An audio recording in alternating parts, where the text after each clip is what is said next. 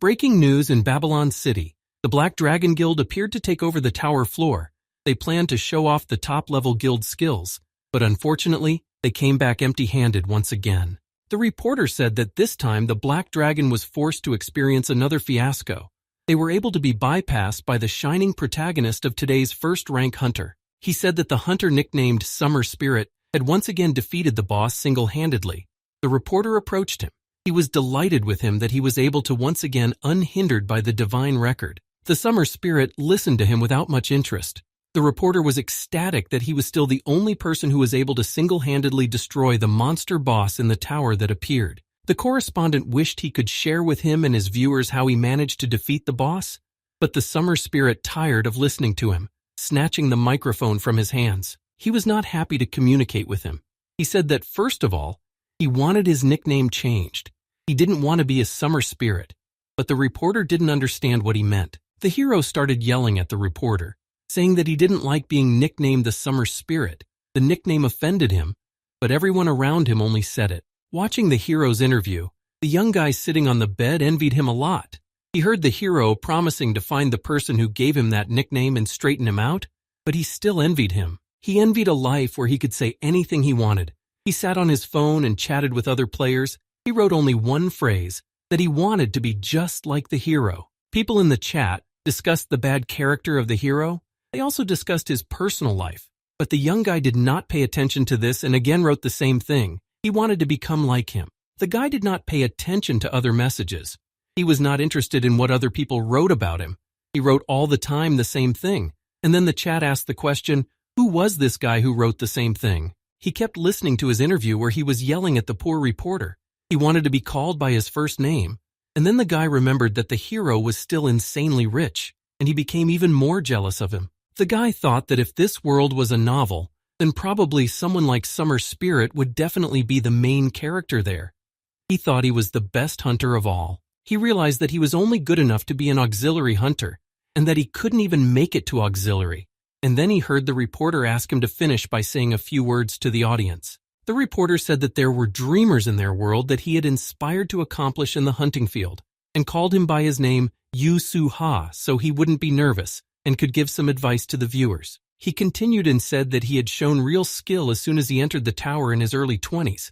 It didn't even take him a month to defeat the monster boss that no one had been able to destroy for whole years. The correspondent noticed that there were many legends surrounding his identity.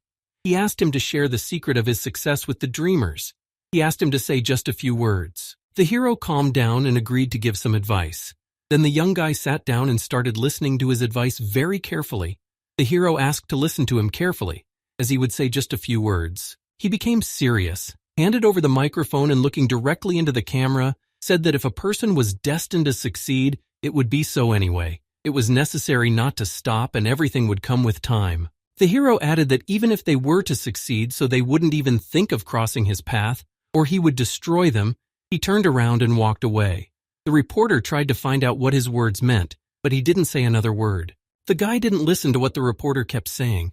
He closed his laptop and with tears in his eyes said he was hurt that the interview was over. He went to the wall where there were newspaper clippings with the hero, and he couldn't understand why he allowed himself to neglect people. He realized that he did that not to him but to the reporter, but for him there was no difference. The boy thought that if he had such talent, he wouldn't have to squat in a one-room shack, and he certainly wouldn't be pestered by useless F-level hunters. Tearing the newspapers off the wall, he started shouting that he wished he could be like him. He was very jealous of him. He wanted to become successful because of his talent. The guy thought that at the very least it would be nice if the skills that the Summer Spirit had were his, and then he would be able to succeed. But suddenly he saw a bright light in the window. He got up to see what was happening, and a map appeared in front of him. Before he had only seen such a thing on video. In front of him was a golden skill card. He couldn't believe it. He had gotten the skill of Ugly Envy, a similar case that was hard to find. He cried with happiness. The system notification told him that the tower was encouraged by his achievement. The guy remembered that he had never seen such a skill gain in the video. The guy thought he had been looking forward to this moment since he got to this place. He noticed that the card was gold, which meant that this skill was above S level. He grabbed the card and the card creation began. He read. The effect automatically triggered when he died at the hands of an enemy that would destroy him, and the skill was copied to him. but he had to fall to do so. The guy read the terms of the skill was shocked. He did not understand how the skill worked. All he had in his head was that he had to fall. He did not even think that there were such skills. He remembered that once there was a tower in their world. It was so big that it could be seen over the horizon line anywhere in the world. People who had nothing to lose were the first to enter it, where on each floor of the tower awaited a large number of monsters that came to them from different worlds. And only a select few the tower granted a special skill. People who were on the verge of death could get the skill and survive the battle with the monster, but some simply died inside the tower. The people who found out about everything began to gather in the tower and began to hunt monsters. Everyone wanted to get the coveted skill from the tower. They tried to destroy as many monsters as possible to climb to the top floors. The guy was incredibly impressed when he first saw the summer spirit hunting. He thought he was a true genius. He wasn't afraid of monsters and could easily defeat them. He was a virtuoso at destroying them. The press interviewed the citizens to find out their opinion of the hero. They all said that his weapon was a flaming spear and he danced with it. He stood out among the other hunters.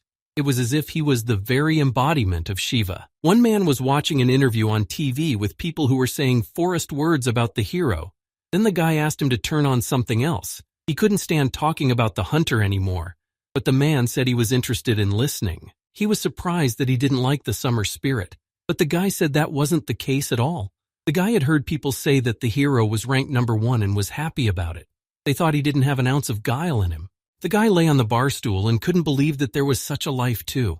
He thought his life was hopelessly insignificant, and he couldn't change it. He told the man that he had gotten a skill yesterday that was above S level.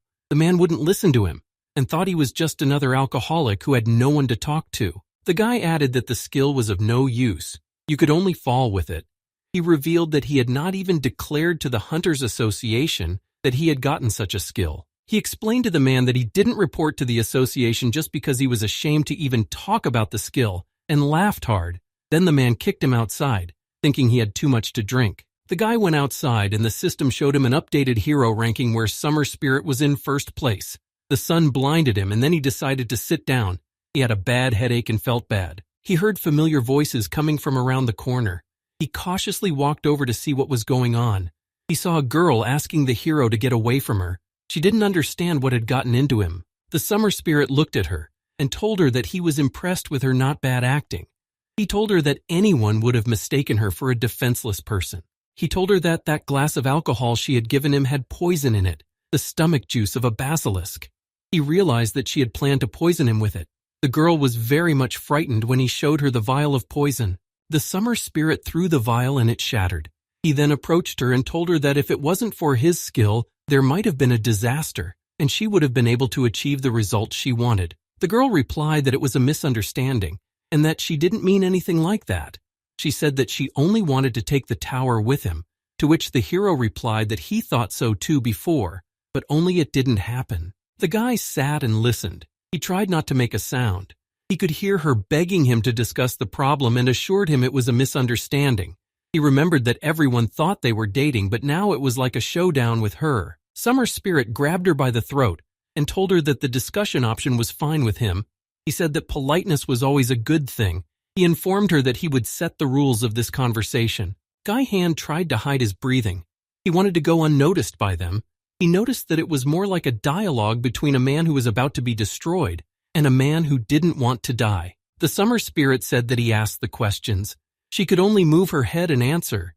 He told her that he had the skill to recognize lies, and she wouldn't be able to fool him. He said that if she was honest with him, he would give her the antidote. He asked her just one question he was interested in: who sent to destroy him? He asked it was the Black Dragon Witch. The girl, hearing this, became very scared and nervous. She nodded sadly, thus confirming that she was sent to destroy the witch, but she failed to poison him, to which the hero replied that he knew it was her. But the Summer Spirit lied to her. When he found out the truth, he wished her a happy journey and destroyed her. He mercilessly burned her, not keeping his word. The guy, seeing this, was very scared and did not know what to do. The guy turned around and started to run away quickly from that place. He didn't see him as a hero now. He thought he was a ruthless killer. He thought he was a common psychopath. He decided that he had to get away quickly before the Summer Spirit discovered him. And as he was running away, he didn't notice and stepped on the bottles, thus creating unnecessary noise. He felt the summer spirit already behind him. The guy heard him say that he thought he had already dealt with all the enemies in the city, and then he felt the killer's gaze on him. The hero was already ready to launch a fire attack on the fleeing guy. At that moment, the guy realized that the girl was not the first. He was very scared. He was terrified to realize how many people the summer spirit had destroyed.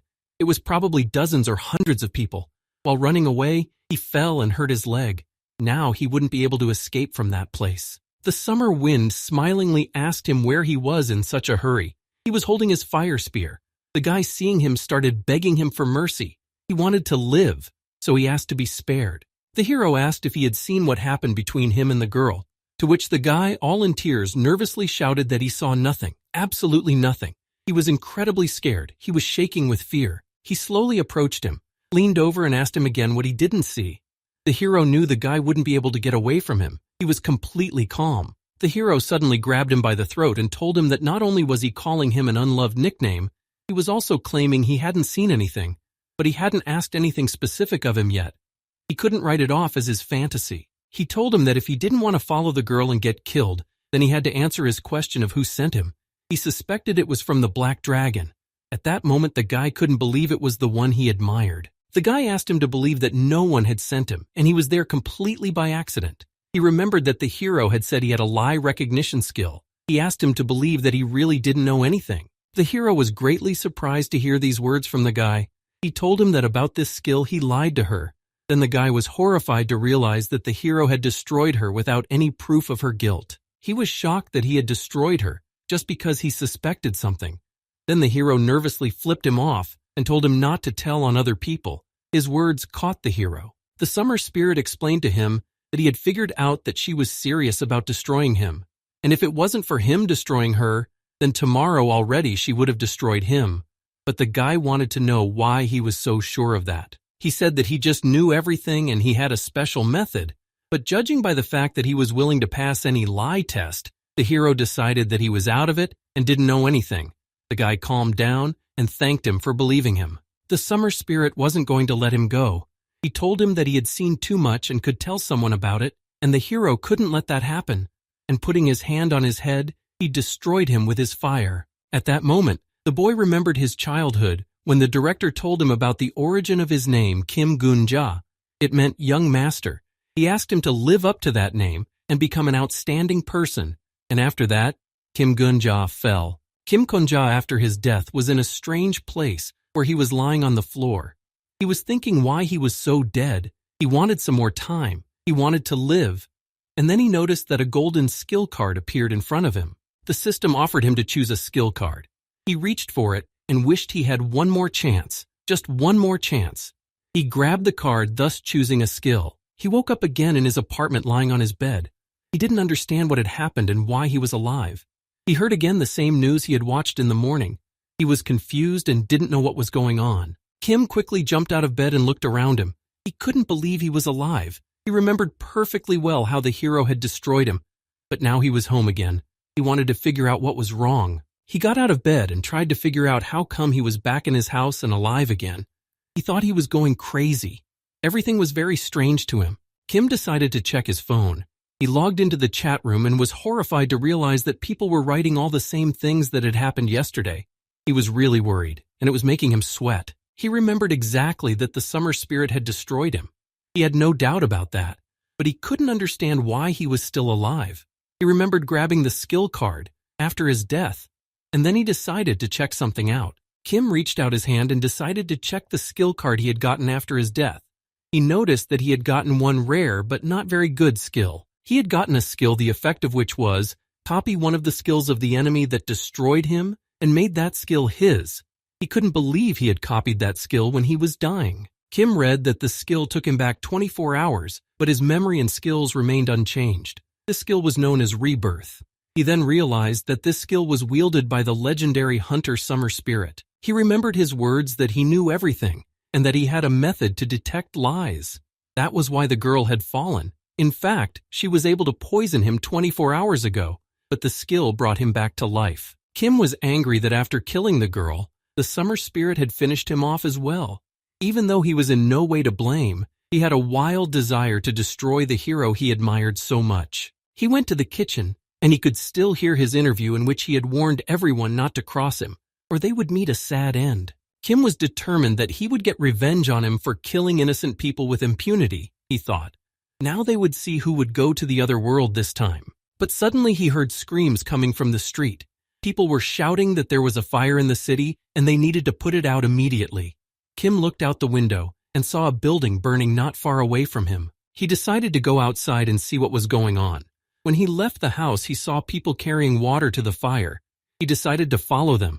They needed to put out the flames. Kim realized that he lived in a different place from the outside world. In this town, there were people who wanted to become real hunters. He took his gun and ran to the place of fire. He saw that the first floor of the tower was on fire. He took out his phone and thought that now was the moment. He looked at the time and realized that he was drinking at the bar at the time. He realized that a summer spirit had started the fire in an attempt to hide all the evidence. Kim ran to the fire where the hunters had already started to put out the flames. He heard someone asking the water elemental hunters not to put out the fire all at once. They needed to direct the water all together, and at the same time. He noticed that there was a black dragon guild that temporarily took over the leadership and asked them to follow their orders. This guild was second in rank. The head of the guild was a black witch. The master of alchemy shouted that the isolation of the neighborhood was complete and that all the trouble was with the survivors who remained inside the building. They decided to send a rescue team there. The captain of the town's vigilantes, Holy Knight, informed them that there was no need to send a rescue team. She explained that the place had been empty for 5 years, and they had been very lucky in that. Kim knew that this city had many names. Some called it Babylon. Some called it the city of the first floor. Some called it the city of elevation.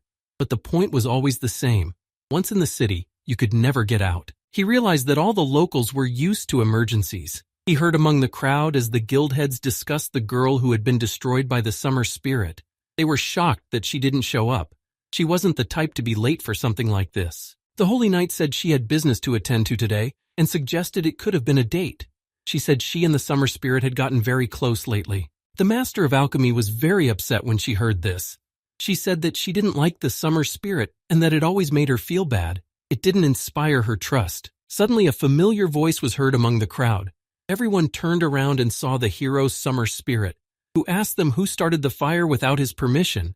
He smiled and pretended that he knew nothing about the fire. When Kim saw him, he could barely contain himself from pouncing on him in an attempt to destroy him. He knew full well that he was the one who started the fire, but he knew that the summer spirit was an incredibly strong opponent for him. The Holy Knight greeted him and told him that a fire had broken out in the old slums and asked if he could help them. Then the summer spirit smiled and asked what he would get in return for saving him. He didn't want to do it for nothing. Kim clenched his weapon in his hand. He was incredibly angry at him. He thought he was a sick bastard who was looking for profit in a fire he had set himself. The Holy Knight replied to him that he was getting public acclaim, to which the hero replied that he didn't need it. People were taking pictures of him on their phones and saying that he was a legend and human qualities weren't important to them. He turned around and started to walk away, telling them to look for other volunteers to help them for free. He didn't care about the fire and those who might have gotten hurt because of it. Kim thought that no one knew what he was really like. Everyone thought he was a hero who just had a bad temper, and he was the only one who knew the true face of this maniac. He decided that he had to destroy him at any cost. He realized that it was unrealistic to do so now, but a plan had matured in his mind to destroy him and save a lot of innocent people. Kim walked out of the crowd and headed towards the fire. Along the way, people tried to stop him, saying it was too dangerous and he could just fall there. He thought that he had to stop him for the sake of humanity, for the honor of the hunters.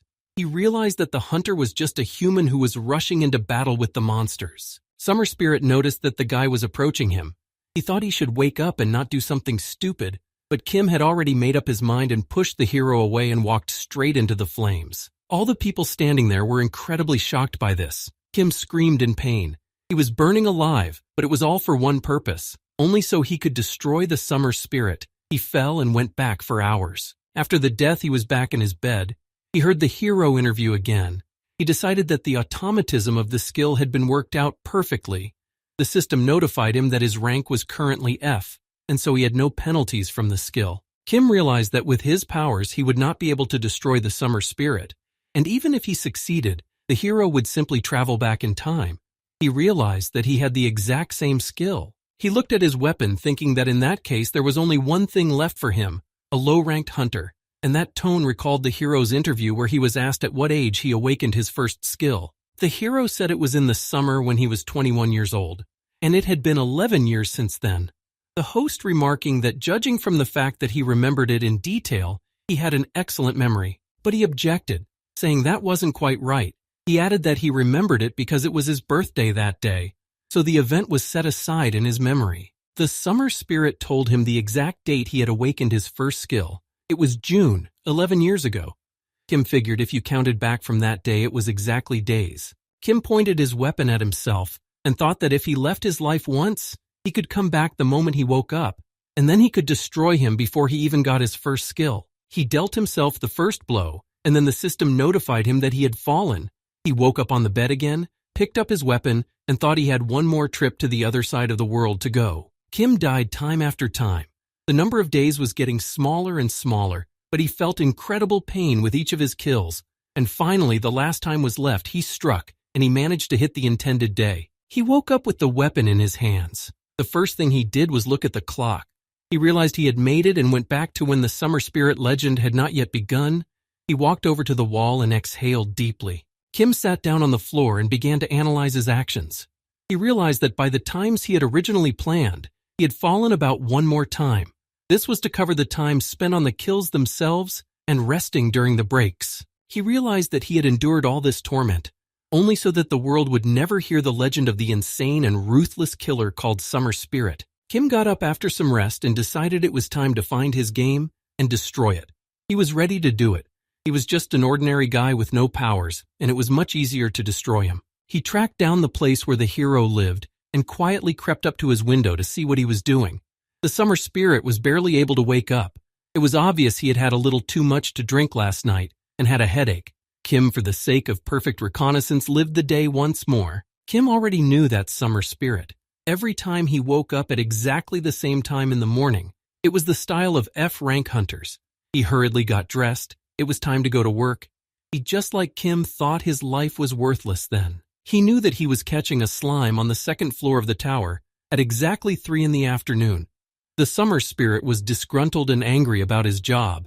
He had been catching slimes for 100 days now, which was repulsive to him. Kim caught him shouting that he was a knight of light and dreamed of living large, just like the Holy Sword. And then Kim realized that in a year, he was an extremely mediocre hunter, waiting only for a sharp turn in his life. The summer spirit nervously said that it was impossible to find a winning lottery ticket, or an S-level skill for once. He wished he could just get lucky one day. He was looking forward to it. Kim thought that if things went the way they were going, it wouldn't be long before things would be the way he wished it to be. But Kim was determined that the summer spirit wouldn't see his future. There wasn't much prospect in catching slimes alone. And then with determination, the summer spirit decided to move to a high-level area that wasn't frequented by newbie hunters. The summer spirit moved to the hunting grounds on the floor, where no one else would be here but him in the next few minutes. It was the perfect moment to deal with him. Kim decided to smear himself with slime and pretend he was hurt. He came out of the bushes and asked the summer spirit for help. He told him that he was attacked by wolves and asked him for some kind of potion. The summer spirit turned around and angrily asked him what he wanted from him. Why did he come to this floor? The summer spirit got angry because he thought Kim had already raised all the monsters. He thought it was impossible to hunt here today. Kim continued to ask him for the potion, to which the summer spirit replied that because of him, he would not be able to earn a day's wage. The summer spirit looked at him and asked him how much money he was willing to give him. Kim kept silent, and then he poked him with a stick and asked him again how much he was willing to pay him for the potion. He said that his hunt had failed. He asked him in surprise that he had to give this expensive potion for nothing to a man he was seeing for the first time. He said that nothing was given for free in life. The summer spirit showed him the potion and said that in the alchemy market this potion was sold for gold. Kim replied that he would give him the gold and asked him to give him the potion sooner. The summer spirit then pushed him away with his weapon and added that he was about to fall, but was only offering him gold pieces. He couldn't believe he had valued his life at such a small amount. He grabbed him by his blouse and told him to give him everything he had. He started pulling his wallet out of his blouse as he thought he had a problem with his hands and decided to take all his money himself. Kim knew he was always like this. The summer spirit threw him to the ground and was going to see how much money he had managed to get. He opened his wallet and started counting and found out he only had gold pieces. He was not happy with the small amount. He watched as he robbed him. And then Kim decided to push pity and said it was only his money. He wondered how the summer spirit would act. The summer spirit put his hand on his head and told him not to worry. He would find a good use for them. Then Kim demanded his potion, for which he gave him all his money. But the hero wasn't going to give him the potion. He said that if he would have saved him, he could then start to take revenge on him. He said that any man would want to live in peace and quiet. And he gave him a good look, so he decided that he had no other choice. The summer spirit thought, why didn't he, in that case, just fall here and now so he could continue to live his life to his liking? He pulled out his spear and prepared to destroy him. He swung his spear, but not in time to make an attack. Kim crouched down and counterattacked him. He was now ready to give him peace and quiet. He pulled his weapon from his blouse and launched an attack at him that he couldn't dodge. Kim dealt him a fatal blow and watched him die. He was pleased that he had been able to get rid of him. He figured he now had a 1 in 10,000 chance that the threat of life would be able to rouse him. He was determined that it was up to him to send the hero to the other world. He kept his promise and finished him off.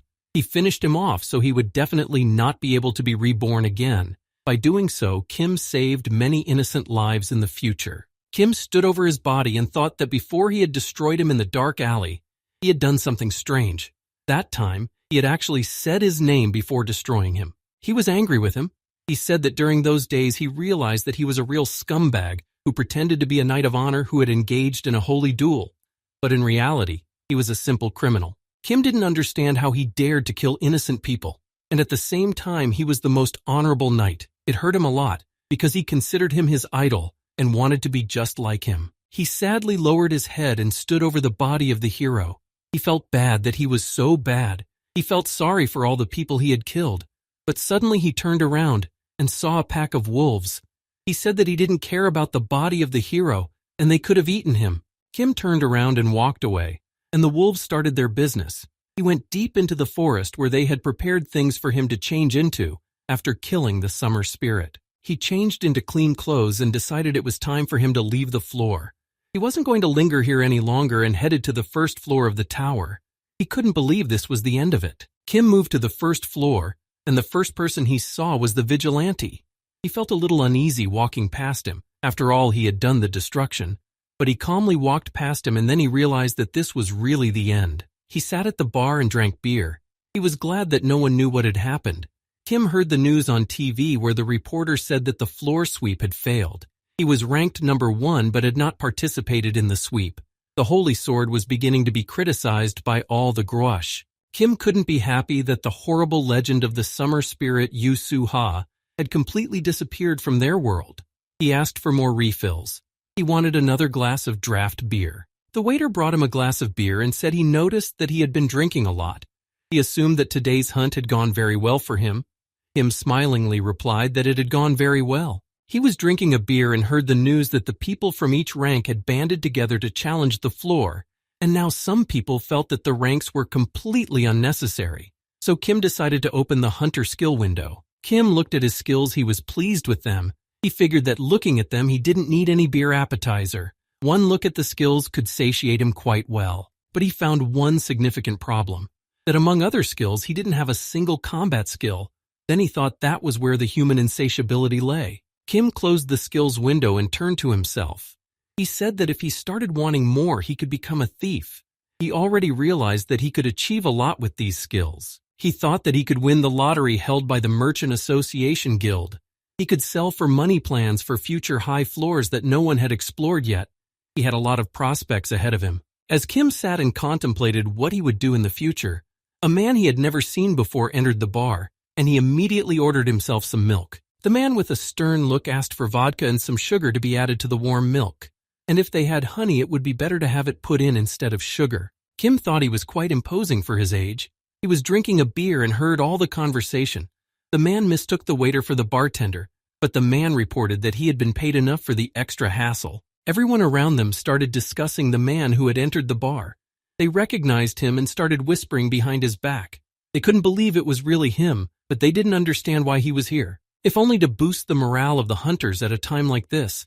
when society was increasingly agreeing that everyone needed to unite. No one knew where the Holy Sword was missing, or what it was doing now. Kim remembered that the Holy Sword's real name was Marcus Cullenberry. In the future, he disappeared for a very long time, so years later everyone forgot about him. But he was the only number of the tower until the summer spirit became famous. He realized that he was the best of the best in this period. Kim wondered if this old man had an S-level skill, but he had normal, useful attack skills unlike him. But then he remembered his skill that could copy the skill of the enemy who killed him. To copy his skill was enough for him to destroy him. He realized that this skill could copy the skill of any hunter that would destroy him. Even the current one had numbers, and he considered it a huge plus that it was now impossible to destroy him. Kim didn't know what he should do, risk it or not. He wanted to get the combat skill he needed to pass the tower. He looked at his phone to find out the information that was being written about the Holy Sword. He read all the comments that were left about it, but there was no specific information, and then Kim realized that it was a real mystery to everyone. He realized that for him, there was no worthwhile information about it. Kim thought it would be easier if this nobleman was half as much of an attention seeker as the summer spirit. Then there would be plenty of information about him. He heard the Holy Sword sitting and talking to himself. He was asking someone not to speak too loudly. Kim didn't understand at all who he was talking to. It scared him a little. Kim thought that at the very least what he was talking to himself turned out to be true. He grinned, thinking that did all the first rankers have to be weird. But then he came across a strange message that described the topics that should never be touched upon in a conversation with the Holy Sword. He was curious about what he could not talk to him about. The chat described a true story. One day a group of hunters crossed paths with him in the hunting grounds. They told him that this was where they hunted and asked him to follow the rules. They informed him that the place was occupied. A few days ago in the hunting grounds of the floor, some high rankers scandalized Holy Sword and asked him to leave to hunt somewhere else. But Holy Sword informed them that this was the first time he had heard of the rule the hunters were talking about. The hunter laughed with him and said that apparently it was time to change his hearing aid, or the rule just hadn't gotten through to him, due to the fact that he was born with a silver spoon in his mouth. He said that judging by the way the Holy Sword treated his family, his grandchildren had been on the streets for a long time. The hunter had no time to finish the sentence before the Holy Sword destroyed him. He wouldn't stand for the insult to his family. The people in the chat room thought it was a complete lie, and the Holy Sword couldn't destroy the man. The author replied that it was up to them to believe it or not. He just thought they should know. That's why he wrote it. Kim was engrossed in reading the correspondence in the chat room, where it was written that in any case, if you didn't want to fall by his sword, then for no reason tell him about his grandchildren. He decided that he should have checked this information. He memorized what he couldn't talk to him about. Then he heard the Holy Sword say that he would figure it out himself and asked him to leave him alone. The Holy Sword didn't finish his drink, threw the money on the table, said everything was delicious, got up and headed for the exit. The waiter said goodbye to him and went to clean up his table. After he left, the people in the bar were able to talk quietly. They were waiting for him to leave the establishment. They thought he had a marasmus if he talked to himself. They were afraid to say it in front of him, or he would destroy them all. Kim decided he should have gone after him. He paid for his beer, thanked him for the tasty drink, and headed out to follow the Holy Sword. He walked outside and decided that now he needed a number in the rank, but he had yet to find one. He wanted to verify the information he had read. Kim looked around and couldn't find him. He didn't realize where he had gone. He almost immediately went out to get him. He knew the Holy Sword couldn't have gotten too far. Amongst the crowd he saw him and decided to follow him. Kim thought he was the only one in Babylon who was dressed smartly, and it was very conspicuous amongst the other people in the city. Kim walked and wondered how he could have had the skill. He remembered that the summer spirit had the rebirth skill. He couldn't even imagine what a successful sword saint from a past generation had. He thought that it was surely a more martial skill than rebirth. He was excited that this skill could be his. He wanted to be lucky this time. Kim walked over to the tree and thought that the Holy Sword had to be somewhere nearby. And then he heard the Holy Sword tell him to come out of hiding. Kim was amazed that he had managed to find it. He figured they wouldn't have any witnesses in this place. He came out from behind a tree and apologized to him. He said he had one small request for him. The Holy Sword smiled and asked if he hadn't intentionally followed him so carefully. He assumed Kim wanted him to notice him. He wondered what request he could have had for a simple old man to appear so creepy.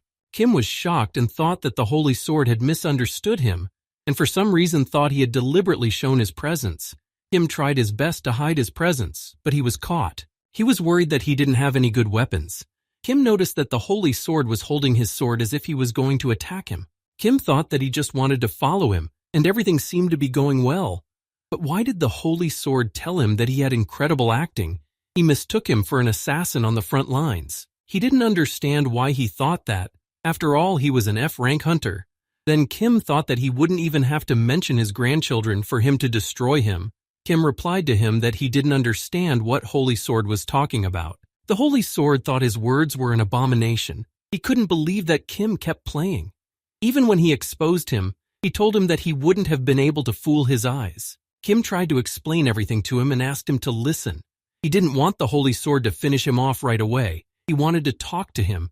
He said he was genuinely curious and wanted to learn something from him. He asked him what place he was like as a special class assassin.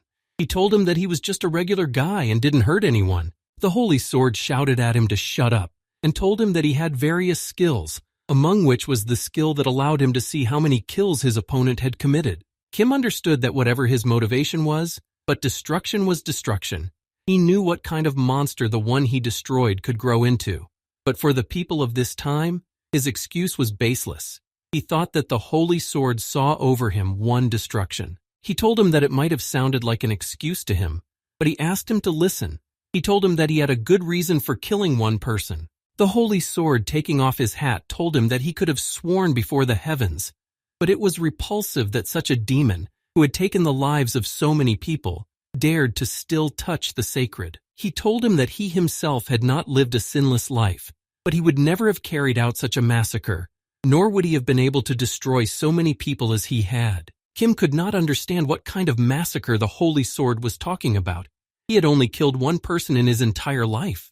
Then the holy sword pointed his weapon at him and angrily told him that he had continued to lie to him without any shame or regret. The holy sword informed him that the number of unfortunate people killed by him, he could clearly see above his head. It was a shocking figure. He was amazed that he was able to destroy a human being. Kim heard this number and tried to understand where it came from. After all, he had only destroyed Yusu-ha once. But then he realized that the number of times he had killed himself to get into the past was once.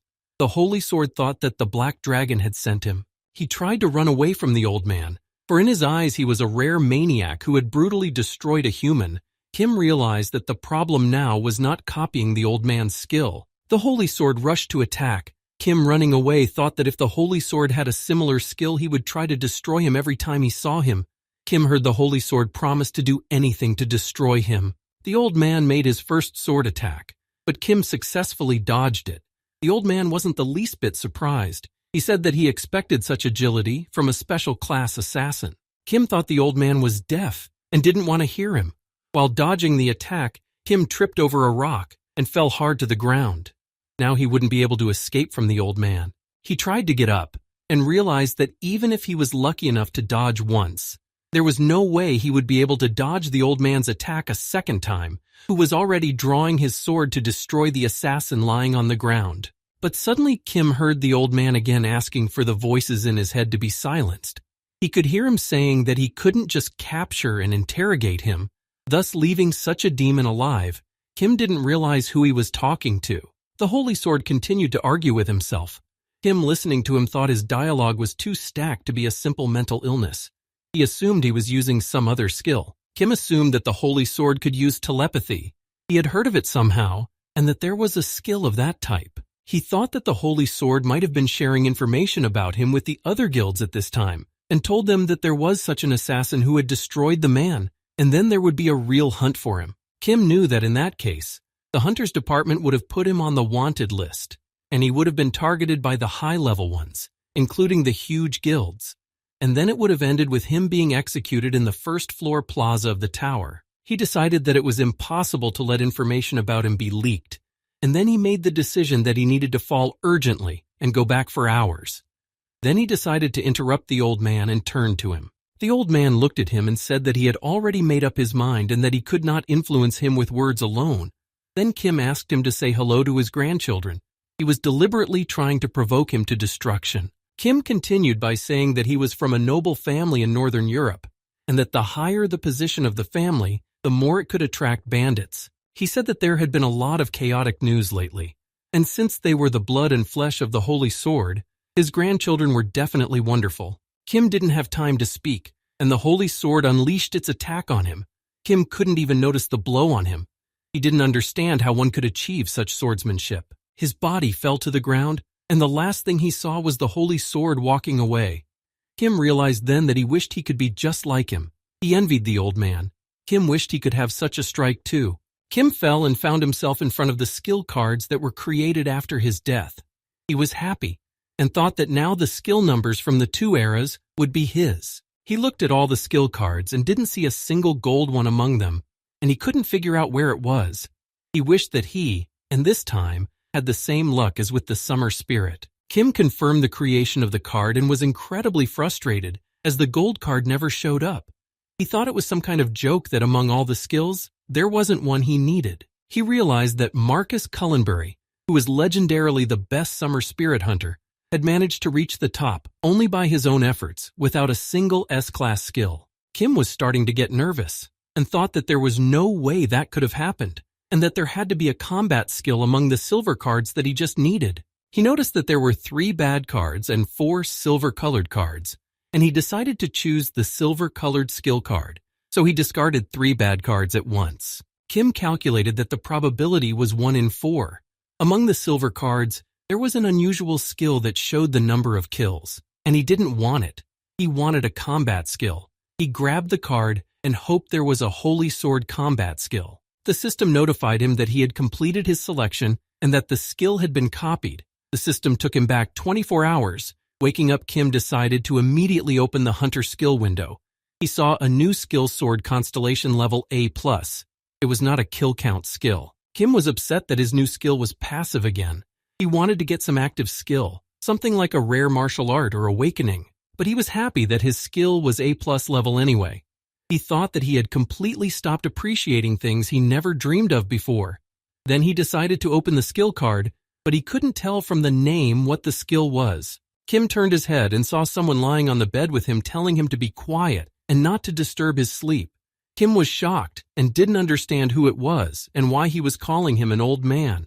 The unknown man kept saying that he was always with him anyway, no matter where he went, and there was no need to wake him up in the middle of the night. Kim then decided to ask him who he was. Kim apologized and asked who he was. He looked at him with surprised eyes. The unknown man turned around and couldn't understand who was in front of him either. He asked if he could see him, to which Kim nodded positively at him. The unknown man was surprised. He decided to ask if he could hear him, to which Kim said that from their conversation it was not clear to him that he had seen and heard him. He wanted to know who he was and how he had ended up in his apartment. He started to get nervous and asked where they were and why it was crowded like a dog box. He asked him where Grandpa Marcus was. Then Kim stopped him and tried to find out if he was talking about Marcus Cullenbury Holy Sword. The unknown man began to dart around the room looking for the old man. He answered him that he had talked about him, though he thought calling a dilettante like him a holy sword was overkill. He added that if he was talking about the old gentleman, then yes, he was talking about him. He wanted to know where the old man had gone. He asked if he could be around. Kim looked at him in surprise and couldn't understand why he called him an amateur. Kim read that it was a spirit coming from another world, where he had cleared the tower down to the floor, but was defeated on he became a rear spirit who did not fulfill his wish, but he could infiltrate the mind of his master. He decided to ask the ghost if he was the rear spirit of the Holy Sword. The ghost turned around and surprisingly replied that he was the spirit of an old man he couldn't find. Kim, hearing the answer, was shocked. He looked at the ghost, apologized, and said that he had accidentally copied him at the Holy Sword. Then the ghost shouted in horror that he should return him to the old man. The ghost said that if he had copied it with his skill, then he should have been able to undo the effect of the skill. But after realizing that he couldn't do that, the ghost was disappointed and didn't understand how it couldn't be undone. Kim didn't know what to do at all. He replied that he didn't dispose of the skill at his will. Everything was happening without his input, and he had no control over it. The ghost turned over and started crying. He was addressing old man Marcus. He thought he was a misbehaving student. He said his teacher was kidnapped by an inept like him. Kim then asked him not to cry upside down.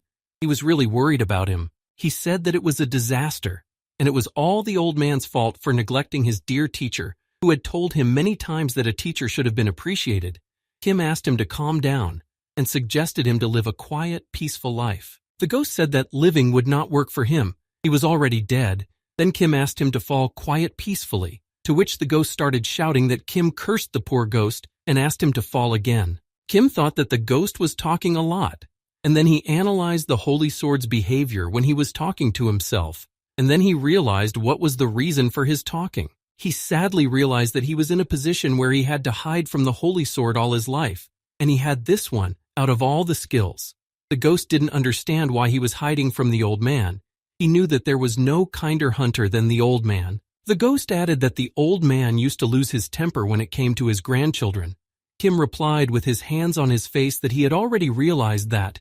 He said that among the skills of the Holy Sword, there was a skill that showed the number of kills of the opponent. He realized that Kim was telling him about the investigator's eyesight skill, but he thought it was a useless skill that only reported whether the opponent had killed or not.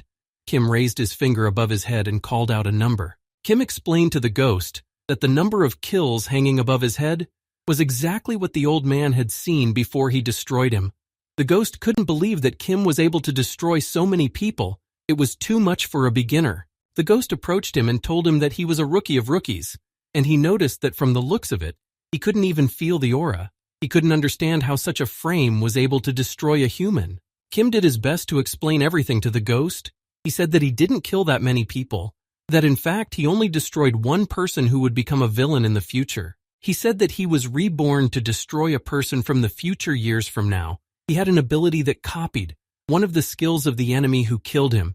The moment the villain destroyed him, Kim copied his rebirth skill. Kim added that even if he died, he only went back 24 hours. He told the ghost that his body became immortal, and with each time he destroyed it, he gained a new skill. He explained to the ghost that he wanted to take revenge on him, but he was a number in the rank of their world. Besides, as long as he had the rebirth skill, he wouldn't be able to destroy him. So he traveled to a time when he hadn't gained the skill yet. The ghost listened to him carefully and wanted to clarify that he had traveled back in time to take revenge on one person.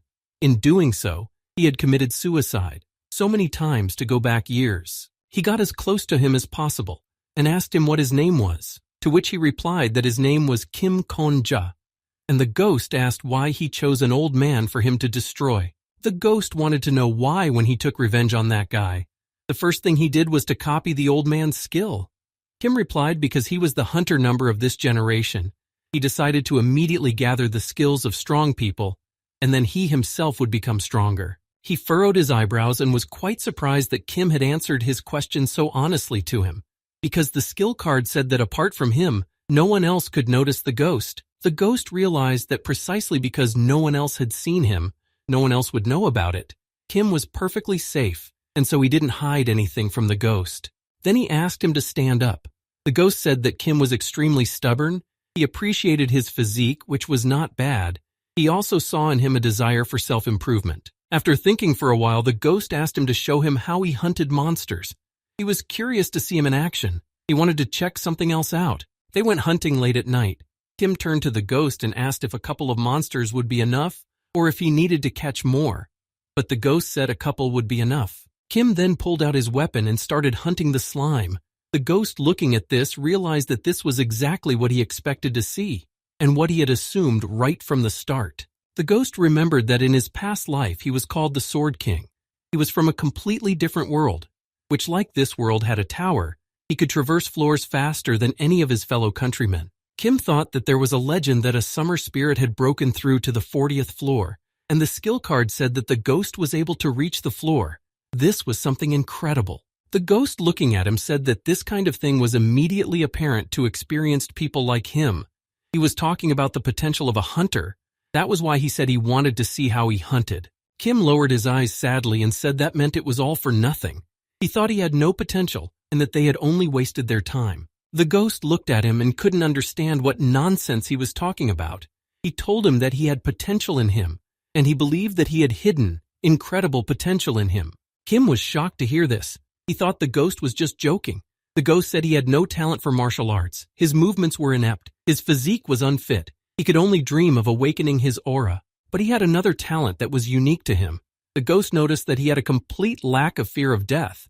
This was only available to him. The ghost said that usually people in battle would dodge attacks at least a little, but he surprisingly went all the way to the end without fear that he might be destroyed. He added that when he killed himself more times, he managed to erase his sense of fear for good. Kim was shocked and didn't think that such a thing was also a talent. The ghost explained to him that not all talents had to be innate. Anyone could find their talent in the process of life, and the hardest thing for a person to achieve was to conquer the fear of death. He said that he had conquered the fear of death. Kim stood there unable to say a word. He thought that in his whole life no one had ever said that to him. Even he thought he was a hopeless loser. Kim remembered that he was just hurt that the summer spirit had treated him like an insect. He was very hurt, so he didn't think about the past or the future at all. He had fallen more times than not. He could not realize that dying now was his talent. And then the ghost only wanted to know one thing from him.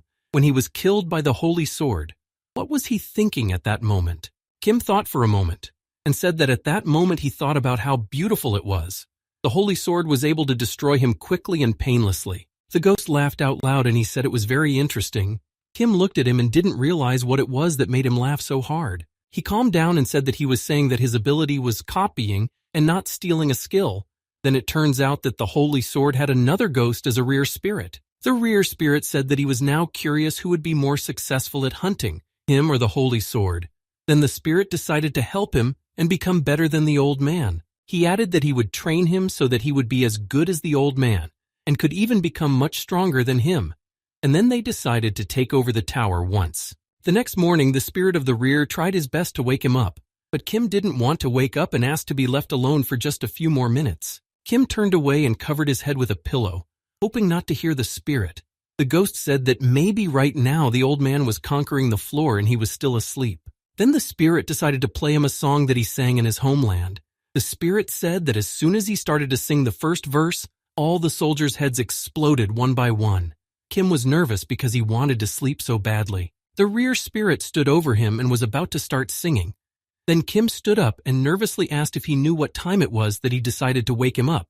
Then the spirit asked what time it was, to which Kim angrily shouted that it was morning and it was still very early. The ghost reacted calmly to his anger and added that even bugs woke up in the morning and went about their business. Then he said that Kim was weaker than a bug, so he needed to get up even earlier and practice. Kim said he realized why the Holy Sword woke up every morning to practice. It wasn't because he was conscientious, but because the spirit was always making noise and keeping him awake. Then the spirit yelled that it woke him up because he was bored. The spirit explained that getting up early was good for him, and that he would thank him later on that he was able to exercise longer because of him. Kim, looking at him, said that he just wished he could destroy him. The ghost smiled and said that he was already dead, so he wouldn't be able to destroy him again, and that it would be easier for him to fall on his own. But he remembered that he wouldn't be able to destroy himself, so he decided to call him Kim the Zombie. Kim thought that he wouldn't be able to get rid of the spirit, so he decided to calm down, get dressed, and go for a morning jog. He took his time running through the empty streets, under the watchful eye of the rear spirit. The ghost reminded him that besides stubbornness, he had no other strengths. Then he said that he personally preferred to learn everything from the bottom, but he didn't even see the bottom in him. Days had passed imperceptibly since Kim had copied the sword constellation skill from the Holy Sword, and in that time, he had hunted Yusu Ha once more, and was diligently trying to avoid clashing with the Holy Sword. Kim continued to run in the morning, and as he ran, the spirit of the rear tried to talk to him. He told him that his talent he would call Abyss, and thought it was a cool skill. But Kim asked him not to disturb him. He was focused on running. Now Kim was training according to a schedule that the spirit of the rear had personally made. He said that he needed special extra classes, and those classes had to be paid for. And then he asked him to win the lottery. There was a guild called the Merchant Alliance. The official name was the Merchant Alliance. The head of the guild was a ranked hunter nicknamed the Countess. She possessed a skill that made her the only one who could exchange items from the tower with the outside world. Thanks to this skill, the Merchant Alliance monopolized the economy within the tower. Kim and the rear spirit went to the guild, where they were met by a guild representative who greeted them and asked what he could help them with and what brought them to the guild. He knew that the only place in Babylon where lotteries were held was the Merchants Association. Kim held out a ticket to him and told him that he had come to collect his lottery winnings. The representative smiled and congratulated him on his lottery winnings. The spirit asked him why the representative wore a hat with cat ears. to which Kim replied that it was said that the head of the guild was a servant of cats. He apologized and asked if he had checked the number on the ticket. The representative said that if it had been more than 2 years since he bought the ticket, it was impossible to get the winnings. Kim thought that he had bought that ticket right after the rear spirit appeared. He said that everything was fine and the ticket had been bought last week. Kim remembered that the spirit had insisted relentlessly that they needed capital. The representative smiled and said that all that was left to do was to move on to personal data verification, after which he would be able to claim his winnings, but he would have to wait a little longer. When he checked the ticket and his personal data, the representative was simply shocked. In front of him stood a man who was able to win the grand prize of the lottery. Everyone around turned their attention to him. They were shocked that the guy in front of them had won first place in the lottery. The spirit was also amazed that the money could be so easy to get hold of. The representative informed him that he had checked the room and asked him to wait a minute. He needed to call the person in charge, to which Kim replied that he could take his time. Kim remembered that in the future the summer spirit had also won the lottery. Because of his skill, he had learned something from his example that if you had to hide something, you certainly didn't win. He figured he didn't have to be afraid of them telling everyone about him anyway. If he was destroyed, the guild's reputation would suffer the most.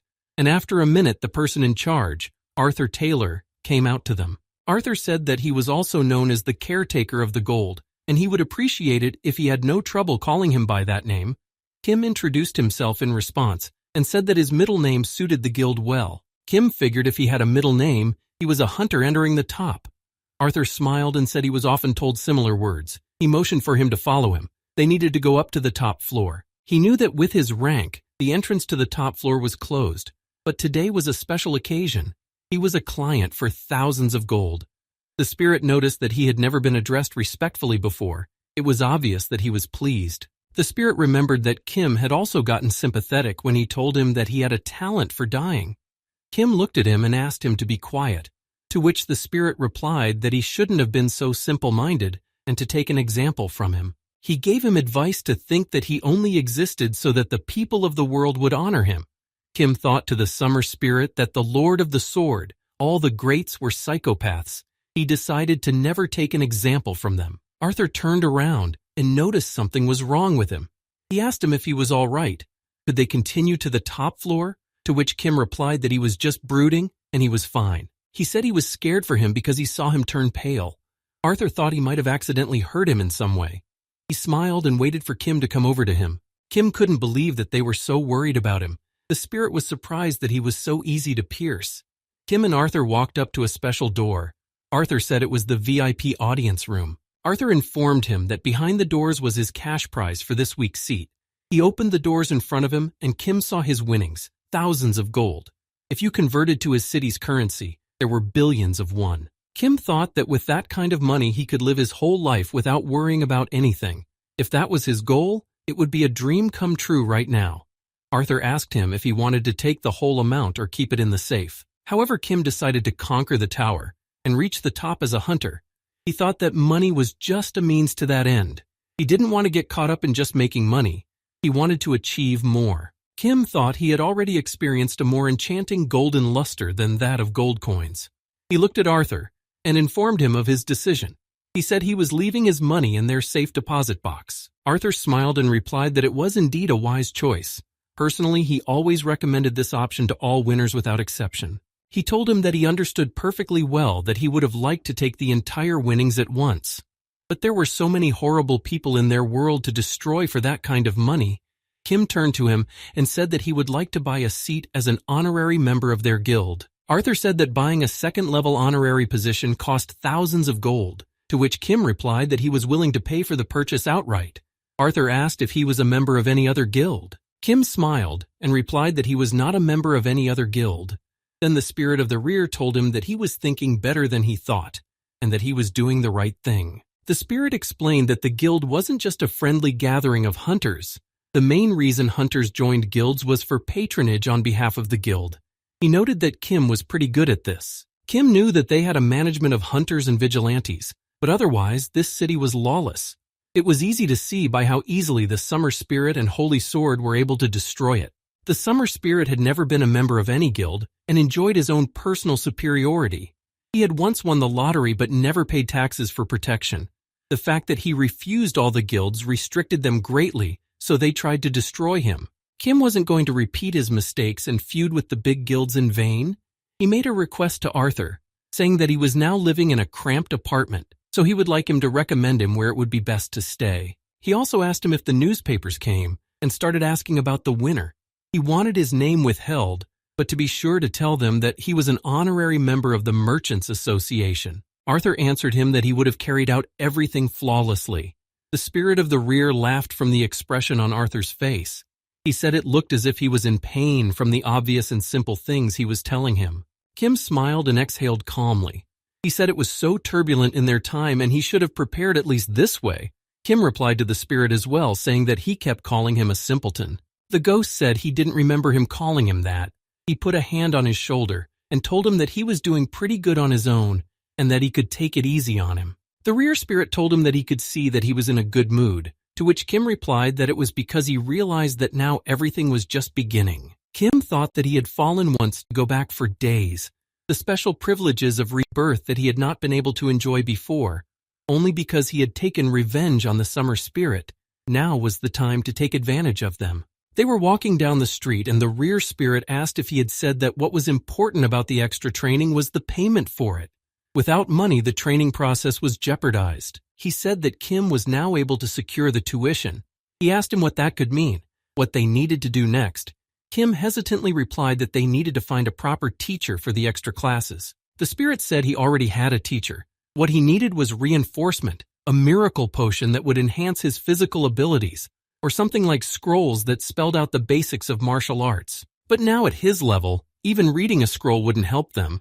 The spirit said that Kim just couldn't understand anything in them, so there was no choice but the miracle potions, which had to be pretty good. He said that there was a guild of doctors and pharmacists.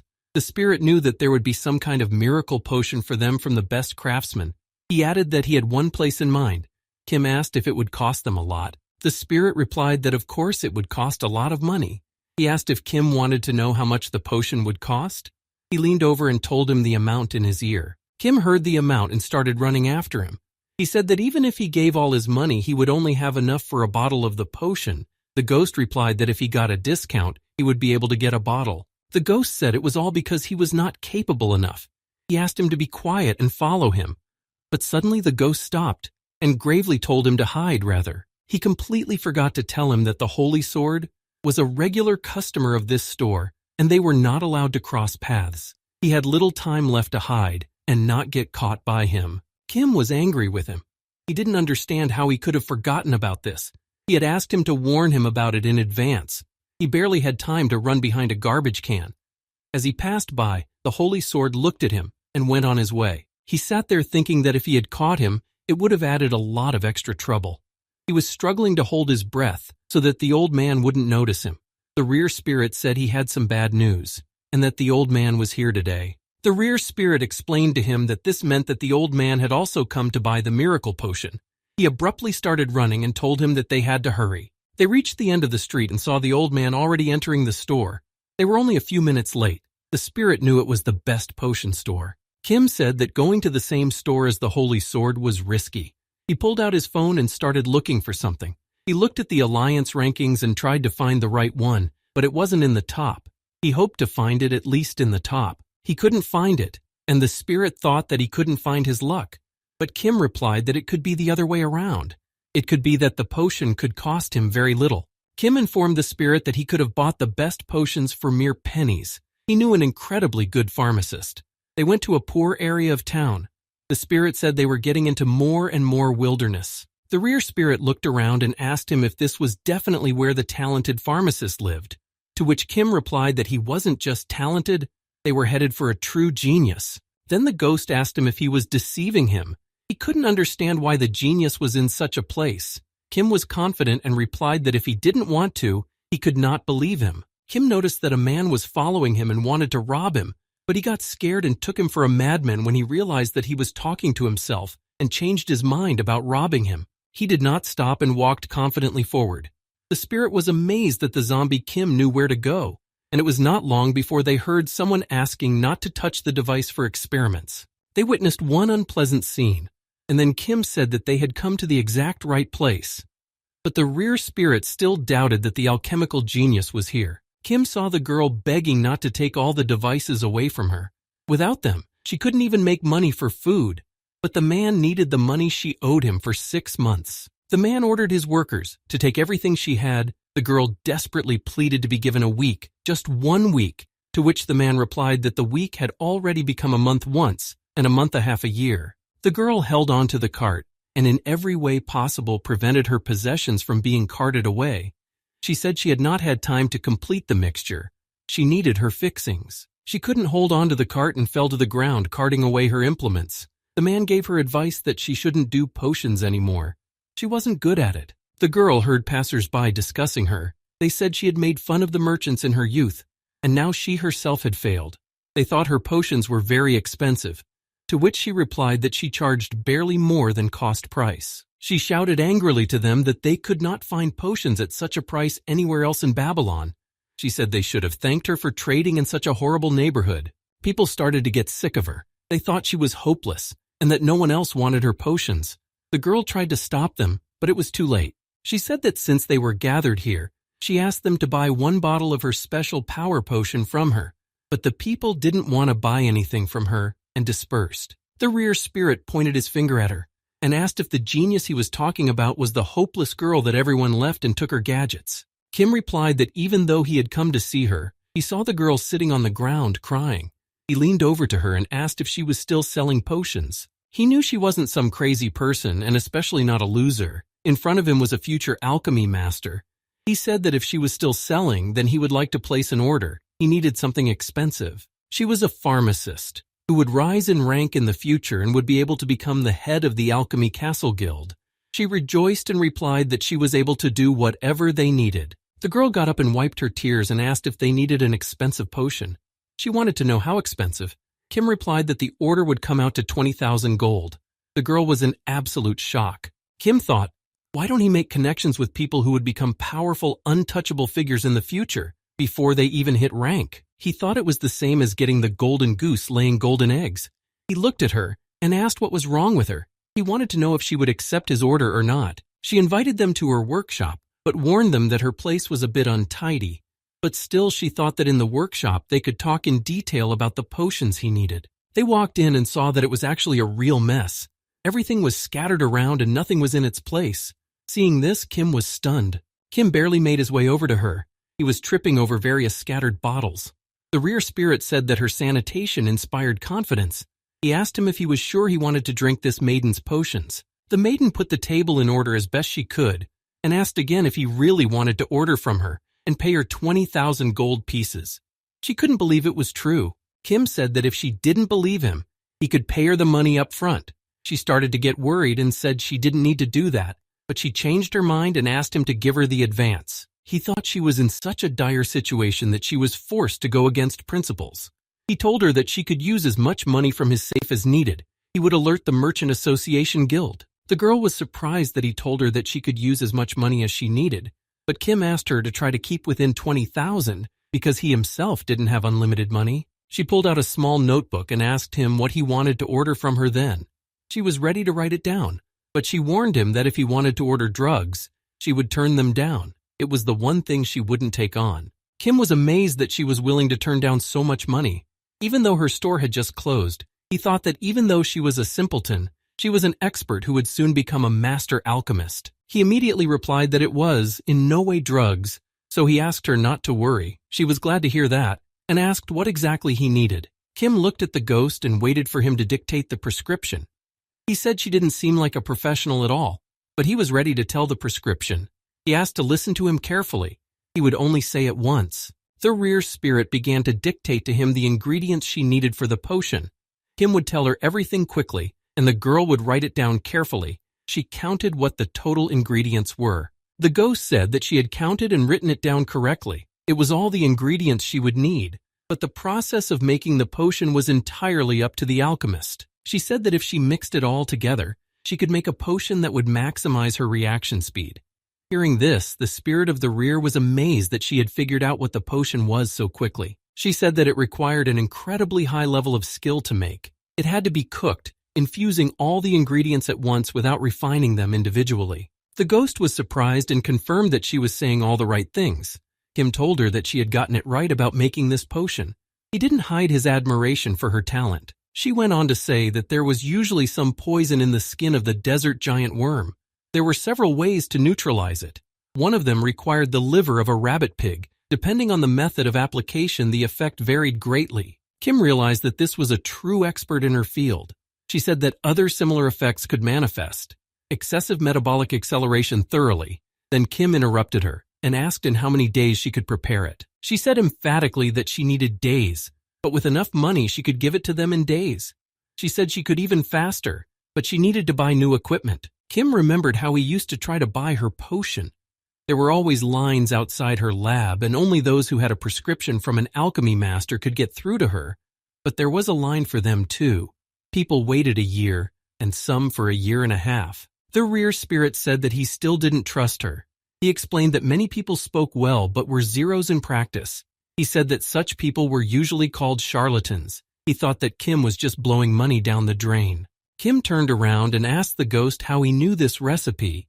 The spirit told him that it was a recipe of his own making, the best miracle potion he created when he got drunk on all sorts of different toxic substances and mixed them together. He smiled and said that she had complimented him by calling his recipe high level. She had immediately recognized the real value of his recipe and asked him to trust her. Kim added that no matter how much she would be the most important person in the alchemy castle in years, to which the spirit replied that they would find out when she gave them the potion. He was sure she would just clean out the money and run away. A day later, the alchemy master came to them and said that she could have made the potion even faster, but she had to go through a lot of combinations. It took longer than she expected. Kim was happy to see her and said it was okay. She had originally warned that it took her days to make the special potion. She said that she had managed to make bottles, and it only turned out to be a box, which she handed to him. Kim then assumed that this volume should have been enough for at least days. Kim thought that this potion would be many times more effective than the store that the rear spirit had advised. He thought that was the way to spend the money. He was pleased with the result. She looked at him and said it was strange to ask this now, but why had he entrusted such an expensive order to a nameless pharmacist? She was confident in her skills, but she wanted to know. One look at his prescription was enough for her to realize that apart from a couple of other people, no one else in Babylon could have handled it. But people held her for a crank. She wondered why he trusted her. Kim pondered how to answer her. After all, he knew perfectly well that the pharmacist in front of him was a rare genius. He didn't know if he could have told her so, but it was more than that. He knew that she had rushed to the scene of the action before anyone else when there was a fire in the city, and she had seen through the summer spirit. She is talented, kind, and very perceptive of others. Kim realized that he couldn't pass up such an opportunity to get close to someone like that. He replied that he had helped her because she seemed kind, even though he was sure she would have been a huge success without him. He said it was a shame that only absolute psychopaths made it to the top. He extended his hand to her and said he hoped they had a bright future ahead of them. Kim was sincere in that moment, so much so that he wasn't sure he could have said anything more honestly than he did now. He was grateful for the potion and for her kindness. They shook hands, and then she said that they had to succeed first. After that, they could make a difference in the world. As she left, she said that if he needed anything else, he could call her any time. Now his order was always a priority for her. Kim waved her off and thanked her for her kind words. The rear spirit started to mock him, and what he had said to her. Then Kim replied that he would fall under the ground in shame right now and suggested they go to training. The next day, they moved to the hunting ground on the floor where he was to fight the orcs that had appeared there as soon as they arrived. Kim, upon seeing them, thought that these orcs would be a bit of a problem for him. So he asked the spirit of the rear how they had a plan, to which the spirit asked him to drink a potion. He pulled out his glass of the potion and drank it. He said it tasted nothing special. He could taste lemon in there, and it seemed like a little honey. Before Kim could finish his sentence, he felt his whole body paralyzed. He couldn't move. He felt hot and sweaty. He was scared and didn't know what was happening to him. The rear spirit looked at him carefully and realized that the potion had begun to work and said that the alchemy master was indeed a master. She had made the potion perfectly. The ghost asked if he liked the feeling. He said he could now count every hair on his body. He wondered if he could clearly feel the drops of sweat running down his skin. The spirit said that was the effect of the miracle potion. It enhanced his perception of reality. He asked if he could feel it. Kim didn't understand what the spirit was telling him. He added that what was crawling in his heart was an aura. It appeared in the body of every hunter who entered the tower, but the hunters usually didn't even feel it and lived their lives as normal. But how easily he controlled the aura was what determined whether he would be a winner or a loser. Kim felt terrible headaches and didn't know how to soothe the pain. The rear spirit explained to him that it was usually achieved by some sort of meditation, but it took too long. The ghost told him that if he didn't have the talent for it, all he had to do was torture his body to get it right. While Kim was trying to achieve the perception, an orc approached him to destroy him. The rear spirit told him to run away from that place, or else the orc would destroy him. If he couldn't escape, the monster would make a chop out of him. He told him that if he didn't want to feel pain, he needed to release his aura and use it to fight the monster. He added that he needed to train in real combat. Kim turned around and smiled nervously at the spirit. He called him a cruel ghost. He smiled back and wanted him to repeat his words, calling him an inept who couldn't even use his aura. The ghost understood that he was having a hard time, and then he suggested that he start fighting the monster and finish him off. But then the kill count would increase again, and then the old man would hunt him endlessly. He said it was the effect of the miracle drug, but he could see the attack, but his body wouldn't obey him. He could avoid the attack. He said that with such orcs, all attacks were predictable. He needed to concentrate the aura in his legs. Kim replied that in words it was easy. He realized that he could avoid the attack if he could move just one step. He tried his best to get his foot to move, and he succeeded. He was able to feel an aura that gave a pulse from his heart into his legs, and he began to run away from the orc's attacks. He was happy that he was able to avoid being killed, but it was harder than he thought. The spirit explained to him that it was because his body didn't yet have a sensible channel for the aura to travel through. His body was kind of like a path deep in the forest, but if a proper path was laid there, he would be able to use the aura. He added that right now he could only feel it because of the potion, but normally it was impossible. Kim tried his best to run away from the orc and not kill him. The orc swung his weapon to destroy him. The spirit noted that even though she was working in complete unsanitation, the alchemy master's skills were excellent. Kim managed to dodge the orc's attack and wondered what would happen when he could make his pathway. Kim realized with annoyance that the rear spirit was right. He took heart and asked his aura to keep flowing through his veins. He tried to squeeze the most out of their training. He realized that an overgrown, weedy path that no man had ever set foot on was the perfect description of his condition right now. He wondered what would happen if he could overcome it, but the spirit only laughed. The spirit remembered that the old man was able to crush his head off, and he didn't even have time to lift a finger. He said it was alley level. It was a perfect strike. The spirit said that the old man had a long way to go, and he didn't even have time to move a finger. After these words, Kim became angry. He was determined to prove the spirit wrong. He was able to use his aura and get into a fighting stance. He drew his weapon and prepared to destroy the orc. Kim jumped high up and tried to thrust his weapon into the orc's body, but he failed. The spirit shouted to him to keep his guard up. It told him that the orc had very thick skin. The spirit told him to focus his aura on the tip of the blade, but then he thought that was too difficult for him. Then he asked him to just direct all of his aura to the end of the blade. Kim did his best to follow the rear spirit's instructions.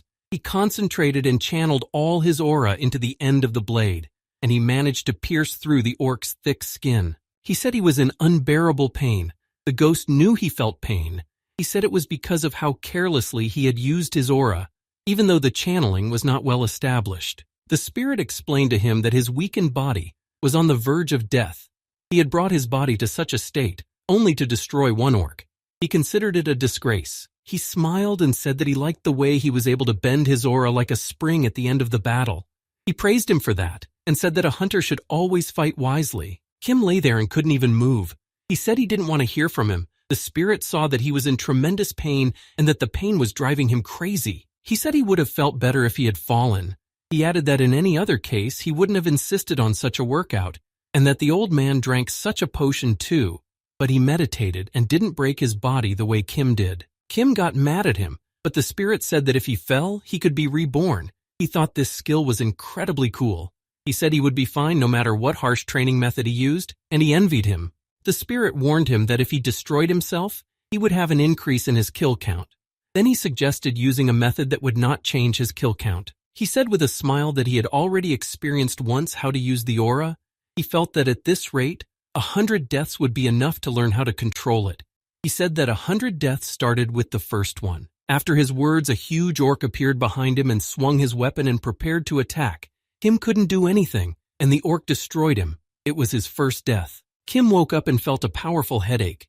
He got up and saw that the rear spirit was next to him. He was surprised that he was able to get to this place with him.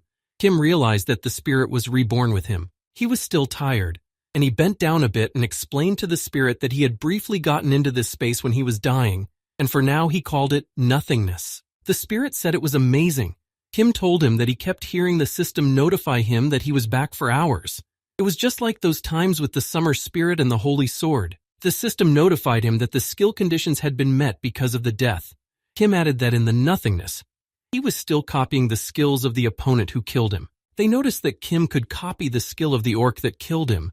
They couldn't believe that monsters had skills too. It was unbelievable. He had to choose a skill card. Kim stood and thought about which card he should choose. The spirit asked him who was running the tower.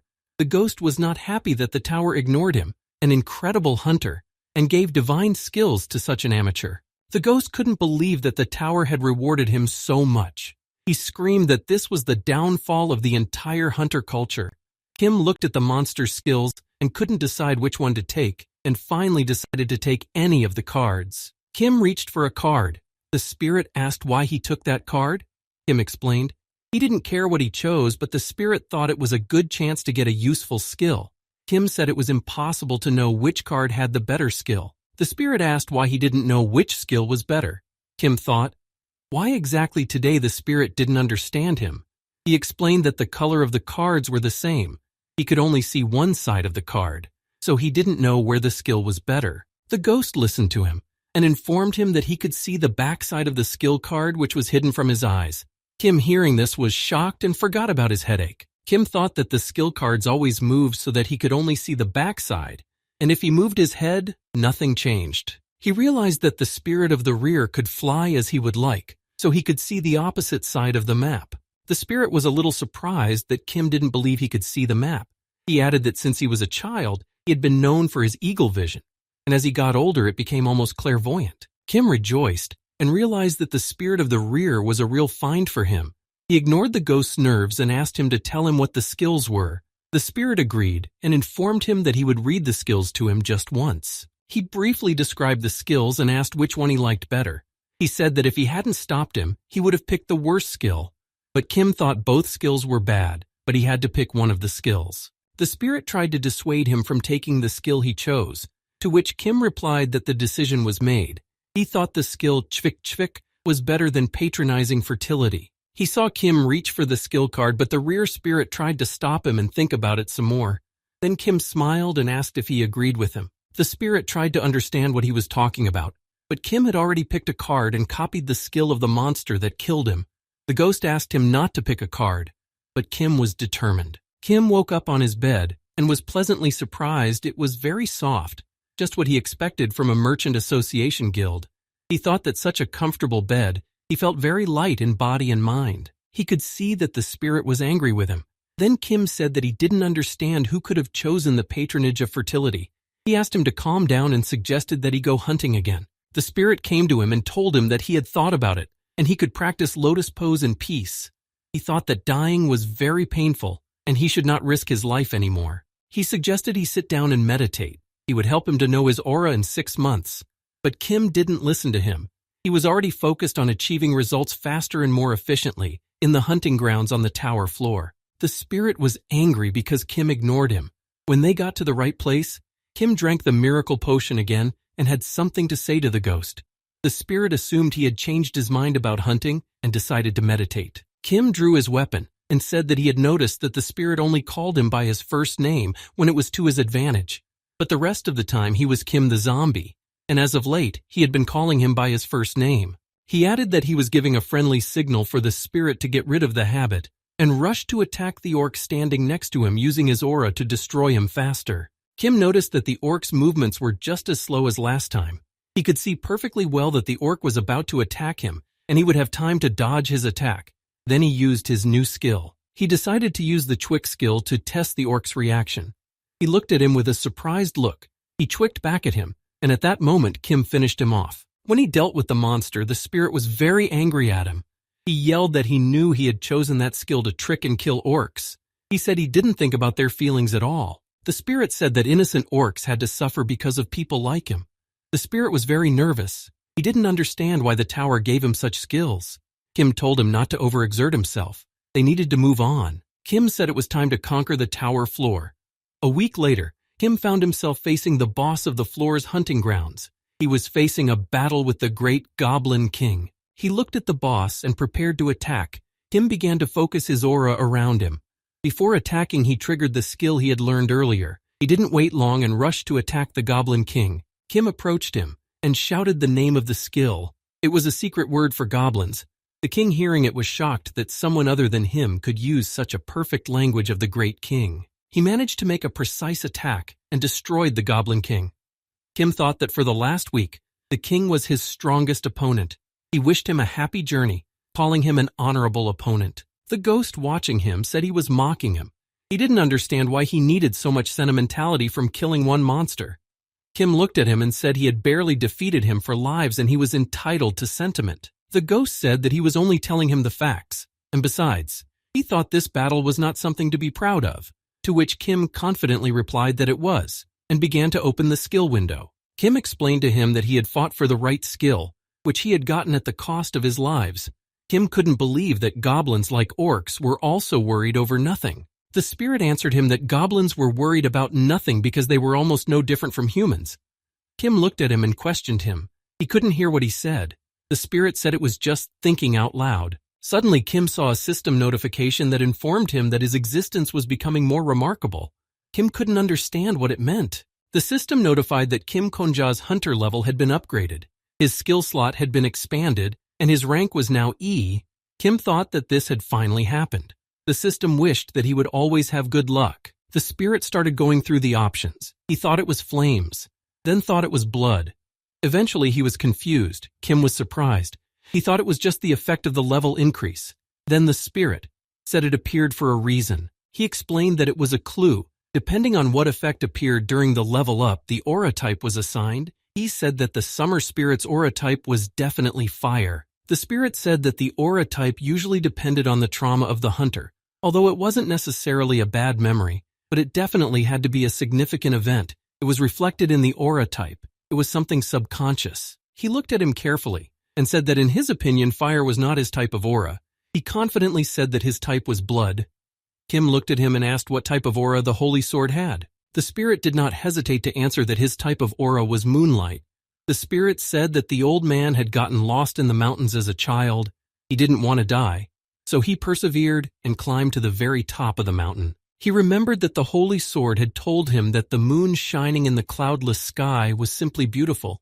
He knew that the moon itself did not shine, but only reflected the light of the sun, and he decided that he would like to shine like the moon. The spirit reported that the holy sword said those words when he was only 12 years old, and he carried them through his life. Then Kim thought the old man was definitely insane. After this story, the rear spirit said that Kim was able to clear the floor, and it was time to go to the floor. Then Kim asked if he couldn't just go straight to destroy the floor boss. Hearing these words, the spirit thought that Kim had gone crazy. He asked him if he was getting cocky too soon, to which Kim calmly replied that he wasn't getting cocky. He wanted to clear the floor sooner. The spirit of the rear only got angry at his words. He looked at him and asked if he knew how many years more talented and capable hunters spent on one floor alone. Kim replied that if he could not pass a floor in 2 lifetimes, he would call him a teacher. The rear spirit was interested and did not believe that Kim could pass a floor in just 1 parish. The spirit said that a man who spent lives to destroy the main goblin could not pass the floor for lives. He added that he was always tough in a bet, but Kim said he had one condition. Kim asked him to tell him without hiding anything what skill the 10th floor boss had. The spirit looked at him and said since he was only interested in that, but then Kim came up with another condition for him. He said that if he won the bet, the rear spirit had to call him Mr. Kongja and address him as respectfully as possible.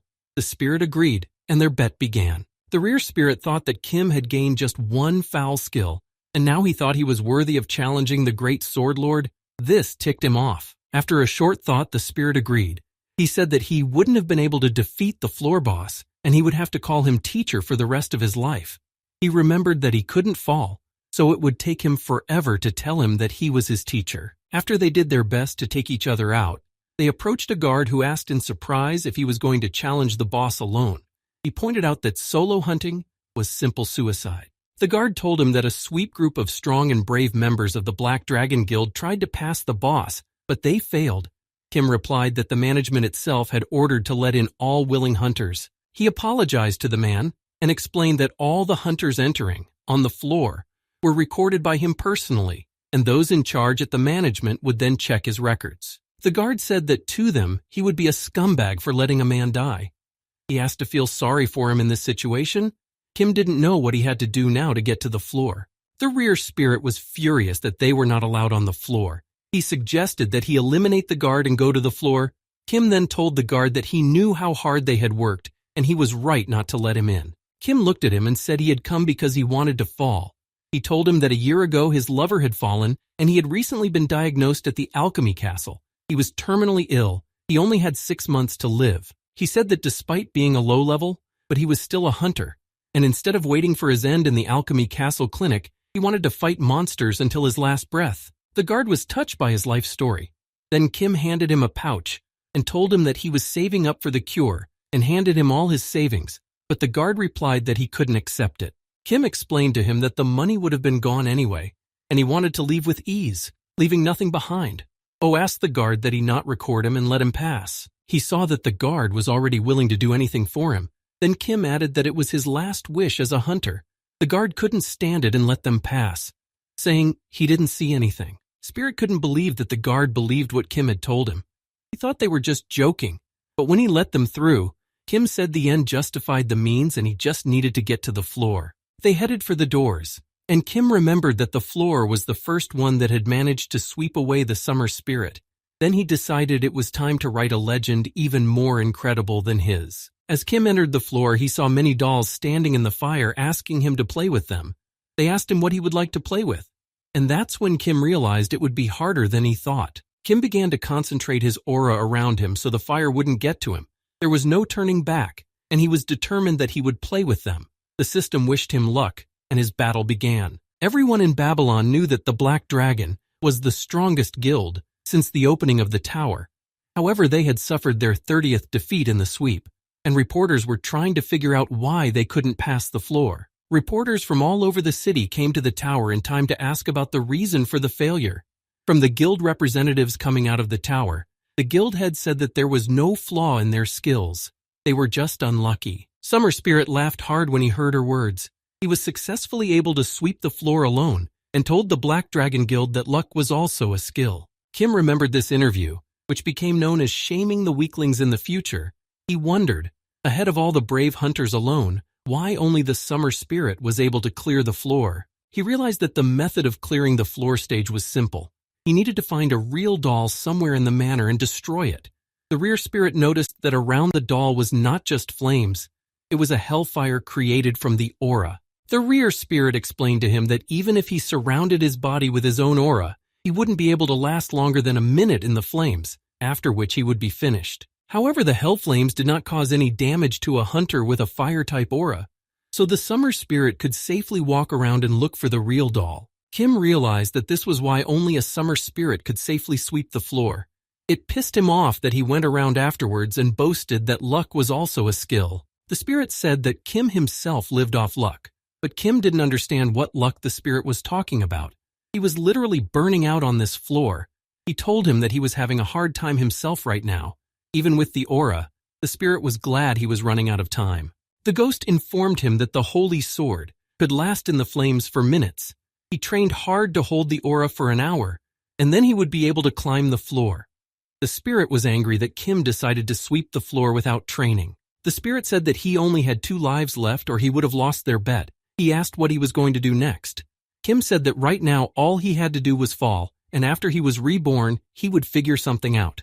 The ghost said there were only 2 ways to clear the floor. Either find the real doll, with a 1 in a million chance, or control the aura so well that it would hold up as long as he destroyed the rest of the dolls. The spirit was sure he wouldn't be able to get through the floor in his 2 remaining lives.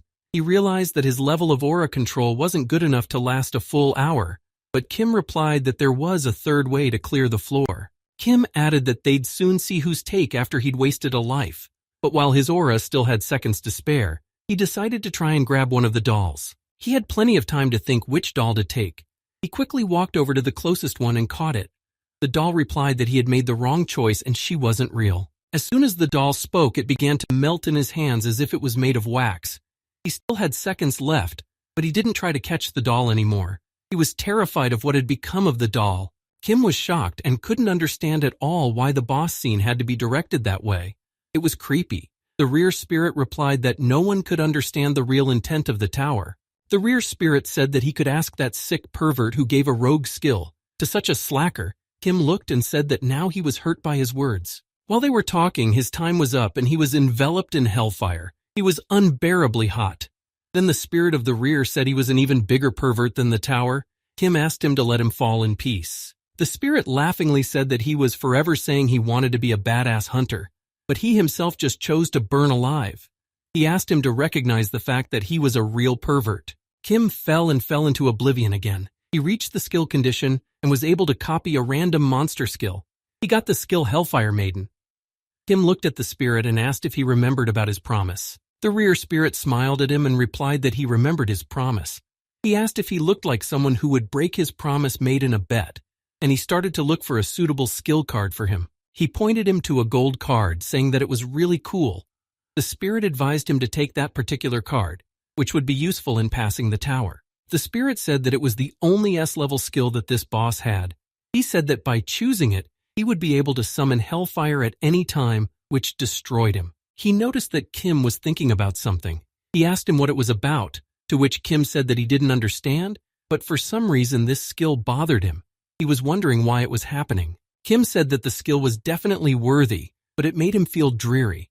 Then he asked the spirit to read him other skills. The spirit didn't understand why he needed it, but he agreed to do it. The rear spirit gathered all the skill cards around him and read to him there was maze designing, puppet submission, remote control, trap setting, and he was about to name the last skill, but he was stopped by Kim. Kim said he had made up his mind, but the spirit tried to talk him out of his choice again. He began to more actively advertise a gold card that allowed him to create hellfire, but Kim refused it, saying he needed another card. He thought he should have suspected something wrong from the start. One real doll among thousands of others. The real doll was the organizer possessing a fire aura, so this doll didn't burn, but he wondered why the fake dolls didn't burn either, and he soon realized that the answer was one. The organizer had a skill that allowed the objects he would choose not to burn, and Kim reached for the map. He exercised his choice and copied the skill. The rear spirit was displeased with his choice and thought it was a dumb game. Then Kim recommended he practice addressing him Mr. Kim Kanja because he would win their bet. Kim thought that now that he was back, he would be able to explore the estate until he found the real doll. He thought that things were getting too easy for him, and he thought that wasn't really good. He couldn't go straight back to his home. He had been penalized for using the skill, and now the trauma of the enemy that had killed him was starting to replay for him. Kim didn't understand what trauma the system was talking about. The system replayed for him the trauma of the Hellfire Maiden. A little hungry girl knocked on the door. She asked for some bread, but the evil man closed the door in front of her. He was not happy with the beggars coming to him since morning. She went to all the houses in the hope of getting some food, but everywhere she was refused. People were dissatisfied that there were too many orphans in the neighborhood. Moreover, because of the shortage, they themselves had nothing to eat. The girl told everyone that she wanted to eat, but people only got angry at her and sent her away from everywhere. She asked only for a little bread. People looking at her could not understand where they came from in their town. She was walking down the street, not paying attention to the evil people who dreamed of being picked up off the street, but she was just trying to get some food. The girl did not notice the man standing there and crashed into him. The girl looked up in horror and apologized to him. The man smiled and leaned over to her. He asked her where her parents were. He looked at her and realized that she was very hungry and that she was an orphan. He thought that she must have had many illnesses. He invited her to come with him, telling her that he was a doctor and that his estate had many of her friends with whom she could heal and play. The girl, unsuspecting, went with him, hoping he would feed her and cure her, but he put her in a cage and restrained her hands. The girl asked him when she could go out and play.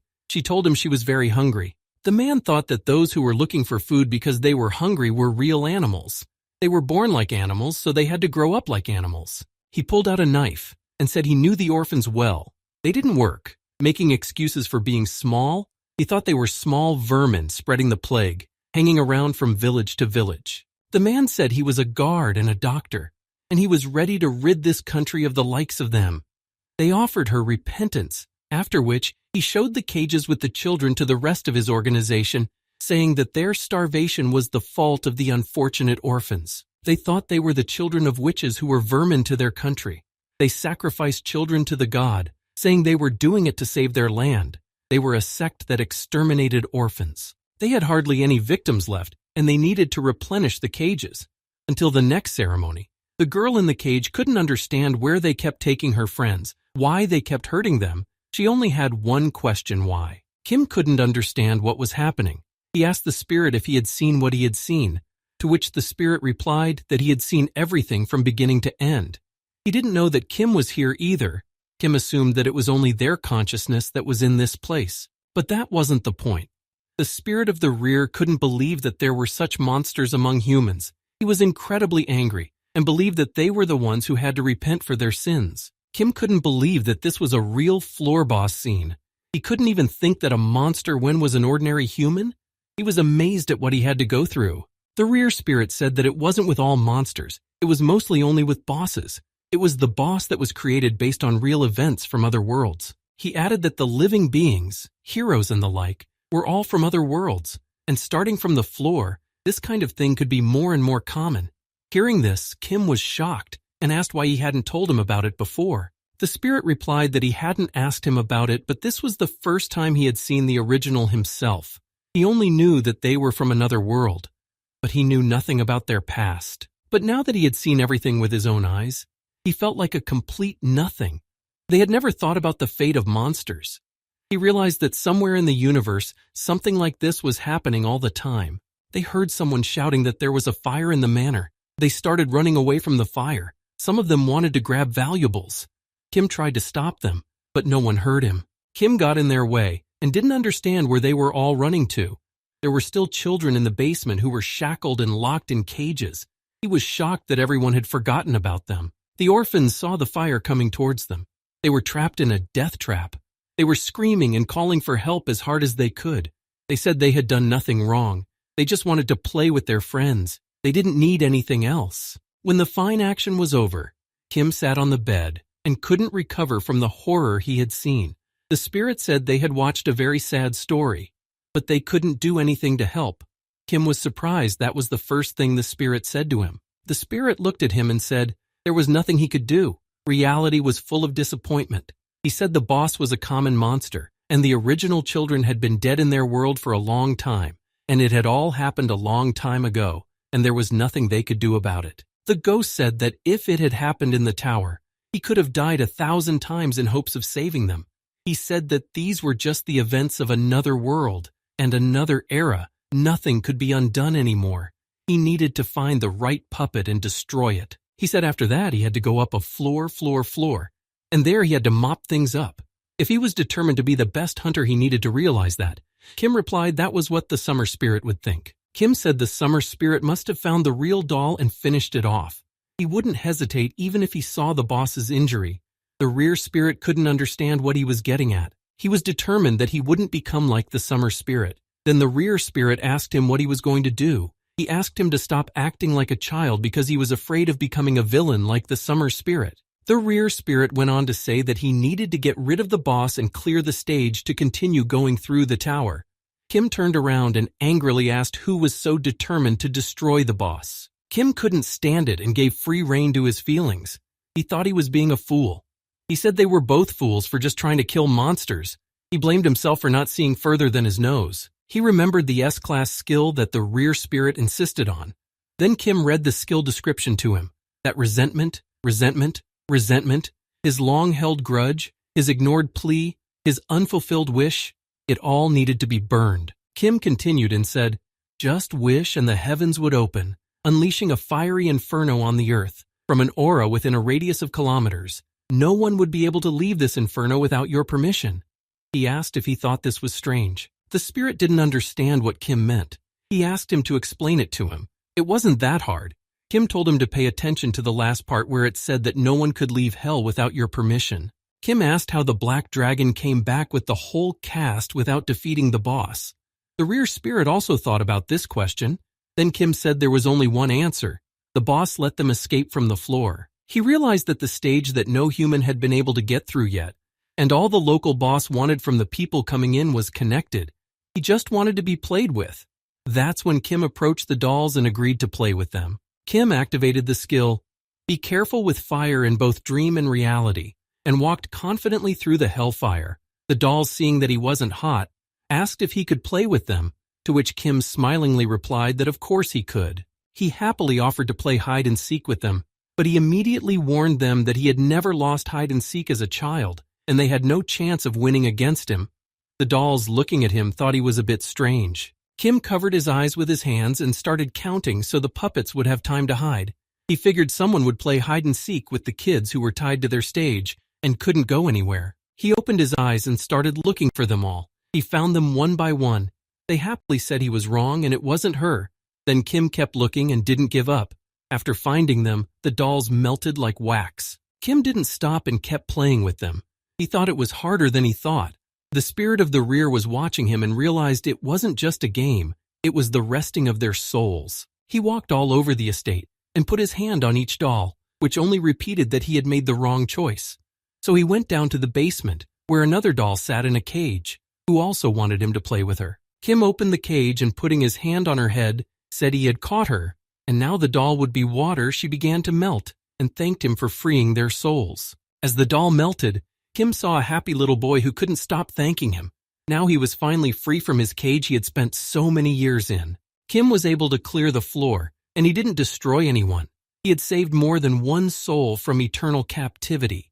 He had accomplished the task and was rewarded with a reward that would have been available within hours of entering the floor. The spirit couldn't understand why he was upset.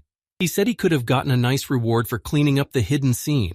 Kim replied that he couldn't understand him because he had no human feelings. Kim said he just thought that the world was so corrupted. Scenes like this boss's scene helped him realize that all kinds of evil was going on in their world, or any other world.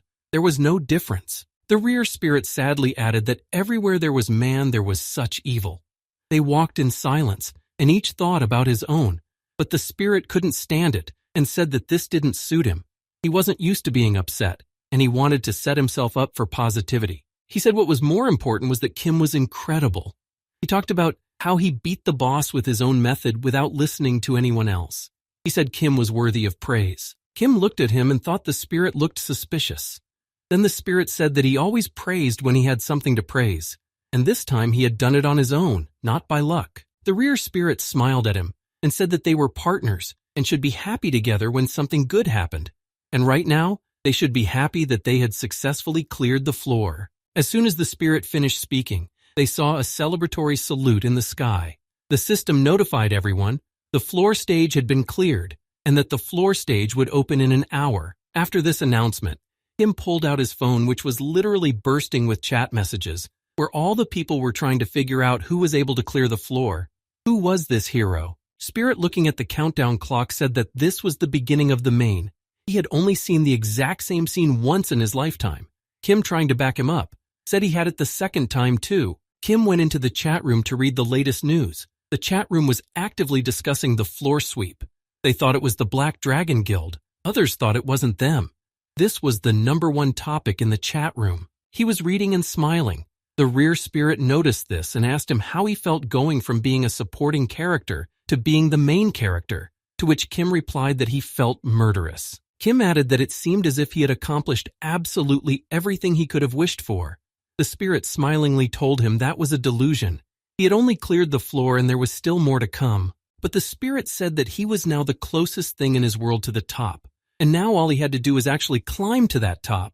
Their conversation was interrupted by a guard running at them and trying to stop him. The guard barely managed to stop them, and breathing heavily asked if he was the one who had managed to clear the floor. Kim pretended not to understand what he was talking about. Then the guard explained to him what he meant. He said that he was the only one who had challenged the floor today. He said that it was chaos, and that his superiors kept asking him who had managed to clear the floor. Kim asked if it was him then what he would do. The guard hesitantly replied to him that he at least introduced himself, to which Kim said that he had personally accepted gold from him to make sure everything was kept secret from people. The guard then began to beg him to at least give him his nickname, but he was having none of it. The rear spirit praised him, saying that the price of the name was by nature very high, and now it was their turn to look for it. And then Kim said he realized something, namely the reason why he had praised him. Kim said that they agreed that if he could pass the boss for lives, he would start calling him Mr. Kim Konja, and he actually managed to pass him for lives. The spirit didn't want to call him that, so he told him that they were partners, which meant they had an equal relationship, the man who conquered the floors and the man who would challenge the floors. That was what partners meant. Kim turned around and resolutely told him that from now on, the spirit of the rear was to call him Mr. Kim Konja, and no other way, and that was how he was to talk for the rest of his life. In the cafe, people were actively discussing the main news. They were trying to find out who had cleared the floor. There was no information about it on the news. They thought it was the Black Dragon who kept everything secret. Some thought it was the Holy Sword. Kim drank his drink and was completely calm. He asked the rear spirit if the victory wasn't sweet, just like his caramel macchiato, but the rear spirit didn't answer him. He thought that his headphones were broken, and he couldn't hear the answer from the rear spirit. Kim understood that the spirit didn't want to talk to him after losing the bet. He couldn't call him Mr. Kim Konja. The rear spirit stood far away from him and looked at the wall. Kim saw him and said he could hear him now. He said he thought he had gone deaf, thereby making the divine Mr. Kim Konja worried, and said that was not the way to do it. Kim said that now they could communicate less formally. He thought it would be strange if he spoke to him in a respectful manner, the moment he called him master. Then the rear spirit asked him to just destroy him. The rear spirit begged him to get a new skill and insert it into the sword constellation slot. After that, he would be able to return to the old man. Then Kim asked him, weren't they partners for life? Kim said they had been together forever. He looked at his watch and thought it had been an hour and a half since the floor sweep was announced. Then he noticed the cat. He didn't expect such an important person to come to see him in person. He picked up the cat and started playing with it. He figured that now, for now, no one knew what kind of cat it was. He decided that he would pretend that he too was unaware of who it was. Kim continued stroking the cat. He realized that even though the cat was someone unusual, the acting was amazing. A man came up to him and asked if he was a hunter named Kim Konja. He looked away from the cat and turned his head towards the person who asked him that question. He saw various guild representatives standing quietly waiting for his answer. Kim thought he was just wondering how long it would take to find his identity. Kim showed them his ID, and they abruptly started reporting that this was the man they were looking for and that they had found him at the cafe. They had orders to lure him to one of their guilds. The first guy to come up to him and introduce himself, he said he was a recruiter for the Vigilante Guild. He immediately started talking about the privileges that would await him in their guild. But his speech was interrupted by Kim. He apologized for that and asked to be allowed to say two things. First, he asked not to reveal his name to the press. He didn't want the reporters to pester him with their questions. One of the representatives asked how long to keep his name secret. He said that now reporters from all the newspapers were snooping around the guilds, so even if they hid it, they would still find out. Kim replied that they needed to keep it a secret until the clock that counted down was 0. He didn't want to get caught by the reporters before entering the floor. The rep said they could do that. Then Kim told them what the second point was. He said they were in a public place and asked them to take care of the other visitors first. Each of the representatives started to do whatever they could to make him feel comfortable talking to them. Some went to negotiate a lease for the whole cafe. They only needed 1 hour. Others went to the visitor asking them to leave the cafe. They settled everything, and after buying drinks, sat down at the negotiating table. Kim wanted to know what terms they were willing to offer him. He was ready to listen to all of them and would choose the best option for himself. The squad of vigilantes offered him thousands of gold as an advance payment. The representative of the League of Adventurers sitting near him said that the vigilantes could see that they were beggars and offered him a position in the guild leadership in addition to the advance payment. Kim listened attentively to their offers, but while he remained silent, he wondered how highly he could be evaluated. He saw how the guild representatives tried to offer better terms than their competitors. He thought that they were quite oppressed by the name of the Holy Sword, a self-righteous number in the ranks who didn't join any of the guilds. Because of him, people questioned the need for guilds. Kim realized that in such circumstances, behind the hero who made a noise as good as Holy Sword, all the guilds wanted to get him, otherwise their guilds could end. And while everyone was arguing, suddenly the cat offered him thousands of gold. The cat jumped from his arms and the guild leader of the Merchant Alliance, the Countess, appeared in front of them, who was ranked in rank. In addition to the money, she offered him the position of deputy guild leader. Kim, taking off his headphones, thought that now the serious negotiations had really begun. It was as if he had been waiting for the Countess to appear, and her offer. She immediately noted that he was defiant, and didn't seem surprised that the cat had turned into a human. He replied that he could even see ghosts, but the Countess took it as a joke, and noted that he was calm enough to joke. Kim couldn't believe that the hunter in front of him was, for she was the richest in the tower. The Vigilante Guild representative was outraged at her suggestion. He said it was over the top. He didn't deny his accomplishments in mopping up the floor, but he didn't know how impressive his skills were. She looked at him. He apologized and fell silent. The Countess said that in that case, if they didn't want to keep apologizing, they should have called their superiors. She apologized and said that she wouldn't be able to have a dialogue with the representatives. He added that if there was one among them who could offer more thousands, he could stay. But there were no such people among them, and they left the cafe, going to get their heads. After a few minutes, someone was heard calling obscene words to the Countess, who unceremoniously drove away all the representatives. The first to enter was the head of the Guild of the Gate of 1,000 Faceless Poisonous Snake, and began to shout at the Countess. Behind him entered the cafe, the head of the Pantheon Guild, Pantheon Inquisitor Heretic. She said that this time they were behind the Merchant Alliance Guild, and that they had to admit that it was their blunder. The deputy head of the Vigilante Squad Guild, the Holy Knight, replied that the word blunder was inappropriate. Their duty was to prevent chaos among the hunters, and the Countess had offered too much compared to the others. Kim noticed that the only one who entered the cafe and didn't say anything was the head of the Black Dragon Guild, the Black Witch. She was silent and just looked at him. He could see that she didn't care what her competitors said. The Countess smiled and said that it had been so long since they had gathered in one place, their joint sweep of the second floor was like the day before yesterday. Time seemed inexorable to her. The poisonous serpent asked her to be quiet, otherwise he would use force. The poisonous serpent was incredibly angry. He couldn't believe that she had offered him thousands of gold and the position of deputy guild head. He thought it was too generous an offer that no one would be able to override. The heretic offered to get everyone a coffee. She said that coming to the cafe and not ordering something was outrageous. The heads of the major guilds in charge of the tower couldn't do that. She sat down at the table and said she would have mocha. The Night Saint said she would prefer an iced latte. The Black Witch wanted a hazelnut latte, hot, and asked for a shot of coffee grande. The Countess smiled and ordered a warm Americano. The poisonous serpent didn't understand how they could drink coffee in peace when the floor had been cleared, and there was something not clear in the world. He was shocked that they were going to drink coffee in peace. Then Heretic Maid ordered him a dark espresso. Heretic placed the order and the waiter wrote down all the preferences and went to make the coffee. All the guild heads looked at him carefully and thought, what would the hunter Kim Konja choose? Kim thought that the guild heads had replaced the guild representatives, and it wasn't an accident. They were testing him. The spirit said he shouldn't be afraid. They were scaring him so much. Kim replied that compared to being burned alive, it wasn't scary. He asked for a menu and said he had recently had a macchiato, so he didn't want coffee. He ordered himself a hot chocolate. He wanted to show them that he had a reason why he could be so unafraid of them. The head of the Pantheon Guild said that it was surprising that no activity had been seen behind him before the floor sweep. It was quite a sudden change for them. Kim thought that even if he had pissed them off, the worst they could do was destroy him. The rear spirit supported him, saying that dying was his talent, to which Kim replied that he was grateful but would not spare him. The Countess said he wasn't so quiet. He had recently won her guild's lottery.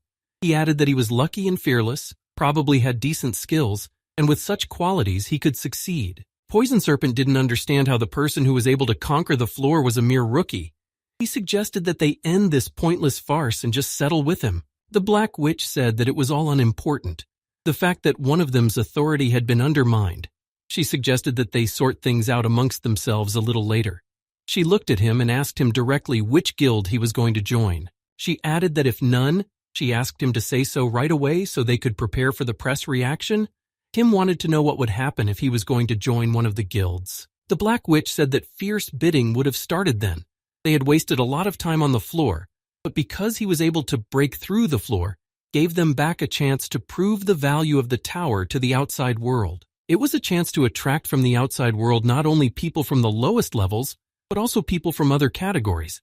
It was an opportunity to light a fire in the hearts of the hunters. They didn't know what kind of world awaited them from the floor, so curiosity would become the energy preserving the tower. Kim added that the difficulties with food would also be solved. The Black Witch said that it was already getting hard for them to provide food for the tower with only a number of things that were obtained from the floor. The head of the Merchant Alliance Guild said that she kept the trade channel with the outside world open 24/7, but it was no longer enough. They needed other goods. The Black Witch, with a serious face, added that they needed to attract adventurers to the world beyond the floor to find useful items there. She said that to do this, they needed something that would draw a lot of outside attention to the tower, an icon that would loudly announce that a new age had been ushered in.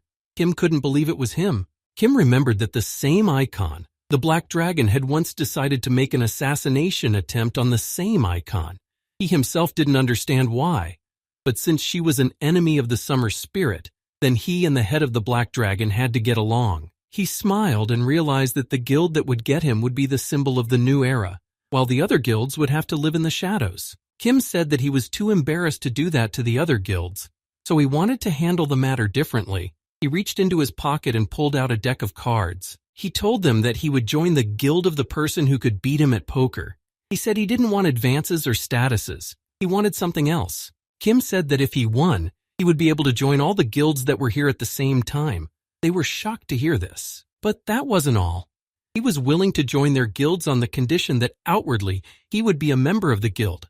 But in reality, they would all be on equal footing. Now the choice was up to them. The Countess laughed and said that the youngster who had only cleared one floor was asking for the same position as them.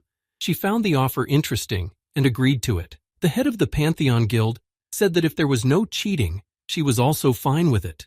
The Poisonous Serpent added that skills were forbidden. Otherwise, they would have an advantage. A person caught using a skill would automatically be disqualified. The Holy Knight said that their guild was a pauper guild, so if it came to bidding, it would be a failure. The Black Witch also accepted his offer, and the game began. Then Kim turned to the spirit of the rear. He had a special offer for him. Kim said that he could spare him the punishment if he helped him, and looked at the opponent's cards. The rear spirit was overjoyed and immediately agreed. He was willing to do anything to avoid being called Mr. Kongja. The rear spirit began to actively tell him what cards were in his hand. He told him when to pass and when to bet all his money. Kim knew who was bluffing and who had a strong card. Poison Snake lost and accused him of cheating. He said it never happened. They had played rounds, but Kim had never lost once. Even bluffing didn't work on him. He was sure Kim was cheating. Then he asked him for proof. Kim said he could have been a master poker player, and he didn't need to cheat. He added that he accused him without proof and he was hurt. Then Poisonous Serpent said he was now sure he was no F rank. He informed everyone that he had gone up to E rank yesterday. He just didn't have time to announce it. Kim thanked him for his high praise and said that the head of the gate had run out of all the chips and lost to him. The Poisonous Serpent was very upset. He headed to the table where the losing guild leader of the Pantheon Guild was already sitting. She greeted him and said she was waiting for him and ordered him another cup of coffee. Now there were 3 players left at the gaming table, and after a while the Holy Knight lost her chips. She smilingly said that she was sure that Stone Face was her strong point. She asked him if he used the mind-reading skill. Kim smilingly answered her that it was either a skill or he just saw through everything, and now he invited her to guess which one he had. The Holy Knight, getting up from the table, said that lately it was getting harder to deal with the newcomers. The Poisonous Serpent saw her and started shouting that he should have watched him closely. He thought he was a rogue, to which she replied that he was too rude to the new hero, but he was sure he was applying the skills, so he was defeating them. The Holy Knight said that this was known from the beginning of the game, but it was much stranger not to realize it. She said that would a newcomer offer the game without preparation, relying on luck alone. She explained that in fact, by his challenge, he had told them that he could beat them without getting caught using skills, and they had all accepted the challenge and its terms. Poison Serpent was shocked to hear this. Then the Holy Knight told him that it was good to use martial arts, but sometimes you had to use your head because it was too obvious. She said that they wouldn't lose anything from this game anyway. If they won, it would be a real jackpot. But even losing would be a good outcome in its own way. Poison Snake answered her that they must have had some pride. He didn't understand how they could put this youngster on the same level as them. The Holy Knight asked him. Pride would help him feed. The head of the Pantheon Guild said pride would definitely help him finish his espresso. She brought the cup to his mouth and told him to drink it and calm down. Kim looked at the cards and thought only of the game, but suddenly the silence broke, and he heard the Black Witch say that it was a relief to her. But Kim didn't understand what she meant. The Black Witch looked at him and said that it was a relief to them that he could be negotiated with. She said that she was originally from Ukraine, or rather from a place that used to be Ukraine. She said that ever since she had lost her family in the Civil War, she had lived on the run. What with the tower and the outside world, it was very hard for a woman alone. Kim agreed with her. She then asked what he wanted to tell her with that. Kim replied that among the people in the tower, especially those from the first generation, there was no one without their history. He himself was a simple orphan in the tower. The Black Witch told him that the tower was home to her. They never stopped playing and kept raising the stakes. The spirit of the rear looked at her cards and informed him that she had a flush. She said no one here cared about your origin. They did everything they could for it. The fact that she was from the Ukraine, or that you were from Korea, the fact that the poisonous serpent was from China, it didn't matter in their tower. The Black Witch added that because of the tower they could understand each other's speech. They were all equal here compared to the outside world. People from the outside world thought the tower was a garbage dump, but even amongst a pile of garbage flowers could bloom. She said that when the countdown ended, the press would start hounding him, and then a whole different life would begin, different from the one he had had so far. She wished him to handle the ordeal with dignity. Kim thanked her and looked at his cards. Their game was coming to an end. He was sure he could beat her no problem. His assistant told him what cards she had in her hand. Kim told her that he liked to be the center of attention. He wanted to be admired and envied by other hunters. The Black Witch replied that it was blatant and that he and the Holy Sword were complete opposites. He remembered that the head of the Black Dragon still had a flush in his hand. He still had nothing to beat her cards with, but he decided to take the risk and bet all his money. He was confident. Kim decided to tell them right away that he didn't want honors. Just for clearing the floor, he was going to conquer floor, floor, floor, floor, and floor. No matter how long it took, he would surely conquer the tower. He added that he respected how dear the tower was to them. He genuinely didn't want to clash with them. He knew it was pointless. Who would go up first? Who was worth the title of protagonist? But Kim thought they were all rivals. He was interested in the world outside the tower, not inside it. He admitted that he didn't care at all about food problems or the needs of the poor. He said that if they needed his name to solve those problems, he would let them use it. In return, he only asked for support in the climb. He wanted to experience the feeling of climbing to the top again. The Black Witch finished listening to him. She exhaled heavily and said that she had been mistaken. Now she saw that she and the Holy Sword were exactly the same. Kim asked if that was a compliment, to which the witch replied that it was a rebuke. They were both insatiable. It was time for them to reveal their cards. The guild leader of the Merchant Alliance reported that the head of the Black Dragon had a flush, and the hunter Kim Kong-ja had a full house. Hence the final winner was the hunter Kim Kong-ja. Kim thanked them for the game, stood up, and said that he was counting on the promise of equal treatment. The Black Witch asked if they could have hoped that along with the privileges, he would have taken the corresponding responsibilities. He took a sip of his drink, asked if the duties of a hunter were off the rise. Kim reassured them by saying they could not worry about that. The Black Witch said it was very daring as a newcomer. The game was over and the rear spirit was now free from his punishment. Now he could call him whatever he wanted, and he was insanely happy calling him a zombie. Kim thought this man was also called a sword lord. Kim was already leaving. He said that the floor would be opening soon, and he needed to start getting ready to keep up with the others. She replied that it was still unknown what would be there, and she was wondering how he was going to get ready. He smiled and told them that there was a floor-by-floor role-play waiting for them. He explained to them that he had been given the clue as a reward for clearing the floor, and he didn't know anything else himself. Kim went to town, and amongst the people he heard that there was still no announcement about the floor. Some people were discussing the video of the Holy Sword frowning, saying that he wasn't the one who cleared the floor, and they were surprised that there was absolute silence on the news. There were rumors going around the city that yesterday somewhere, someone had seen all the guild heads together. People couldn't even imagine who was able to conquer the floor. Kim walked among them and smiled. He liked what was being said about him. Kim saw that there were seconds left on the clock before the floor was opened. People started shouting countdown, and when the time was up, there was a beautiful salute, and they heard the announcement that the training preparations had been completed. He saw a beautiful girl appear in the sky like an angel. She turned to them and congratulated them for cleansing the fire-hell manor of their former offense. The people were enraptured by her. The rear spirit explained to him that it wasn't an angel. It was a system that would now tell them about the quest. She said that one world needed their help. It was suffering from the oppression of the demon king. They had to defy him and save humanity. The ghost said that if it existed, it was just a pre-made record. Kim looked at him and asked how he knew all this, but the ghost never told him the answer. She explained that if they wanted to accept this mission, they had to say the phrase, relocation. Kim noticed a man running across the rooftops who made an incredible leap right through the girl. The people were disappointed that it was just a hologram that had spoken again and were waiting for one of them to accept the mission and go save humanity. Kim used his aura to enhance his vision to see what kind of person was standing on the roof. He saw that there was a holy sword who was the first to go on the mission. He saw the other hunters begin to move after him. Everyone around him began to move, and before Kim would move, the girl said that from floor to floor they would face a test of faith. She said that they needed to find the truth, and it would reveal to them the truth about themselves. They needed to know themselves. Her words alarmed him. He didn't understand what she meant by that. Kim looked at her and asked her what she was sorry for. He wanted her to explain her words to him in more detail. She didn't know what kind of creature had created the tower, but it had put a lot of effort into it, and this message had been prepared especially for them, but no one cared about it, and it was to be looked at with admiration. She thought the tower was a miracle, but they on the floor were so full they didn't forget it. Kim didn't think she was so sensitive. It was a surprise to him. She smiled and said that in the outside world her specialty was music. Kim smiled and decided to joke that because of her profession, she didn't see any money at all, to which the holy knight replied that it was the bitter truth.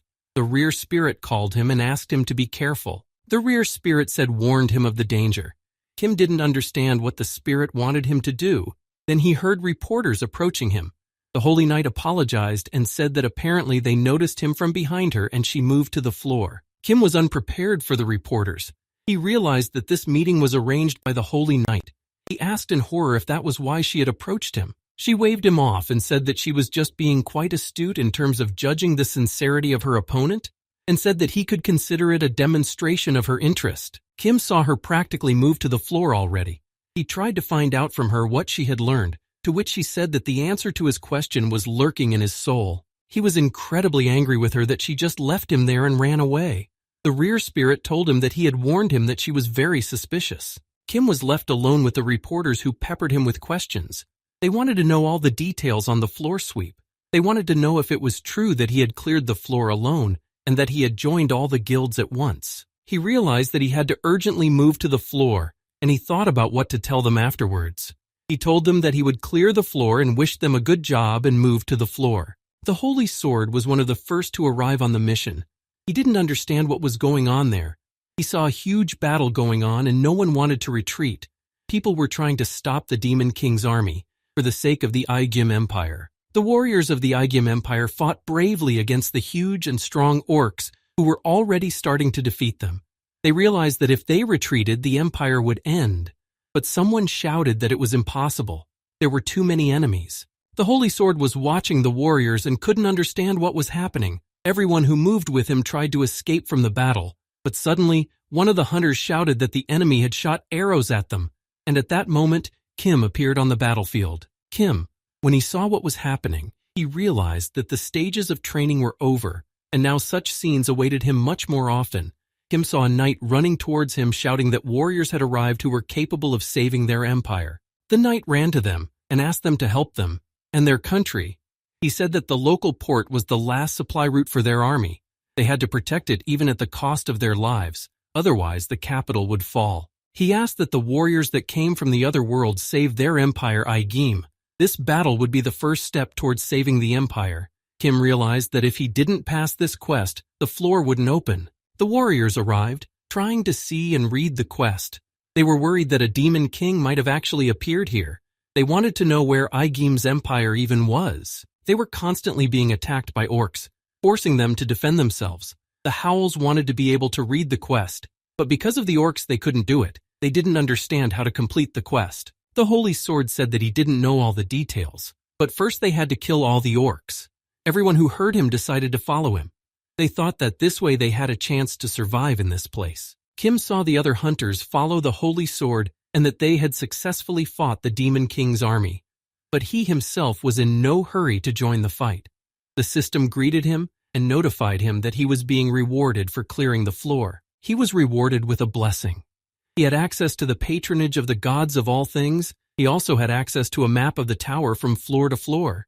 Kim was incredibly happy to receive such a reward. He said that skills ruled this game. Kim learned that the floors of the tower were organized by theme. From floor to floor was training. Here was the city for newcomers to adapt and the prepared hunting grounds. The theme from floor to floor was warrior, the Demon King. Kim knew that there were only two ways to stop the Demon King's troops. One of them he was going to use but couldn't decide which one suited him better. Kim explained that the first way was to either have enough physical strength to single-handedly bring down the enemy troops or to lead the army of the Empire. The rear spirit thought he would choose the second option and lead the army. He asked him if he had the talent for this option. He wondered if he had ever led an army. Kim replied that he didn't have that talent and had never led an army, but he was sure he could get that talent by using the want to be like you skill. He looked at the Sword Lord and said that he had recently argued that this was a stupid game where the most important thing was luck. The spirit folded his arms and said that he had argued, but he didn't know what he was getting at. Kim answered him that he was going to show him why skills were the most important thing in this game. He opened the skills of all the characters from the floor and noticed that among them were the top people with high skills. The rear spirit tried to stop him. He said that they needed to fight to get stronger. He thought that what he was about to do was dishonoring his name, but Kim opened the skill map of the characters that commanded the troops. Kim saw that there were only 3 people with that skill, and then he wanted to know their location on the map and match his location to know which one was closer to get to. He smiled and once again said that skills decided everything in this game. He thought that his not bad privilege had become a dumbed-down privilege, and it was all thanks to his brains. The rear spirit thought he was joking and amusing himself. He couldn't believe he thought he was smart. He thought he had an empty head, to which Kim replied that an empty head was also a skill. Kim saw that the closest to him was a blue dot on this map. He arrived at the dot and saw a character there who was the commander. The knight, seeing him, turned around and asked what he could do to help him. Kim, after appreciating his mustache and looking at him seriously, said that since he really thought he was a warrior, he asked him to fulfill one request. The commander replied that he was ready to help him, and then Kim asked him to destroy him. He put his hand on his heart, said that he had a secret weapon, and if he cut short his life, a divine patronage would descend on the battlefield and help them defeat the army of the Demon King. Commander Sarbas Aigim was shocked by his request. Kim added that it was a kind of suicide technique, and with this auspices, the Empire would definitely be able to win. But the commander replied that he could not cut short the life of a warrior. Kim took out his weapon, asked him to think what was more important now. If the commander didn't destroy him, then he would have to destroy himself. He added that this was the only way to save the Empire and asked him to fulfill his request. He explained to him that he was the commander and in charge of this port, and rather than cut short his own life with his own hands or fall at the hands of an evil monster, he wished to fall by his hand, the hand of a patriot and most skillful commander. Kim said that they didn't have more time. He asked to solve it faster. The shocked commander said that even though the welfare of the Empire was important, but to cut short the life of a man who had come from another world with so much difficulty. The commander thought that their world was truly cursed. First the attack of the army of the Demon King that was previously only found in legends, now taking the life of a brave warrior. He was greatly upset by all these events. He asked God not to forgive them their sins. The commander drew his sword and said that he would try not to hurt him. Kim looked at him and thanked him for that. The commander closed his helmet and asked him to tell him his name. Kim answered him by telling him his full name. The commander, hearing him, thanked him on behalf of the Empire. He swung his sword and before destroying it, said that he was a true warrior. Kim copied the commander's skill, then he was reborn and entered the battlefield. But now he had a skill that would allow him to lead an army. He appeared on a horse and the other players couldn't understand what kind of hunter he was. He knew that there was an expression, above the one who runs, there is the one who flies. And there was another expression, next to the hunter with a blade, there was the hunter with an army. And those words belonged to Mr. Kon Ja. Kim had the skill of assessing the battlefield, and it was a talent he had created. He said that if one moved straight ahead and turned right, One could see the Demon King. He said that there were monsters nearby, but they were few. They could just be swept away. The commander raised his sword and informed the other knights that the goddess warrior would protect them. Kim thought that with skill, he could gain the commander's trust by making himself look like an experienced warlord. A look at the map informed him that they needed to move to the right. Kim realized that the skill had benefited from the mini-cart and to the fact that he had done some advance investigation, having lived through this day several times. Kim raised the sacred sword of protection of the Refent Ijim above him. This sword was rare, and it was legendary. And then Kim realized that not everything was the merit of one skill. The warriors saw the light coming from the sword and rushed into battle. One legend said that the founder of the empire, Igim, was blessed by the goddess, but in a time when legend and history were not yet separate, the founder disappeared without a trace, and with him his sacred sword disappeared. After himself, the founder left only a one-line prediction. On the day of the manifestation of fate would surely come, and a man with the sacred sword in his hands. Any inhabitant of the empire would have no trouble trusting the owner of the sacred sword of protection. All the warriors saw the sacred sword that was in his hands. Kim sat on his horse and raised it high. The warriors were sure that the goddess had not asked for the empire. They praised their city as best they could and thanked the goddess for the honor she had bestowed upon them. Kim saw them start to run to the attack, he thought. It was immediately obvious what a great benefit there was to mopping up the hidden scene.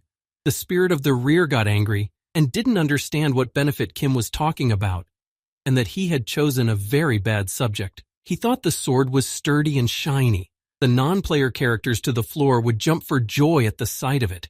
Then Kim said that they were not only a tool that gave quests, they were creatures that could be used to complete quests. The other hunters saw him and wondered why he always went with the commander. They knew he was a hunter like them, but they didn't understand why everyone obeyed him. They longed to be in his place. Kim saw them and heard them. Thanks to the use of aura, he was happy to hear that voice of envy. The rear spirit told him that he taught him to use aura to master the sword, not to eavesdrop. He replied that he enjoyed listening to the other hunters talking about him. The commander informed him that the destruction of the left ranks of the Demon King's army was complete. They could move before the main forces. He was sure they could win. The warriors fought their way through the goblin army who were not retreating. They were trying to stop them from getting to their commander. They were protecting their boss monster, the Great Goblin King. The monster was huge. He had two heads that saw the enemy army approaching him. He ordered his goblins to stop them at all costs. Kim jumped up very high to attack it from the air. He didn't want to waste his strength and fight the other goblins. He triggered a skill was going to destroy the boss and finish the battle. He managed to destroy the monster with a single attack. He collapsed to the ground and the battle was over. The warriors saw this and shouted with joy that the army of the Demon King was defeated and that the warrior of the goddess destroyed the enemy commander. The remaining goblins didn't know what to do next. They were surrounded by hunters who thought that if it came to hunting alone, it was their time, and they decided to destroy them all. Kim saw a notification that the stage had been cleared and that they had managed to get through the floor. The hunters were happy that they had managed to do it in just 24 hours. They considered themselves very strong and praised the Black Dragon Guild. The system notification showed all the hunters a list of who made it to the top of the conquerors. The first place was Kim Konja. The hunters were surprised that the number 1 didn't have an alias, and that the number 2 was the Holy Sword. The hunters thought he was a reclusive master. The rear spirit said that there was no master there. He was just a hunter who only used his empty head. Kim asked him if he recognized that skills were important in this game. The rear spirit turned his back on him and said that he didn't recognize skills and would never recognize them. Then Kim thought that for the spirit, it was his own strength that was important, not skills. Kim didn't want to upset him, so he said that to pass the floor, he needed to train the sword art too. He asked him not to get angry. The spirit stopped and looked at him incredulously. He added that he was communicating with the Sword Lord and that he couldn't go through everything without learning anything at all. Instead, he had to beg the spirit to train him. The spirit was incredibly happy to hear this. The spirit told him that at last he would know his true worth. He said that the tower they were climbing was slightly different from the one in his world. Kim smiled and thought that it was easy for the ghost to cheer him up. Their conversation was interrupted by the commander who came up to him and bowed and said that they had only been able to win because of him, and he was grateful to him for that from the bottom of his heart. Kim looked at him and replied that he had nothing to thank him for. He said that they had all contributed together, and that was why they were able to defeat the monsters and save the empire. The commander hesitated and cryptically said that he had worried in vain and explained to him there was once an oracle that lived.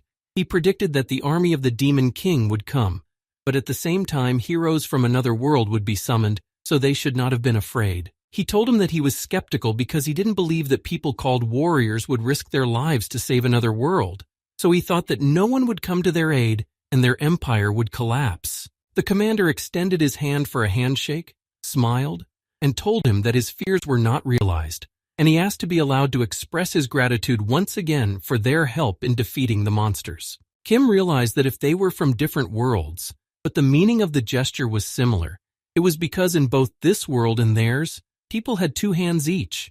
They shook hands, and the commander said that he was counting on them to continue, to which Kim replied that he would try to help them. After the handshake, a portal opened that moved the conquerors to the floor, but only those in the top could enter the floor first, and until the conquerors in the top would receive their reward, the remaining hunters could not enter the floor. The spirit saw Kim move to the floor, and he thought that if only the top ones were summoned there, then the holy sword was among them and he would attack him as soon as he saw him. He wondered what Kim would do in such a situation. Kim smiled and said that he couldn't do anything worse than killing him. He reassured the spirit by saying that he had a countermeasure for that case and asked him not to worry about it. The transfer was completed, and the top found themselves in the imperial palace of Aigim. The Black Witch said that she didn't expect they could be in a place like this. The poisonous serpent was also quite surprised. The rest of the conquerors began to move towards them, and when the heretic inquisitor appeared, he immediately said that Kim had been incredible in the battle with the goblins, and that he was quite shocked. He added that he had thoroughly enjoyed watching his activities on the floor. He didn't think it was possible to use characters like that. He wondered what sword he used in the battle, and if it was a reward for clearing the floor. The heretic inquisitor was quite cheerful. He smiled and said that as expected, Kim had become the leader on the floor with the help of the floor reward. He added that his practical skills were just admirable. Kim embarrassedly replied that there was nothing special about it, and suddenly he was attacked by a holy sword. He attacked it as soon as he appeared in the palace, but his attack was blocked by a heretic inquisitor using the holy art skill Body Spirit. Kim clutched at his heart. He had not expected the attack at all. The inquisitor heretic stood to his defense and asked the holy sword why he had to scare them like that. He wondered how long ago he had retrained as an assassin. The holy sword held out his blade and told him to get out of his way. He had to destroy him. The heretic inquisitor apologized and clarified who exactly he meant when he said he wanted to destroy him. Elmsword said otherwise he would have destroyed his hands, to which the heretic replied that he still needed them. He warned him that if he destroyed Hunter Kim Konja, the entire guild would be disgraced. He wanted to know why he had threatened him. He replied that he didn't have to explain his reasons for killing the hunter. Then the inquisitor heretic realized that the holy sword wasn't going to retreat.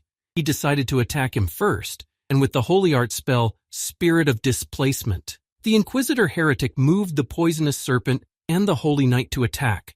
They tried to take the old man by surprise, but they failed, and the old man was able to stop their attacks with ease. He told them that they were too weak for him. The poisonous serpent was surprised at the reaction of the holy sword. He didn't understand how the old man managed to dodge.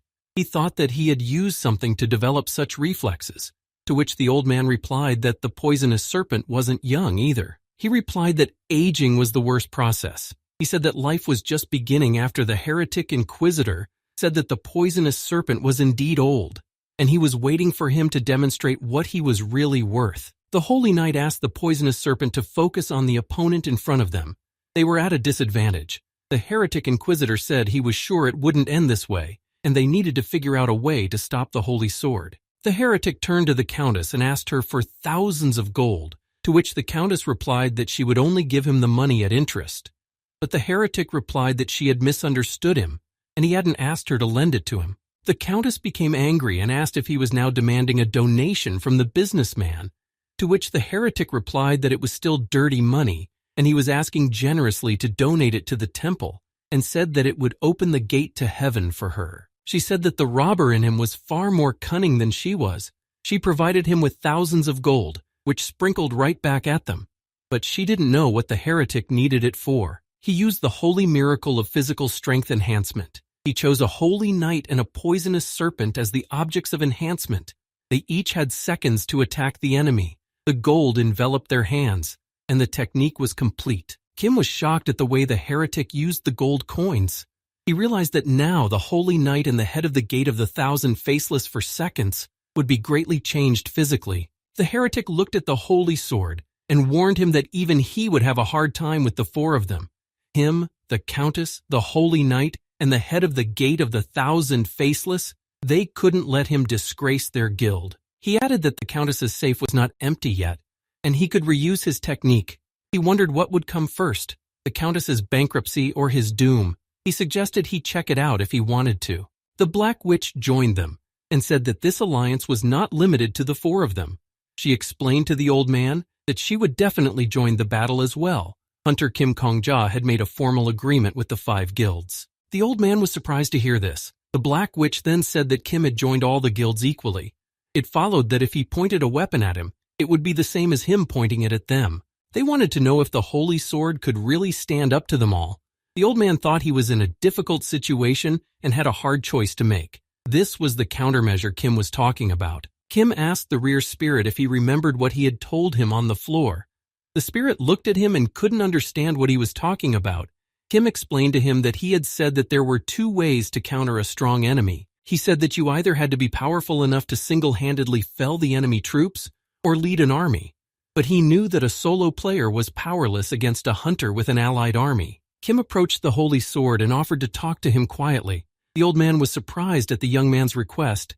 Then Kim explained that he was very confused and he had a question for him. He couldn't understand why he was attacking him. They didn't know each other and it was their first meeting. But he still sincerely admired the holy sword. Kim realized that the old man still didn't believe him no matter what he told him. The old man still mistook him for an assassin sent by the Black Dragon. The spirit told him that to them he was somewhat suspicious, especially to the old man.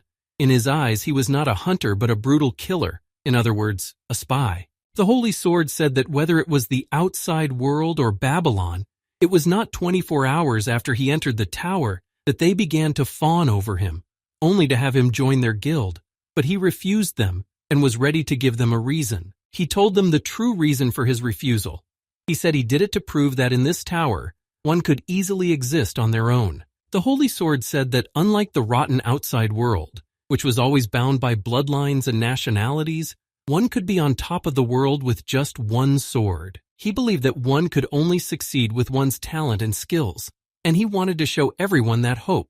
But what the guild leaders were doing in the meantime, he thought they were no better than the rotten outside world. The Black Witch angrily replied to him that he was judging others without knowing anything. One was so outstanding, that was why he lived alone. But if the old man had reached out to them in advance, many hunters would be alive. The poisonous serpent also lost his temper and shouted at him that he was the only one who didn't come to the floor sweep. And it was the same with the floors too. He said that if the old man had been with them, the damage would have been cut in half. The countess added that if he had helped with the connections outside, there would be less problems with food, and the current system would be much more stable. If he thought they were rotten, he was an irresponsible little kid to them. They continued to express to him what they had wanted to say long ago. The Black Witch said that if he was a number, then he could show responsibility appropriate to the number. But suddenly the old man shouted for them to shut up. He had listened enough. He told them that they were already such big children but still kept crying. He said that he was nothing to them and angrily asked them to get out or else he would clear his path with his sword. The rear spirit was delighted at the old man's words. He said he was his true apprentice.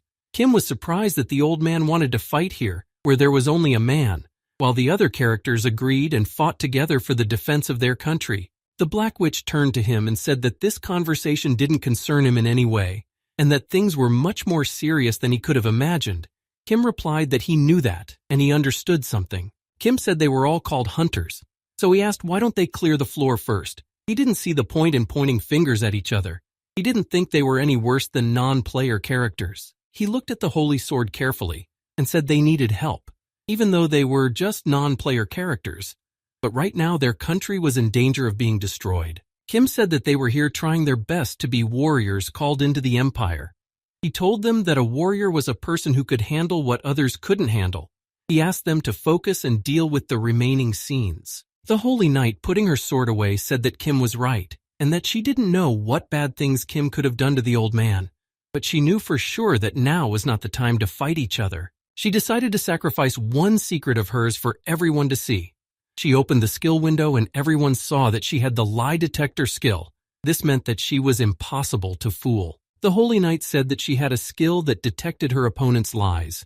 She added that she was saying without exaggeration that she had reached the rank of deputy guild leader with the help of this particular skill. She directly addressed the Holy Sword and the hunter Kim Kong Ja and said that if they believed her, she could provide them with a guarantee of the truth or falsity of their statement here and now. The Holy Knight said that doubt was a poison that consumed a person, and the truth was the antidote. Kim thought this was his perfect chance. She added that it was at least an opportunity for their cooperation on the floor. Kim thought that the suspicion that came from a skill could be extinguished by another skill. He raised his hand and agreed to take the lie detector so that everyone would know the truth. The Holy Sword said that she was the only one here who had not harmed a single person, and so he too decided to agree and trust her. Then the Holy Knight said that it could be considered that they were both in agreement. She let the Holy Sword ask the question first. She added that she was putting her honor and the reputation of the squad of vigilantes on the line, that she would report the outcome impartially. The Holy Sword decided to ask the question that had been plaguing him. He said that he had brutally destroyed over people. He wondered if that was the case, to which Kim with absolute calmness replied that yes. The old man abruptly started shouting that he was the devil, and he couldn't understand how they could appoint a murderer. But he wasn't allowed to finish, and the Holy Knight informed him that it was a lie. The Holy Knight explained that Kim had just answered his question positively, and his answer was a lie. The old man could not believe it, for he was sure that he was an assassin, but he had never killed over a man. The old man looked at him incredulously, and Kim smilingly asked if he had any more questions. The Holy Knight explained that it was originally a rather strange question. Could one man destroy so many people? The Holy Sword began to accuse the guild heads that they were the ones who raised this young man into a special class assassin. Kim smiled and said that the old man was telling the truth and he was a special class assassin. But suddenly for the old man, it was a lie again. The old man approached her and said that he was mistaken about her and that he believed that she would judge them honestly. The Holy Knight stood calmly and answered him that she had clarified from the beginning whether they were willing to believe her or not. The Holy Knight couldn't believe that just now the old man had decided to retract his words. The Holy Sword listened to her, carefully fell into a stupor. He didn't know how he should react to those words. The old man turned to him and told him to just wait. He couldn't help but destroy at least one person anyway.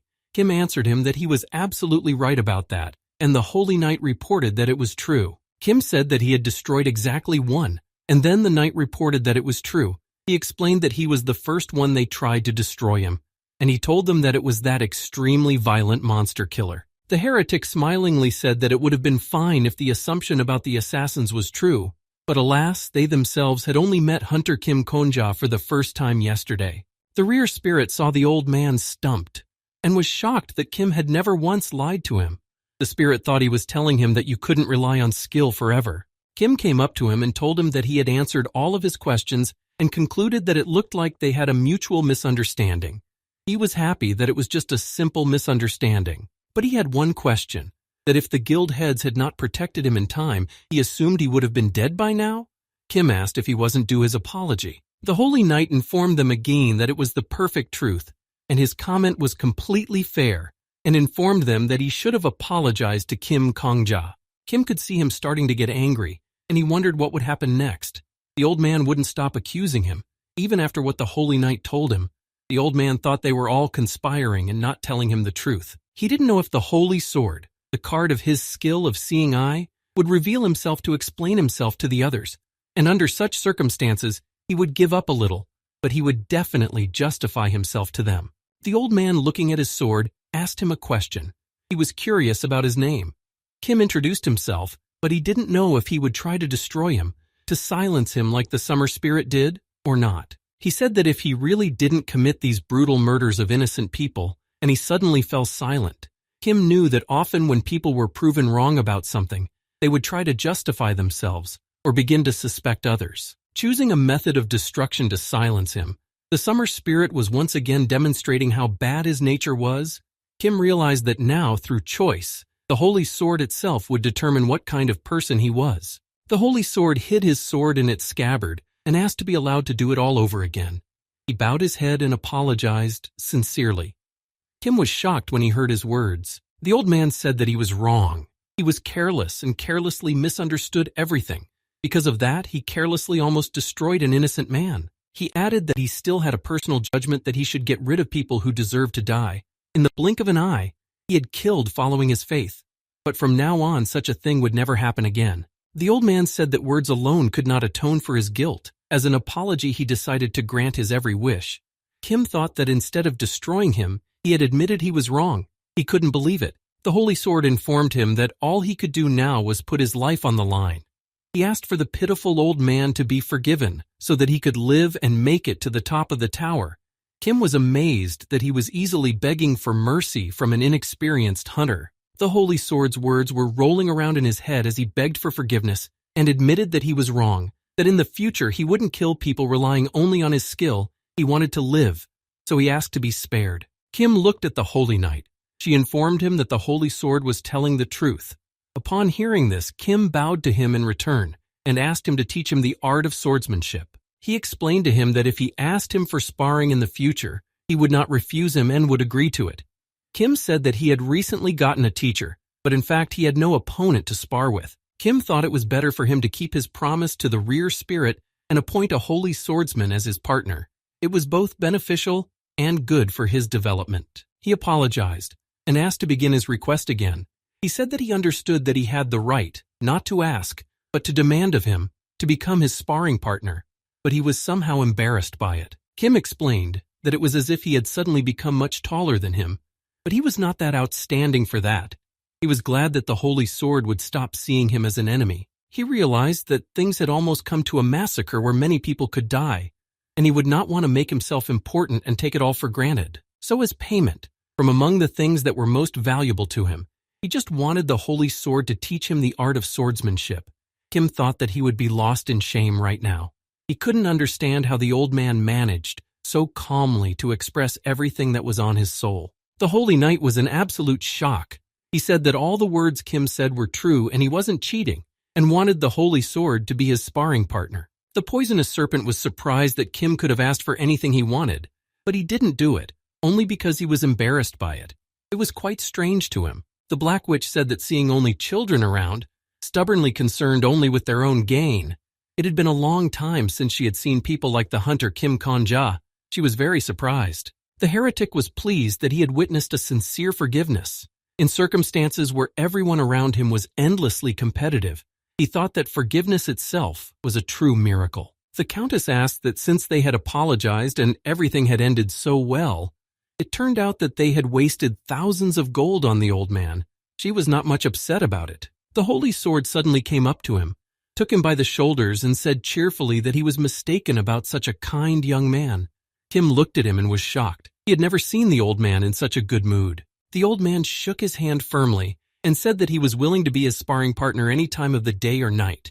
He also asked that Kim call him Grandpa Marcus. Holy Sword asked him how old he was. He assumed he wasn't yet, and he said that he had a very kind granddaughter left in the outside world, and if she came into the tower, he would be happy to introduce them. Kim asked him not to introduce them, and he didn't need to. Then the old man got serious. He thought Kim was not interested in his granddaughter. Kim quickly apologized and said he just wasn't interested in the relationship on principle. The rear spirit said that he had warned him that the old man was stubborn. He didn't listen to what others said to him. To put it mildly, he was so fanatical about something that he completely abstracted himself from the mundane. The Holy Sword asked him not to worry about anything. He would take good care of him from now on. The Holy Sword looked at his clothes and said that they were all shabby, and he decided to start with them and change them. He continued to talk about his clothes. He said he knew a skillful dressmaker, but suddenly he noticed that he was the first to be given an award because he had won first place. There was very little information about conquering the floors from before the rebirth. He was quite curious as to what reward awaited him. The system offered him a choice of 2 rewards. He knew that the theme from floor to floor was role-playing, so he had a tough choice of reward. Kim knew that hunters held certain roles in the Aegim Empire and adopted the appropriate skills and reputation, and the conquerors who had made it to the top in the previous scene were given the right to be the first to choose a special role. A list of special roles that he could choose opened up in front of him. There were some controlling roles that were not the least important in the empire. And then Kim thought that before he had only been able to become a guard, or something like that. He saw that there was a Demon King reward, and he decided to look into it more. He read that this reward could take him straight to the floor, but there was one condition. He had to destroy all the warriors that were in the top of the list. The poisonous serpent couldn't understand why Kim abruptly stopped talking and began to stare into the void.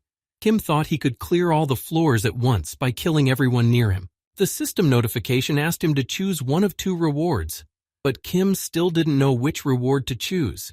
He couldn't destroy all the people who got on the floor with him. The rear spirit warned him that it was a trap. He was sure of it, and asked him not to choose the Demon King reward. But Kim replied that he realized it was a trap because the summer spirit couldn't choose the Demon King reward. Kim was sure that he definitely chose the Demon King's reward, but then he fiddled around on the floor and not hence. The Demon King's reward was a trap. Everyone looked at him and didn't understand what was happening to him. Kim thought that maybe he had chosen the Demon King's side first, and once he realized it was a trap, he fell and was reborn again. But Kim thought the offer was very tempting. Kim thought about what it would be like to face the floor boss monster once and fall at his hand. But the rear spirit tried to talk him out of that thought. He didn't want him to try that option. He told him to look at him. He was a sword lord and he had made it to the floor alone and then failed there.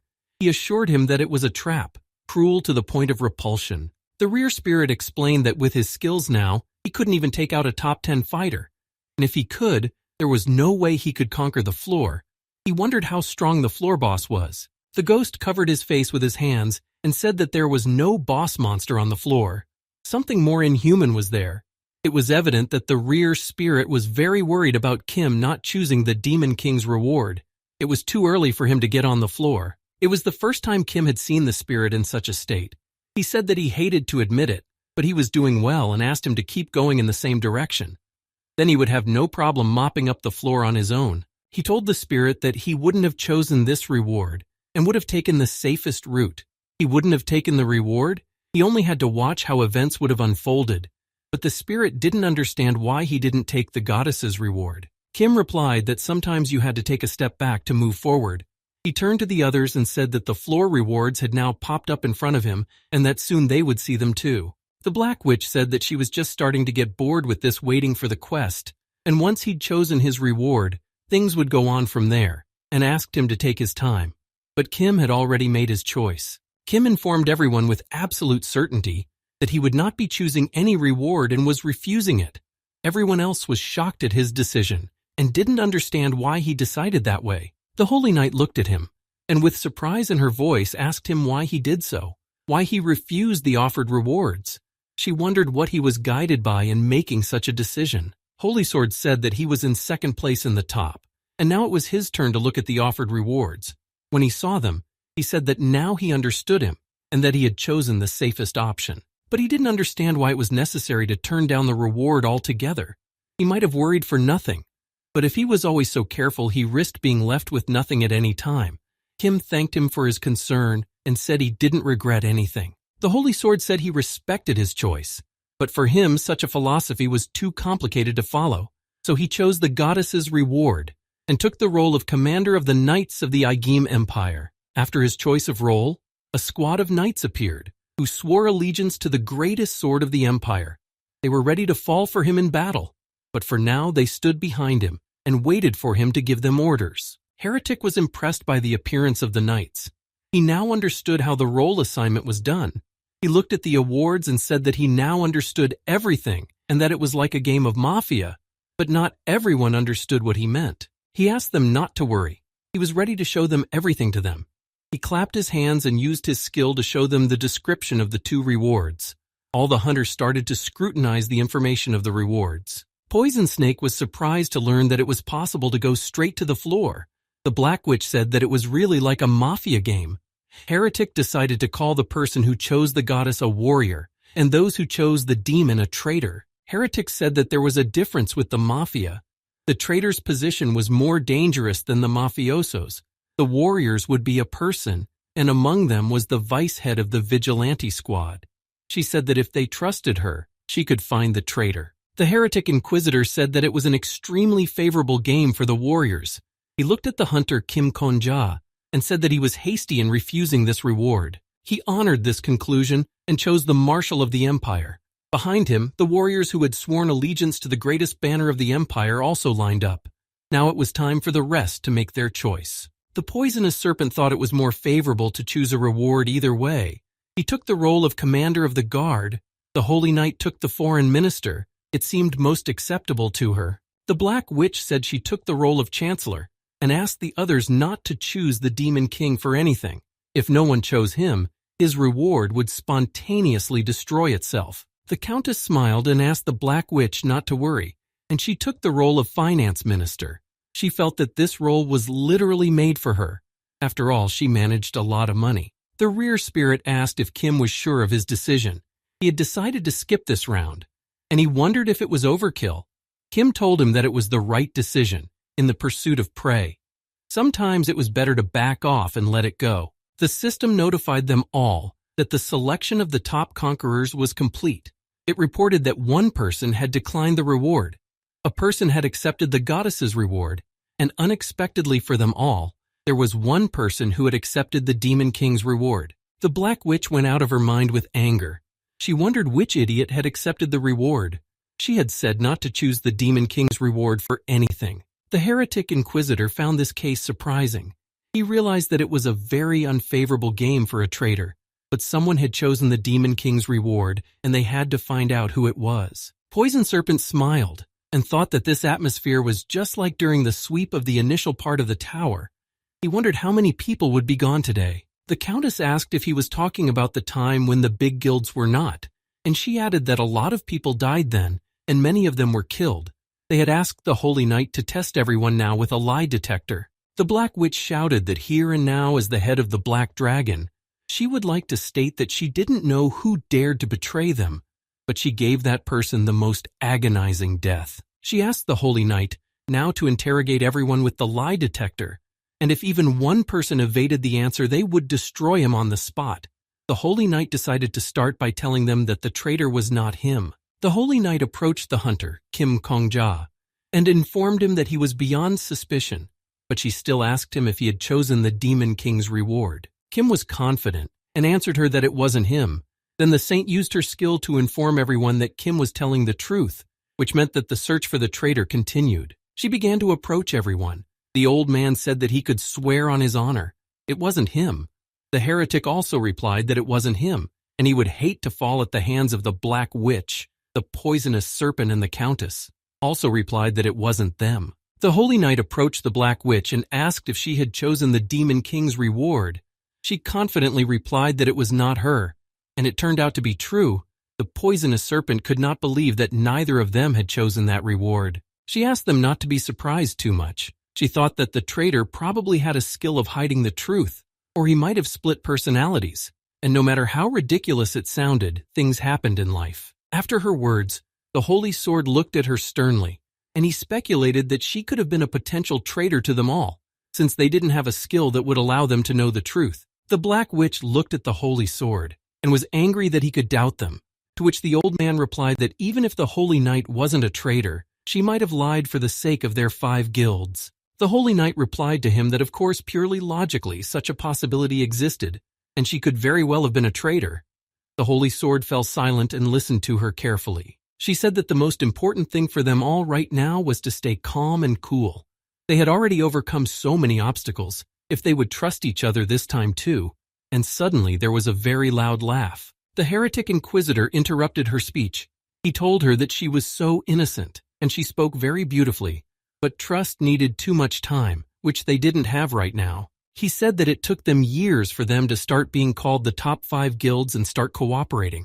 He said that it was hard for him to trust anyone not from the top 5 guilds, and looked at those who ranked last in the top. The heretic added that spending another 10 years to develop trust in other hunters was too inefficient. The Holy Knight tried to stop him and not escalate the situation, but he didn't listen to her and rushed into the attack. Using the body spirit skill, the heretic inquisitor told the poisonous serpent to deal with the 10th place. The Holy Knight tried to talk them out of it, and not to kill the other hunters in the top. They destroyed the first 2 hunters, but they didn't serve the Demon King, and they didn't choose this reward. Seeing this, the Holy Sword immediately drew his sword. He said with these killings they showed their true nature. He said that nothing had changed. Even after all these years, he warned them if they didn't stop now, he would destroy them.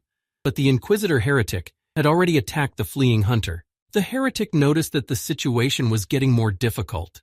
He was firmly convinced that the traitor was one of the hunters, but it turned out that the culprit was one of the guild heads. Then came the end of the trust that had been built for 10 years. The Holy Knight was incredibly angry. She shouted at him that she had told him to wait and asked him to calm down, and he took up his old ways. The heretic replied that she was saying strange things, and now he was calm. The heretic Inquisitor said that after calmly thinking it over, he decided that the highest probability was that the culprit was among the 3 top hunters. But he was wrong, and was happy that the murder scene wouldn't have gotten to the press. The Holy Sword wouldn't listen to his speech and attack them. He managed to cut off the Inquisitor's arm, but on his defense was a poisonous serpent that shouted to the heretic that if he was going to destroy someone, he would have signaled them first before killing them. The heretic looked at his severed arm and said that the situation was getting more complicated. He would not be able to use the techniques of the sacred art without both of his arms. He apologized and said that he would not be able to fight now. The venomous serpent was barely holding back the onslaught of the Holy Sword, who were out of their minds. After they destroyed the other top hunters, the serpent said that the problem now was not in his hands. He asked for someone to help him, otherwise he would have fallen. The Holy Knight looked at Kim Kongja and said that she entrusted him with full authority. She said that he alone had not accepted any of the rewards, so he alone could not be a traitor. So she asked him to stop the Holy Sword. The heretic Inquisitor began to rebuild his arm and said that under such circumstances the majority rule was ineffective.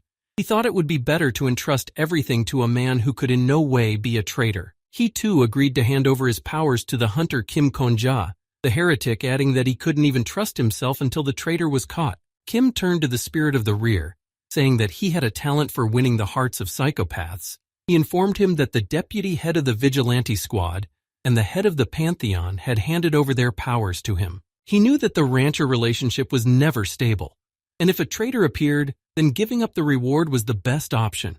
But he didn't expect that much. The spirit said that he would need to be reborn later anyway. The Holy Knight said that the heretic Inquisitor had always been like that. When they first entered the tower, there was an extreme problem of religion. Everyone was constantly fighting on the grounds of different religions. Then the heretic Inquisitor appeared and just destroyed everyone. She added that he did not know how to solve problems in any other way. Kim thought that the religious groups just peacefully came to an agreement, and it was to cover from the press. The heretic Inquisitor said that he himself realized that he had made a mistake because of his erroneous judgment. He was very ashamed of him. He asked him to stop the Holy Sword. Then Kim replied that he intended to have a serious talk with him later. Kim walked over to the scene of the fight and approached the Holy Sword. He remembered that he had bowed to him today, and now he was asking him to listen to him. He offered to stop the fight and talk. The Holy Sword told him that there was no way he would forgive them, and his words would change nothing.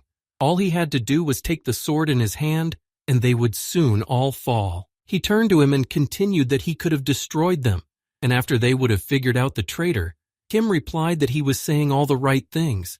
Kim said that he would always have time to destroy them, and the Holy Sword hid his sword in its scabbard. Kim asked everyone to calm down. He didn't know who the traitor was among them, but perhaps they would never be able to figure him out. But that wasn't the most important thing right now. No one understood what he meant by that. He explained to them that they could overcome this trouble without catching the traitor. The Holy Knight asked in surprise how they could do that. After all, the fact that the traitor had chosen the Demon King's reward meant that their lives were now at risk. Kim asked them to look carefully at the description of the rewards that the heretic Inquisitor had given them all. He asked them to notice that it was written that the Demon King's core was located on the floor. He asked them to forget about his capture and execution. It was a trap. Perhaps the traitor was now trembling with terror in the back of his mind. It could be that the system had forcibly imposed the role of traitor on someone.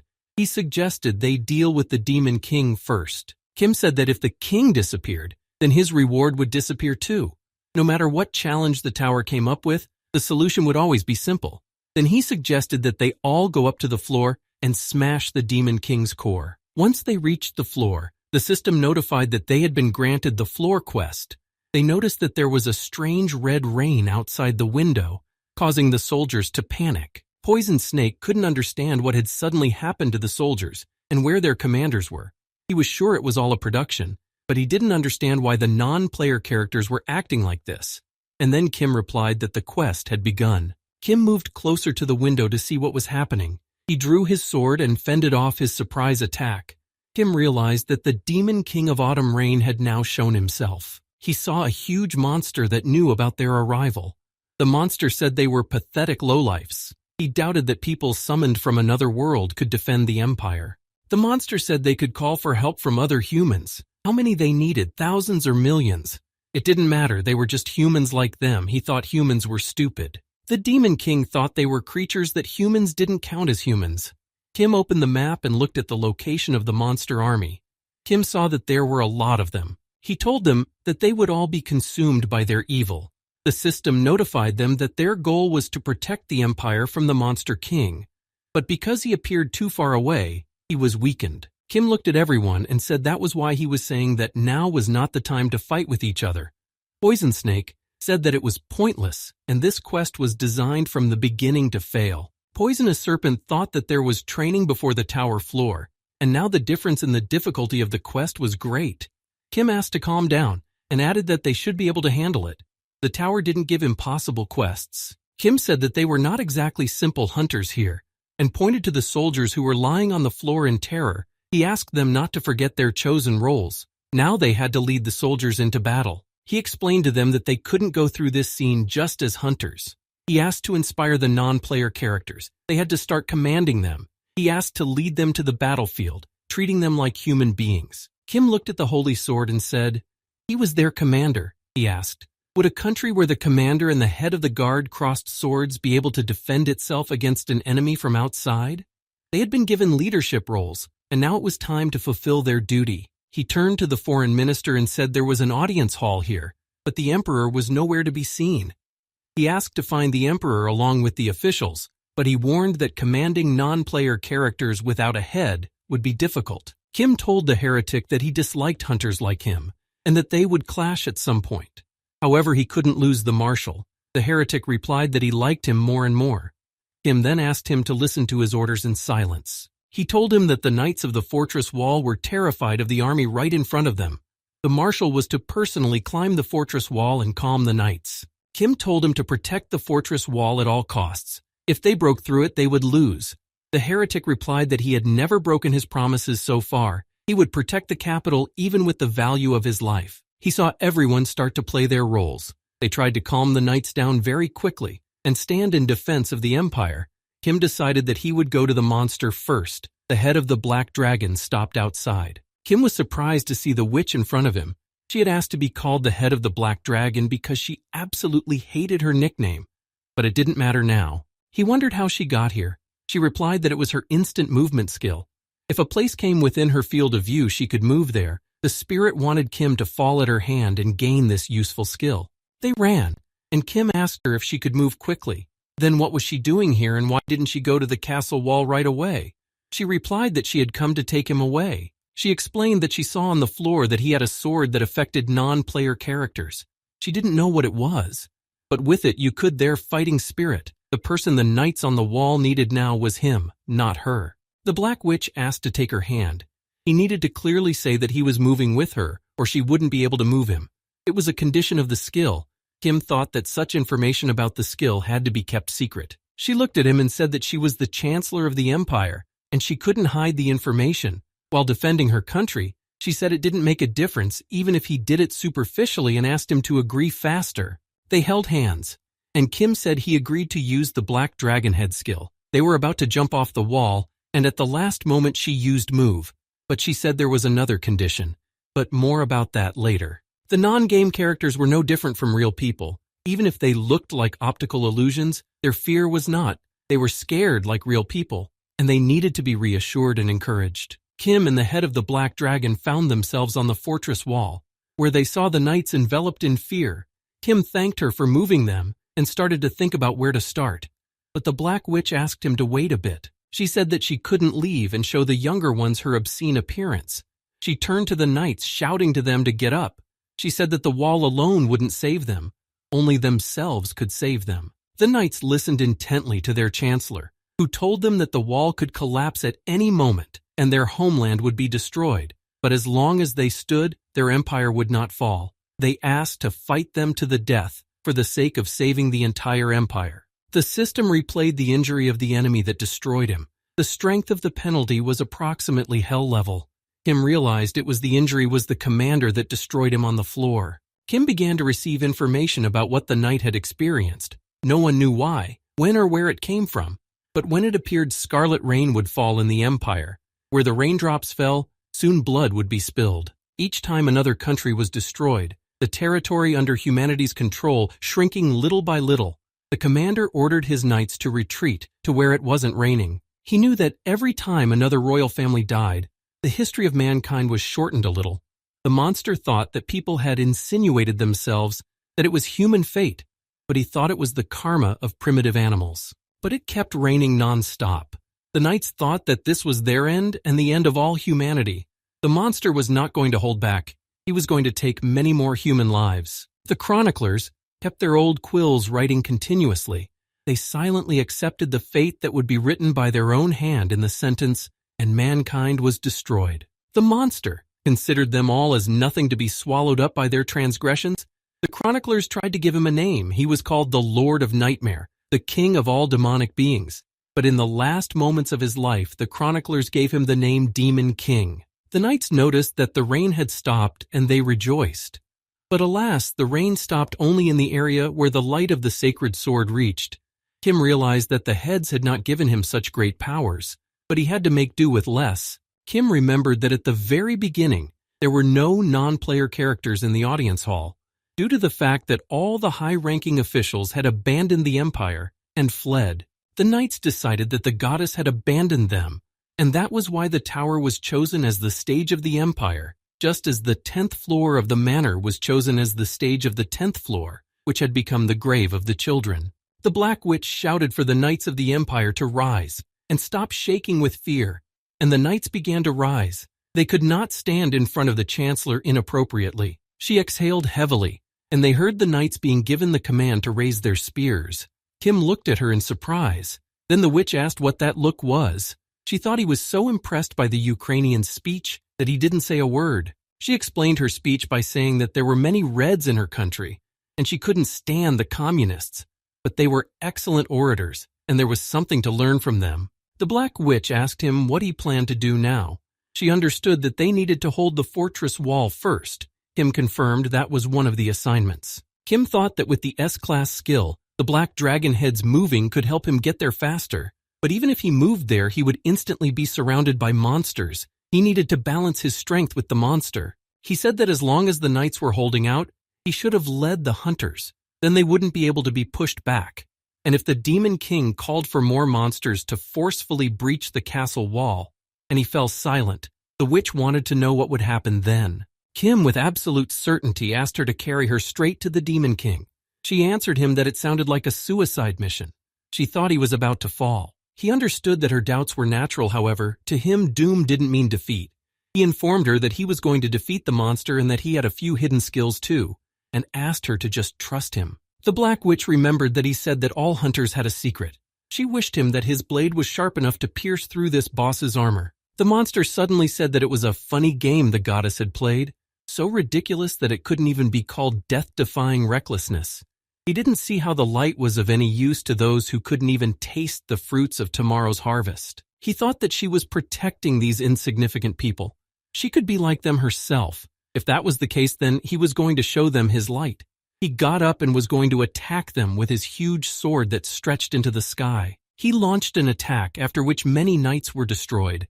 The attack was so powerful that it was able to destroy a building in which one hunter died, and it was known that the hunter was not in the service of the Demon King. The Black Witch said there was an audience hall, a holy sword, a heretic inquisitor, and a poisonous serpent. They all led the troops away. The Holy Knight was looking for the Emperor. Only the Countess could stay there. She was not a traitor, and died first. Kim was shocked that the Countess had fallen. He realized that without her, the connection to the outside world would have been broken. The Black Witch, with sadness in her voice, said it wasn't that important now. The Black Witch said that they needed to focus on the one in front of them. Even if he was the Demon King, he couldn't attack them endlessly. She told him that they needed to go to the defense of the fallen castle gates. Kim informed her that the Demon King's army had changed formation. The Black Witch assumed that they wanted to break through, to which Kim replied that he had thought of that too. They took up arms again, and the head of the Black Dragon used the move skill.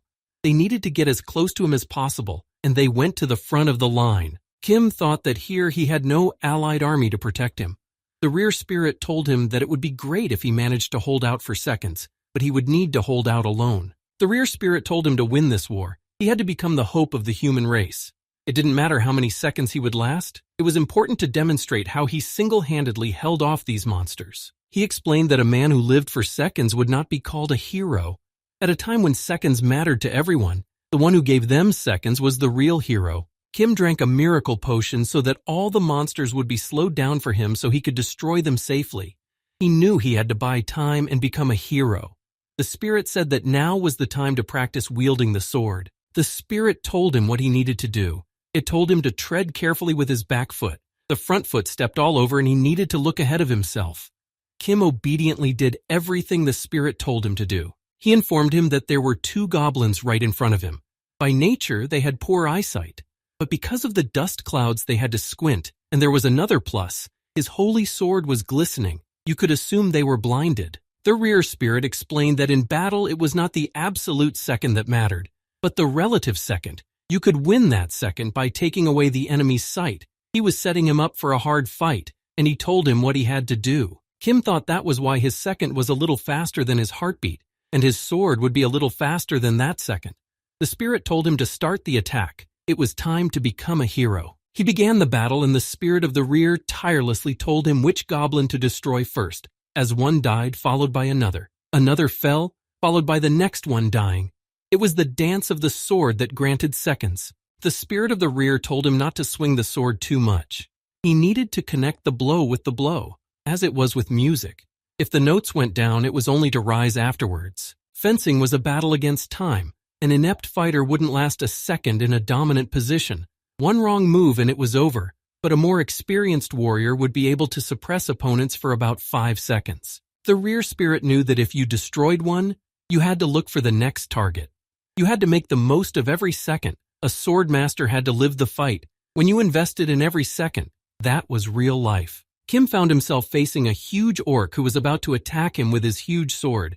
And then one question arose in his mind. Why did the tower give an EX-level skill to such a psychopath? He realized that it didn't necessarily have to be someone awesome. If the skill had gone to someone more or less normal, it would have been much better.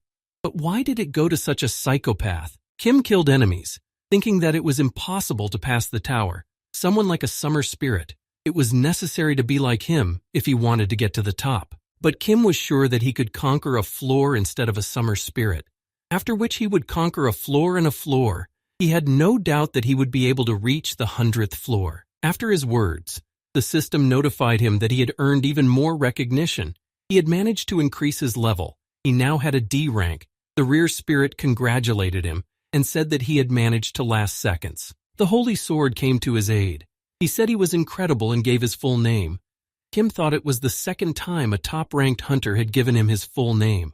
Kim realized that they were 2 completely different names and 2 different people, and he now changed, realized that he had been able to do something that he would not have been able to do the first time. He had given his full name in return. The Holy Sword offered him to fight together. Kim knew that the Holy Sword was #1 in the top hunters. He was the commander of the Empire, and he really wanted them to fight together. The heretic inquisitor apologized for being late and said that he could have come a little faster, but leading an army was proving to be no easy task. He thanked Kim for buying him time and said that they would use it now. The heretic turned around and gave his marshal's orders. He ordered them to slaughter every monster that would get in their way. They had to protect their empire. He ordered them not to retreat and move forward. Kim thought with a single thought beating frantically in his head, only forward. He was joined by a venomous serpent who informed him that he was delayed because he was leading not only the guards, but also the guild members. The venomous serpent said excitedly that now he knew why they were called the Gate of 1,000 Faceless Ones. But he noticed that Kim wasn't listening to him and was absorbed in the battle. He said his name was Liu Fan. He realized he hadn't heard him, but he didn't care. He had recently saved his life in the audience hall. He was the head of the 1,000 Faceless Gates, and he would be rewarded for his bravery. The poisonous serpent asked him to look only forward. He would take care of his left side. It was the best thanks he could give. He said those at his right hand had never died yet. The Holy Knight arrived at the battlefield and reported that she had found the Emperor, but he had committed suicide by poisoning himself. The Holy Sword replied that everything was fine, and now it was better for them to fight all together than waste time gathering an army. The Holy Sword asked the Holy Knight not to interfere with the hunter Kim Kongja's fight. Time was like gold to him now, and he was literally reveling in it. The Demon King said that they had only won a fraction of time and immediately became proud of themselves. Thinking that they had power over time, he informed them that their patroness had weakened and that their god was no longer in the empire. He wanted to know what they would now hope their own strength would be enough for. He wondered what they could prove by it. Now he wanted them to show all they were capable of. The Black Witch heard herself being asked to quickly pick up her mirrors, to which she replied that she knew what she had to do and that she had missed him once, but he would definitely get off so easily the second time. She picked up the mirrors and applied a skill to confuse the monster. She summoned the Holy Sword and the poisonous serpent. She was ready now to move them all to the Demon King and asked them to stick with her. The Black Witch called out to the only one left. She held out her hand and yelled for Kim to grab onto it, or they would leave without him. But he walked confidently towards the monster and knew that pretty soon it would all be gone, and they would forget what had happened. The rear spirit looked at him and said it was time to go catch the monster boss. Kim knew it wouldn't disappear, even if they wouldn't remember anything. He needed to fight the Demon King. Kim looked at her and smiled, and replied that it was time to go. He realized that they might not have remembered that there was one killed on the floor and a soul killed on the floor that had been here. He thought that the problem wouldn't have been solved by just going back. Kim thought that he had already gotten a little stronger, and so he knew he would do a little better next time. The Black Witch had started moving. The monster had seen this and thought them busy that the goddess warriors had come to him. The Demon King said they recognized there was a traitor in their midst, but still desperately trusted each other. Tying the rags torn to shreds, Kim let go of the witch's hand. He wasn't about to leave with them. Kim apologized to them for his act and said they would see each other in the next life, though they would not remember what happened today. The monster thought he had come to destroy him, but Kim replied that he had come to fall by his hand. The monster destroyed him, and after his death he was curious about something else, along with why the tower gave such power to a summer spirit, why it gave such a chance to a lowlife like him. Perhaps the tower was disappointed in the hunters. The rear spirit informed him that he had looked at all the skills available to him and could read them to him. Kim gladly accepted his offer, and the spirit told him to listen carefully. Kim thought that the summer spirit had definitely broken the stage of the floor. He wondered if the tower might regret it. He knew that all floors had a hidden quest and the floor was no exception. He listened carefully to all the information the spirit read to him. Kim took his time choosing a skill. He looked at the cards and answered the spirit that there were 3 skills that appealed to him the most. Kim reached out to take the skill, and the spirit asked him if he was sure of his choice because the spirit doubted his choice. Then Kim replied that this skill had to be suitable for a floor sweep. The spirit replied that the decision was up to him, but he had no idea what he was thinking. Kim replied that he was all figured out in time. Kim asked him if he knew the routine of the Holy Sword, to which the rear spirit replied that naturally he did. He told him that the old man had every day planned out from morning to night. Kim asked him to tell him about his evening schedule. He said he might need it. Kim completed the skill selection and went back an hour. He realized that he could have looked up what kind of injury the Demon King had, but he decided to talk about it a little later. He came back as he was already leaving the cafe, having beaten all the guild heads in the cards. He remembered that they had no problems with the floor, but the Demon King was waiting for them on the floor. The Black Witch noticed that there was something wrong with him. He asked him if he was all right. He was all pale. She thought he wasn't feeling well. Kim smilingly replied that he was fine. He just thought they were all so amazing and he still couldn't believe they were all here. He felt like he was in some other world. He replied to the Black Witch that he knew what was waiting for them on the floor and what would be there. He added that more than that, he even knew the content of the quest that awaited them. Kim rushed to tell where he got this information from. He explained that he was given this information for clearing the floor.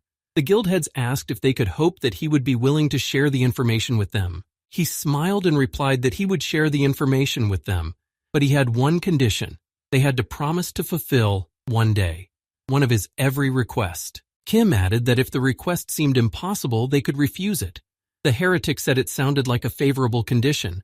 There would be no problems with the sweep if they could prepare, and he accepted his condition. The countess said that if they still had the right to refuse, she also agreed. All the other heads also gave their consent. Then Kim thought that the first stage had been passed. Kim said that before the floor there was a tutorial, which meant that from the floor they would start getting into large-scale battles. Then the guild heads decided to pass on some of the information to the rest of the guild members. They couldn't believe that their guys would be in a battle. He thought it would be easier to clear the floor. He turned around and was about to leave, but asked the Holy Knight to come out with him for a short walk. He needed to consult on something. She replied that she was just about to leave. She would walk with him if the walk wouldn't take too long. Kim replied to her not to worry, he would be fine with half an hour. The Holy Knight smiled and replied that she didn't mind and could consider it a date. They walked down the street, and Kim could hear people around him saying that judging by the fact that there was still no announcement, a nameless newcomer had awakened, and some people were dreaming of mopping up some floor on their own. People were amazed that there was still no information on who had cleared the floor. Kim heard the spirit of the rear tell him he was coming and asked him not to turn around. The spirit said that he wouldn't have realized anything anyway. The old man had a stealth skill. Kim noticed how hard he was following him. He remembered that there was something that had made him uncomfortable last round. He thought that if he dispelled the misunderstanding of the holy sword on the floor, it would be too late. He figured he should have done it in advance of going up to the tower. Kim realized that the old man had an extremely bad relationship with the guild heads, and if he pointed his sword at him, he would defy them. There was also the problem of finding the traitor. All of this could lead to failure. The Holy Knight asked where they were going. She said there were only slums up ahead, to which Kim replied with a smile that he would like to show her one store that she would like. Kim decided to fetch the holy sword. He deliberately caught his eye by checking the schedule he had received from the spirit of the rear, and the holy sword immediately started chasing him. The Holy Knight was surprised when Kim told her about the store, but she had no idea what exactly Kim had taken her for. He said it was run by an unknown pharmacist, but she had a real talent. Kim said that all she had to do was advertise and she would be hit with a wave of success. He asked to look at her and maybe she could help her. The holy sword activated the lie detector and realized that he was telling her the truth. She explained to him that she was just worried and hoped he wasn't planning anything suspicious. Kim replied that he was the one who asked her for the favor, not the other way around. So if anything happened, he would be the one in trouble. The Holy Knight saw that this was all true and asked him for an apology. She said that she had often been told that she was too paranoid and offered to continue on her way. Kim led her to the alchemy master, who was very happy to see him. She said that her office hours were over but needed to be ready for visitors at any hour, and he was her regular and favorite customer. The alchemy master noticed that Kim was not alone and asked who he had brought with him. When she considered that the deputy head of the vigilante squad was a holy knight with him, she was in absolute shock. Kim realized that such a reaction was normal for normal hunters. The alchemy master couldn't fathom that such an important person had come to her store. She wanted to know what had brought her to her. She thought it was an inspection. She immediately explained that despite the neighborhood she worked in, not that she didn't do drugs, she didn't even create the most gram of bad medicine. She said that she lived according to her conscience and would continue to live like that. The Holy Knight looked at her carefully. Kim noticed that she had activated the lie detector again. Everything she said was true, but it only made her more confused. Kim approached her and told her not to worry. He hadn't brought her in for an inspection. He knew she was very talented and kind, but the alchemy master wondered why they had come to her then. He explained to her that the pace of the trade was completely out of line with her skill level. He was very sorry that this was happening, so he wanted to introduce her to the Holy Knight. Kim asked to give the Holy Knight a sample of the potion. He thought that suddenly a contract would work out. If she liked the effects of the medicine, if vigilantes were added to her clientele, then she would definitely feel better. The alchemy master cried at his words. She considered him her angel. He had helped her when her store had almost been sold and had placed a large order with her, and now he was also helping her with connections. She wondered how she could repay him for such kindness. Kim heard the holy sword walk into the store. He immediately asked everyone out except Kim. He said he needed to talk to him. The Holy Knight asked him what he was doing in a place like this, to which the old man replied menacingly that she was so young and she was already having trouble hearing. He told her to get out of the way. He had business with a young lad. The Holy Knight replied that he was quite rude, but she asked what business he had with him. The old man again asked her to get out of his way, to which she replied that she could not do so even if he repeated it 100 times. She informed him that hunter Kim Konja had officially joined the 5 guilds. Attacking him was equivalent to declaring war on them. She didn't know what she was up to, but warned him that she wouldn't stay away. The Holy Sword realized that the guilds were indeed involved in this. It only meant that he was indeed an infiltrator. The Holy Knight stopped understanding what was being talked about at all. The Holy Knight replied to the old man that she knew from some number of reports that from time to time he had been hunting people. The squad of vigilantes didn't react as they chose to stay out of his personal affairs, but it was impertinent to settle matters in front of her personally. She added that she would have risked her life to stop him. The old man asked if she was sure she would have been able to stop him. The Holy Knight replied that she would have fought him hard and died. The Holy Knight warned him that once he destroyed her, he would become a lowly soul killer who destroyed an innocent man. And if he wanted to spend the rest of his days branded a murderer, he could restrain himself. Kim recognized the Holy Sword's weakness from the last round.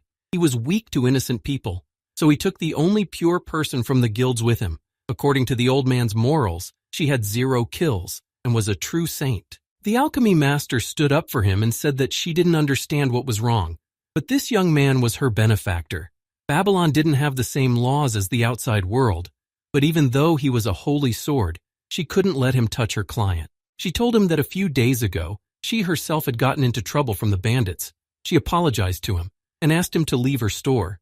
She had officially demanded this as its owner. Kim realized that such people were no match for the Holy Sword in power.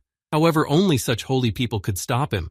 The Holy Knight said that if he wanted to fall into the sewer, she was happy to oblige. The old man stashed his blade in his scabbard and turned around and headed for the exit.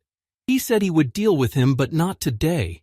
Kim thought that was very good, and that the condition of the second point had been met. Kim went out after him and shouted that he would wait for him tomorrow at noon on the wasteland north of the city. He could go there, he might not. He would wait for him there alone, but if he wanted to find out what kind of man he was, then by all means, he had to come. The Holy Knight thought that they were lucky, and the meeting with the soul sucker was not under a moonlit night. Kim asked if he was famous as a soul sucker, but she said he wasn't. But at least the 5 guilds knew about it. She said that his daughter, along with his son-in-law Pally at the hands of an assassin back when he was still living in the outside world, this old man basically didn't talk about himself, so she herself didn't know all the details of his life. The Holy Knight thought that maybe that was why he had a short conversation with the assassins, but there was no proof, so it was just an inference from outside observation, and added that the whole conversation was a secret. The spirit of the rear confirmed her words. He remembered that an old man had told him about it, and that his grandson and granddaughter had miraculously survived. Kim wondered why he hadn't told him about it before, to which the spirit replied that he hadn't asked. The Holy Knight said that she understood his feelings to a certain extent. She said that she had met some of the most despicable murderers while working in the vigilante squad. She had thought more than once whether they deserved to live, and sometimes she wanted to destroy some of the criminals herself. She turned and added that the heads of the 5 guilds knew each other's stories. He had become their companion, so he would have gradually familiarized himself with them. But there were places in those stories that smelled rotten, and she didn't know how he would react to that. The Holy Knight smiled and said that they were getting off topic altogether. She asked how much the potions cost here. The vigilante squad was perpetually short of funds, so they wouldn't be able to afford too high a price. The next day, Kim arrived at the appointed time before the next floor opened. The atmosphere reminded him a lot of the last round, except for one thing, and it had nothing to do with him. The old man was surprised that he actually showed up, but it made sense. It would be strange if a guy who had slaughtered so many people wasn't confident. Kim told the old man that he wanted to tell him something important. He knew why he wanted to destroy him. The old man thought that he really had a guilty conscience and that he knew his own sin. He said that he wanted to destroy him because of his skill as a sleuth. The Holy Sword was shocked that he knew about him, but didn't understand how he could know. Kim calmly asked him to believe what he was about to tell him. Kim knew that every man had his own truth, and in the case of the Holy Sword, it was a skill. The old man lived his truth, and and that truth was literally his whole life. He realized that convincing the Holy Sword to renounce the life he had had so far was incredibly difficult, but it was enough for him to put his life on the line in return. Kim told the old man that he was a fortune teller, much to the old man's surprise. Kim explained that to be more precise, he had a skill like prediction. Because of this skill, he was aware of the fact that he had the eyesight of a sleuth. Next, he would try to destroy him, and Kim would ask why he had to fall. He said that after that, the old man would tell him that the skill told him that over Kim's head was the number of people killed, but suddenly the old man interrupted him. He hid his hand behind his back and asked him to guess. The Holy Sword told him to guess how many fingers he was now showing with his left hand. If he was a fortune teller, it would be easy for him. Kim thought he thought so. It would lead to something like this. The old man said that if he didn't guess, he would destroy him for daring to lie to him. But Kim didn't listen to the old man. He drew his blade and thought that everything was as it was supposed to be. Then he destroyed himself and was reborn again. Kim told the old man that now he would hide his left hand behind his back and wanted to order him to guess how many fingers he was showing. He thought that if he was a fortune teller, it would be easy for him to do so. He asked the old man to believe him. He wasn't lying about his skill. Destroying him here and now was the easiest thing to do, but without him it would be impossible to safely sweep the floor scene. The old man asked him to wait. The Holy Sword stopped him and said that it wasn't enough. He might not possess foresight, but clairvoyance or mind reading. Where was the guarantee that he was in fact a soothsayer? Kim supposed that falling once would not be enough. He destroyed himself again, and again the old man said it wasn't enough. He was asking for proof that he had no other tricks. Kim realized that changing even one person's mind was difficult, especially if that person was an old man who had made it to the top of a certain hierarchy. Kim said he couldn't fall here. There would be countless victims on the floor stage. Kim died time after time, hoping to convince the old man. He asked him to believe in his skill. He was determined that since he needed to test him, he would fall as many times as it took for him to finally trust him. He decided that even if it took him a week or half a month, he would definitely get him to believe him. Kim realized that his demise was longer than his life. Kim explained to him that he didn't say he was innocent, and he didn't ask to be untouched for eternity. He asked to be untouched for only days. He said after that time, he would decide for himself if he deserved eternal rest or not. The Holy Sword, looking at him, said that he still didn't believe him.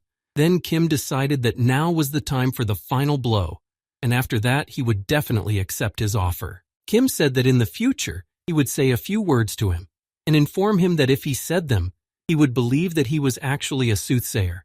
The Holy Sword wanted to know what those words were, and Kim replied briefly to the Lord of the Sword. He added that he himself didn't know whose nickname it was, but the old man himself said that it would be enough.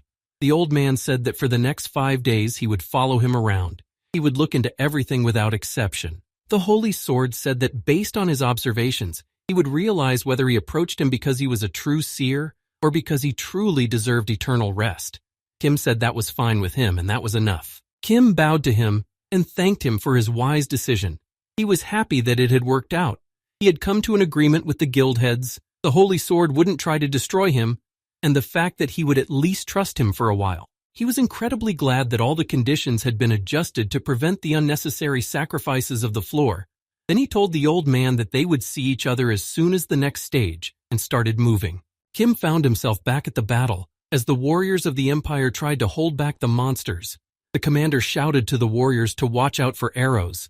He saw the brave warriors running to attack, and so far it was exactly the same as the last round. But something was different from the last round. The Black Witch shouted to her guild representative that they had a general gathering. She informed everyone that from now on, the Black Dragon had taken the leadership in this war. She ordered the Gate and Vigilantes to make their way on the left side, the Pantheon Guild and the Merchant Alliance on the right side, and the Black Dragon would try to make their way through the center. And if anyone had a grievance against her, she asked them to leave them until the end of the battle. The Black Witch said that if they had time for unnecessary talk, it would be better spent catching and destroying another monster. All the hunters rushed to follow the order. They tried to inflict maximum damage on the monster army. All the guild heads were engrossed in the battle with the monsters that were relentlessly attacking them. Not everyone was giving their best. They realized that arbitrariness was punishable by death, and that they needed to stay in groups to avoid unnecessary casualties. The commander of the Empire's army told his soldiers to watch as the warriors from the other world suppressed the monsters unhindered. He decided to encourage them and ordered the knights to follow him. The knights of the empire rushed to the aid of the warriors from the other world. They were sure that the goddess had not abandoned them. Kim stood and watched silently. The rear spirit asked him if he was all right. He said that at this rate he could have stayed in the shadows. The rear spirit said that he knew that Kim liked the attention the most. He thought that this way he might not lose the same importance he had in the previous round. Kim replied calmly and confidently that he had everything under control. Kim, with a smile, told the rear spirit that he wasn't upset at all, and he was willing to let the black dragon control the battle. The rear spirit couldn't believe that he had finally grown up. He laughed and said that he hadn't grown up. He just had to be responsible now. Kim unsuspectingly watched the battle, but suddenly he felt a stare on him. He saw the holy sword knights among the running knights. Kim turned around to find out what he was doing there and what he wanted from him, to which the old man replied in complete seriousness that he was following him. He didn't let him out of his sight for a second. The holy sword said that he would watch him for all 5 days, and then he would decide whether to kill him or not. Kim asked in surprise, that was he really going to watch him 24/7? And the old man nodded positively at him. Kim asked that shouldn't he have also been catching monsters like the other hunters? He said that the reward would be for his contribution to the battle. The old man replied that he would use the sword as needed. He listened to the holy swordsman and decided that he was an absolutely creepy old man. Kim thought he needed to approach the Black Witch, but he was stopped by her hunters and asked what he wanted from the guild leader. The Black Witch noticed him and said she was busy right now and asked what he wanted from her, but he only had seconds. Kim told her he had a special reward for mopping up the floor, but the head still wasn't looking at him. She was standing with her back to him and she wasn't interested in his reward. She was involved in the battle. Kim said he got a mini-map and he could see the entire battlefield and the location of the enemy and allied armies. The Black Witch ran up to him and took his hand. She didn't understand why he was only now coming to her with this information. She asked him to tell her where the monster boss was located. Kim answered her that he was surrounded by monsters, and it was hard to see him, but according to the map he was somewhere nearby. Then the Black Witch asked him to repeat that he was willing to use the skill, and quickly. He repeated that he was agreeing to use the skill of the Black Dragon Head. He thought that she only showed her true self when she lost her temper. The Black Witch used her instant movement skill, and they were above all the monsters so they could get a better idea of where the boss of the monsters was. She asked where they needed to move to, and Kim showed her the location of the boss. She moved them and they were right on top of the monster. The Black Witch wanted to know if Kim knew how to wield a sword. She wanted to destroy it as fast as possible. Kim replied that he would have the strength to destroy this monster, and he launched an attack. Kim successfully destroyed the monster boss, chopping it in half with a single attack. He then turned to the surprised goblins and said with a smile that now it was time to destroy them.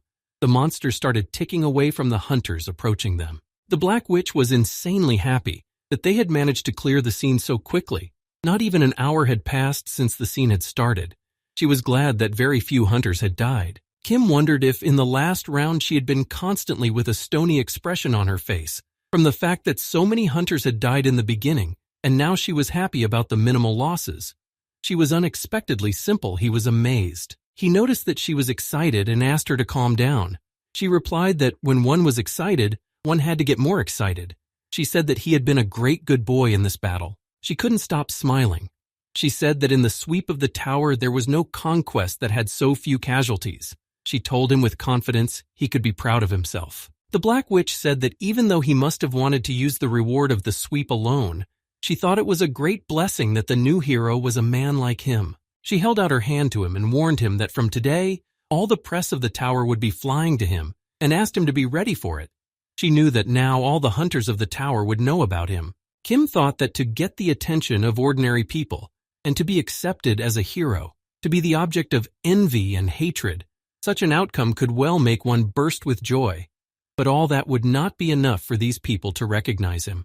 Hunters always gave their best, even if not all their efforts paid off. They always tried their best, trying to prove themselves on the battlefield. They all wanted public recognition. Kim realized that both the Holy Sword and the head of the Black Dragon, many other equally hardworking people, were more important than the rest of the people, and he wanted to live being recognized by such people. He wanted to protect them, and he didn't want to be tricked by the Demon King.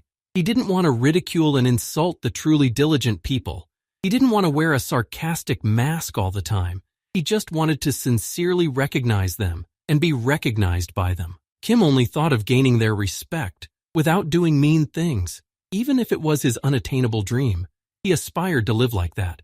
The rear spirit was happy to hear such words from his mouth.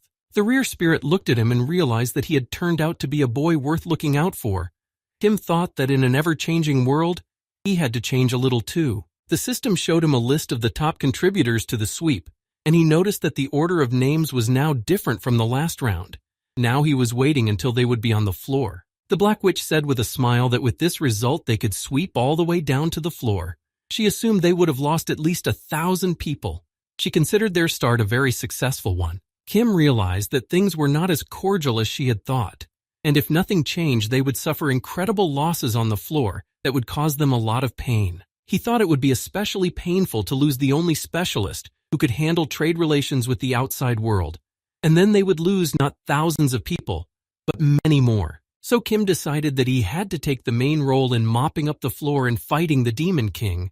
When they moved, the Black Witch said that she hadn't expected that they could have ended up in a place like this. The Heretic Inquisitor walked over and told Kim that he didn't think they could have worked with the head of the Black Dragon like that. He wondered how he knew the boss's location, but Kim interrupted him and told him to wait. Kim turned to all the hunters and was about to tell them something. He saw that his plan had worked and the Holy Sword hadn't attacked him. Then he asked them if they remembered their conversation from yesterday at the cafe. He reminded them that they had promised to fulfill his one request, and he asked them to fulfill it right now. He asked for the next 5 days to do nothing and stay here. In those 5 days, he would be able to mop up everything to the floor. Kim remembered the words of the goddess who said that the hunters would face a test of faith, and they needed to find the answer that would reveal to them the truth about themselves. Then he thought that was the answer he had found. The Black Witch was madly surprised at this request. She thought she had heard it and that if it was a joke it wasn't funny at all. But Kim said they had heard it right and it wasn't a joke. She replied that it was impossible. She said that he knew that the sweep to the floor alone had taken them many years. She was happy that they had just managed to conquer the floor in less than an hour. But she thought he was overconfident and had been greatly agitated. Kim bowed to her and told her that he had cleared the floor, primarily for himself. But the reward and achievement he had received for conquering the floor he had shared with them, hiding nothing from them. He added that the information about the floor scene and the boss's location benefited everyone, not just himself. Kim felt he was well within his rights to make such a request. Kim said that he was only asking for 5 days, whether he could clear everything to the floor in that time or not. He was just asking them to wait it out. That was all he was asking of them. He noticed that there were 2 rewards in front of him again from the goddess and the Demon King, but this time they weren't fighting, and so the Demon King acted much more hastily. He urged him to choose his reward. The Heretic Inquisitor said he didn't see a problem. He understood that Kim had shared the floor information with them, and as payment, he asked them to fulfill one request of his, and they agreed, but on the condition that it wouldn't be something impossible. He smilingly said to do nothing for 5 days and just wait here. It wouldn't be easy, considering what a fuss the press would make in those 5 days. But the request wasn't impossible, and he agreed. The Black Witch replied that of course the request was doable, but the Heretic Inquisitor didn't let her finish her sentence and said that a deal was a deal, and they would have to honor his request, and she agreed. The Poisonous Serpent, having no idea what he was going to do, similarly agreed. The Countess thought he was asking for it because he had a plan, and also gave her consent. The Holy Knight promised him 5 days' silence. The Holy Sword stood by and listened to their conversation. But when all the guild heads agreed to the 5-day pause, he said that he hadn't made any promises to him. He had made an agreement with him about something completely different. He didn't see the point of fulfilling his other request. He said that if he went to sweep the floor, he would follow him as per their agreement. Kim thought that he had planned to defeat the Demon King alone, but it would be safer with the old man and he wasn't going to refuse his help. Kim turned to all the guild heads and hunters. He asked them to listen to him. He thanked them for honoring his request, then he turned around and headed for the exit, telling them that they would see him in days. Upon leaving the Great Hall, the rear spirit noticed something unusual. He asked him why all the non-player characters froze, to which Kim calmly replied that they froze because the quest had not yet begun. Holy Sword couldn't understand what Kim meant. Then he explained that none of the hunters had chosen their roles, and that there was no chancellor or admiral in the empire, replacing them with hunters, started the quest from the floor. Kim explained that it was related to the quest that was given upon entering the floor stage. Perhaps that was the correct order. He couldn't understand why last time on the floor, the issuing of the quest wasn't delayed much. He remembered that the quest only opened after the roles were sorted out. This meant that if they hadn't chosen roles, the quest wouldn't have started either. They approached the wall that had the battle in the first round and noticed that there was no one near it yet. Kim realized that the invasion of the Demon King's army wouldn't have started until they had chosen roles, and the Empire's army wouldn't have resisted the invasion yet. Kim saw the notification where the Demon King was trying to hurry him to choose a reward. He turned around and asked the rear spirit what would happen if the Demon King fell in such a state. He assumed it purely theoretically, but the rear spirit didn't hear the question, and Kim repeated the question to him again. Kim replied that in that case, no one would have been able to choose the Demon King's reward, and in that case, the traitor wouldn't have shown up either, and he would have gone out before destroying the Empire. The system notification reported that Autumn Rain Demon King started to anger him, and after a while, the Demon King started to appear in front of him. The monster couldn't understand how he dared to behave like this. The Monster King asked him to stick to the agreed order. He was mad with anger because of his insolence. But Kim told him that he had made his choice as the system demanded. He showed him his sword and added that it was the best choice. Kim told him with confidence that he would have destroyed it before the quest even began. And then no hunter and no Empyrean would have fallen, and the fictional traitor would never have appeared. He said it would have been a happy ending without a single casualty. He smiled and explained that he hadn't tolerated bad endings in a long time. He thought it was out of his character, but anyway, if given the chance, he would prefer a happy ending. Kim felt that the Demon King was only getting in his way, and at this rate they might not see a happy ending. He apologized to him and asked him to do him a favor and just drop. The Demon King lost his temper and shouted at him how dare he alone obstruct him without even enlisting the help of the Imperial army. But Kim paid no heed to his words and prepared to fight him. Kim answered him that in a frozen world, he was able to make his sword the only clockwork. He said that warriors by nature fought alone, and now the endless 5 days began for him. It opened its eyes on a day when it was raining, and the first thing it saw was a small frog that it tried to devour. But the frog managed to escape, and then it noticed the rain, and it wanted to live more. The rear spirit informed him that there was nothing special about his sword art itself. The Demon King was just mindlessly pounding with all his might, though he was terrifying even with that. Kim realized that if he had known the direction of the blow, it could have been avoided. Then the spirit of the rear confirmed his words. The Demon King destroyed him again, and Kim thought it was the prison of time. He wondered how things would have turned out if they had gone through the quest normally. How many people would have actually died in the oncoming, akin to a mighty wave, battle, and when one knight died, at least the years he might have lived would disappear. Kim thought that the death of a man was equal to years, and the death of a man was equal to years. He chose no role to reclaim as much time, and for that one body had to be determined to find itself banished into eternity. The rear spirit started laughing with him. He asked him if he was sure he would have had the knack to avoid the monster's strike, even knowing the direction. The rear spirit thought Kim was weak for that. Then Kim asked him to shut up and stay out of his way. The ghost said that Kim was still inept at using aura, and that was the trouble. He told him that the aura had to flow evenly all over his body, but Kim noticed that it was easy only in words. Kim fell again, and when the reborn Demon King again asked him to adhere to the agreed-upon order of the goddess, Kim stopped to listen carefully and rest a little from his endless attacks. The monster told him that his arrogance was only great because he had imperial privileges. Kim ran at him with an attack, thinking that today they would also end in one blow, and launched a surprise attack at him. Kim, while attacking the monster, said that the warrior had destroyed the Demon King, and thought that no more words were needed. He fell again, and when he appeared in front of Ni again, asked the monster to attack him, for he was the sword of the whole empire. The king monster raised his huge sword to the heavens, and said that if that was indeed the case, he wanted Kim to prove it to him. Kim did not hesitate to reply that he was ready to prove it to him. Kim realized that his sword was the only clock hand. For 1 second to pass in this world, it had to break one barrier. He only lived 1 second of his sword, but with his second, this world took another breath. It was like a flood that went beyond the banks, burying everything up to the heavens beneath the water column that had to start with a single drop. So did he. Even if it came to him to live forever, There was only this second to live. Kim realized that he was living his life. He kept seeing the Black Witch's joyful face, who was glad that he had managed to mop up so quickly, and that not even 40 hunters had died in this battle. The Black Witch again praised him, and said that the whole battle had lasted no more than minutes, and that his advice to team up with the Elder Knight Protector Tormund was excellent, and that this time it was possible that not even 30 hunters were lost. This continued day after day, and each time, they managed to clear the scenes faster and faster. With fewer and fewer hunters dying, the Demon King looking at him couldn't understand why Kim started smiling, to which Kim replied that he was just happy. The Demon King was surprised that the man who was about to fall was happy. Kim replied that he couldn't understand that, and no one could understand that.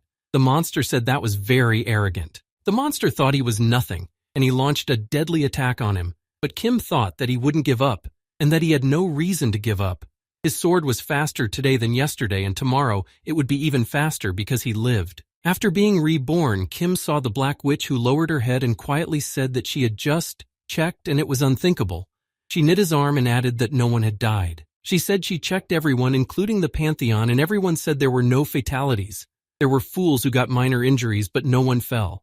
She hugged him all in tears and thanked him for that. After that, Kim wanted to live even more because by nature warriors always fought alone, and he was going to destroy it on his own.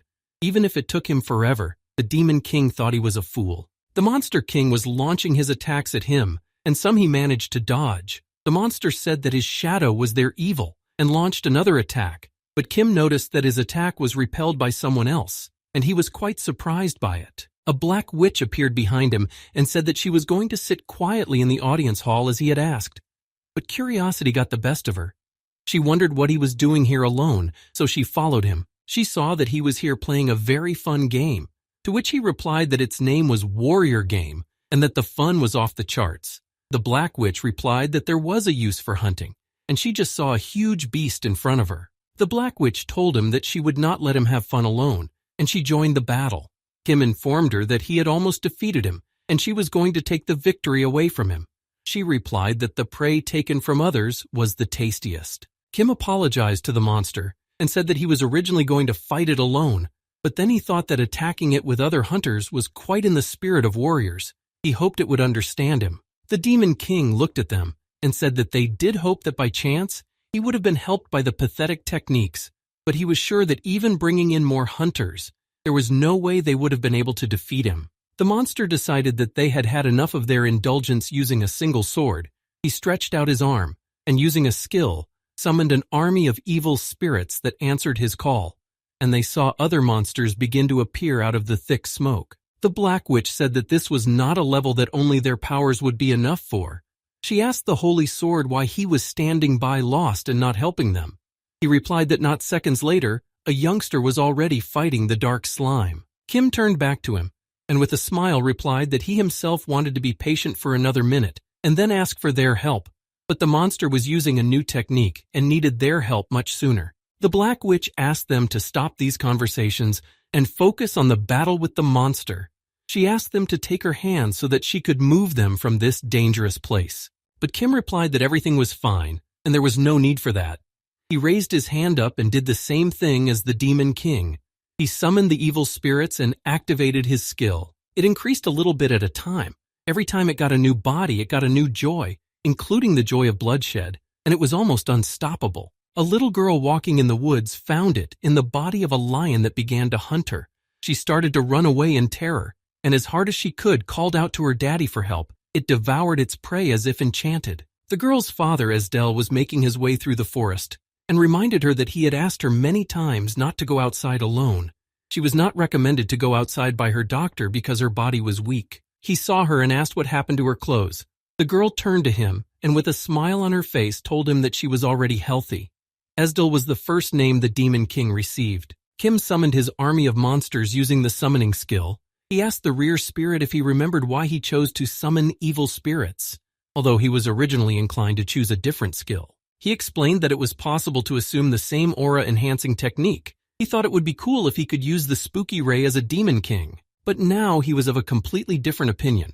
He opened the skill cards that said the people he killed could come back to him as monsters, and he asked the rear spirit how many people he personally destroyed to get his army. The rear spirit began to count how many people Kim had killed. He knew that he had not killed anyone except himself and the summer spirit. Kim asked him why then the eyesight of the Holy Sword detective was showing his kill count to be over 4,000 people. Kim explained to him that it meant that the method of counting deaths in the tower was different. And then he decided to ask the rear spirit once again how many deaths he thought he had on his hands.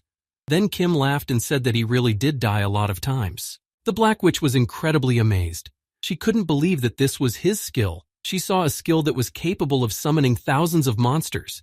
She thought that was why he was able to sweep the floor alone. The Demon King was shocked when he saw a technique like his own. Kim looked at him and said with a smile, he didn't have the slightest desire to tell him about it. The monster was pissed when he saw his skill. He thought it was unforgivable. He couldn't understand how much longer the goddess would laugh at him. His madness was out of line. He told her that there was a deal between them that she would take all of his offense. Kim shouted to the Holy Sword to fight alongside the skeletons, and with his support they would be invincible. The Holy Sword replied that he was reluctant to do battle in alliance with the monsters, but he thought better them than him. He asked the head of the Black Dragon to help him. The two of them would defeat the Demon King. She replied that she was sure they would have succeeded. She asked him not to bind her hand and foot and prepared to attack the monster. Kim raised his sword and turned to the evil spirits. He asked them to show them what they did best. He ordered them to kill and die in battle for him, and the evil spirits rushed to attack the Demon King's army. The rear spirit was impressed by how the nature of these evil spirits manifested and who they looked like. They fought even when they were losing their heads. It was an army of monsters not afraid of death. He thought it was terrifying. The Monster King said, how dare he? A stranger from another world, a man who took no malice, no grudge, no life of this world. He didn't understand how he dared to prevent him from destroying the empire. Kim drew his sword and pointed it at the monster. He told him that it didn't make any difference where he came from. What mattered was that he was here now. If even so, he felt that he didn't have enough rights. He asked him not to interfere. After his words, Kim was notified that the tower had given him a nickname, and now his nickname was the King of Death. And then Kim told the monster that the tower had confirmed his rights by this action. It honored the king who had subdued death. It did not age. Rather, it only became more beautiful day by day. The scent of its body made people dizzy and intoxicated. It was nicknamed the Holy Maiden of the Outskirts. Many people were drawn to it. A woman came to her who had heard that she could cure any disease. She held a child in her arms and begged her to help her. Her child was deathly ill. She asked her to bless this poor creature. Estelle held out her hands and asked if she knew the order. She was to leave the child here and return for it at dawn. The woman left the child and asked her to take care of it. She picked up the wrapped child, brought it up to her face, and breathed in its tantalizing, delicious smell. She thought that people were so desperate for love. She said her mother had wrapped her in the best things she could find. But even wrapped in such rags, the little child was overflowing with life. Estelle unwrapped the things and told her to calm down. She wouldn't be in pain anymore. The monster inside her was getting ready to devour the child. It was a true blessing to the world. The wonder that enveloped this man. The monster looming over the defenseless child who had no idea what lay ahead. Absorbing the flesh and bone of the child filled Estelle with his memories. She realized how much he had suffered. She said she understood everything and that everything would be all right now. She dipped him in the black slime and told him to live a little longer. The next, she gave the child to his mother and said that he was healthier now and had not even a slight ailment. She asked her to take care of him and to continue to love him as she had loved him so far. The woman rose up, bowed to her, and began to thank her very much for her help, after which more and more people came to her who hoped only for her help. A person who works miracles, who saves the sick. People were delighted with her. They thanked her for letting them go. Thanks to her, they could look forward again. They considered her a true savior, saving all those who suffer. For some people, it was another mass escape of the peasants. They united under the banner of the Saint of Salvation, and they needed to take action. They decided that they needed to send an army to destroy the village along with their healer. The commander gathered the knights and said that the land was subject to the goddess. He wasn't going to continue to stand idly by and watch the heresy spread.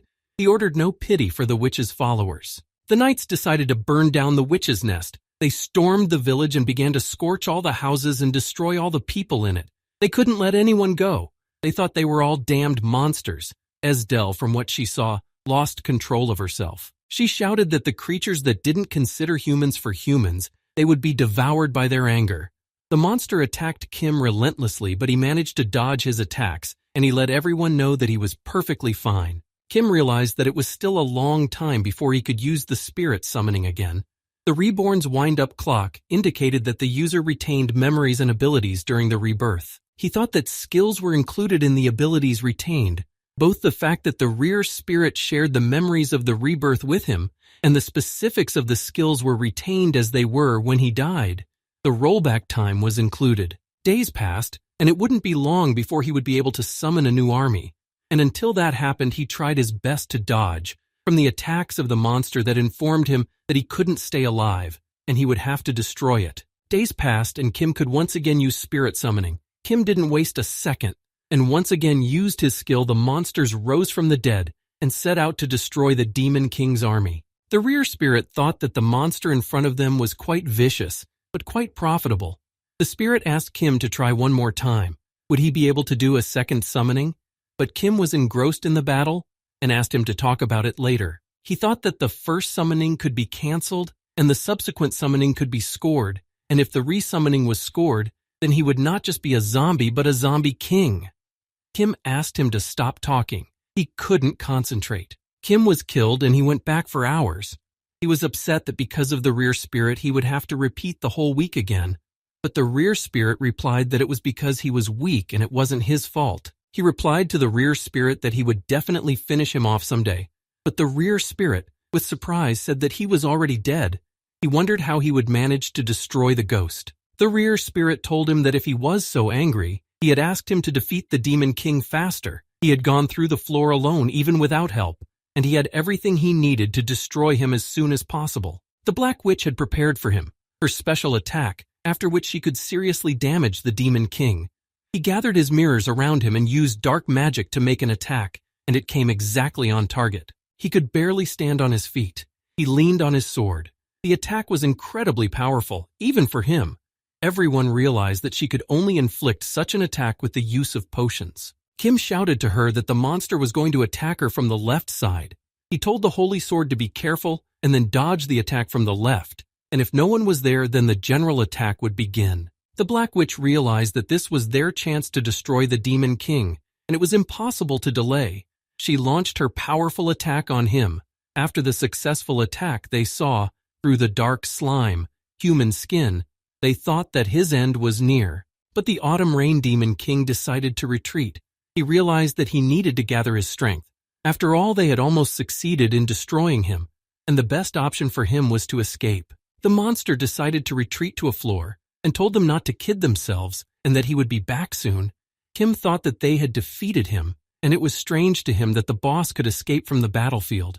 Kim clutched his head and couldn't understand why he had died so many times, for such a huge amount of times for the monster to eventually slip away from him.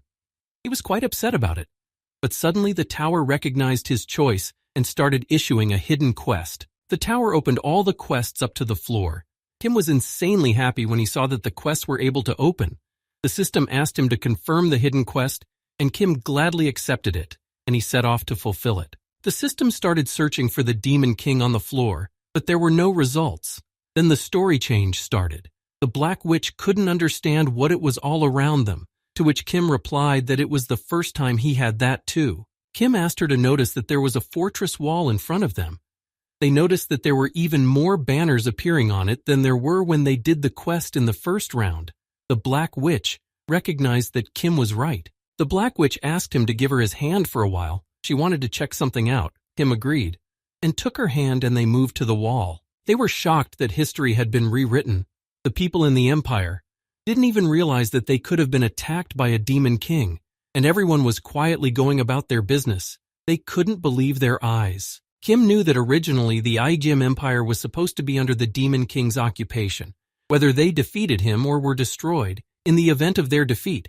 But the invasion was a fixed point. He smiled and realized, however, that now the invasion itself was not in this world, and while no one knew anything nor would be able to know anything, history had changed because of it. People were busy with their business and did not suspect anything.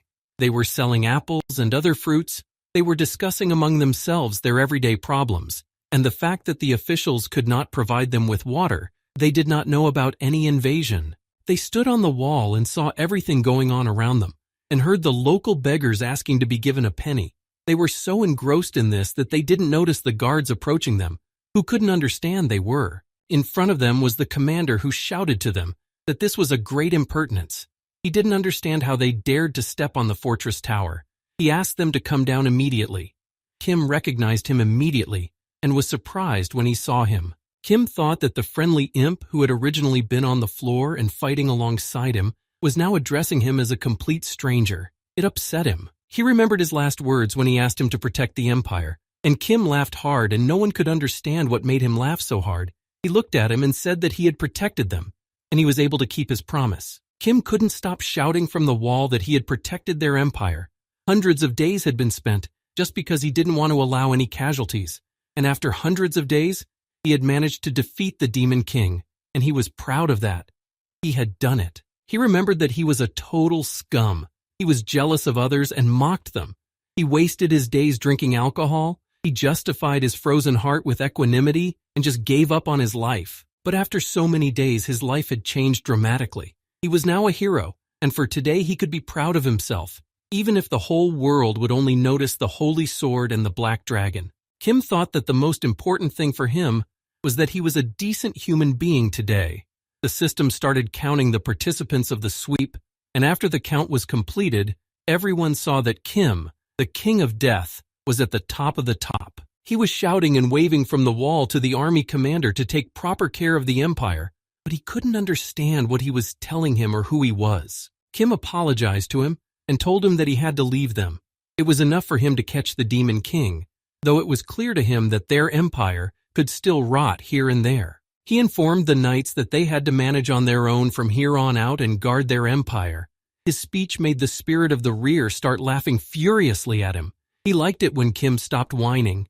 Kim turned to the head of the black dragon. He held out his hand to her and told her it was time to move to the floor. The Black Witch took his hand and thought that all the hunters that were in the top were never normal, and she understood that.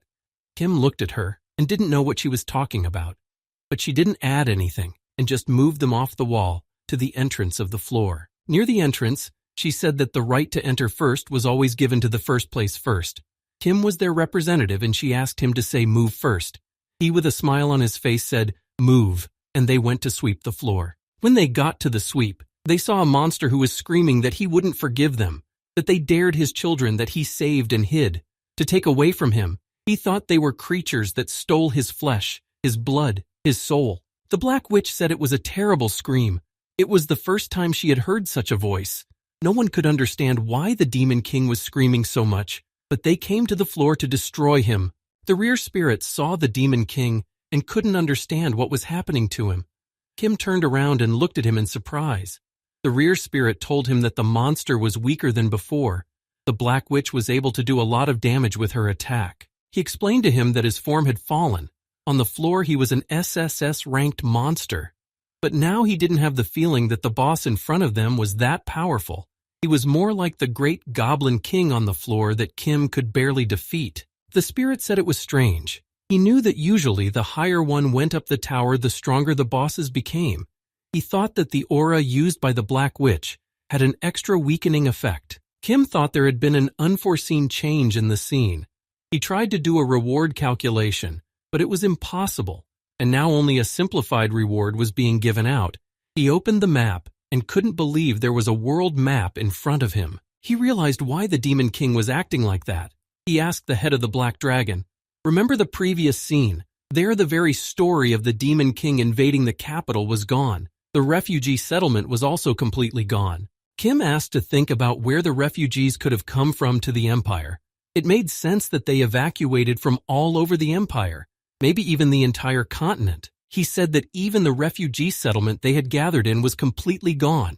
He said it wasn't just in the empire, but the entire continent had been changed by the history of the monster invasion. Kim explained to them that they were back in the period before the Demon King had almost completely taken over the continent, and now they were in the moment when the temple was attacked by it. He realized that the Monster King's level had decreased.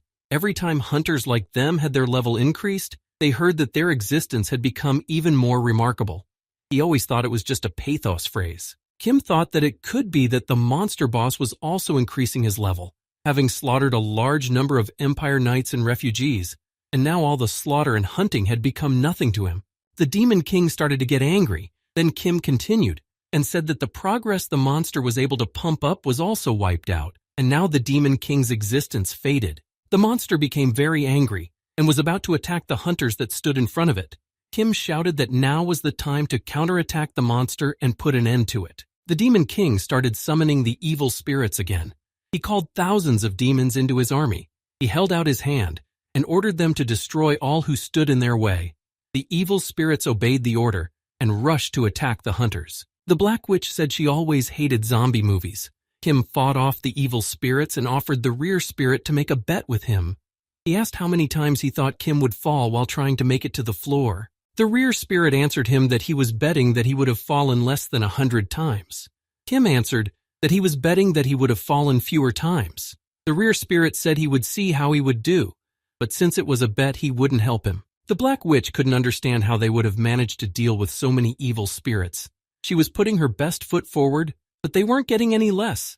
She asked if Kim couldn't use his monster summoning skill, and then it would be much easier for them to deal with them. Kim said that was impossible to do now. He would only be able to use it through coin. The Black Witch didn't know what he meant. Kim explained that it was a special condition to be able to use the summoning skill. He turned to the Holy Sword and asked him to destroy one of the roofs of the temple, which reminded him of a sarcophagus. He wanted to test something. The Holy Sword asked what exactly he wanted to test there. Kim said he would explain a little later. Kim was reborn and told the Holy Sword that that sarcophagus was a secret passage. A hammer with a special effect on the dead was kept down there.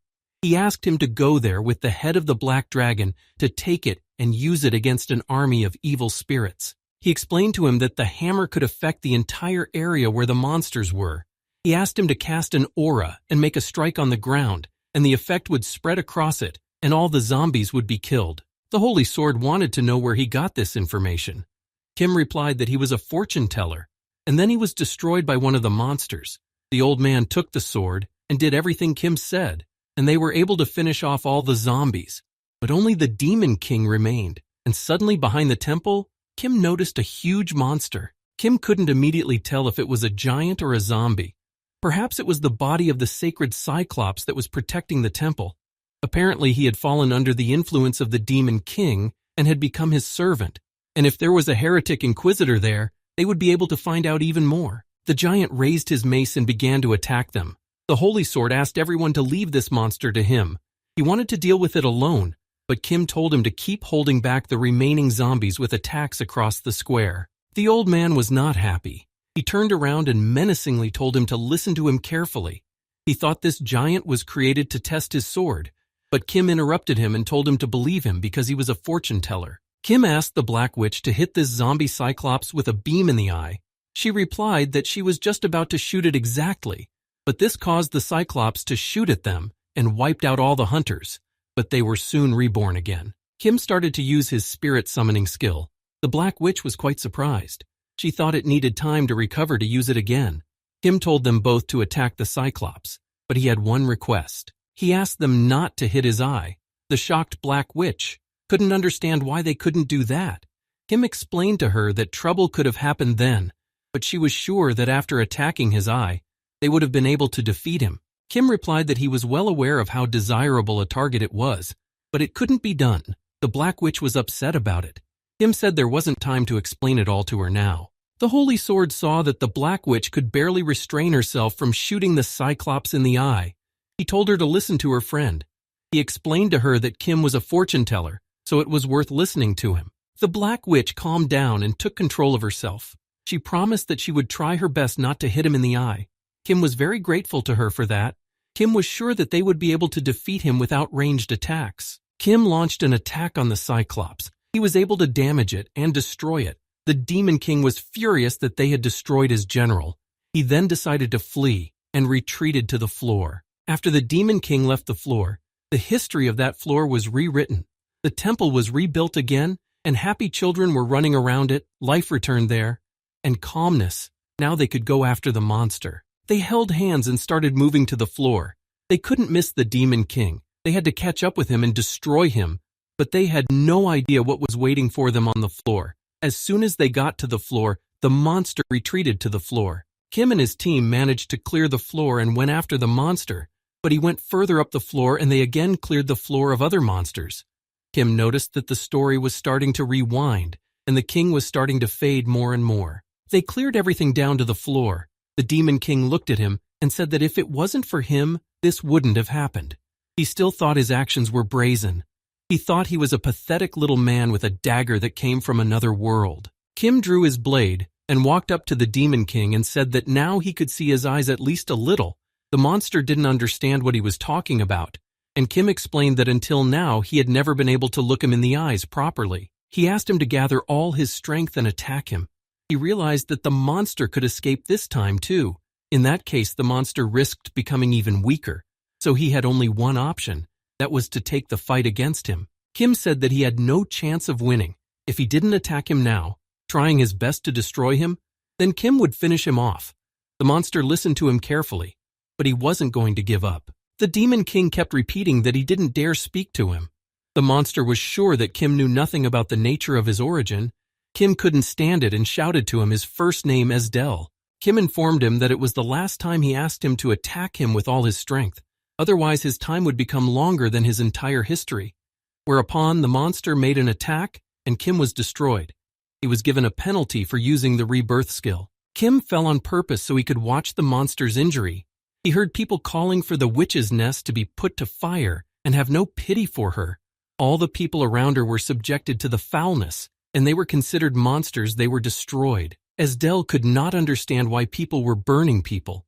She saw how the knights were doing the will of the Lord, and the order of His Majesty Emperor Tadongban, the high priest, ordered the heretic who dared to take the title of saint to be executed. By order of the Forest King, O spirits, with this arrow, a jewel given by the underwater ruler, they by the magic of their staff, for the sake of protecting the great agreement. Their brave warriors also took part in killing the people who lived near Esdel. Esdel walked through the burned village where not a single whole house was left. The people had all been destroyed, and she didn't understand who they were that could burn innocent people alive. She walked past the charred bodies and remembered how happy these people were with their first harvest, how happy they were when she healed them and they could run again, but now they were all killed. She collapsed to her knees and in tears listed their names. Maddened with grief, she began to eat the ashes that lay beneath her feet. She was incredibly angry at all the soldiers that had destroyed her world. From this point on, she thought they were all nothing, and she was going to get revenge on them for hurting her. Esdel repeated over and over again that they were all lowlifes. She didn't understand how humans could do this to other humans, and in her moment of anger, she was enveloped by a black slime that would later try to destroy the entire empire. She believed that all of them were also born humans. The beauty of life was known to them too. They were humans, and therefore they too were cry-capable. But why were they so stubbornly calling other humans monsters? Esdel didn't understand why her children were only destined to be considered monsters. She couldn't believe that this was their world where they were only considered humans. She decided to prove to them that humans were humans, and her resentment rained down. She decided that in that case now they had to prove that they were human. Her heart howled and echoed. She cursed them, and the red rain of her resentment began. She believed that it was their evil that created a monster like her. Esdel promised that no more villages would burn, and that all the knights and the people of the empire would be consumed by their evil. Kim was shocked when he saw her pain. The spirit of the rear told him that this was not his hell, and he needed to come to his senses. When the trauma replay was complete, Kim went back and started fighting the black slime, trying to get to Esdel. He struggled to defeat her. The rear spirit told him it was time to empty his mind. Kim noticed that the monster's body was clearly shrunken, and that all the dirt had almost come off her. He saw the notice again that the Demon King's existence was becoming faded. The Demon King started to say something nervously to him, but Kim wouldn't listen to him and asked him to retreat. He drew his sword and ordered him to retreat to the 20th floor.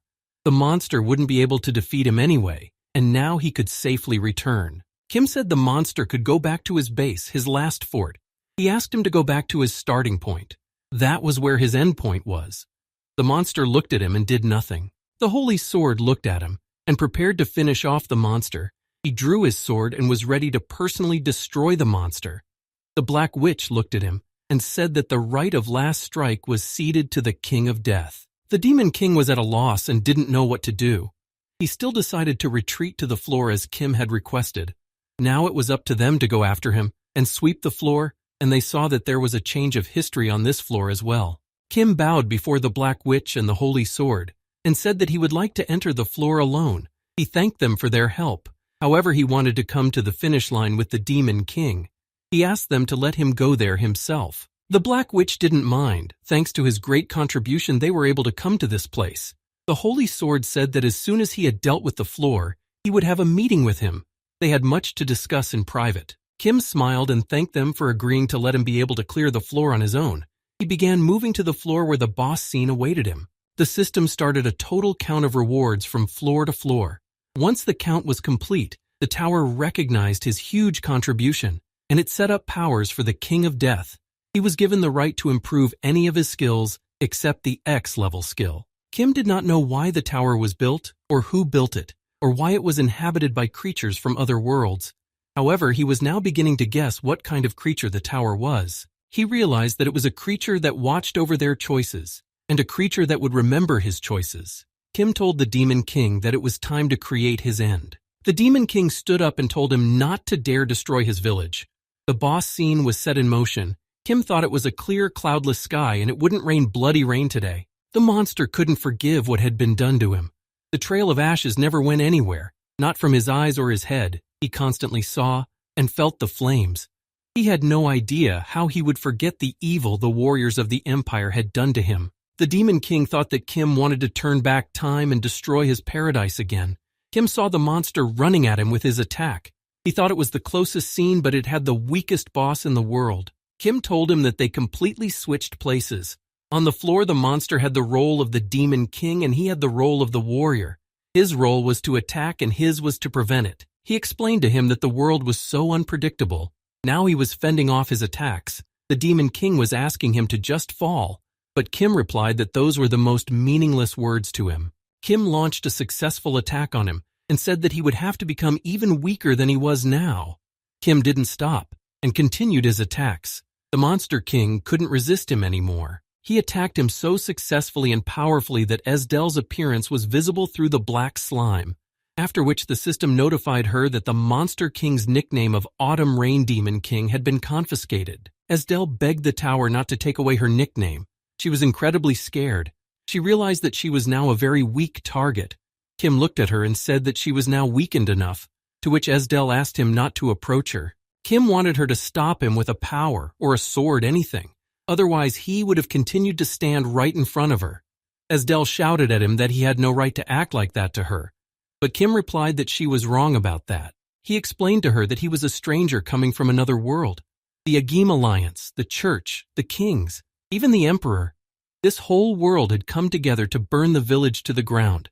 There was no one on this continent free from responsibility for this. Kim realized that everyone around him was guilty before her for what had been done, but he was absolutely not guilty before her because he was from another world and was an outsider here, and all the other hunters had nothing to do with what had happened either. He added that was why she had no right to hold him accountable to her, and she didn't even have the strength to stop him, Esdel cried, and tried to justify herself, but she was having no luck. Kim thought she was trying to say she did nothing wrong. He said Esdel must have been scared too. Just like she was now, she was screaming, begging not to kill, calling for her father. And what did she do to that child in the end? He said the mother had brought her precious child to her, trusted her, and she had devoured it mercilessly, while building herself up as an angel to save the suffering. But in return, she had only betrayed them all, those who had believed her. She yelled that she didn't mean it, but Kim replied that she was hiding the truth about stealing Esdel's identity, about absorbing the child. She was afraid, and figured people would misunderstand her and mistake her for a monster, so she kept quiet. Esdel lowered her head, saying that she didn't know, and those memories, she didn't know anything about human life, and what those words meant that the fleeing girl screamed she didn't know, so she made a mistake. She was sure that if she knew what her words meant, she would never have destroyed Esdel. Kim interrupted her and said that was exactly what humans did. He figured that the people who burned them were justifying themselves that way too. Kim realized that it was an obvious lie, and there could have been some among them who had lied out of self-interest. But could she be firmly convinced that every single one of them had been like that? He asked what happened to those warriors who were only following orders, and to the people who had to find a new shelter almost every day. There was no one among them from whose lips like hers could sound, "I didn't know." Kim approached her and apologized. He said he had not been taught anything and therefore was uneducated. But there was one truth of the world that he knew for sure. He said that evil always returned only evil. He added that since she already believed that what she had plunged into darkness and then spit out was still a person, then she should have gone through the same thing and that would be fair. She looked at him and couldn't understand what he was telling her. Kim turned back to the tower and said that he would like to use the sweep reward. He remembered that she had clearly said that he could improve almost any of his skills, and he opened the skill card to choose. Tower recognized the validity of his words and warned him that too much more improvement was impossible. Tower gave him an example to help him understand and figure it out faster. Kim requested to improve the skill of summoning evil spirits, but he wanted to change the part in it from "memories are not retained." He wanted that if he wanted to, the memories from the summoned person's life would be retained.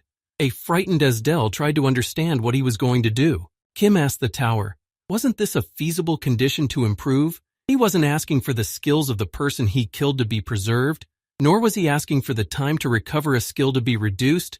He was only asking for memories. The tower started measuring the feasibility of his request, and after a few minutes, the tower recognized that his request was feasible. He took the skill card, and the Death King's request was granted. Kim thought that this was his first SS-level skill. Now he decided to destroy it, but if she didn't like the sound of it, she could consider him absorbing her, just like she absorbed Estelle and the sick people. He told her that after absorbing her, he would spit her back out. He was really glad that she had become human. Before, her form was that of a monster. With so much difficulty, he would destroy her, but he couldn't make her an object for a skill. The rear spirit, when he saw them sword fighting, said it was all wrong. Her feet didn't step on the ground properly, and with that she was swinging her sword. She wasn't really looking forward. She didn't have any confidence in her weapon. She could barely hold her sword, but she wouldn't give up, and she didn't want to be killed. The rear spirit said the type of swordsman relying only on skills and aura, but he changed his mind, for she couldn't even be called a swordsman. The rear spirit asked him to watch her carefully, because he had told him every time that he needed to refine the basics, and in the last moments, all hope would be on his arms and legs alone. He realized that he could no longer watch her ineptly wielding her sword. He asked Kim to put an end to her as soon as possible. Thus alleviating his suffering, Kim launched an attack and shattered her sword. Now she had nothing to attack and defend herself with. Kim approached her and was ready to end her story. He thought that this was the end of a demon king, a man reaping doom. He thought this was a fitting description, and at the last moment he was stopped by the rear spirit. The rear spirit apologized for stepping in during his swing, though he really didn't care. He recommended that he not rush to kill her. Kim asked why he had to delay her destruction. It seemed to Ghost that everything was working out very smoothly. She wasn't a monster now, but she was now exactly as he told himself human, exactly like Kim. The rear spirit suggested that she may have just become just a normal non-player character. He asked if he was sure that non-player characters were also becoming the object of evil spirits reviving. He asked Kim to wake up. He said that the tower was extremely cold-blooded in such details. If he got carried away with the atmosphere, it could then turn out that the non-player characters were not the object, and then all his efforts would go to waste. The rear spirit suggested he look at the skill map again, where it said personally killed people, but it wasn't clear if non-player characters were included there. Kim replied to him that they were people too, but the rear spirit was sure he was the one who thought so. Kim apologized to the tower and informed it that he wanted to clarify something. He asked the skill of reviving evil spirits when killing non-player characters also recognized them as deceased, or were they only considered hunters like himself? The tower accepted his question and the clarification process began. But after a moment, a notification appeared that clarification was not possible. This request exceeded the tower's authority. Kim couldn't believe it. Kim saw that the questioner's credentials began to be verified. After that, it was approved, and the Death King now held the temporary rights of an apostle. The tower recognized the question put forward by the Death King as an agenda. He couldn't understand what was happening to him. He only saw that the tower was requesting a meeting of the 6 pillars of 10,000 lives for a decision to be made by voting. Kim read the notices carefully and had absolutely no idea what it was. Kim found himself in a place unknown to him. He didn't understand why nothing was visible here, but he could clearly feel an overwhelming sense of the presence of the 6 pillars of 10,000 lives. They put the matter to a vote. If they agreed with the inclusion of non-player characters, they could vote in favor of it. If not, they had to vote against it. The discussion began, but Kim didn't understand a word. He was unaware of their speech. Kim held his head and thought that usually in the tower, any language used was immediately audible with translation. But it was different with them. He couldn't make out anything they were saying at all. He thought that these were not the creatures from the tower. Probably these creatures could not even be compared to some demon king. Kim thought that they could be the creators who designed the tower. The vote ended and the result was against and one refused. Kim thought that these were incredible beings that could decide the fate of his skill. He didn't understand why they had brought this vote to a deadlock. Kim realized that another member had not voted, one that had been here from the beginning and then joined he didn't need to, having always been here, who knew everything about everything around him. He figured that the Tower Master was among them, and then Kim said that he thought the fairest thing to do would be for them all to vote to include non-player characters in the skill of summoning evil spirits. Kim explained that if non-player characters were not included in the skill, then how the Demon King was able to summon countless monsters. All the brutally killed people of the Empire and Kingdom were non-player characters. He said that he could guess what they were all worried about. They must have been worried that he would be able to arrange a mass summoning after mindlessly killing a non-player character. However, he was sure that he had already shown them what kind of person he was. Kim looked at them and honestly said that he wasn't that kind of hunter. They could trust him. He informed them that he wasn't going to continue to do that. He didn't want to mass conscript anyone. Kim heard the girl laugh.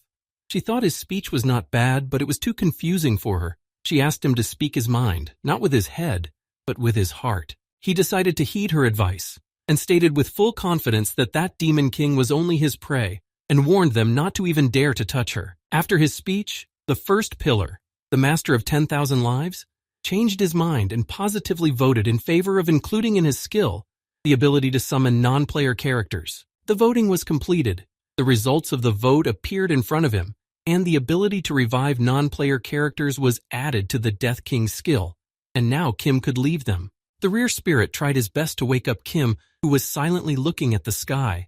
And when Kim woke up and looked at him, the rear spirit asked why he decided to pass out right now. He just wanted to ask the tower a question. He kept yelling at him to answer him. Kim looked at his hands and thought it was as if he had blinked once, and yet it felt like an eternity had passed while he was there. Kim called out to the rear spirit, who was quite pleased that he was now responding to him. Kim then asked him if he had heard anything unusual, or if he could see anything strange. He explained to him that the tower had called him to another world, but he couldn't remember the exact name of the place he had gone to. There he had a creature that looked like the master of the tower. He asked the rear spirit if he knew anything about it. The spirit told him that he must have gotten carried away and overdone it. Then Kim realized that he knew nothing about it. He was surprised that even the legend who had cleared the tower of the other world to the ground floor didn't know who he had just met. Kim decided to calm down. There was still a lot he didn't know, but some things he did know for sure. He would now deliver the final blow to his prey, who begged him to spare her. He figured he would deal with the rest when he could get to the 100th floor of the tower. He swung his sword and was ready to destroy it. He didn't doubt anything else, and delivered the final blow to the monster. Kim delivered a deadly attack, and immediately used the evil spirit's summoning skill. He commanded her to come to life again, and appear in front of him. He now had the ability to summon non-player characters. He asked her to come up. He noticed that the appearance was the same as when she was alive, but now there was only a newly born life in front of him. He realized that the person who gave life in this world always had a responsibility for it. Kim looked at her carefully and said that she didn't fit the stolen name Esdel. She wasn't allowed to wear it. His first task was to give her a new name, and he gave her the name Evil Spirit. From now on, that was her name. He also said that from now on she served only him, Esdel, the saint of the outskirts, the king of the fall rain demons. The one who had no right to be called by any of these names was given her new name. The rear spirit couldn't understand. Given his attitude towards her, she would be fit to anger and despise him. He wondered why she bowed her head to him unquestioningly. Kim understood that the rear spirit wanted to know why the evil spirit had decided to obey him without hesitation. He answered him because she knew, and added that pretty soon he too would know everything. On the floor there was a change of history, and the burnt village was rebuilt again. The evil spirit covered her face with her hand and begged not to repeat the past history. She was scared. She realized what was about to happen very soon, so she cried continuously. She heard the clatter of hooves and realized that the knights were approaching the village to burn it to the ground. The commander was the first to arrive at the village and ordered the whole army to stop. The evil spirit fell to her knees and began to plead with her lord. She said that she would not hold a grudge and would not seek revenge against the knights of the empire. She was willing to follow his every order, but she did not want to see history repeat itself. She said that she didn't care what would have happened to her, but she didn't want to see the evil warriors destroy her paradise and destroy the people she held dear. She couldn't hold back her tears. She was in utter despair. The rear spirit understood what Kim was up to and said that he now had a duty to protect his vassals. He apologized to him for not knowing why he was doing all this. Kim replied that he had lost the argument to him too and asked him to think about payment. Kim got in the way of the approaching army and ordered them to stop. He couldn't let them go deep into the village or they would have slew it immediately. The commander of the army was incredibly angry. Seeing such insolence, he didn't understand how he dared stop them. He asked what had brought them to such a wilderness. Why had they come to the village? The commander replied that they were here on the orders of His Imperial Majesty, on a special mission. The commander said that they had received information that there was a witch living here who was clouding the minds of the people, and they said that there were even monsters here that had fallen to temptation and willingly threw themselves into the maelstrom of evil. They could not ignore that. Kim asked what they intended to do next. The commander replied that they were going to purify all these places with holy fire, and they would destroy all the monsters. Kim opened the map and realized that he knew them all who stood before him. The Holy Knight of the Temple of Salvation, said the priest, told them to punish the heretics who dared to give her the title of saint. The forest elves arrived at the behest of the forest king. The waterfall mages said the wise underwater ruler who bestowed Gemma sent them. The merchants of the Union of the Free Cities, the standard bearers of the fields, the knights of all the colonies decided to unite, and now with them the whole world was their responsibility. And they all came to fulfill the will of the emperor and burn the village with its inhabitants. When the commander introduced him to everyone who had come to the village, she decided to ask him again who he was if he dared to obstruct their mission. Kim thought that the people of the continent would not have known their justice. They were unaware of their selflessness. But justice was still justice, and selflessness was still selflessness. He remembered that the commander had said that he had come on imperial orders. The commander was shocked that Kim had addressed him as an ordinary man. After all, he was the commander of the empire who carried out the will of the emperor. Kim surprised him even more when he said that he looked very funny. After all, he knew better than anyone what position the emperor was in right now. Kim thought that all his words about the order were complete nonsense. The knight didn't understand what he was saying. He thought a witch had sent him. Kim replied that it was not for him to say such words, because he was going to overthrow the chosen heir and put a prince on the throne. He knew this by looking at his injury. Kim went up to him and told him that he could not live like that. He was destined by fate to spend his life weaving nets in the port, but at a ripe age he had already become a commander, and it was all thanks to His Majesty. The commander thought that Kim was going to change the public opinion. In front of all the representatives of the world that was gathered here, he could not allow this and let sow discord in his army. Kim replied that he was a fool to take him for a mere henchman of the deposed queen. It could be because he had seen almost nothing in his life but nets, and he did not understand what he saw in front of him. The commander wanted to know who had sent him to this place. Kim looked up and asked if he wanted to know who he really was. He raised his sword and told him to see for himself and believe it. The shining sword was seen by all the members of his army. Kim shouted to them that before them was the predecessor sent by Refund Agim, the great emperor. Looking at this, they could not believe what Kim had told them. Kim turned to the commander and said that he was well aware of the unrest in the imperial court and knew of the atrocities of the criminal heir, as well as the fact that he had sided with the prince out of pure loyalty to the empire. He added that he was checking if the slander that he was mad with power was true, and he was also studying his nature. He asked if it offended him. The commander replied, "Not at all. He was shocked that he was able to recognize his loyalty. The commander said his temper was as good as his stupidity. He wanted to know how he could atone for this sin. Kim said if he had no offense, why was he still on horseback, and asked him to come down. Kim ordered him to protect the rising sun, to protect all living things from sea to land. He said, "Let the Aigim Empire shine forever." The knights bowed their heads and saluted the great emperor's predecessor. The spirit of the rear was amazed that he had managed to subdue them. He said that he had always known that Kim could talk nonsense and that he was a master liar. Kim replied to him that did he only now realize it. The ghost thought that in that case he would teach him another lesson when he swung his sword. It was not only skill that really mattered, but also faith, confidence, and especially faith in himself. He looked at him sternly and said that it was also about lying. To deceive an opponent, you had to deceive yourself first. He asked him to remember that lying was believing in yourself. Kim noticed that, as expected, the lie was only effective on the army of the empire. The other representatives did not believe him. They could not understand where the predecessor of the great emperor could have come from. The commander timidly looked up to the great emperor's predecessor. He asked if he could ask him one question. Kim wanted to know what question was plaguing the commander. He said that today they had come to overthrow the witch. But what was he doing here? What was his mission? Kim told all the Imperials with full confidence that he had already overthrown the witch alone. The Imperials couldn't believe what Kim told them. Then he turned around and pointed to the witch sitting on the ground.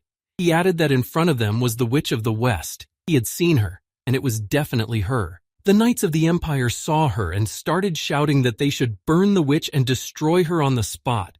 Kim raised his hand and ordered the evil spirit to come to him.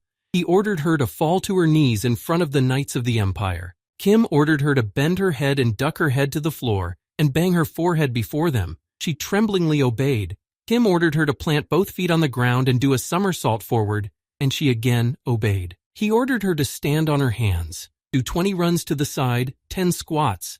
He had her do various physical exercises to demonstrate to the knights her submission. She performed everything without thinking. She could not contradict him, and after a while she collapsed on the ground, saying she could no longer. Her body did not move. She could no longer move. Kim asked the warriors. Now it made sense to them. As they could see, the witch had already been defeated by him. Now there was no way she would disobey his order.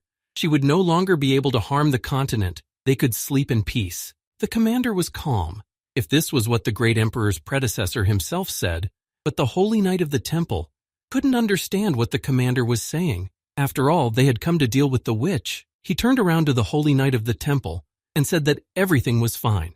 The predecessor claimed that the witch was already defeated, and there was no need to burn the village. The knight asked if he believed it. The commander lost his temper. He thought that the knight had questioned the authority of the empire, and that he doubted the sword proving the patronage of the goddess. He was incredibly angry that he had put the order of the high priest above the lisps of the great emperor. The holy knight was equally angry when the commander began to speak so disparagingly of the church, to which the commander replied that he was the first to doubt the authority of the sword. The knight threatened him that the prince would not have the support of his holiness. They began to fight, and to find out who was right and who should obey who. The commander could not give in to the knight, and the knight could not do the same. Kim smiled at this, and realized why the evil spirit was sowing enmity among all the hunters. They were asked to disperse by the waterfall mage, who said that for him personally the problem questions were simple enough to find out the whole truth about the young man, and the witch, he said it was enough to verify it. The mage took out a magic ball and said it was a soul gem given to him by a wise underwater ruler. By dropping blood into the gem, one could tell if the soul of its owner was light or dark. He said that if this woman was actually the witch of the outskirts, and if Kim was actually the predecessor of the great emperor, then he had to accept the verification of this gemma. The magician once again explained to everyone that in front of them was a soul gem given to him by his ruler. When the gem was touched with the blood of a person with a good soul, it would shine with white light, while the blood of a person with an evil soul would color the gem black. He held out the gemma and asked them to take a gemma check to find out the whole truth about them. The gemma was to put an end to the arguments of the two knights, and pretty soon they would know if he was telling the truth or lying to them. Whether they had committed atrocities or accumulated good deeds, the gemma would show everything, Kim thought. It was just an amalgamation of the detective's eyesight and the holy knight's lie detector. The rear spirit told him that these kinds of half-elves were good at creating such an item. Kim, hiding the blade in his sheath, said he was fine with that. They could test it as much as they wanted. The mage replied so he wouldn't regret it later. Bluffing in front of the gemma was useless. He then decided to first test the soul of the woman they came to burn in the sacred flames. He made a small incision in her and dripped the blood onto the gemma. He was amazed at how black her soul was. He was shocked at how many atrocities and murders she had committed since she was such a cursed creature. He said she was definitely a witch. She was a demon king. The mage let her go and said it was his turn now.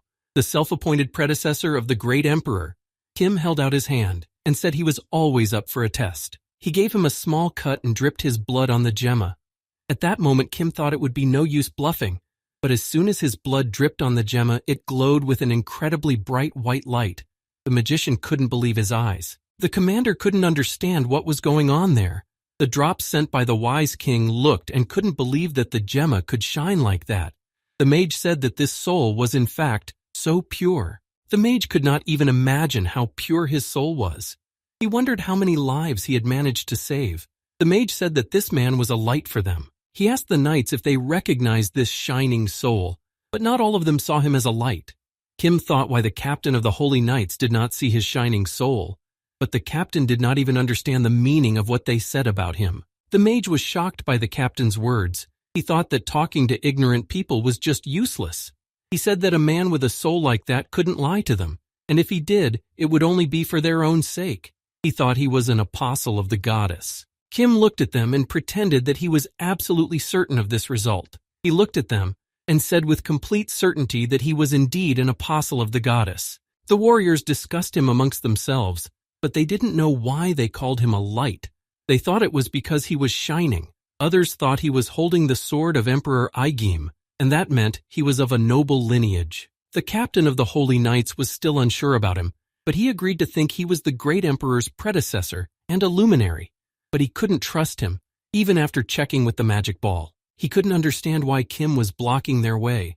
The captain thought they had all forgotten that they had come to this place to burn it down. That was the order they had received from their command. The captain said that His Holiness was not only worried about the witch, but also about the heretics who followed the witch. They could not let them escape the heavenly punishment. Kim felt that the evil spirit was trying to tell him something. He said that if he was really an apostle of the goddess, he should have led the mission of heavenly punishment. Kim looked at him and threateningly told the captain to watch his tongue.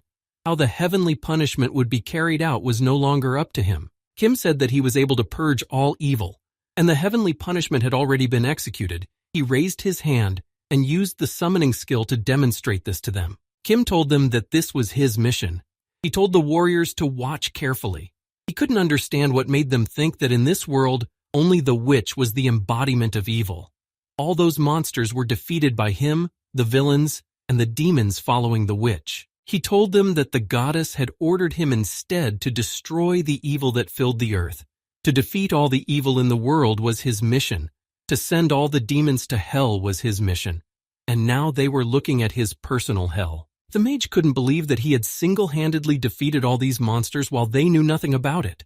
Kim lowered his head, and with sadness in his voice that he had gotten it right. He was surprised that no one could recognize him as Mr. Apostle. It was truly hell for him.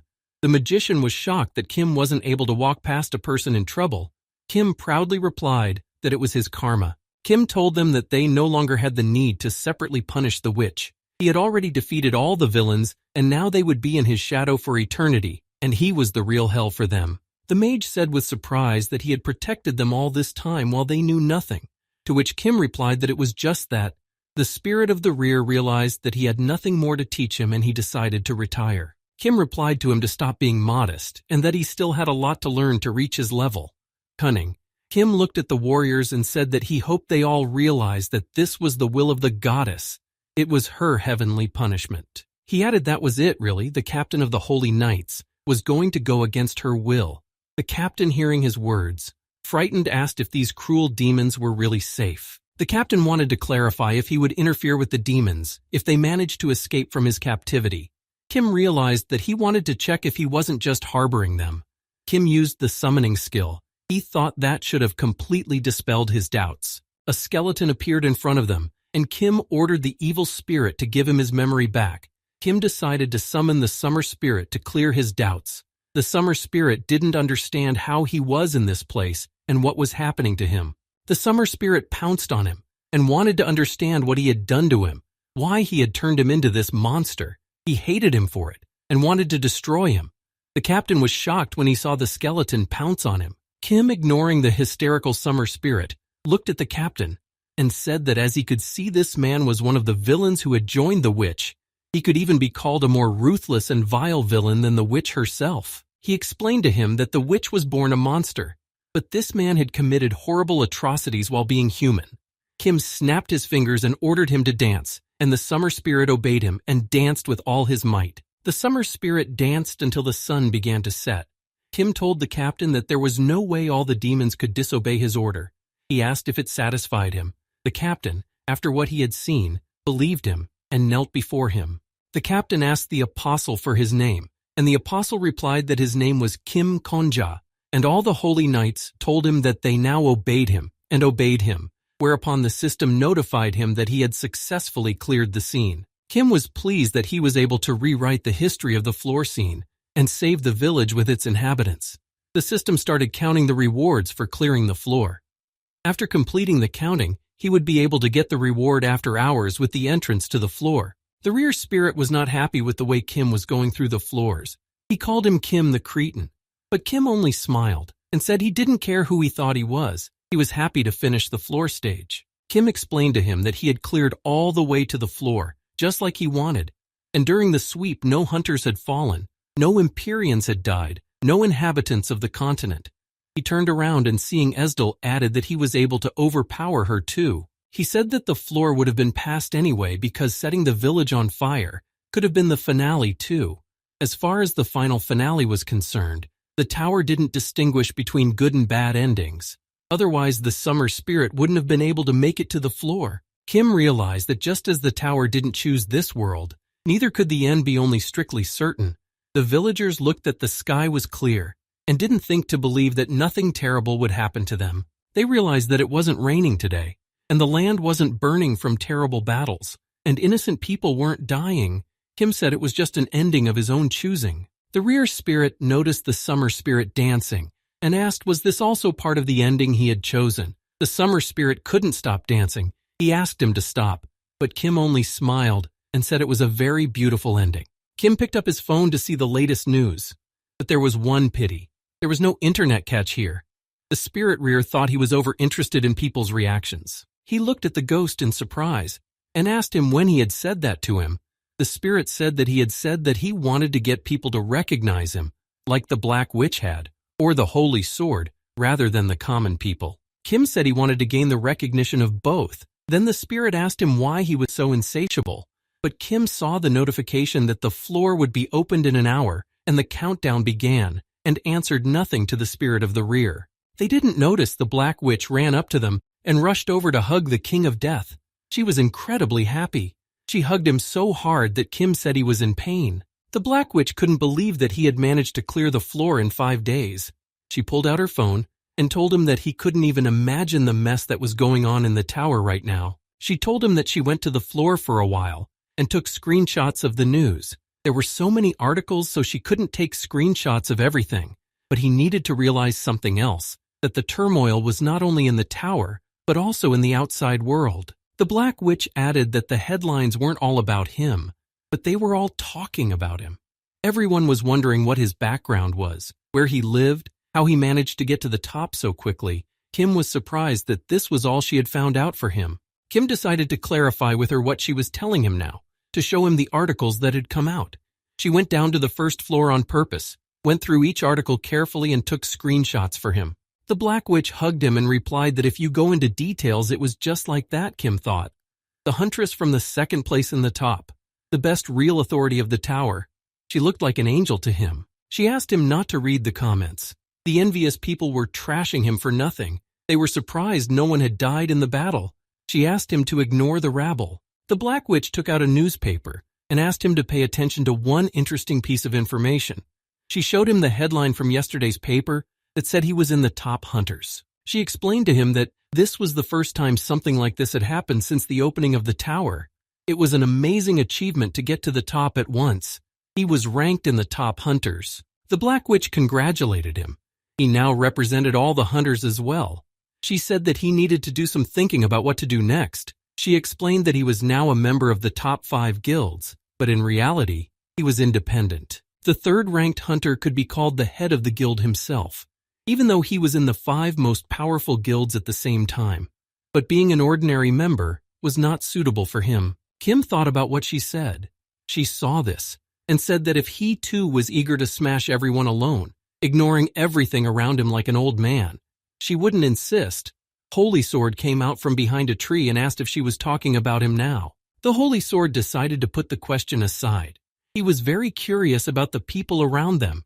Kim explained to him that they were knights who had come to this place from all over the continent. He said that as soon as he defeated the Demon King, the event of non-player characters invading the floor scene started, so with the help of skills and items, he tricked them, and they were now retreating. They were completely unaware that he had, and talent for lying. Kim smiled, and said that thanks to lying, he was able to clean up the scene without bloodshed, which was much more important to him. The Black Witch said that she wasn't going to blame him for that.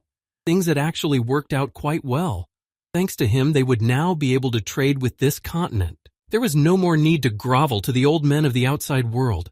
Those bastards were hitting food prices every day. She wondered if they could continue to do so. The Holy Sword said that for the most part, the trade between the tower and the outside world was unfair. Capital, resources, technology, everything outside was in abundance. The same could not be said for the tower. Food was a perpetual problem. Kim thought when he first saw the Black Witch she seemed like an icebox, but they had grown very close to her over time. He asked her if she wanted to trade with this continent, to which she nodded positively at him. He smiled at her and said that he would be able to put in a good word for her. He explained to her that in this world he was the predecessor of the great emperor and an apostle of the goddess, and if she was also introduced as an apostle of the goddess, it would help establish contact. Suddenly her face turned serious, and she said that it was a lucrative offer, but he was not the kind of man who would ask for her for free. She asked what he wanted in return. Kim answered her that he wanted the whole floor. He wanted to occupy the whole floor. He wanted the whole floor's land to be his property. In return, he would not charge any clearance fee from floor to floor. He added that they could share the profits from the turnover with the other hunters. She was interested in his proposal, but she couldn't decide everything alone. She would have to discuss it with the other guild heads. She asked him exactly he wanted the place. At first glance, it didn't seem to hold any value. She said that a sweep from 9 floors could get a lot more. Kim replied that he liked real estate better than money. Land was better for him. The Black Witch said she would gather all the guild heads on the first floor. She said he would show himself to them, and at the same time they could discuss any issues that arose. Kim agreed, and they started moving. But suddenly the Black Witch stopped and said she had a question about what it was, and pointed to the dancing summer spirit. Kim asked her to pretend she didn't see anything. They began moving to the first floor, and the Black Witch suggested that they could designate the coffee shop as the meeting place when they first met. Kim replied that it didn't make any difference to him. Kim walked with them and thought that to others it had been an ordinary 5 days, but to him it had been hundreds of days in which he had been dying to save them, but they hadn't even realized it. The Black Witch noticed that he started to smile, and she asked what was wrong with him, to which Kim replied that the realization of the scene sweep came to him. Then he said that he should have realized it sooner. She started to open the doors and reminded him that she told him that the people in the tower were only talking about him now.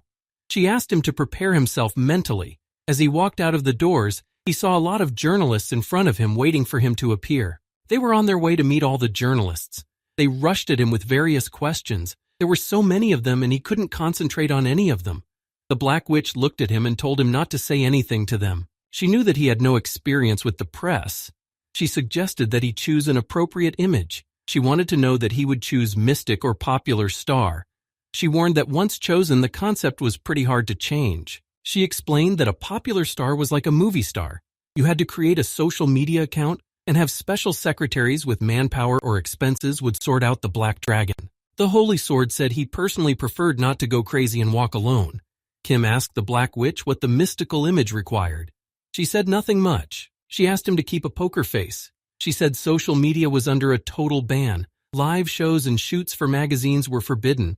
Interviews would be about twice a year. She asked to give them, only to reporters she would approve of. Kim asked that was all it took. The Black Witch turned to him and said he didn't know yet how hard it was. Attention was a highly addictive drug. A person became happier when a single person showed interest in them. But a couple words thrown here and there were hundreds of people reacting to it. There were very few people who could resist this drug. The Holy Sword looked at her and said it was all a waste. The Black Vedbama agreed with him but said it was a very nice waste. She was waiting for the King of Death to make a decision. Kim replied to her that all he wanted was his recognition. He didn't really understand it, but he figured it was a little different than attention.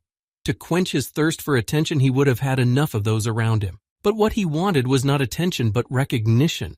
Whether it was recognition or hundreds of people, the Black Witch didn't think the difference was that significant, but she respected his answer. She said they were lucky he was such a man. Reporters surrounded them on all sides. The Black Witch recommended that he make a poker face. She wanted to let him in on her signature secret. She told him to remember something really unpleasant. She said that she personally remembered the death of her father in a civil war in the outside world. She and he were running, but the military caught up with them. Her father stayed behind her and yelled at her not to turn around. So she ran, not even turning around at the sound of gunfire. She didn't see anything wrong with running. She was still just a child after all, but she wondered why she didn't turn around. It was so easy. She said she thought back to that moment when she had to make a stony expression on her face. She kept replaying the memory until she stopped because of the heartbeat in her ears. The Black Witch was sure he had a few similar memories too. She turned around and saw the stone face on him, and she said he was a quick study. They entered the cafe where the heretic said he didn't think mopping up the floor would have really worked out in 5 days. He thought it was the best accomplishment since the creation of the tower. The Holy Knight said she thought their trio would have failed and fallen in the mopping up. They were happy to see them alive and unharmed. The Holy Knight wanted to know the secret by which Kim was able to sweep the floor alone. Kim replied that it was enough to live by conscience. The Holy Knight replied that it was incredibly practical advice. He said they hadn't seen each other in a while. The Countess replied that it had barely been days. She said they stayed in the audience chamber as promised, but there was something surprising. After a while, the non-player characters of the Empire suddenly started moving. Inquisitor Heretic excitedly said that the non-player characters mistook them for traitors who invaded the Imperial Palace. The Night Order and guards came to arrest them. He recalled it with a smile on his face. Poison Serpent said that the Inquisitor had different tricks. After they were arrested, they escaped from the dungeon. The Inquisitor didn't expect that there would be such a secret path in the dungeon. It was as if he had returned to his childhood. The Inquisitor had been caught in the Bulgarian Mafia as a child. He replied that he had. The dungeon, the escape. All of those had been the best moments of his youth. The Black Witch had said that they had all lived a cool life in the outside world, and she knew it. She knew the Countess was born in an Indian village. The Poisonous Serpent had parents who were heads of gangsters. The Holy Knight had suffered in Venezuela. They all had their own path in the outside world and their own stories. The Black Witch said it appeared that they were all scum in the outside world. The Holy Knight brought a glass of coffee to her mouth and replied that she shouldn't have brought up such topics in such places. It was too risky. The Holy Knight asked what it meant that the Death King was now considered their man as well. The Black Witch replied that it was. They hadn't seen much, but the Death King had made a crucial contribution to the sweep. The Black Witch said that they hadn't lost a single person. Moreover, that was the case even with multiple participants on the floor. So she wanted to make this guy a hero representative of their tower. She explained that the Countess was too hungry for money. The Countess understood that and couldn't deny it. The Heretic Inquisitor had destroyed too many people. He reasoned that they were necessary sacrifices. The Black Witch continued and said that the Holy Knight couldn't stand the extra attention. She said it was all out of her character. She apologized and said that the Poisonous Serpent was too incongruous. The Holy Sword, as they all knew, was an old man obsessed with swordsmanship, and she herself often had to conduct covert operations behind the scenes, so she wasn't suited for the role either. The Black Witch said that meanwhile the Death King still didn't have any external reputation. The Inquisitor said that they were already outdated characters, and their effectiveness had dropped. The news of the hunters was coming out in magazines, but the circulation was reduced. The Inquisitor began to measure him, and said that his height was a little short, but that was okay. You could tell from his example that being photogenic would cover everything. He asked if he was dating someone, or had dated someone before. Kim said he wasn't dating anyone. Kim heard that some people thought his smile was slippery, and that was why it was worth turning to mysticism. and the fact that he was not in a relationship could get them in trouble. There could be crazy rumors about it. The Black Witch promised to take care of it. All the chapters were coming up with the perfect scenario for him. Someone had come up with the idea that in 5 days, through the sharing of sorrow and joy, love was born. Kim listened to it all and he didn't like it. Kim decided that they needed to stop talking.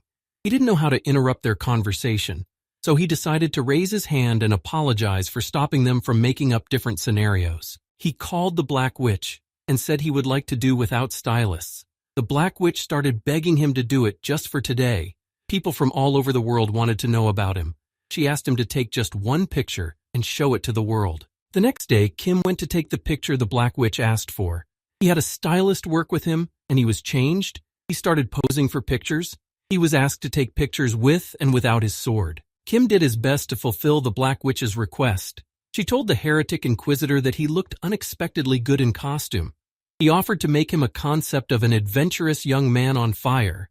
The rear spirit held back his laughter as long as he could, but when he was asked to change his pose for the photo, the rear spirit couldn't stand it and started laughing at the top of his voice, which made Kim tense up even more. He felt very uncomfortable. He refused to participate in the photo shoot further and said that it was hard enough for the hunter to climb up the tower. He didn't understand why they bothered with such useless things. He thought that was why they couldn't pass the floor for so many years. But they didn't pay attention to him and noticed what he said. A very good phrase the Countess suggested to make the slogan of this issue, "The hunter must climb." The poisonous serpent said they also had similar ardor in years. Kim nervously said that he had come here to talk about the floor. The management from floor to floor was entirely on them, but the floor he wanted to take over. But the guild heads weren't listening to him and kept picking headlines for tomorrow's papers. He didn't know why they pretended he wasn't in this room and why they cared so much about what would be in the headlines. The Holy Sword told him to give up. He told them that when he went up to the first place, the same thing happened. The old man said that he wanted to show all the guild heads to the outside world because they had come to the tower abandoning everything they had in the outside world. It was quite unfortunate. The Holy Sword turned around and headed for the exit.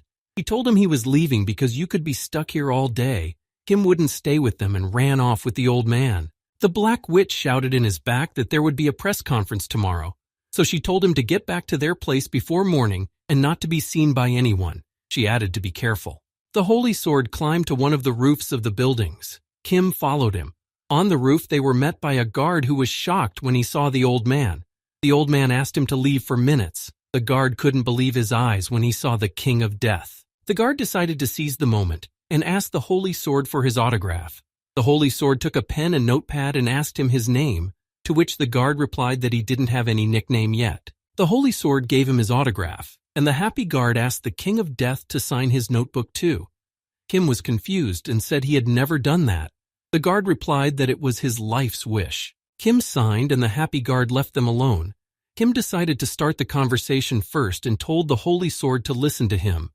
He realized that to him, he looked like a man who had killed many people. But it wasn't like that. He said that in the mirror, he could also find a violent killer who had killed more people, but he didn't punish himself for it.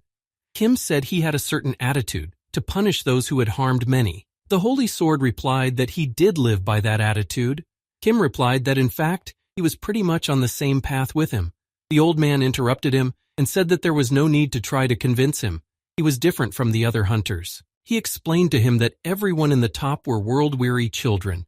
And while he had been born and lived in affluence, but he was curious if it was true that his success came entirely from his skills. The Holy Sword added that wasn't it all just because he was like a bird from a golden cage, was raised on the best food. He couldn't believe that was the case. The old man started to draw his sword, but Kim didn't know what to expect from it. The old man said that even being born in a favorable environment, he was confident that he was able to reach the heights on his own, and he wanted to prove that his confidence was well-founded.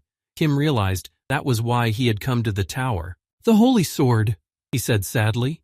He himself had not realized how careless he had become, and opened the skill card. He said it was foolish. He had once decided to trust only his eyes and hands, but at some point he had started to rely on his skill. The old man looked at him carefully and asked with complete seriousness. He had never cut off an innocent life, and Kim, with complete certainty, replied that he had never killed an innocent person. Kim remembered that the goddess had once told him to speak with his heart and not his head. Kim thought that was why the old man had said that there was no need to try to convince him because the conviction came from the head. He looked at the holy sword and said that such a thing had never happened and would never happen in the future. He could not destroy an innocent person, and the sweep of the floor was proof of that. The holy sword broke down his skill as a sleuth, said that he would trust his eyes from now on.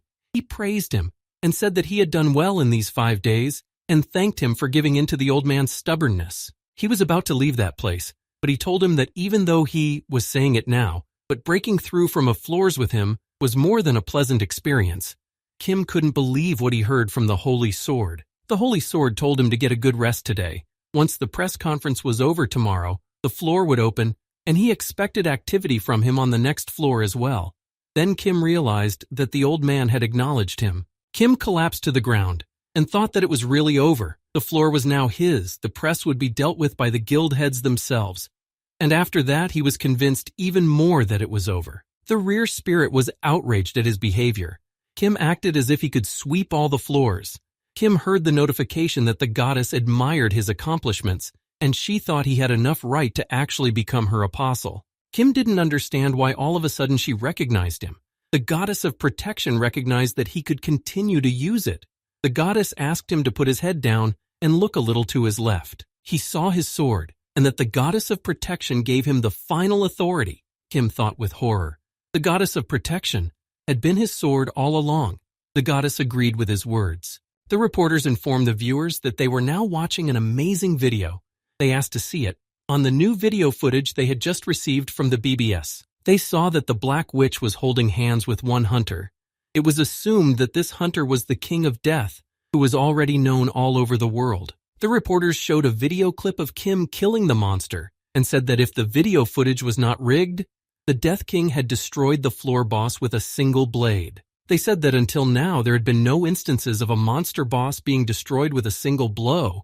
Kim wouldn't listen to them anymore and turned off the TV. He was incredibly pissed off at this news. The rear spirit asked him to change the channel, but Kim replied that all the channels were only talking about him. The goddess of protection noted that his achievements were exceptional and advised him to get used to the fact that it was the price of fame. Kim replied that he'd been very tired yesterday, so he hadn't been able to talk properly. But he asked the goddess if she'd overestimated him too much, to which the goddess replied that he was a luminary. The goddess of defense said she still remembered his fervent speech when he went up in the tower. Kim started to get very nervous and covered his ears with his hands. He asked her to stop, otherwise he would burn up completely. Kim noticed how she started to praise him even more. Then he thought that his sword was starting to fan him. Just like he was fanning the summer spirit, Kim pulled it out and was about to wipe it off to give it a rest, saying that she started first. The goddess felt her body threatened and asked him to stop, but Kim did as intended, and he was immediately quieter. He looked at the sword and said she was a constellation, but he didn't understand why, being a constellation, she was a sword. He thought that a constellation was something like a steward on every stage of the tower, and he had seen cases of constellations becoming constellations that started from monsters like an evil spirit. But for a constellation to be an object, he was surprised. The goddess explained to him that he could understand a constellation as something representing this world. Originally, she was a holy spirit elevated to God, but the founder of the Refant Empire, Aigim, divided her into 5 parts and sealed her. She said that among the parts was the first sword called Idol. She told him that by gathering all 5 sister swords, one could regain the power corresponding to the period of the most prime. Kim replied that she was now a shard of the true sacred sword, and to get the true power one had to find the remaining 4 shards. He asked her where the remaining sister swords were. The goddess of protection remained silent and did not answer his question. Kim asked her again where her sisters were, how he could find them. The goddess used the right to remain silent, but she added that being in proximity, she could feel their presence. Kim said it wasn't an urgent matter right now. Then Kim decided to find out from the sword idol what she could do. She was able to get the absolute support of the people of the empire, but he knew that, but he wanted to know what else she could do. She let out a blinding light and said she was confident in her skill of letting out light. A dazed Kim said he knew of this skill. He asked what she was good at besides supporting the Imperials and the bright light. The goddess replied that she was confident in destroying monsters. She quickly added that she could also destroy humans. Kim heard a knock on the door. The Black Witch asked what the noise was and what happened to him.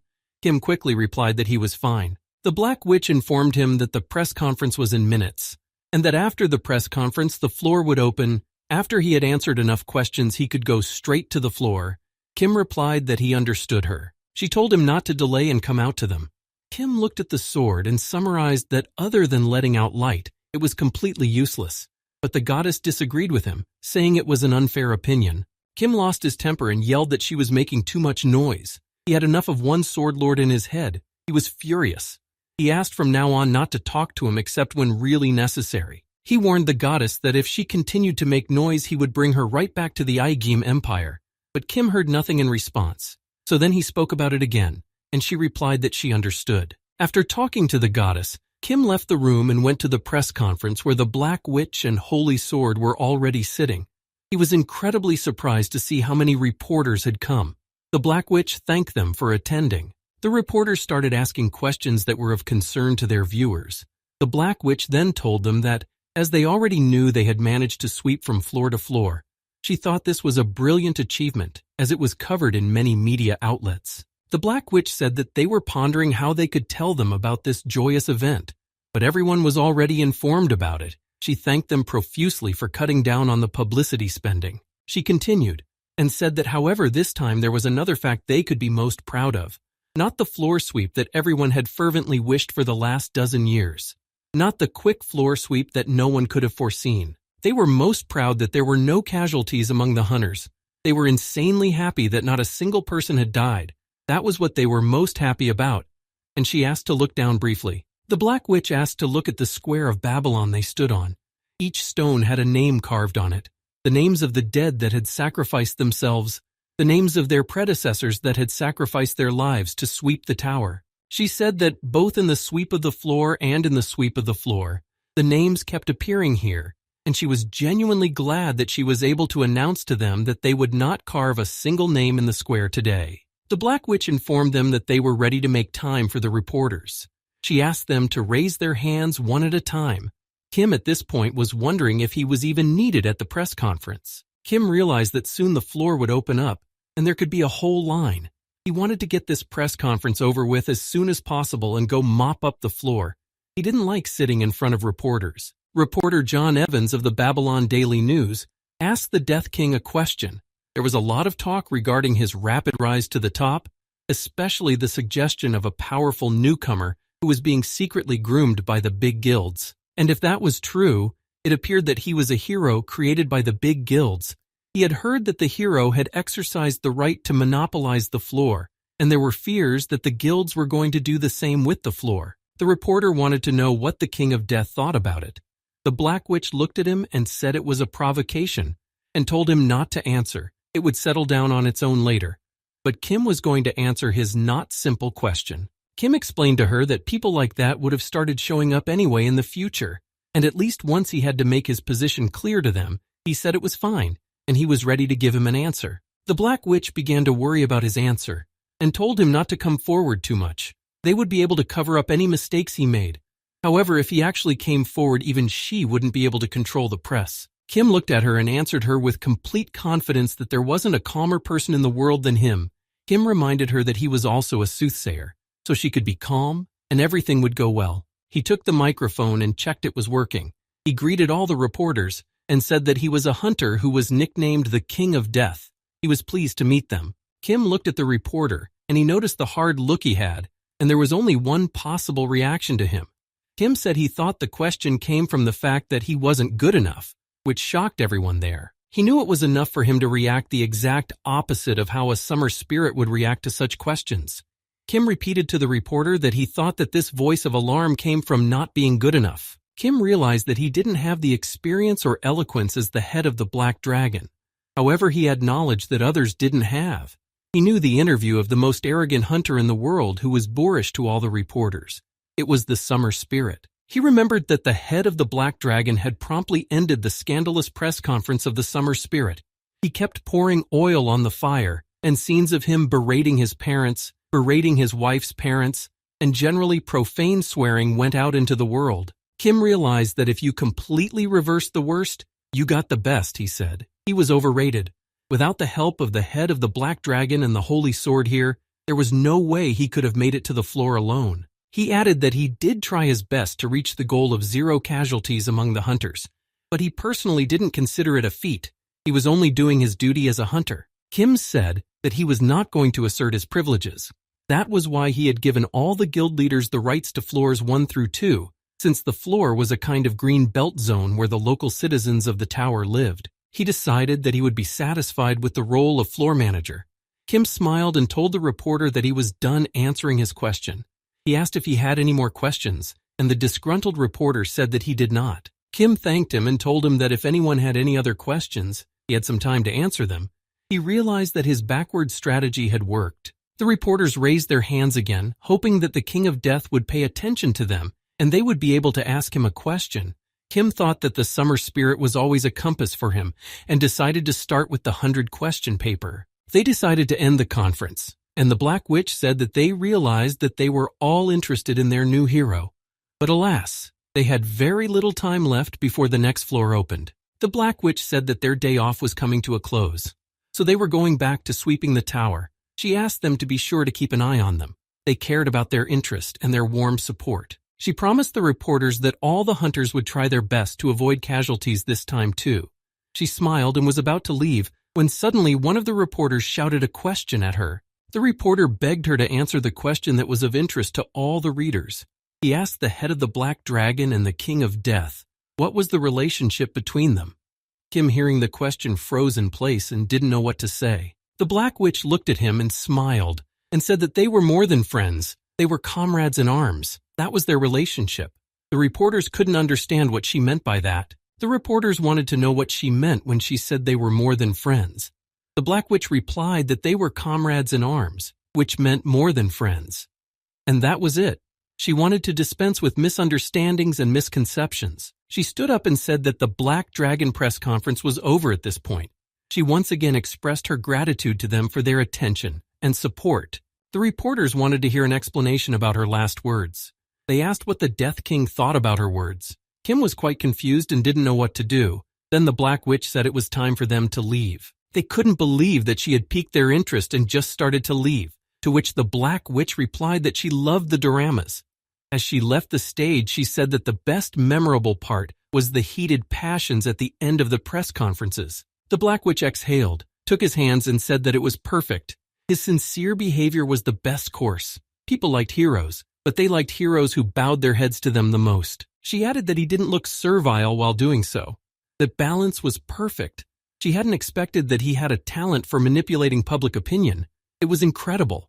She wanted to know what he had been doing so far since he only showed up now. The Black Witch said that if he needed anything, she asked him to tell her right away. If it was in the tower, she could get him anything. He said what she said about their relationship was more important. He was really surprised. She replied that it wasn't a big deal. She had deliberately thrown up a smokescreen. The press would still put a romantic relationship on him even if it didn't exist, so it was safer to focus all the attention on her. The Black Witch asked him not to worry. She had been single-handedly fighting public opinion for years now, and in this area he could trust her completely and leave it all to her. They didn't notice as the time for the floor to open approached. People started counting down. They only had seconds left, and when they finished counting, a hologram of the goddess appeared and congratulated them on crossing the floor. The rear spirit, seeing her, told him to be vigilant, because now was not the time to get excited about the celebration. A completely different scene would open up on the floor, and he had to be ready for anything. The goddess informed them that they could have stayed forever on the first floor of the tower, a haven for fugitives. They could have chosen a peaceful life, but they dared to go through the floors as well, to see with their own eyes where the end of this tower was. She raised her hand overhead and began moving all the hunters who couldn't understand what was happening. The goddess added that in such a case it would be fair to answer their urge. The goddess said that the people who dared to ascend the tower, and the people who gladly accepted the new name and became fighters of the tower, from now on only chosen warriors could take on the noble duty. She carried them to the floor, where they were met by an unknown young man. He greeted them saying that the anxiety of their humble steward was so great that one day seemed to take 3 years. He said that they had entered the great library of omniscience. He told the warriors ascending the tower that despite their long absence, All was well. Life is a process that begins with an encounter and ends with it. Waiting is only something akin to the seasoning that gives the flavor of life. The system notified that they were greeted by the constellation of the manager of the room library. He said that they should have observed etiquette once more and bowed to welcome them to the library. The goddess moved all the hunters who were in various places, not realizing that they might be on the floor. Among the hunters was a man who was taking a bath and was completely undressed, much to his embarrassment. The manager noticed him and apologized for not being attentive enough, and he tried to remedy the situation by putting a black box on him. The hunter sadly said it was a relief to him. The Black Witch asked him who he was. He replied that their humble manager was a nameless, unremarkable man, just that he was the manager of a barely large library. He said that compared to them, he was more like an unimportant third-rate character, and if it were up to him, he would prefer that they treat him as if he were not important at all. Kim looked around carefully, remembering his words that this was hardly a large library. He said that in his opinion it was a whole world of libraries. The manager noticed him and decided to approach. He knew that the King of Death was in front of him and asked him to leave the extra wariness behind. Their humble manager only wanted to greet him. He would do them no harm. The manager said that they were like epic heroes to him. The poisonous serpent didn't understand what exactly he meant by that.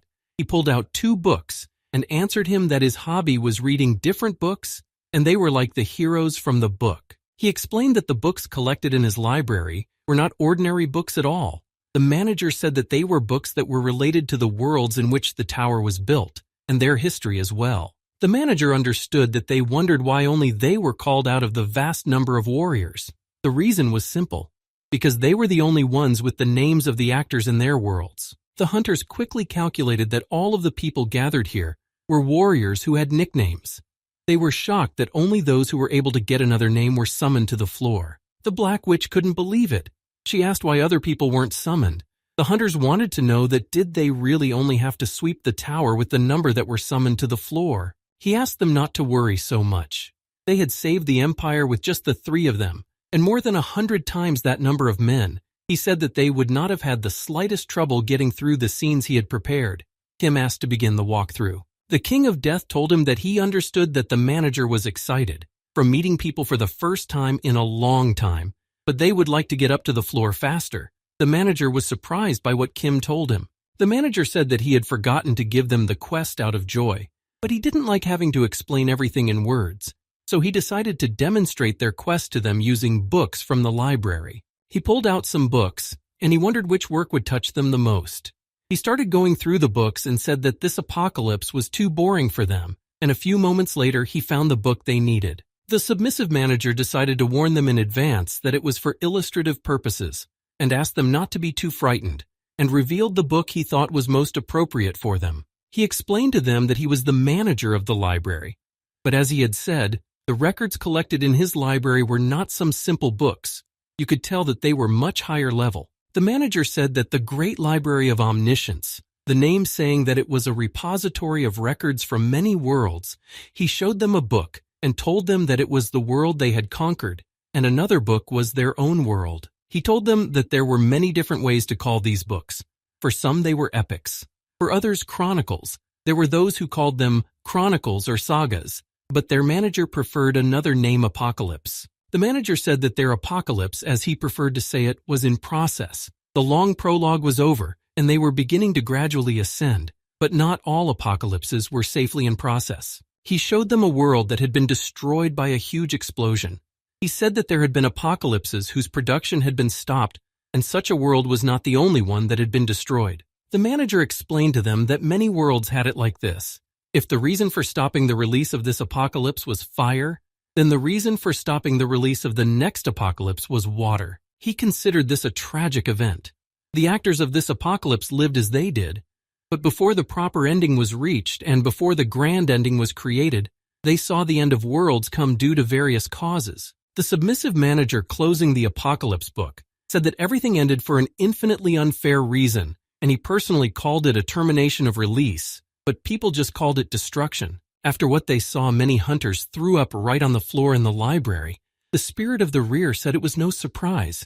They were continuously shown things that were hard for the average person to endure. The submissive manager said that their quest was simple enough. They needed to pick 8 discontinued apocalypses. He only wanted to read to the end of those apocalypses. He added that they needed to personally enter the 8 apocalypses they chose and save them from the threat of discontinued release. That was the quest of their humble manager. Some of the hunters kept throwing up on the floor, but no one was cleaning it up. Then the manager asked who would clean it all up. He wondered if they had been taught the basics of decency. It was only through the efforts of all the users that the library could be kept clean. He clapped his hands and out came the bookmark maids. He turned to the hunters and said that the bookmark maids would now serve them until the cleaning of the floor was completed. The heretic inquisitor was delighted with them. The tab maid went over to the Black Witch and brought her a cup of tea. She looked at them carefully and asked the manager if they were monsters. He replied that she could assume they were. He explained to them that while they were in the library, they had to follow a few rules.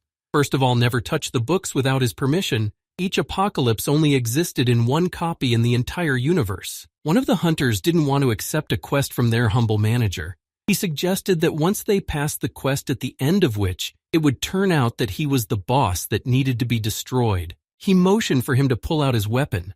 He said that if they destroyed him right away, thus they would be able to clear the floor. They had the King of Death with them, who had cleared the floor single-handedly, so they would easily be able to overpower him. Kim noticed how the other hunters started to look at him. They thought there was nothing they couldn't handle. The hunter noticed all 5 heads of the big guilds approaching him, and he asked them all to take a step back. The Black Witch said she told him to think who he was talking to, for he could pay for his words. With his life, Kim took her hand and asked her to bear with him. He told her that right now they were on live television for the common people. Kim remembered that before he was reborn, he too had watched the sweep to the floor from the square. He explained that there was a live broadcast in the square in the form of a hologram. He asked her to remember what the constellation had told them, that they were acting characters. He said that in that case there were readers watching the characters, and if she showed herself at a disadvantage, it would be remembered by the audience for life. The Black Witch replied that what really mattered in this scene was how they would have brushed it off. Kim confirmed her words. He said that they were already in the work of the Great Library, and that they needed to think about their actions. The system notified him that he was being given a reward for clearing the floor. He had received the blessing of the God of Beauty. He could now observe the interest level of the current characters from floor to floor. Kim, after receiving this reward, decided to test it out right away. He opened the character window and applied the skill on the Black Witch. He wanted to find out a little more information about her. He found out what genres she liked and what she didn't. He found out what characters she preferred. Kim found out what level of interest she had in him. She noticed him looking at her and asked what was wrong. Kim said everything was fine. The Black Witch asked him if anything was wrong. Make sure to share it with her. The rear spirit couldn't help himself and started laughing very loudly at him. He started mocking him, and that's when Kim decided to watch his character window. The rear spirit stopped laughing and got angry at him for this act. He wanted to destroy him and asked him to close his window immediately. Kim replied that he better bow his head to him, otherwise he would open his window of his thoughts to the floor. The hunter was determined and wanted to destroy the library manager. Looking at him, the manager asked him if he thought well, because with such a staff he was really something like a monster boss. The Holy Sword told the hunter that he was being stupid. They had already forgotten the destroyed worlds he had shown them. If he wished, he could have thrown them into a similar world, and they still decided to put up a fight. He thought they were crazy. He added that if they decided to have a group lynch, he wouldn't interfere with them. The hunter looked at the others and shouted for them not to be afraid. He said that all the big guilds were rogues and told them to stop submitting to them. The manager asked him if he was done communicating with them. He said he was done and there would be enough hunters for that little guy. The manager apologized and said he really didn't like cliches and said he decided to end things quickly. He opened one of his books, and the apocalypse that was inside it began to consume them. The manager said that in this apocalypse, humanity was wiped out and only one mage was left alive. The manager said that as a result of all the adversity, the mage had become closer to a monster with tentacles rather than a human. He was quite attached to this main character. He ranked about 9th in the top of favorite characters. He explained to them that this mage's special technique was seal magic, and he had a guest host relationship with him. As payment for occasionally handing him ingredients, the mage was happy to fulfill his requests. The manager told her that the mage's hobby, donning a maid costume in his work, all of humanity but him, had been destroyed. and it would be strange if he managed to retain his sanity. The Black Witch was shocked at his stories. The manager noticed that it was cleaner and that they had dealt with the useless secondary characters. He asked them if they now had a desire to be the main characters. They began to sort through the books to find the 8 books they needed. They had already gone through quite a number of books. The Inquisitor heretic said that they had hardly gotten to the floor as already a person had dropped out. He was kind of weary. The Inquisitor heretic said that advancement always required sacrifices. They had put those sacrifices on their shoulders and would advance in the sweep even further. He calculated that they had only lost a man, and that was a great fortune. Kim decided to take the whole process into his own hands, and the first thing he did was ask the heretic Inquisitor to sit with his mouth closed, because the more he talked, the more their morale dropped. He stood up and said he understood. They couldn't be careless in pouncing on this constellation. Now they could just quietly follow the quest that the library manager had issued. He said that following the quest wouldn't become costly for them. Kim thought to himself, he was now third in the top.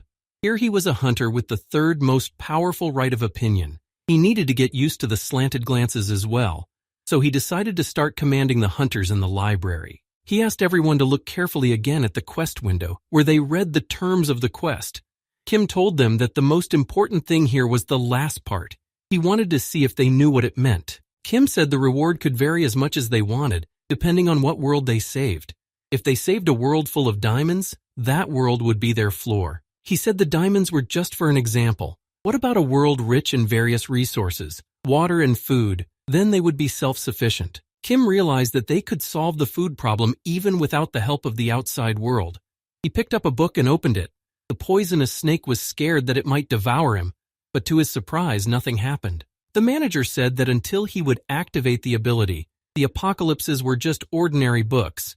He informed them that he had carefully hidden forbidden books that could be dangerous, even if touched. Kim asked if everyone understood what the manager had told them. He called all the hunters over and told them to start reading the books. They needed to pick the ones they could get through, and that would benefit them. He picked up a book called The Tale of Sormone Academy, and he realized that the apocalypse world that opened the scene of the 20th floors, for example, its content started with a couple in love, and the guy confessing his love to her, and after that, and the world was destroyed. A novel that was read with great interest suddenly ended with the world being destroyed. Any reader would have exploded with anger, and the fact that this world was real was even more upsetting. Kim realized that each book had its own complexity and its own content. He told the hunters that they should have chosen among them the ones they could go through and get the most out of this world. But the hunters didn't care about his words. The rear spirit told him that he was a fool, and they behaved that way because he persisted in using respectful speech. He still hadn't internalized which hunters were foolish and how they were to be dealt with. He explained to him that it was his responsibility to have hunters now. They could at least listen to him. He was told that with each level up, his existence became clearer. This meant that his pride became even stronger. The rear spirit said that the higher the level a hunter had, the more clouded their pride became.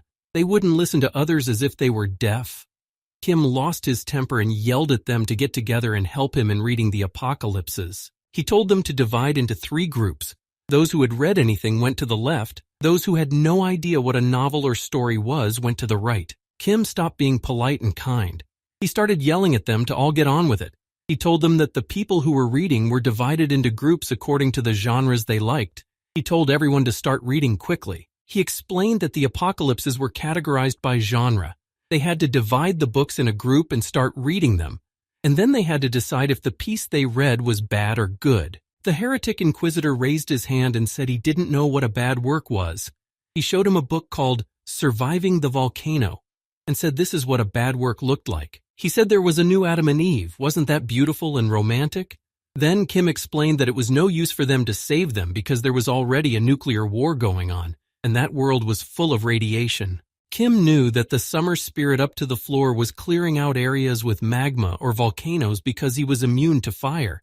He figured he just had to try harder, and then there would be a treasure trove in the tower.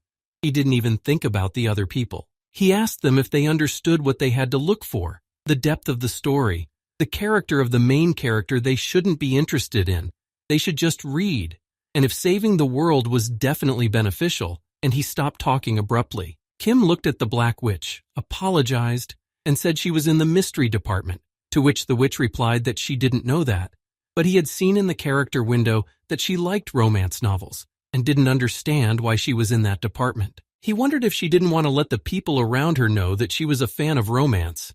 He noticed that there were very few people in the romance group, while the Murima department was full of male hunters. Kim realized that all of these people, even in the current situation, were making a mess of themselves. The spirit of the rear said that the high-level hunters fed off and lived a life of pride. He noticed that the hunters had suicidal tendencies and thought they were psychopaths. He approached the Black Witch and said that, but he didn't know how he could best start the conversation, so he decided to tell her that she had always seemed like a very romantic person to him. Kim added that he had always thought so. A little surprised that she wasn't in the romance group, the Black Witch turned around and with a serious face asked if she looked like someone who was suited to romance. He replied that she very much did. He replied that it was unclear why she wasn't in the romance group. She turned around and went to the romance group, pretending that she couldn't argue with him. She said that she had never read romance but decided to take a new challenge and read. The heretic inquisitor, smiling, said it was incredible. It had never happened before. The head of the Black Dragon would get up if he had already sat down somewhere. He was fascinated by the King of Death. Kim noticed that the inquisitor heretic also read mystical novels.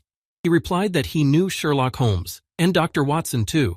That's why he chose this group. Kim opened the character window to see his preferences. He was amazed that the heretic inquisitor had what was inside was outside. The inquisitor saw that Kim was silent, and thinking about something, he asked him what happened to him. Kim walked over to him and told him that he was now in the fairy tale group. Kim informed him that he was alone in the fairy tale group. He had to single-handedly study all the books related to this genre. The inquisitor thought that this was a big responsibility for him. The heretic inquisitor told him not to worry. He would study everything in detail in this group. Kim thought that although there was not a single fairy tale book among the hundreds of apocalypses, he wondered which fairy tale would end with the end of the world. Kim exhaled and thought how the human of could lie about their preferences. He was shocked by this. They really were all abnormal. They hid their true faces and lied all the time. He walked over to the hunter and thought the last one left to check was him and opened the character's windows. When he began to examine the information about his preferences, he was incredibly surprised. Kim was checking the sixth in the tower top, who was currently the head of the Gate Guild of 1,000 faceless venomous serpent, who turned out to be the Emperor of Light novels. He asked him to continue reading these books. The hunters read hundreds of books, and there was no way they could find the books they needed. The Black Witch said his eyes would burst right now. She approached the King of Death and said she could understand the feelings of the constellation, but Kim didn't understand what she meant. The Black Witch explained to him that she was talking about the apocalypses. The release of all of them was interrupted at the climactic scene. It was like they were served the perfect dish, but when they started cutting the cutlet, something would suddenly fall out of it. Kim asked her not to talk about it while he was eating. She apologized and said she might not have been delicate at all, she should have said. And if he had asked what was falling out, Kim interrupted her and said they were still live. But the Black Witch couldn't resist, ran to him and told him in his ear what was falling out of the cutlet. He heard Kim was horrified and missed his sandwich. The manager smiled and said he now understood his pain. He said that the apocalypse books he had given them were the best in all his great library. Books with a particularly devastating power. They were wildly entertaining, so could not make the reader love them. The manager said that as much as they were interesting, so miserable they became, because all these recommended books met a bad end. The Black Witch was surprised that he picked up books to hurt them. He replied that it might as well have been. The manager explained to them that now they too would be in the hell of the interrupted release. Now they were to feel this endless pain as he himself had. Suddenly Kim heard a familiar voice and saw the alchemy master, who also got her nickname from the tower. She said it just so happened. And although alchemy master didn't sound very cool, she liked it. Kim approached her and said that she really was incredible. He wanted to know how she managed to get the nickname in such a short time. She replied that there was nothing incredible about it, and she wasn't downplaying it. She told him that a few days ago, she had suddenly heard that her creation had helped in saving the world and had given her the nickname, but she didn't understand for what reason she had gotten it. But Kim knew that for her potion that she had made for him. The alchemy master said that the incredible thing was not her, but him. In just a few days, he was able to rise to the third place in the top. She was incredibly honored that she was familiar with such a person.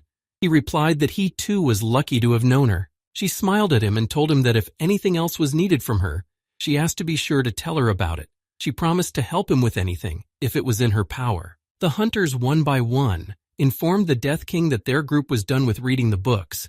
Kim then said that each group was to talk about the recommended works. The Heretic Inquisitor reported that from his group, he had recommended a book that happened to be the only one in his group, so he had nothing else to recommend. Kim was surprised to find one fairy tale among all the books. Kim looked up the fairy tale, Mine and Our Sacrificial Lamb, and thought it was imperative that he made sure to check out Apocalypse once, which the Inquisitor recommended, regardless of the difficulty or reward. The Holy Sword came out next, and said that they highly recommended a book from the Marima group, Chronicle of the Heavenly Demon. The reason for the recommendation was simple. The protagonist had all the books on strong martial arts techniques. The Holy Sword said that if they could save this world, they would get a library that held the strongest skills. It was a chance for their hunters to rise significantly. Kim thought that if he, in the Marima world, had fallen at the hands of every master, he would have gotten even one A-class skill. The spirit of the rear told him that his insatiability for skills was the same. He kept thinking that there was one world he wanted to wipe out, but with his current strength it was quite difficult to do so. But unexpectedly, the goddess alerted him to the sensation of her sister's footprints. The goddess alerted that her sister was very close. Kim was shocked and couldn't understand in which book she felt the presence, and the goddess said she felt her sister in the book held by the Holy Sword. Kim decided to think it over and went to the restroom to talk to the rear spirit. He pulled out his sword and told him that he needed to fall once before going to Murim so he could go on the quest. The rear spirit and the goddess didn't understand his intentions. He explained that Rafanta Igim was the founding emperor who made the goddess with the sword. Even without the knowledge of who he was, you could understand that he had definitely traveled to different worlds. Kim had said that the goddess was originally in the world of Igim's empire, but the other blade was now in Murim's world. This meant that he had the ability to travel across worlds.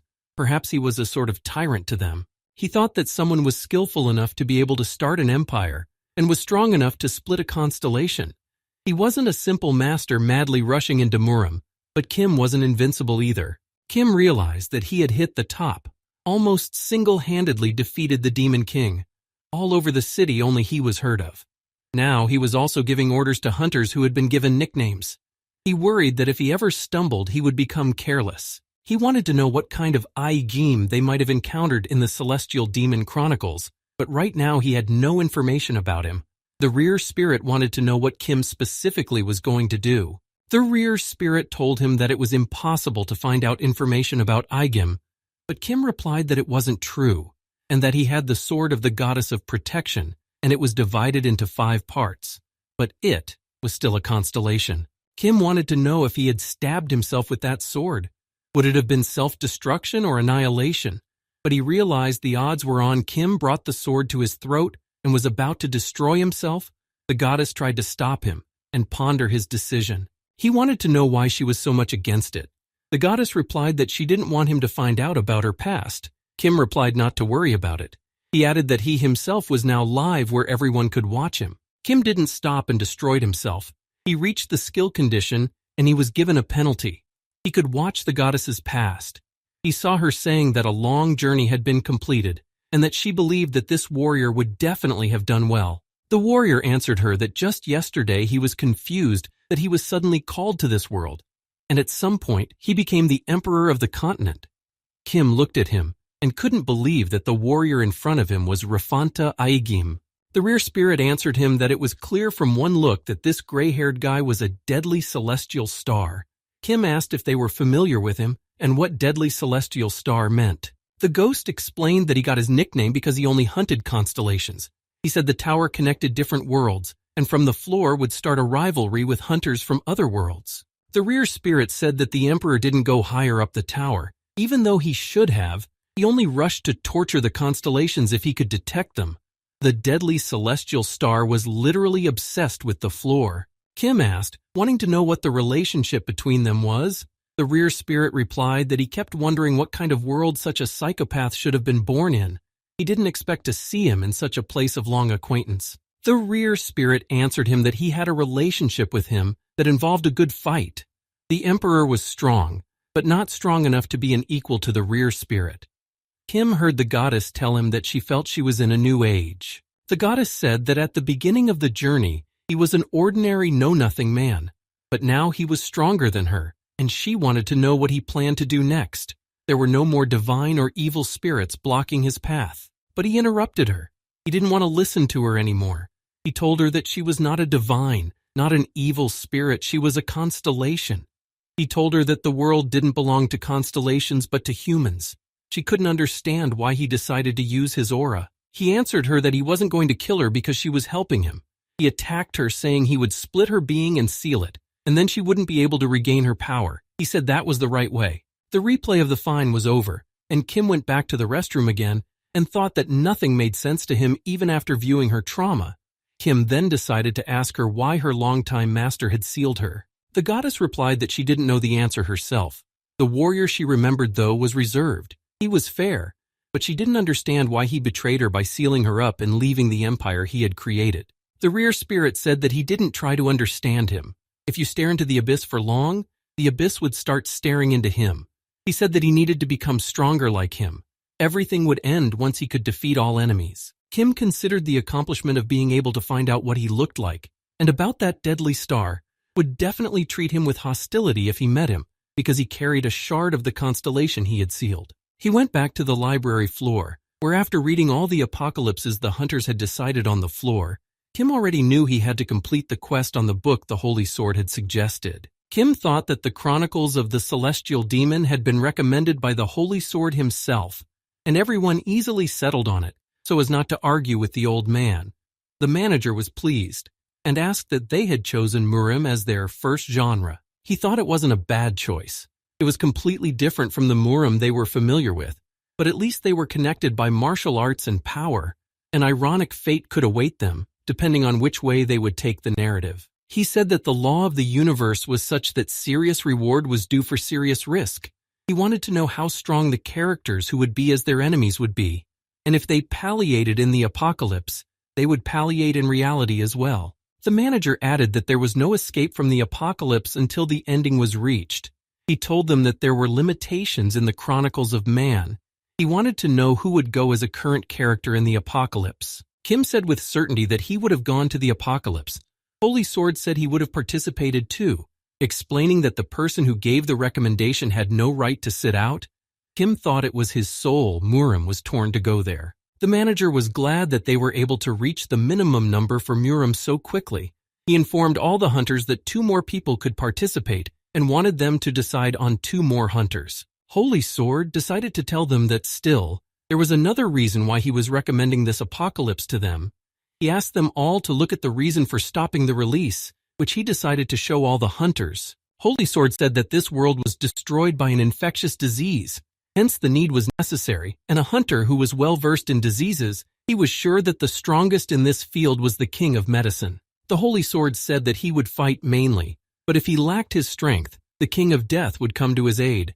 And if the medicine king dealt with the disease, they could pass the apocalypse with the 3 of them, without too many casualties. But the Holy Sword didn't have time to finish. He was interrupted by the king of death. The old man asked him what he wanted to tell them. Kim looked at them and said that he would like to take someone else with him, and pointed his hand at the alchemy master. The alchemy master couldn't believe he wanted to take her with him to go through this apocalypse. All the other hunters didn't even know who she was. But Kim had more confidence in her than he did in the old medicine king. She answered him that it hadn't even been a week since she had gotten her nickname. He thought she was incredibly weak. Kim took her hand and told her that among the people he knew, she was the most capable alchemist and doctor. Kim added that she herself had recently said that if he needed anything else from her, he could ask her for it. She told him that she would help him with anything if it was in her power. He smiled at her and told her that if those were not idle words, then he expected her to provide that help, and if she was considered weak by anyone, then they needed to pay for their words. He was sure that she was the one who was to go with him to fulfill this quest. The other hunters were upset that all 4 seats were taken, but they didn't even know who this girl was. The king of death interceded. The Holy Sword looked at her and said that he had met this lady once before. The alchemy master remembered how the old man tried to destroy the Death King right in her store. She was scared and hid behind him. The old man told her that there was nothing to be scared of. He and the Death King had already dispelled all misunderstandings. The Holy Sword said they would be going to an incredibly dangerous place, and the constellation said that if they palliated in the apocalypse, they would palliate in reality. But Kim replied with confidence that she was the best pharmacist he knew. The rear spirit looked at the old man king of medicines and said that he made some pretty good mixtures on his own, but he wasn't the best if there was an alchemy master among them who was stronger than the old man at making medicines. The Holy Sword hesitated. He thought that she must be unorthodox if she was recommended by an unorthodox Death King, but he wanted to teach them a lesson so that they wouldn't become arrogant. Kim saw his thoughts and realized that his temperament remained in place. Kim realized that his rear spirit was also judging the pharmacist only on looks as his rear spirit did. The Medicine King was sure that the girl was not his equal, and they were just kids who needed to be put in their place. The Medicine King said it was funny that after passing one bump, he bragged as if he had crossed a mountain. He said it was as if he was looking at himself when he was younger, and it was ceasing to please him, even boring him. The old man was pissed. He told the Holy Sword that Kim was pretending like he knew everything. It was pissing him off. It was just like when he made about $1 billion in Silicon Valley in his 20s. The Holy Sword asked him to calm down and get a grip. Kim stood back and thought it wasn't likely. The power of the Medicine King making the invincible Holy Sword go backwards? Kim was shocked. The Medicine King replied that he was putting up with their chatter and the Death King's actions as best he could, constantly glancing at the Holy Sword, and he ended up dragging a pushy maiden along. Unknown to him, Kim didn't interfere in their squabbles. He watched. The alchemy master couldn't stand it and said they could call her names, but she couldn't let Kim be insulted even though she was very afraid of them. The old man laughed and said she was acting like she was covering for her husband. The Holy Knight told him to stop laughing with her. She confirmed that she was an outstanding pharmacist whom she met through the King of Death. She supplied the vigilante squad with countless excellent medicines. The Medicine King listened to her, hesitated, and replied that for the level of the vigilante squad, it could very well be. He said that she didn't know the sky. That was why she considered the ceiling as the highest point. He considered her guild unworthy to enter his store. The rear spirit couldn't understand why Kim stood there and just listened to his insults. Did he really enjoy being a punching bag? Kim answered him that it was nothing like that. It was just that circumstances didn't allow him to touch the old man. Kim knew that they were now live. He asked the rear spirit if this wasn't the best timing.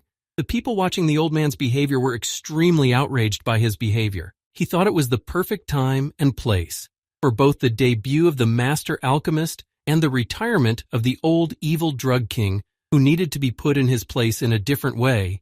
Kim suggested they have a competition between the pharmacists. Kim explained to them that he would provide them with ingredients, and they would try to brew a potion from them. They could easily find out who was the best after all, simply by comparing the effectiveness of the medicines they concocted. The alchemy master approached the King of Death and said that she was angry that this old man was insulting him, but he was still called the King of Medicine. She doubted her powers a lot.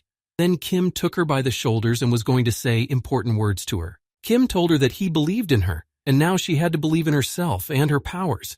She smiled and said that now she was sure she could defeat the evil old man, and they started brewing potions. The Holy Sword thought Kim was overdoing it.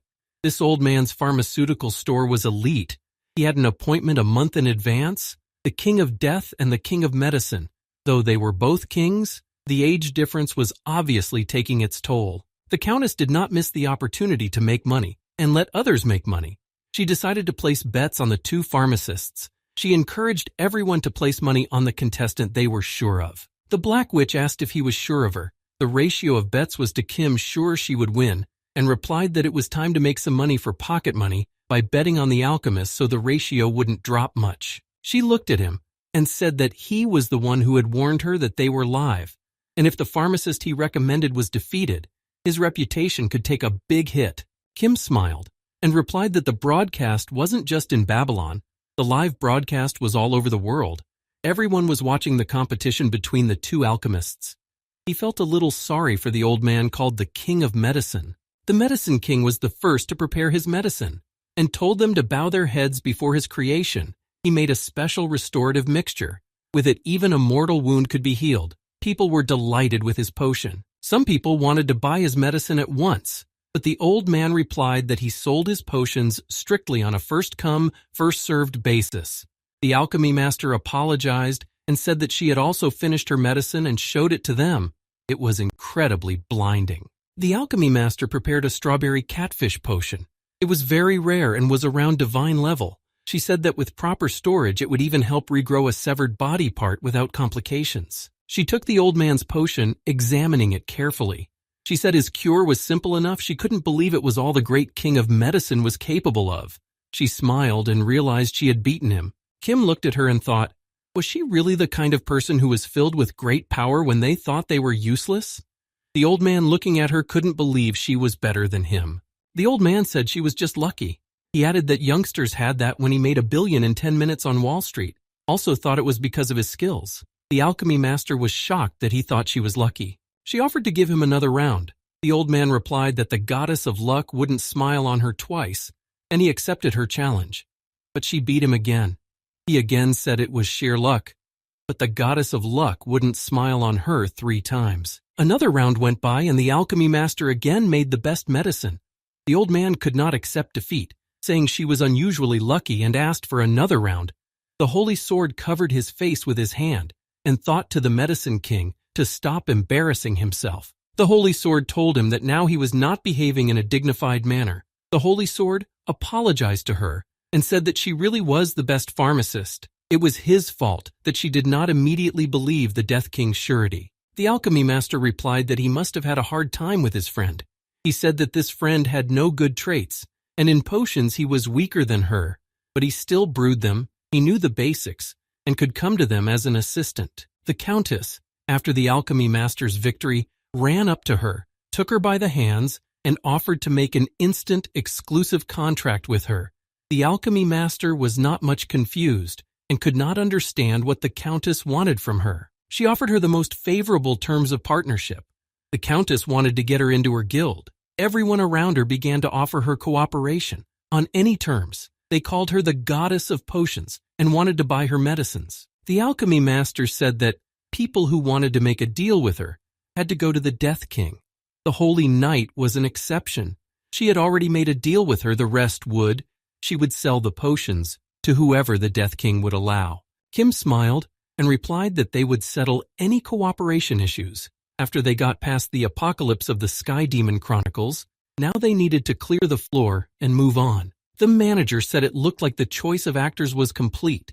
He reiterated that if they palliated in the apocalypse, they would palliate in reality. The way to get out was one.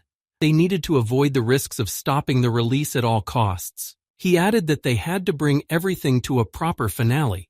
Kim asked him what was meant by a proper finale.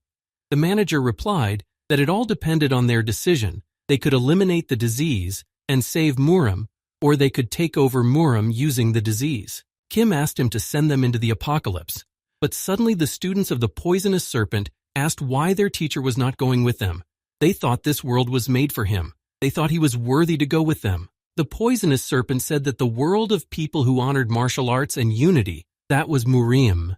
He added that even though his homeland was completely different, he had long ago made his soul's homeland Murim, but Kim could see that he didn't want to go there. He said that they had to understand why the guild he had created was called the Gate of 1,000 Faceless Ones. He said loudly that he should definitely go there, but in his heart, he very much did not want to go there. The Holy Sword looked at him and said that it felt like it was the only place he wanted to go. The poisonous serpent decided not to repeat his words, otherwise they would think that he was just grumbling. The Holy Sword added that he had no reason to give in to him. The disciples watched the clash between the Holy Sword and the head of the gate and thought it was a battle of honor. The Holy Knight tried to stop them. She hoped they weren't going to have a sword fight here. The poisonous serpent replied that he and Holy Sword were warriors, and they could battle to decide who was worthy to go with the others to go on the quest, but really he wanted to lose to Holy Sword and stay in the library. The Holy Knight asked the old man to give up his seat. She knew that he was always drawn to the front, but after all, he had already participated in the floor sweep with the Death King and the Black Witch, and if he went to sweep the floor, he would be doing an injustice. Poison Snake was the head of an entire guild. He could show him respect. He, a loner, didn't need to worry about his reputation in front of his disciples, but his situation was completely different. The Holy Sword hesitated and asked if he had ever cared about the reputation of the 5 guilds, but he wasn't done talking yet. After meeting the King of Death, he had learned something from him. He said that lately he too had been thinking that he should take care of his conscience. Kim was surprised that the old man had made such a decision, but now was not the time. He hoped that the old man would have gone with him. The Holy Sword turned around and said that this time he was giving up his place to the poisonous serpent, and there would be no battle. The poisonous serpent replied that he should have done it sooner. He had bet his life on it. Now he was forced to go with them. The heretic inquisitor hugged the Holy Knight and said that it was incredible that she was able to talk the Holy Sword into giving up his seat, but the Holy Knight replied that he just accepted her point of view. The Medicine King suggested that they should already go for the mop-up. They had already wasted too much time, it all reminded him of his younger years. He considered himself the best pharmacist of all time, despite losing to the young girl. The alchemy master told the King of Death that she was scared. She was certainly better than the old man at potions. It was an unshakable fact, like Galileo Galilei's heliocentric theory, but she doubted herself. The poisonous serpent said she had nothing to fear. The manager listed the hunters who were going to mure him. They were the poisonous serpent, the King of Death, the King of Medicine, and the alchemist. The humans were identified as the new protagonists of the Chronicles of the Celestial Demon. He told them that once they would open their eyes, they would find themselves in the world 10 days before the Celestial Demon Chronicles would face an unfortunate production cutoff.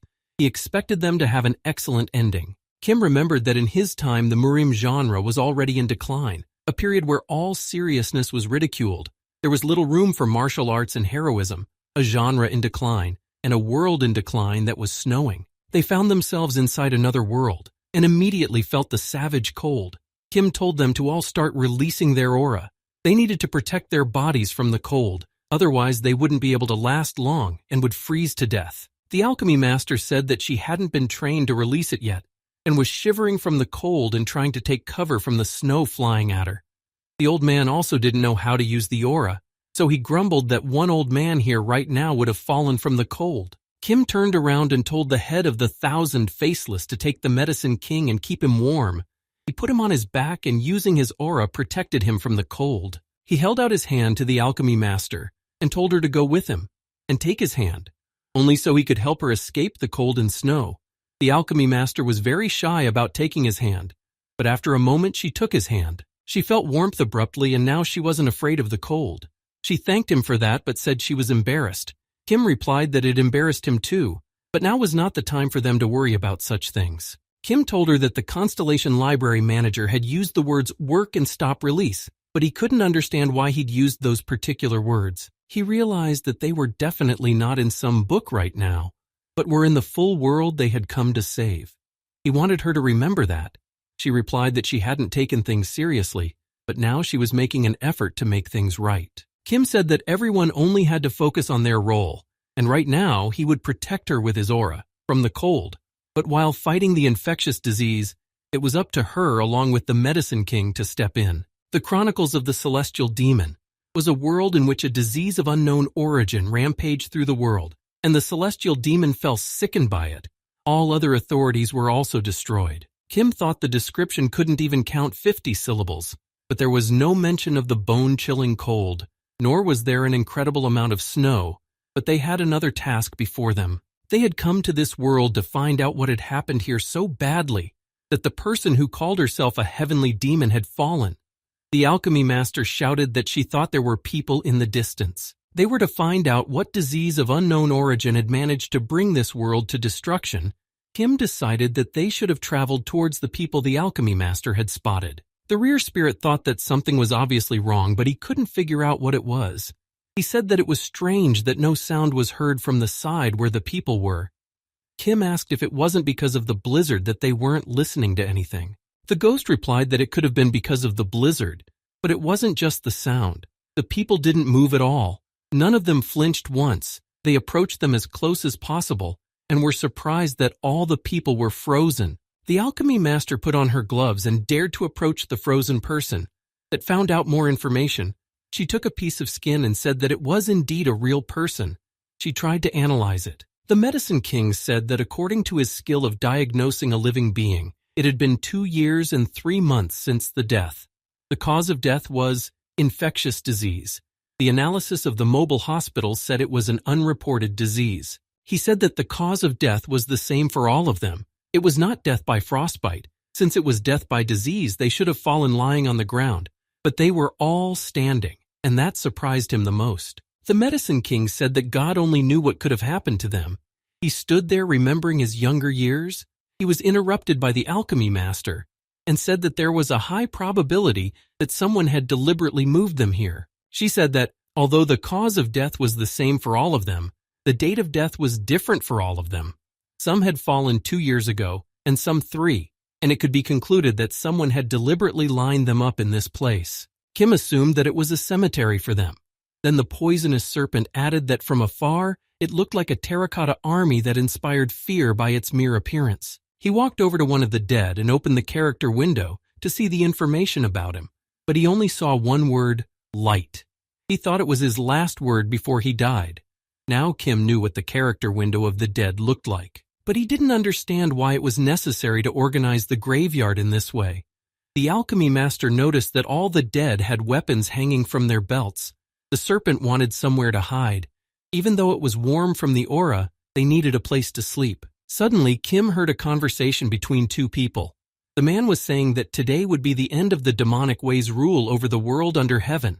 The girl only laughed at his words and was ready to take the fight. She smiled and said that as long as she was fine and full of strength, the demonic path would continue to rule over the entire celestial world, and he could bid farewell to his Murim faction. The man thought her words were utter nonsense. He said that every creature that honored her demonic cult was stripped of its head with a swing of his axe, and all of its rotten high-ranking elders were killed by him as well. He said he was followed by 500 Murim masters. He wondered what stratagem she would use to stop him.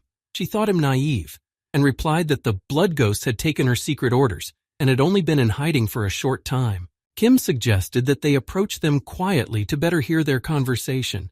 The girl went on to say that he was very worried about her subordinates, but that he himself should be thinking about his subordinates. She asked him where all the pillars of the great clans he was so proud of, for a time deeply honored as the head of Murim, the old man had fallen so low. Her words the old man took very aggressively. He shouted at her that it was none of her business. He said they had taken his urgent secret order and dispersed around the world to carry it out. The girl ironically replied that he had so many secret missions, she mocked him.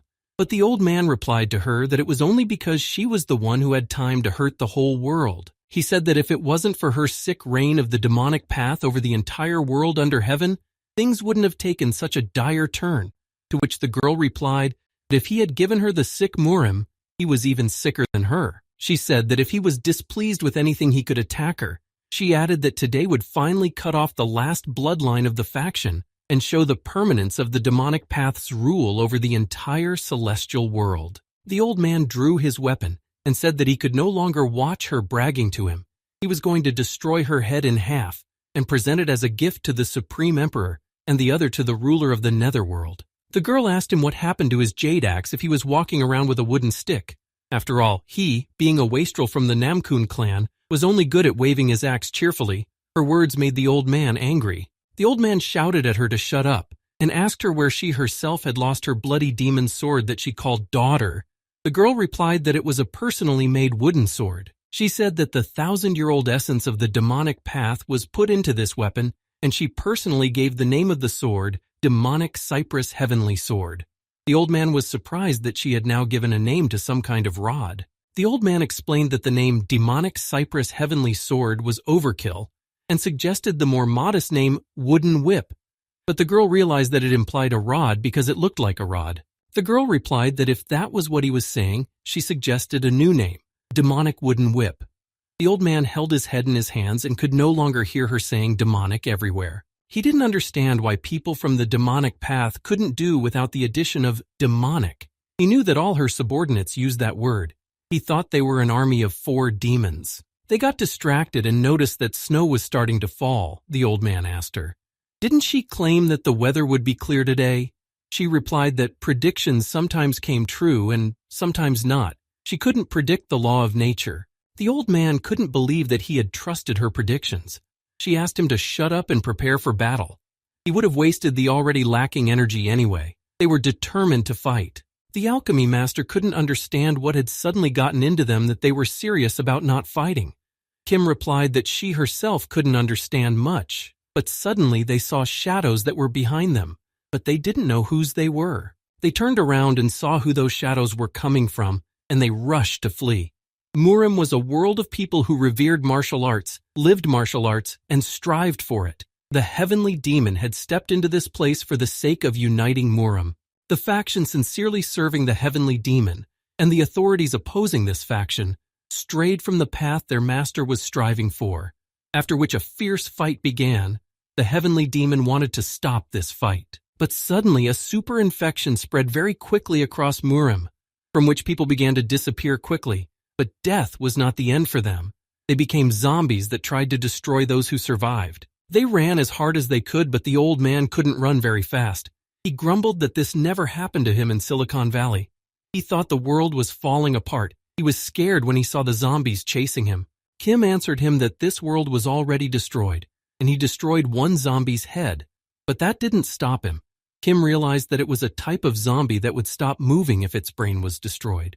The girl saw them and couldn't figure out what they were. She told the old man that it felt like her eyes were messed up after all. She saw as many as 4 people alive and moving. She thought the king of the underworld was calling out to her. The old man replied that his eyes saw it too. He thought it might have been from her mocking him by calling him sicker, and a similar thing happened to him. Kim yelled for them to run away too, and told them where they needed to run to. They looked at each other and couldn't believe that these were actually living people. They even thought they were Pali and could see another light. At that moment they forgot about their battle and began to shoulder the unknown people. She couldn't understand where in that case she had gone with him to the promised land, or hell. He replied that he couldn't have gone to hell because of contributing to the right cause as the head of Murim, and said that it was the promised land. Kim picked up the girl and started running away with her. The poisonous serpent picked up the old man, who said he didn't realize if it was a dream or all real, but he was sure they were living people, and there was a warmth emanating from them that Ganzi was missing. She asked Kim where they came from. She noticed that they had an amazing walking technique. She asked if they were children from outside this world. Kim realized that she was asking if they came from somewhere outside of Murim. Suddenly zombies started appearing on their heads, and they couldn't understand why they could fly. Then the girl explained to them that it was a light walking technique she had invented. She had borrowed it from the Kunlun clan and was able to perfect it. She said that this technique was so skillful that there was no trace of their footsteps in the snow. She considered them truly elite troops that she had in her training. She was proud that they had not forgotten the fighting techniques, even after death. Kim didn't understand what she meant about them not forgetting combat techniques even after they died. She exhaled and explained that since they were not children of this world, they couldn't know the details. She explained that warriors who mastered combat techniques continued to master them, even as Ganshi. It was a well-known fact, but Kim replied that he had never heard of that fact before. The girl said that the zombies that chased them were the best warriors of the demonic cult. They were trained to react to outsiders even in their sleep. She was very proud of the fact that even after becoming corpses, they used the light step technique. The medicine king noticed that the zombies were catching up to them. He told the poisonous serpent that if they bit him, he would be the one to be his first victim. The poisonous serpent was puzzled as to who exactly had offered to take the grumpy old man along. The poisonous serpent didn't understand why he had both the front and the back. All old men and Kim had only girls. Kim shouted to him to think of something else now. He was practically being overtaken by zombies, but the poisonous serpent replied that nothing could be more important than that. Kim looked at the girl and asked what was the weak spot, but she replied that those Ganzi that were chasing them didn't have weak spots. They would stop moving if he broke their heads, but that way was too difficult for him. And then Kim asked if there was any other way to stop them. The girl thought about it and said that they would freeze when sunlight hit them, but it was snowing now, and there was no sun. Kim turned to the girl and the alchemy master. He apologized to them and said that now he would throw them forward a bit and asked that they land on their own. They were at a loss and didn't know what he was going to do. He didn't have to tell them everything again and just threw them into the snow. They couldn't land properly and just collapsed face first into the snowdrifts. Kim, seeing this, apologized to them. He didn't think they would land so badly. Kim turned around and saw the Ganzis coming towards him. He thought of a way to stop them and not fight them. He realized that if he fought them, he could be killed, and then everything would have to start all over again. The spirit protector was satisfied to finally see the undead defeated by his own ranks. He noted that this event was the fulfillment of one of the items on his wish list. Kim, however, didn't understand why the spirit even needed a list, since he was invisible. Kim firmly stated that his time had not yet come, and he had no intention of leaving the living. Drawing his sword, he called upon the goddess of protection to come to his aid, and she shone brighter than the sun, stopping Ganzi in his tracks. The healing king was surprised that he had managed to survive, thanks to the holy sword. He admitted that without the artifact, he would never have gone into the dangerous tower, and admitted that he still felt fear. Holding the sword, Kim looked around and asked if everyone was okay. The alchemy master, falling face down on the ground, replied that everything was fine and thanked him for saving him. Poison Serpent remarked that he would avoid encounters with the undead in the future. Approaching Poisonous Serpent, Kim explained that while he was fighting the undead, he was taking care of others. The serpent asked him about his future plans and the reason for the delay. Kim replied that he needed to deal with his enemies quickly before they recovered, but it would take time. One of the girls asked him to wait and take his time. The girl began by thanking him for saving her, but warned that if Kim was going to decapitate Ganzi, she would stop him. Kim didn't understand why she wanted to intervene. Kim assumed that there was a special curse placed on the undead that could pass to a new host after their deaths.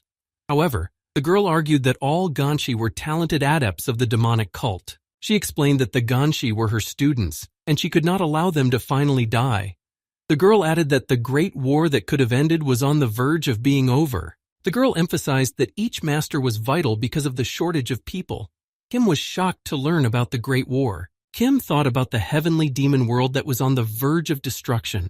He remembered the words of the manager that the end of the world was only a few days away. She mentioned their joint efforts with the old man, but Kim interrupted her, introducing herself as Boo Wilson, the head of Murem, whereupon she went on with the story of the Great War that had lasted 3 years. The girl explained that the faction demonic war had begun today, and they had both risked their names and vowed that neither would leave until defeat was recognized. She added that even though the Ganzi had been overthrown, but having mastered the techniques of the demonic path, they remained part of the cult.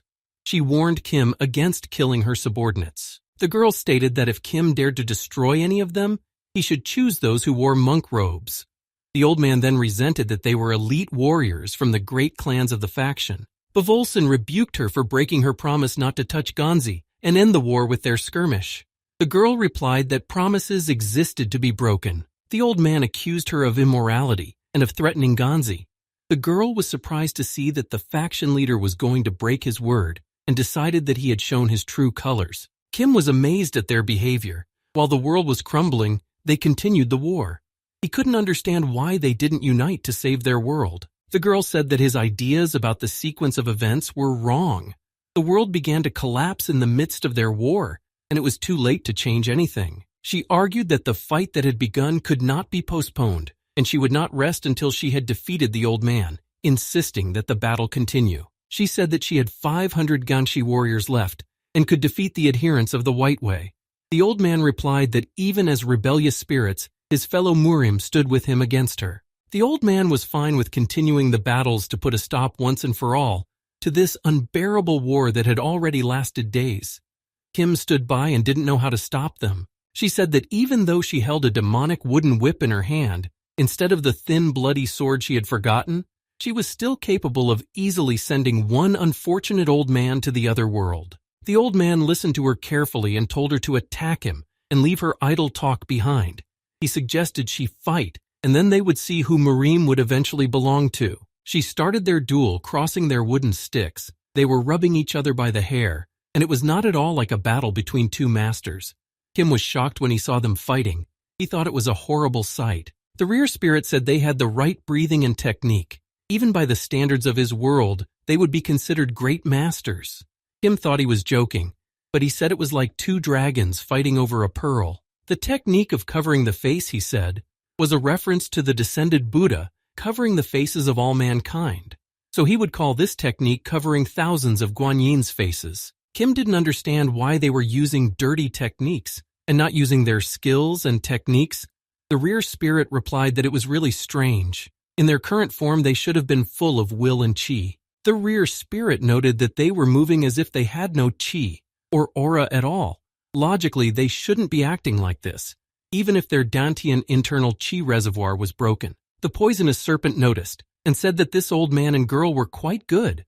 He was amazed at their fighting technique. The rear spirit said that it was like a battle between a huge land serpent and a calmly soaring dragon. The rear spirit laughed and said that unlike him, the poisonous serpent had eyes.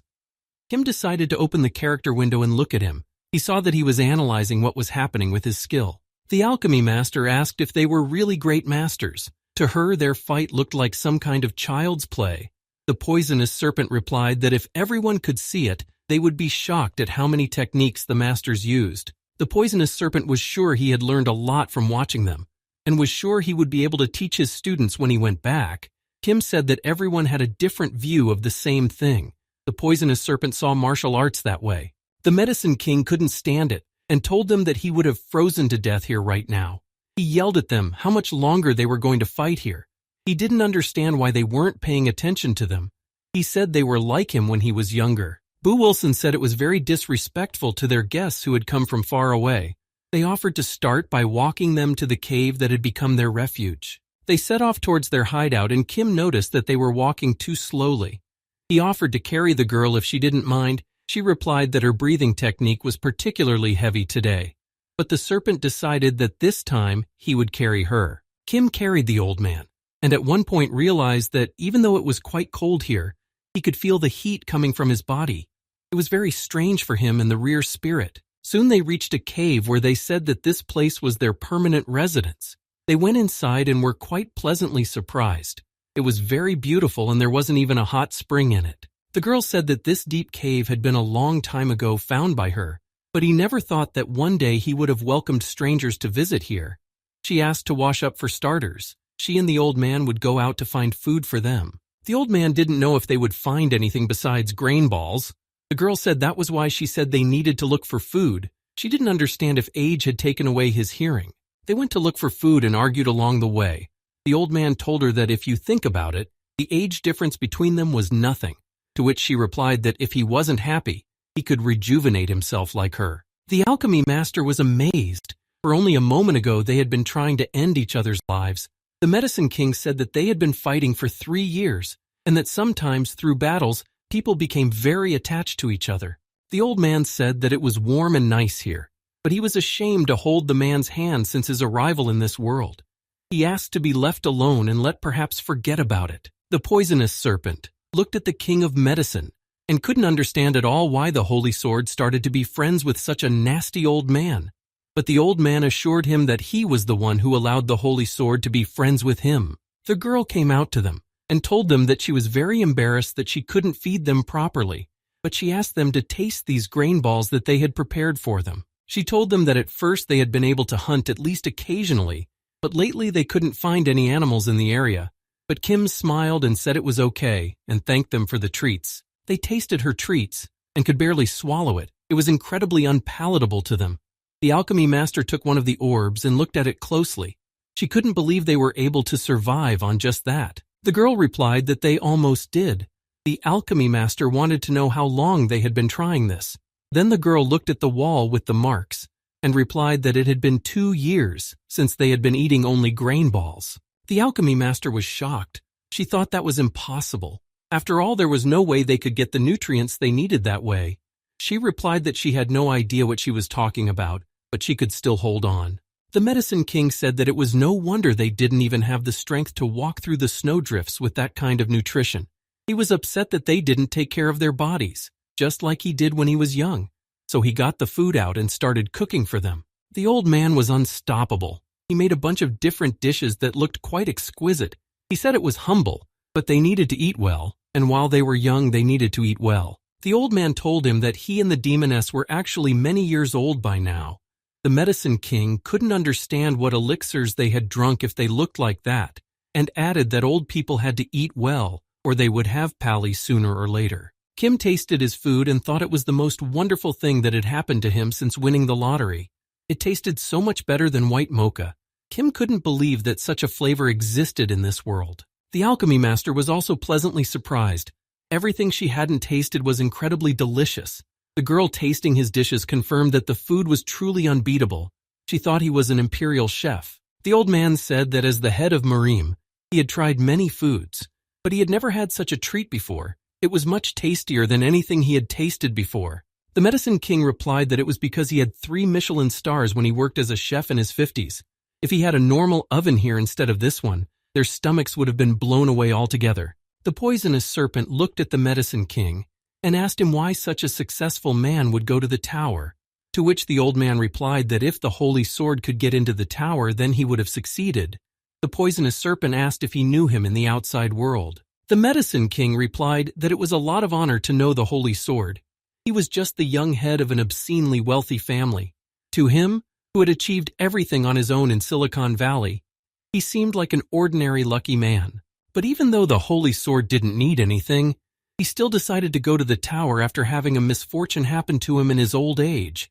But the Medicine King wouldn't tell them his tragedy. She ate, and said that because of the strangeness of the food and their demonstrated generosity, she was quite curious about where they came from and why they had come to their world. She thought that a way to cure Ganzi's illness had been found from outside, but there was no cure yet. It was no surprise to her.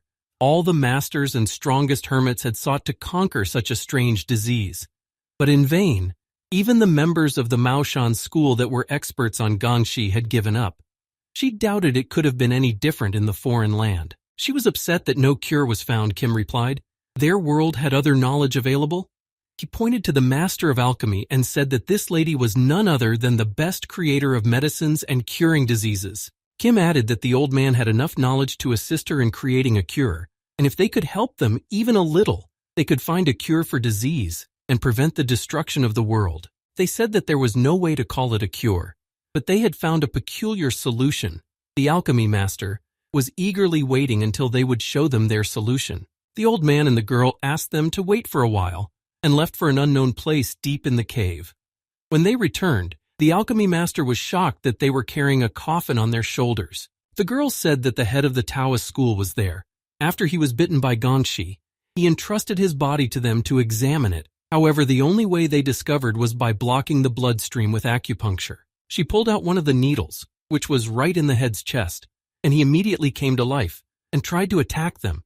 The alchemy master fell to the ground in surprise. She was startled and bounced off the coffin. The girl put the needle back in and said that as they had seen, Ganzi could be put to sleep by blocking the channel between his brain and spinal cord. However, she realized that this was more of a temporary measure. They needed to find a cure. She explained to them that after Ganzi's bite, there was a contamination of energy through the circulatory system and qi channels.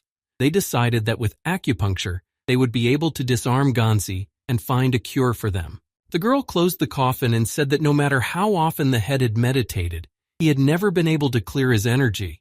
She added that whether he was a cultist with demonic qi or a monk with sacred qi, if he was bitten, it was all over for him. She said that the first thing that happened after being bitten was that the person was thrown into a fever as if he was burning alive, and very soon there was a final stage where the bitten person turned into a Gangxi. They said that one Shaolin monk had managed to stay sane for a year after being bitten, but that was an exceptional case. Even the best martial arts masters could barely last half a month. She looked at them, and with a serious face asked if they were confident that they were capable of finding a cure. Against this monstrous disease, they had no one else to rely on. The girl added that all was well, and it could be considered a blessing and a great good fortune already that she had been fortunate enough to see other living people, while she thought there were only 2 of them left in the whole world. She headed for the exit from the shelter. Bu Volson came up to them and said that he would prepare a place for them to sleep so they could rest tonight. He suggested that tomorrow they should all discuss a plan of further action together. Night came and everyone was long asleep. Some of them grumbled in their sleep. The king of medicine was angry with the holy sword because he was going to leave, and after that he would stay in second place. Everyone was asleep and didn't suspect anything. Kim couldn't sleep. He lay there looking at the beautiful moon. The rear spirit asked him why he was awake, what was troubling him, to which Kim replied that he needed to check something before he slept. He covered his face with a blanket and pretended to be asleep, and then 2 unknown men approached him. Kim was in no hurry to give himself away and still pretended to be asleep to find out their plans. Kim heard them trying to figure out if they were asleep or if they should have waited longer. They were sure they were asleep and decided to take advantage of the opportunity, and Kim wanted to understand what they wanted to do. He got up from the bed and was scared of it. The old man, startled, shouted out to him that he thought he had been asleep for a long time. The girl realized that he was a pretty savvy guy, and she wondered how he guessed. Kim replied that he suspected something wrong back when he first saw them. Kim explained that it was cold when he saw them, and to keep warm they had to cover their bodies with energy. But then how could people who were supposed to be very skillful in the use of qi be able to run out of energy after a dirty fight? He walked over to the hot spring where they were sitting, he said. That meant they were focusing all their qi on something else. Kim looked at them and seriously asked if they had both been bitten by Ganzi. Kim added that since they were faction heads, they should have been quite capable of containing the spread of contaminated energy with their massive amounts of qi. The demoness looked at Luna and realized that there was no point in hiding her secret from him anymore. The old man tried to stop her, but she answered him that it was too late. They had been caught, and they wouldn't be able to fool him. She said he was right. They showed their backs where the disease had already spread. She said they had been bitten by Ganzi 3 years ago, however. If you pick on his words, he was wrong about something. The old man looked at him and said that they had not contained the spread. They had simply blocked their qi channels in the cervical vertebrae, completely blocking its circulation. The rear spirit was shocked when he heard about this. He said that they used qi telekinesis. The ghost asked if he knew about the falling blade technique. Kim replied that it was a technique where a person made a sword fly using their internal energy. Blocking the qi channel at the cervical vertebrae meant that down from the neck they had to be completely paralyzed. So now they were controlling their bodies both internally and externally with qi, as if they were controlling swords. Kim realized with horror that they were controlling all of their organs, the beating of their hearts, the functioning of their lungs, every joint, every muscle, every movement, literally everything that was necessary for life functioning. They were controlling everything with qi. The rear spirit said that they still used this hovering blade technique 24 hours a day, all day long. Now he could see why they couldn't even take a couple steps without overexerting themselves. The girl demoness turned to him and said that this was how they could continue the Great War, while not being so brutal from the battle, because all their qi prevented them from turning into Ganshi. The old man added that they had been living like this for 3 years. The disciples told the celestial demon that it couldn't go on like this. Half of the blood demons had been destroyed.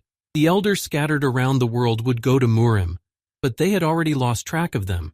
Now was not the time for factional battles. They bowed to the celestial demon and said that, as he had ordered, they would establish a faction-independent apothecary, the head of Tanmun, and the masters of the Mosan sect came to them. They would capture some Ganzi to conduct experiments to give them the results. The disciples came to the master again, but with bad news. They told him that Volian and even the blood demons had been defeated. Even though they had destroyed 100 Ganzi today, there would be 1,000 more tomorrow. They would not be able to cope. They begged the master to hide on the Forgotten Island. No matter how many Ganshi were here, there was no way they could cross the sea. In that case, there would be only Murim left. If they raised the banner of their school, they would still be part of the martial arts world. The disciple replied that the oath he made to the head of the Murim was worthless. It was made before the world fell into chaos. If even the heavenly law changed, could human principles remain unshakable? He asked to forget the oath he made to the head of the Murim. He begged the celestial demon to forget his oath until his last breath. The apprentice was bitten by the Ganzi and soon he fell, but he never stopped urging his master to hide from the evil Ganzi. Kim couldn't understand how they were able to stand. They looked at each other and asked him to follow them. They left the cave and went to an unknown destination. On the way they told him that everyone would someday palliate. In Marima, there was an interesting story. Once upon a time there lived a great master who had both immunity to poison and adamantine resistance, and therefore no poison could eat away at his insides, and no sword could pierce his flesh. They asked him how it was possible to destroy one who could not be harmed by either the worst poison or the sharpest blade. He was invincible to all, but what ancient legends would never tolerate was invincibility. Soon he was destroyed. The master was destroyed by the succubus. The pleasure of the fusion of yin and yang was not poison, and the sword even less so. Kim asked if excessive pleasure wasn't like poison. She replied that was why the succubus didn't give him a storm of pleasure all at once. The succubus acted skillfully and cold-bloodedly. She took her time. She started with the most innocent of pleasures, but eventually brought him to the most pernicious, and the master finally let his guard down. They said that during this bond with the succubus, the great master stopped feeling pain from her slaps. Her whip turned into an instrument of pleasure for him. Every gesture, step, and the slightest glance of the succubus became a source of happiness for him. The succubus easily strangled the great master. No martial arts mastery was needed to do so. She hardly put any effort into it. While she gasped without being able to take even a breath, he smiled brightly, being at the peak of pleasure. The celestial demon said that the pleasure had destroyed him. He was invincible both inside and out, but what had happened could not be called simple luck. This story had a very simple moral: one should not flirt with the succubi. It was a shame to them that this master had grown up in the gold and jades of the Tanman family, but this trash that turned out to be a succubus had been sent to him with a special task. She needed to destroy him. She added that most beginners who came to learn martial arts made the same mistake. They thought that the goal of martial arts was invincibility, and the goal of every master was immortality and eternal life. The heavenly demon added that the one who achieved mastery in suppressing poisons would fall from something else. The one who was able to become strong as a rock would simply not die from a sword, she finished the legend. And they further rearranged Ganshi's starting position. She said it was obvious, and masters didn't just choose which art they would learn. It was a choice that determined what kind of warrior one would live as well as how that warrior would fall. The old man said that everyone had died at some point, and they didn't know that. They didn't understand why they should be sad about the death itself. But the celestial demon replied that they didn't wish for such a death. She said that annihilation would do, poison would do, an attack by an entire celestial army would do, as well as death at the hands of a Shaolin monk. They were ready to accept their death, but they did not give up, and did everything they could to survive. The girl Ganshi said that she would be willing to accept death at the hands of a betrayed subordinate. She thought it would be a perfect death for the sake of the younger generation. They finished arranging the frozen Ganzi, and then the celestial demon turned to him and said that he wanted to know how they had managed to endure all this time. They were only willing to fall the way they wanted to. Kim realized how the Ganzi appeared in this place and who was setting them up. They noticed that few of them had gotten far tonight, because it was a clear moonlit night, though the moon was not as bright as the sun, but it was also able to hold off the Ganzi. The old man shouted that their White Path school would never fall to something like Gangshi. The celestial demon replied that the people of their cult wouldn't let some dead people eat themselves. He said that if their faction was to be destroyed, it would only be at the hands of evil cultists. To which the girl replied that if their cult was destined to disappear from the face of the earth, it would only be at the hands of the faction's blade. It was snowing. People were dying. Even as the 9 great schools and the 5 noble clans disappeared, even as the writings of the martial arts faded so much that it became impossible to read a single word, this world was not yet destroyed because there were still 2 people in it. There were 9 billion people living in the world, and most would not have been killed by the virus. The last remaining person would have committed suicide. The cause of the world's demise would not be considered a disease, but suicide. That was at least the reasoning of the head of Murim and the celestial demon. They challenged each other to a duel, and began the battle, Kim thought. A decayed genre, a decayed world. This apocalypse had been slowly dying for 990 days. Kim, watching as they mercilessly tried to do damage to each other, suddenly said that it wasn't supposed to be like this. He thought their duel was completely absurd.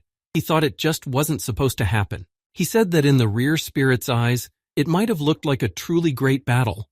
But no matter how profound the subtext was, their battle was just a humiliation for both of them. The rear spirit wanted to know what Kim was going to do. He suggested that he could destroy the celestial demon and the head of Murim, and that would be a merciful act of his in its own way. But he asked not to forget that Kim was only a stranger here. Kim replied that he remembered that. He knew that perdition was not what they wanted, and if they had to fall, they would rather fall at the hands of each other. He was determined to mop up this world in his own way. They fought until it started to get dark, because it was winter now. The day was short, and they needed to hide in a shelter. The Sky Demon said she would definitely defeat him tomorrow. The Poison Serpent noticed that they had returned, and he was wondering where they were and why they had left the shelter. The Alchemy Master said that they had been watching the sick man all day, and his condition was quite bad, but there were no results yet. The Sky Demon said that in that case they had already gone to rest. She said that they should not have lingered too long, and recommended that they too go to rest. Kim did not delay her and sent her off to rest. Kim turned to the alchemy master and asked to be honest with him, and asked how long it would take her to make the medicine. She replied that frankly at least about days. The drug king added that it could have taken 2 or 3 times as long, and that prediction was too generous, and that prediction alone wasn't enough anyway. She replied that he was right too, and one had to be prepared for the worst. Kim thought that the least was about 100 days and the longest about 300. The alchemy master said that they might not actually be able to make it. The equipment and conditions were very poor. The time frame was too short. The alchemy master added that it was not possible to develop the cure in the time allotted to them. Kim remembered the manager's words and realized that they only had days. He took out his blade and thought that it was not enough. He asked the alchemy master not to worry. He would take care of the time issue somehow. He asked her to keep her hands up and continue her research. He asked if she remembered what he had told her once they were in this place. Kim said he was ready to repeat the same thing to her today. They were severely time-constrained, but if they didn't clear the scene, they would be trapped in this apocalypse. He asked her to focus on the cure. He extended his hand to her and told her that he would do his best on his part, so he asked her to give her best. She shook his hand and told him that she would handle everything else. Kim asked her to trust him and keep working. The alchemy master thought that if it wasn't for the Death King, she would still be living in the nooks and crannies of the slums. If all her equipment was taken away, she couldn't even imagine how things would have turned out for her then. She wanted to pay him back. She would focus on developing a cure, however. When she focused on her work, she would stop noticing her surroundings and might well start acting rude. Kim replied to her that it didn't matter at all. He asked her once again to show her abilities to the fullest. She corrected her glasses and replied that she understood him and was ready to get to work. The alchemy master looked at the medicine king, said that from now on, she was asking him to assist her to the best of his ability. The old man was indignant that she was asking him to be an ordinary assistant. The medicine king couldn't calm down and continued to grumble. He said that there had to be subordination in everything. He couldn't believe that she was demanding him to assist her. She looked at him and started to reveal her skill card. The old man couldn't understand what she was doing. He thought she was bragging to him about her skills.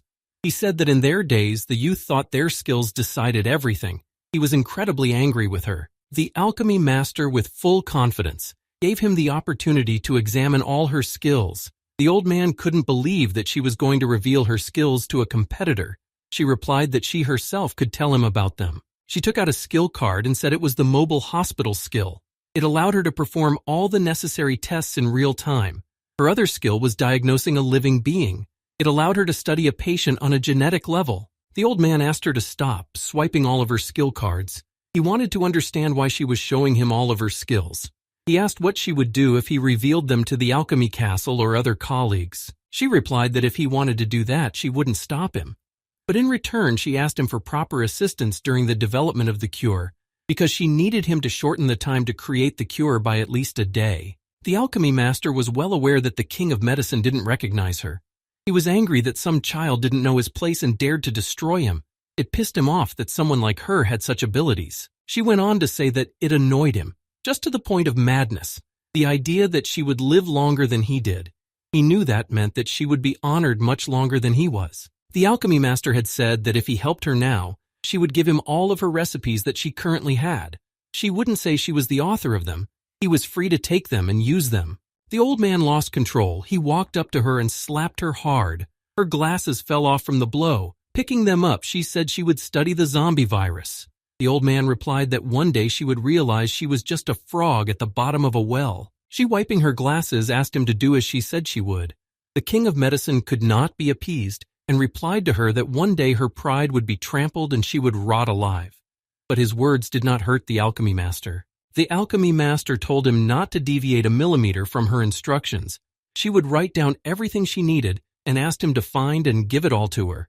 The old man said that one day she too would meet someone who would surpass her. They fell silent and looked at each other. The old man calmed down and they got to work. The alchemy master asked the king of death to come out of the shelter.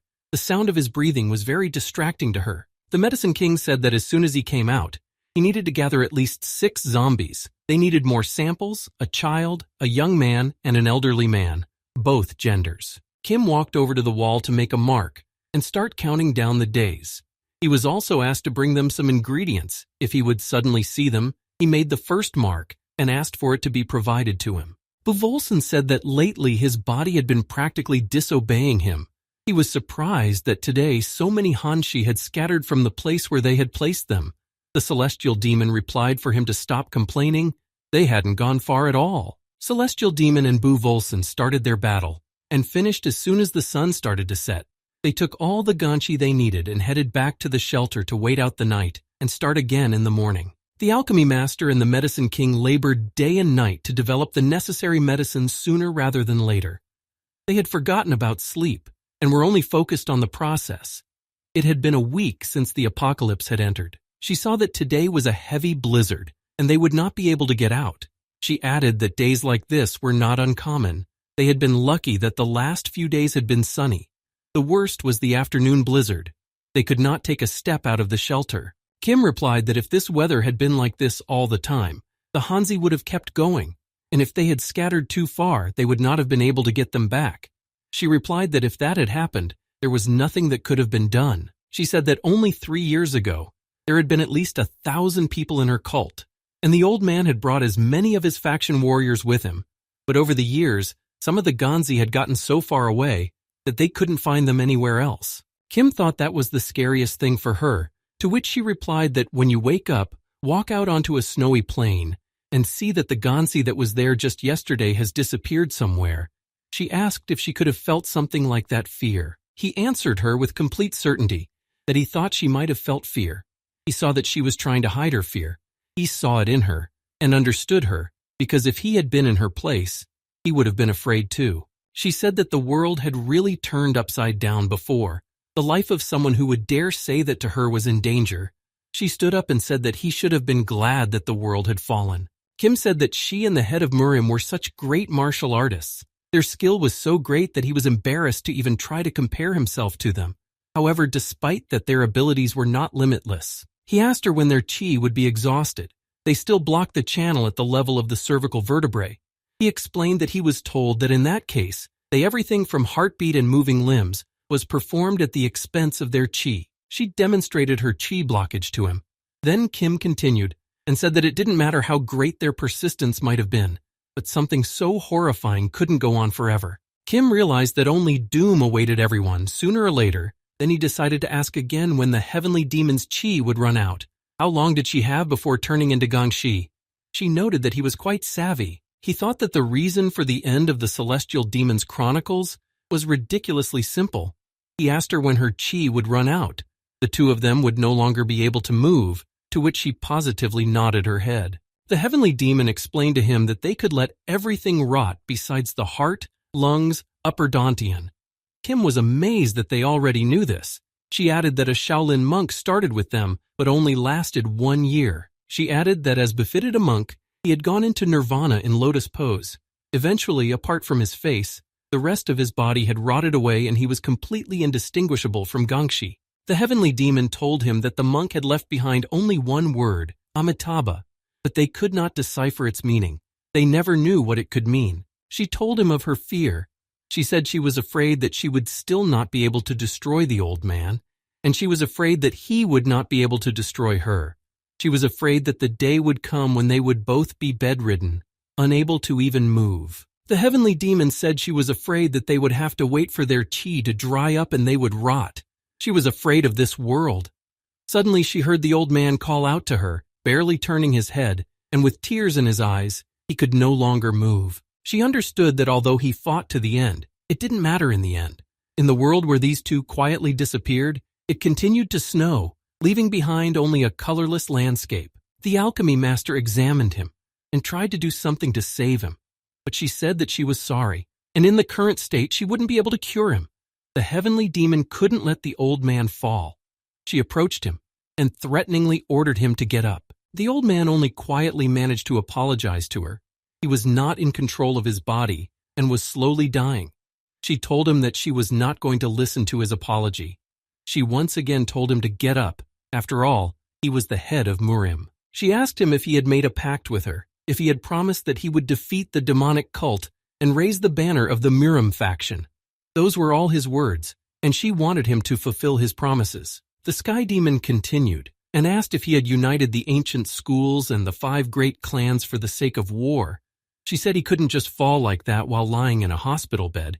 He was a warrior and had to fall accordingly. She told him to get up and get his weapon. He didn't even have to grab his stupid axe, be it a rod or a rod. He had to fight her with anything. Kim noticed that she exuded a black aura from her. The old man could hardly speak anymore. He asked her for forgiveness once more out of his last strength. She shouted with all her might that she had ordered him to get up, but he recognized that he was weaker than her and could no longer get up. He said he tried to hold on for at least one more day, but it was too hard. She could feel it herself. He had exhausted all his chi reserves and there was no more chi left in him. He had used up everything he had. The old man said that she could still last about a year, but it was already over for him. He recognized that he was weaker than her. He didn't want to suffer anymore and asked her to destroy him. He explained to her that he didn't want to resemble a monk. He asked to destroy him before his body would rot. He would disappear as soon as he became Ganzi, before her gaze would no longer be him. He wanted her to destroy him for now.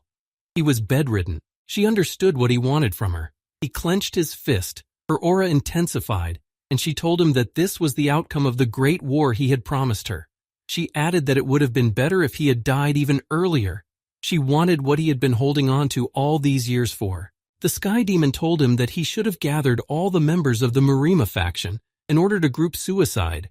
What was it about the white path he was so stubbornly grasping for? She told him that he was born with natural talent and therefore was able to win the honor and envy of many influential people. He reached the peak of his form by years. He became the head of the Namkun clan before he was even years old. He became the head of Murim as soon as he gathered enough strength to resist the demonic cult. The entire essence of the White Path was contained within him, and all the wrath of the White Path was placed on his shoulders, and now he was idly giving his head to her. She stood up and added, "Let it be so." She agreed to destroy him, but warned that his end would not be pretty. She used her aura, and everyone saw the weapon the old man used in his hands. It was a huge axe. The Sky Demon said that it was his adored halberd that he cherished so much. He assumed he still remembered it. She asked him to say that the path forgot the warrior, and the warrior forgot the path. When he would say that, she would destroy him. She explained that this meant the end for the White Path of Murim. Kim thought that the cult leader was demanding that the head of Murim recognize the fall of the faction. She promised that only after this recognition would she save him from the disease and destroy him. The Sky Demon demanded that he say it immediately, but the old man replied that he couldn't say it. He couldn't give his clan and his faction. He apologized to her, but he couldn't admit the fall of his faction. She raised her axe and asked if he had said that by becoming a Ganzi, he would no longer be alive, though his body would continue to live, but it no longer made any sense, whereupon she struck a blow. The heavenly demon said that if she destroyed him now, he still wouldn't have fallen. She didn't see the difference between life that life wasn't and death that death wasn't, and she didn't go about destroying the old man by striking near his head. She thought it was pointless. The whole world was devastated, and on the 9th day of being in the apocalypse, at dawn, the head of the Murima faction, Namkun-un, fell from illness, and they got another valuable sample for their experiments. The alchemy master said that there were certain limitations to what they could learn from people who had been zombies for years. Thanks to the new sample, they could watch the infection develop in real time. They noticed that he didn't turn into a zombie immediately after he died. It looked like it was happening a little later. It probably took time for the infection to take over the entire brain. They were able to summarize the initial results of the study. Kim took a look at all their research results. The Medicine King said that the alchemy master was, though, not bad at making potions, but she couldn't explain it all. The alchemy master said that she did her best to analyze the information available, but it was not possible to make a medicine. Kim realized that they had not had enough time to make the cure, to which the alchemy master said that they had not had at least 90 days, but 120 days was better. Suddenly, the recently fallen head of Murim woke up beside her. He was now Ganzi. "Heavenly demon," she said. "This is what eventually became of humans when one layer was stripped off." She didn't understand how they were different from animals. Now he would eat and eat until his body could no longer move. Then he would disappear. She walked over to Ganzi and put her hand in his mouth and told him to start eating. The poisonous serpent said she could have become Ganzi and tried to stop her. Kim asked her not to interfere. She pulled her hand back out and said it was already over. The Sky Demon took her hand out and saw blood on it and started laughing hysterically. The rear spirit asked the King of Death to be careful. It was like she had lost touch with reality. Kim watched her carefully and waited to see what she was going to do. She looked at them and asked if they were followers of the white path that came after her soul. She was quite pleased. She asked them to attack and offered to cross swords. Kim realized they were all in danger and ordered everyone to run away. The rear spirit said that she had removed the block from the channel. It was because she had wasted the rest of her energy and will. But right now she was on the verge of life and death. Even if he came back to life in his best form now, it would be hard for him to overpower her. The heavenly demon said that the heavens were full of sorrow, and they had a completely equal chance of victory. The flames of anger were blazing in the heavens and on earth.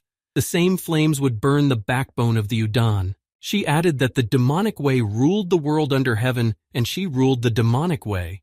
She wondered if they were worthy to fight the god of gods. The poisonous serpent shouted for Kim to take the alchemy master and run away. They did. But she soon became convinced that they were not fit to fight her. She considered them vile minions of the white path. She began to look for Nam Kun-un, but he was nowhere to be found. She said that even though there was only one man in the dense forests or the boundless heavens, in the whole world under heaven, that was worthy of her sword.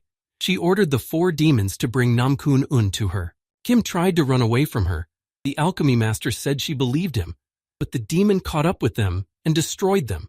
A silent, traceless, odorless doom awaited them. He realized that even as the world sizzled the people who inhabited it, even as the sizzled people were buried, only snow remained in their place. But death did not mean the end for Kim. He had gone back for hours, and now it was time to save their world. A little girl walked through the snow in a blizzard looking for her mother. Little Seo Baek Hyang didn't know if her mother had abandoned her, if she had chosen a natural separation under the guise of going through a snowstorm, or if her mother had truly lost her. Kim woke up in nothingness, quickly got up and asked the rear spirit if he had memorized all the medical documents they were going over. The rear spirit scratched his head and replied that he more or less remembered them. He said that if they put what they had memorized together, everything should plus or minus work out for them, but they had better get back before he would have forgotten everything. Kim looked at him and agreed to hurry up. Kim offered to pick him a skill first. The rear spirit exhaled and took the first card to read him the contents.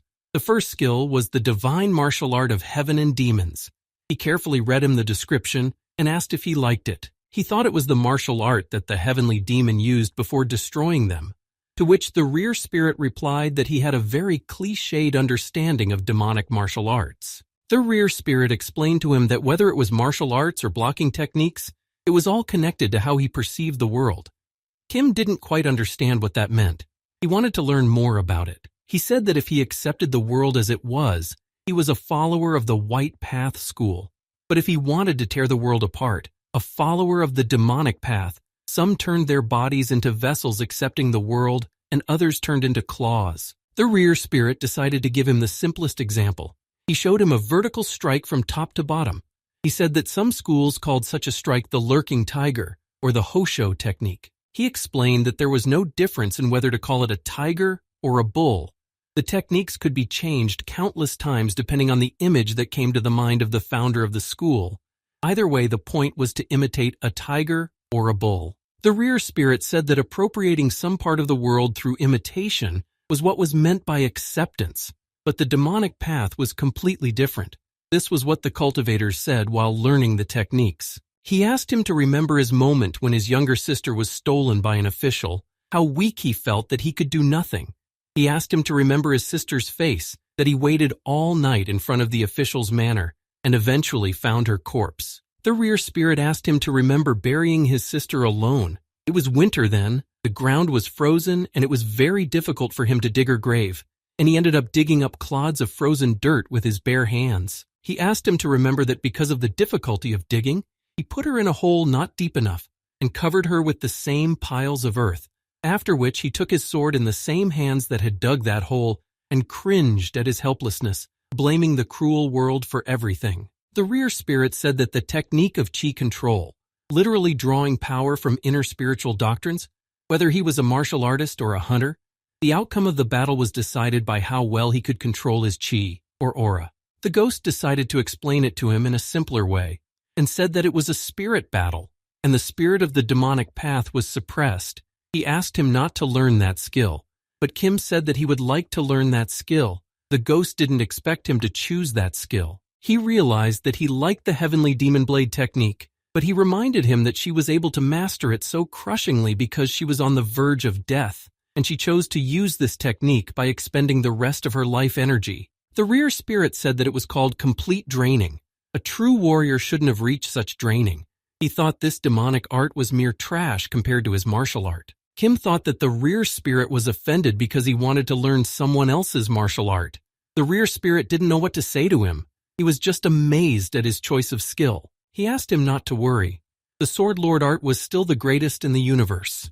The rear spirit replied with a smirk that he knew he was the best, but he wondered why he wanted to learn the cultist's martial art. Kim replied in order to mop up the floor perfectly. Even if a cure was created, only 2 would end up being saved. It had been at least 2 years since the others died, and treating them would hardly bring them back to life. He didn't realize what kind of ending it would be then. The head of Marima and the heavenly demon would become Adam and Eve. He asked if that was a good ending, to which the rear spirit replied that he didn't like it and would like to see a different ending. Kim said that creating a cure was only one of the prerequisites for a good ending. A really cool ending would depend on the characters in the story being satisfied. He took the skill card and added that he would like to give the heavenly demon and the head of Murim the most satisfying ending, after which the system notified that the skill selection was complete and the skill was copied. Kim realized that it wouldn't end there. The nightmare of the celestial demon. He still had another hell to go through, but there would still be a chance to talk about it calmly later. He was given a penalty. The strength of the penalty was of a devilish level. He went back to the very beginning. Kim gave his hand to the alchemy master to save her from the cold. He asked the poisonous serpent to watch over the king of medicine. He had the alchemy master's last words in his head that she believed him. Kim pretended that to him the place was unknown. He told them that he noticed something that looked like a human shadow and pointed out the place to them. They went there and found Ganzi. The rest of them didn't understand why they were all frozen. He told them that they looked like zombies. He supposedly accidentally found in their mouths a lot of meat that was stuck in their teeth, as if they were gnawing on something like an animal with their teeth. The alchemy master opened her skill and confirmed his words. The DNA of the person and the piece of meat in the mouth did not match. She said the DNA definitely belonged to another creature. Kim thought that this time things were happening much faster than last time. He called for the alchemy master and the medicine king and informed them that he had another great skill and he was going to demonstrate it to them. He tried to remember what it said on the second page of the medicine notes. The rear spirit prompted him, and he said that based on analyzing his skill and told them everything he could remember from her notes. She replied that he had an excellent research method. She didn't see any flaws in it as if she had conducted it herself, but the vocabulary was completely different. Kim thought she actually thought she was an admirable person. The medicine king said that he was glad that the research time had been shortened considerably. He wished he could stay away from these zombies. He already wanted to find a warm place here to take shelter sooner. The old man heard strange sounds. He turned his head and saw 2 men who were about to fight each other. He heard that the man was threatening to end the demonic path's rule over the world under heaven. The celestial demon laughed again from the old man and said that as long as she was okay, the demonic path would continue to rule over the entire under heaven world, and he could say goodbye to his faction.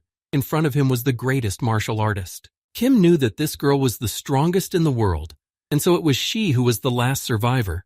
A warrior who as a child had grasped the meaning of the word loneliness in its saddest sense. She saw them and asked who they were. He fell to his knees before her and said that he had come from outside this world because he had heard rumors about the power of a heavenly demon. He had revered her for a very long time, for her reputation as the greatest martial artist. He asked her to take him as a disciple. The little girl lying on the snow thought she was cold. She couldn't hear anything, see anything, or smell anything. She thought her stomach felt like it was full of ice. She called out for her mother. Suddenly she saw the woman who had found her in the snow. She thought it was strange. The snowfall had ended days ago. There was at least 5 chi on top of the snow. She didn't understand why this child was still alive and could breathe. The woman looked at her and said that she was an unusual child. Born with a body made of ice and snow, the coldness of the entire world soon became a reservoir for her internal chi. She thought it was strange that a small child had lived for 10 days in this snowy wasteland eating only snow. She realized that such strong chi must have lurked in this body. She had only encountered the likes of it in books. The woman asked her name, but the girl said she didn't know it. Then the woman retrieved it and they set off. She asked her how old she was and how she had gotten buried under the snow, but the girl knew nothing. She realized that she remembered nothing. She felt sorry for her that she had been given to nature at such a young age. However, her body was the perfect vessel for learning martial arts. The Lord of the Northern Seas would have been willing to pay a mountain of money for her. It was hard for the woman to tell if she was destined for the cult or if the cult was destined for her. She put her hand on her head and asked if she would go with her. She would give her food and a place to sleep. She told her that she didn't smell any scent from her. Without a name or origin, she was like being born snow. She told the girl that she would give her her last name and her name would be Baek Hyang, which meant the smell of snow. The woman added that she would henceforth become a member of the devil's cult. The girl asked her where they were going, to which the woman replied that they were going to a place where children like her were gathered. The celestial demon said that was unacceptable.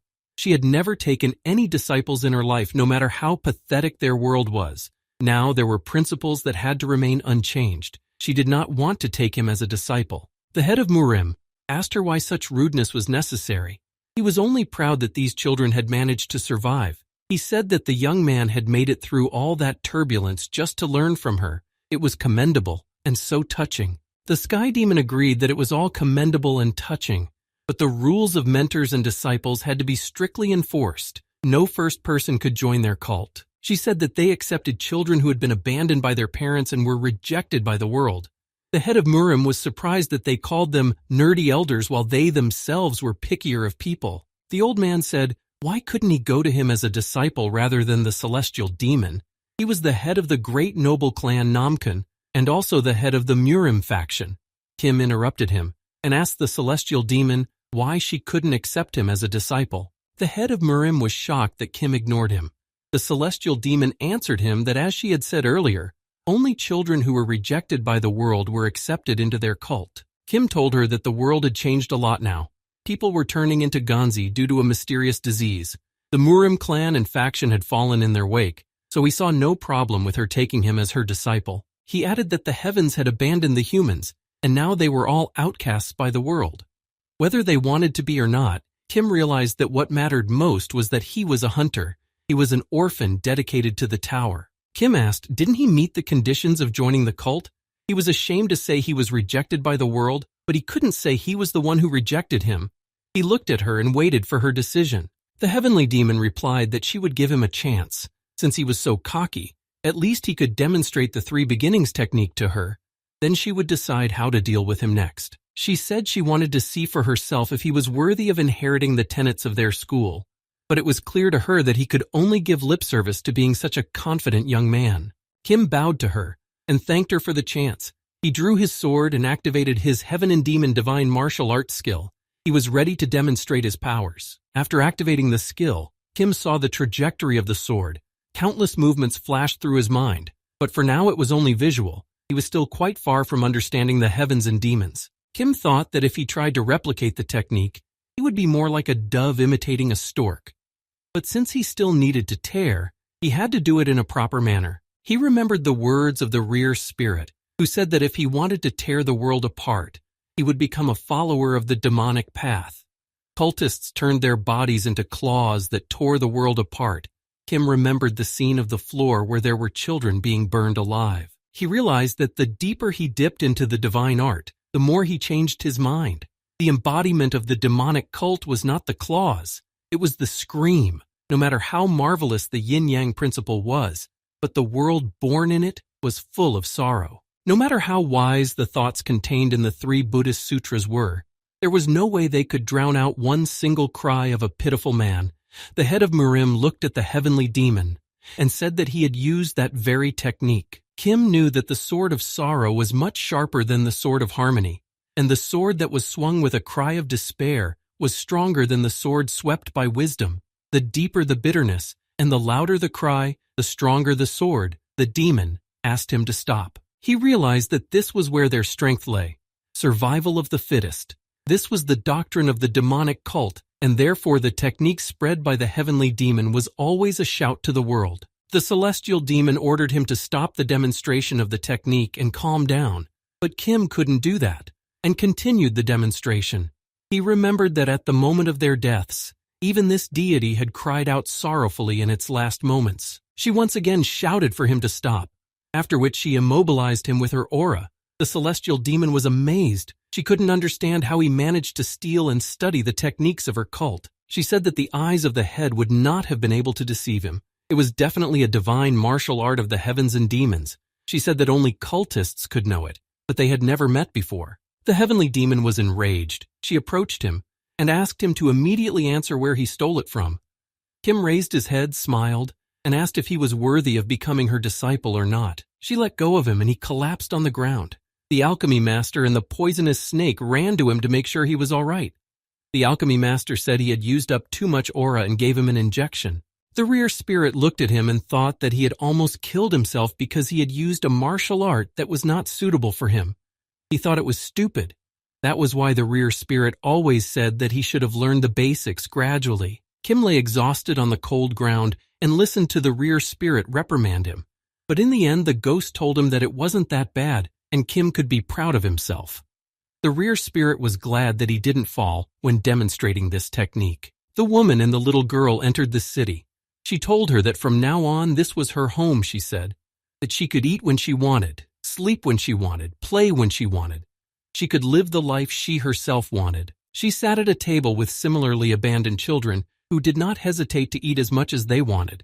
The children thought all the adults in this town were very kind people who did not demand anything from them in return. One boy asked if they would want to make slaves out of them in the future.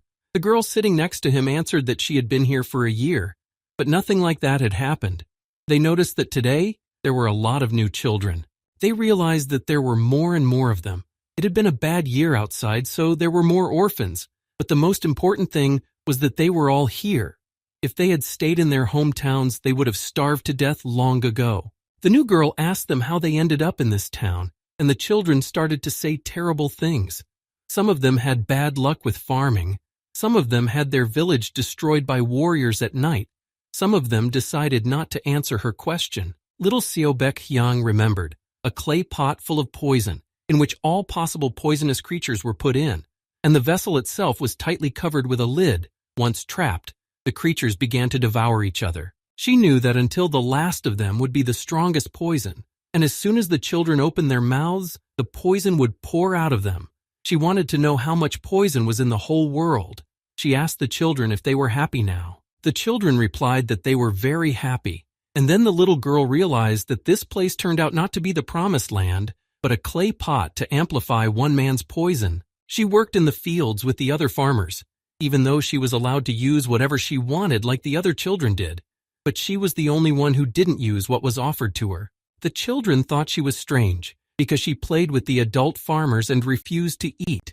The woman who found her came up to her and told her that it had been a long time since they had seen each other, to which she replied that it had been a long time since they had last seen each other. The woman wanted to ask her something. She was told that she helped other farmers and gathered her own food, and that she made her own clothes and blankets to cover herself with. The girl did not stop working and replied that this was true. She asked why she did it. If she wanted to, she could live a carefree life like the other children did. This town was called Tao Yuan, which meant Peach Spring. The adults farmed to pick fruit for them. The woman said that she was still very young. Why did she have to work so hard alone? The girl said that Mr. Mao, who was working in the fields at the foot of the mountain, had 2 daughters kidnapped by the minister. The woman looked at her carefully. She said that Mr. Choi, who worked in the orchard, lost his second son, who was called to build the Great Wall. When his eldest son complained of the injustice to the governor, he was accused of treason and was destroyed during the torture. The girl added that after Mr. Choi and his wife buried both their sons in their hometown, they dedicated themselves to this place, but they were not in this place for nothing. She said that all the farmers and adults who grew food and sewed clothes for the orphans were all scarred by the world. There wasn't a single person among them who didn't have a painful past. She said that this place wasn't a paradise at all. The girl understood that no one would feed and clothe orphans for free, just out of stupidity. The woman listened to her carefully and asked her why the adults did all this for the orphans. She was interested in her opinion. She answered that they wanted revenge for them, out of injustice, out of sorrow, out of the fact that they could not ask the officials in the native land that ruined their lives. They wanted revenge, but they did not have the strength for it. The girl heard the adults say that one had to learn martial arts from a very early age to excel in them, and so the people who fed them were too old to learn martial arts. That was why they needed orphans. She said this was the true face of this city. They didn't sleep and eat here for free. They were here to avenge them on the whole unjust world. She found herself at the headquarters of a demonic cult. The woman listened to her and asked if she had anything to say to this horrible world. Then little Beck Hyang confidently replied that she had a lot to say to this world that treated people so cruelly. She stood up and replied to the girl that in that case the world would have to listen to her. The woman said that she was an elder of the 7 beginnings of the demonic cult. She was a demon Buddha. The girl looked at her and asked if there was a place for Buddha in hell, the woman, and replied that what good would Buddha be if he was not in hell? She added that she was able to pass the test without allowing herself to be stupefied, so her poison was the purest. The elder asked to accept her as a mentor and call her master. Henceforth, the ringing of her sword would replace the countless screams. She ordered her to make 9 petitions and become her apprentice. The heavenly demon woke Kim and asked him to get up. Kim replied that if he wanted to get up, he couldn't unless she pulled away, otherwise they would hit their foreheads. She realized that if he chattered like that, it meant his body was fine. She ordered him to go wash in the hot spring, and he needed to diligently cleanse his body and mind. She said she would wait for him near the exit of the cave. Kim got up and started to undress. He noticed everyone around him was still asleep, and he wondered what they were dreaming about. He opened the character window and saw their dreams. He decided he shouldn't have woken them up and went to the spring. He bathed in the spring, got dressed, and came out of the cave where the celestial demon was waiting for him. She asked him if he had thoroughly scrubbed himself in the spring. He replied that he felt as if he had scrubbed himself so well that his mind was cleansed as well. She said with a disgruntled face that she couldn't stand talkers, and he was even too talkative, and his temper was even more roguish than the officials. She was beginning to worry if she was doing the right thing. Kim decided to see if she really thought so, and opened a character window where she read what she thought. Although his tongue was lined, his face was still stupid. Even after washing, she thought he was the embodiment of Hao Munju. She said that in order to wear the uniform of her cult, he had to pass a lot of tests. Even though he had proved his suitability, it didn't mean he had passed the test. What awaited him was the test of comfort. Those who used the benefits were called the outer family. But the children who passed the comfort test were accepted as disciples of the inner family and were formally trained in the art of the demonic path. Only then did they become part of the cult. The sky demon was amazed, but couldn't understand how he knew about the test. But Kim smiled and replied that he didn't know much about it. But he didn't tell her about what he learned from the trauma after it destroyed him. She exhaled and said that the last person she met, and that one turned out to be a slippery type. She wondered if she should have accepted such a person who was like Hao Manga into the cult. The spirit of the rear realized that she could see through people. Kim couldn't tell if it was a compliment or an insult. At times like this, it was better to take it as a compliment. It made the world a more beautiful place. They came to the place they needed, and the sky demon said it would be good for them. She told him to rejoice. He had the honor of becoming a disciple of a great her. She had given him the word of the demonic cult. Heaven would not turn anyone away if they were worthy of it. But she said that for now she could not accept him as an official disciple. Kim replied that he had come from far away to be her disciple. He had shown her he was worthy. He thought he was not good enough to be her disciple. She found it suspicious that he came from the world beyond the Great Wall. She highly doubted that he had honored her for a long time. Her intuition told her it was all a lie, but his nature didn't seem evil, and she decided to leave it at that. The sky demon said what was even stranger was that he had a sincere heart, and it was hard to decide at once if he was a chance for her or if she was the chance for him. Kim looked at her and asked what the challenge was. She explained to him that she had gathered the Ganzi below. One of them was once a renowned strongman, one of the promising warriors of their cult. He needed to defeat this Ganzi, and then she would accept him as her apprentice. The sky demon told him to fight while feeling hungry. Kim thought that the talk about him not being an official apprentice was not an idle one. To her, he was a receiver to whom the techniques of the demonic cult would be passed on. She added that when he fought Ganzi, he was to feel nothing but hunger and pain from him. He was forbidden to feel anything else or to call upon any other images. She asked if he would be up to the task. He needed to remember everything, the voices and moans of the hungry, the movement of their arms and legs to swing his sword with only the feeling of hunger. Only then would the divine martial arts of heaven and demons be revealed in full force. She said that he could destroy with a single blow someone who had never had to experience hunger in his life. She said that was how half of the Muram faction had been wiped out. Kim understood what she was saying about claws destroying the world. She added that first, he needed to comprehend the destruction of hunger. Then he needed to know the destruction of thirst. The mere understanding of thirst would allow him to dissect those who had never been tormented by drought. She said that in total he would learn 9 blade techniques, and they would be enough to comprehend the entire world. Kim replied that sounded promising. She looked at him and told him to hurry, just so he didn't go to hell. Kim rushed to attack the zombie that the heavenly demon had chosen, and thought the word that was least suitable for zombies in the world was Hadouken. Kim attacked the zombie with all his might, but he was unable to overpower it. Gonzi was successfully attacking him each time, and he failed to put up a defense and it flew back a few meters.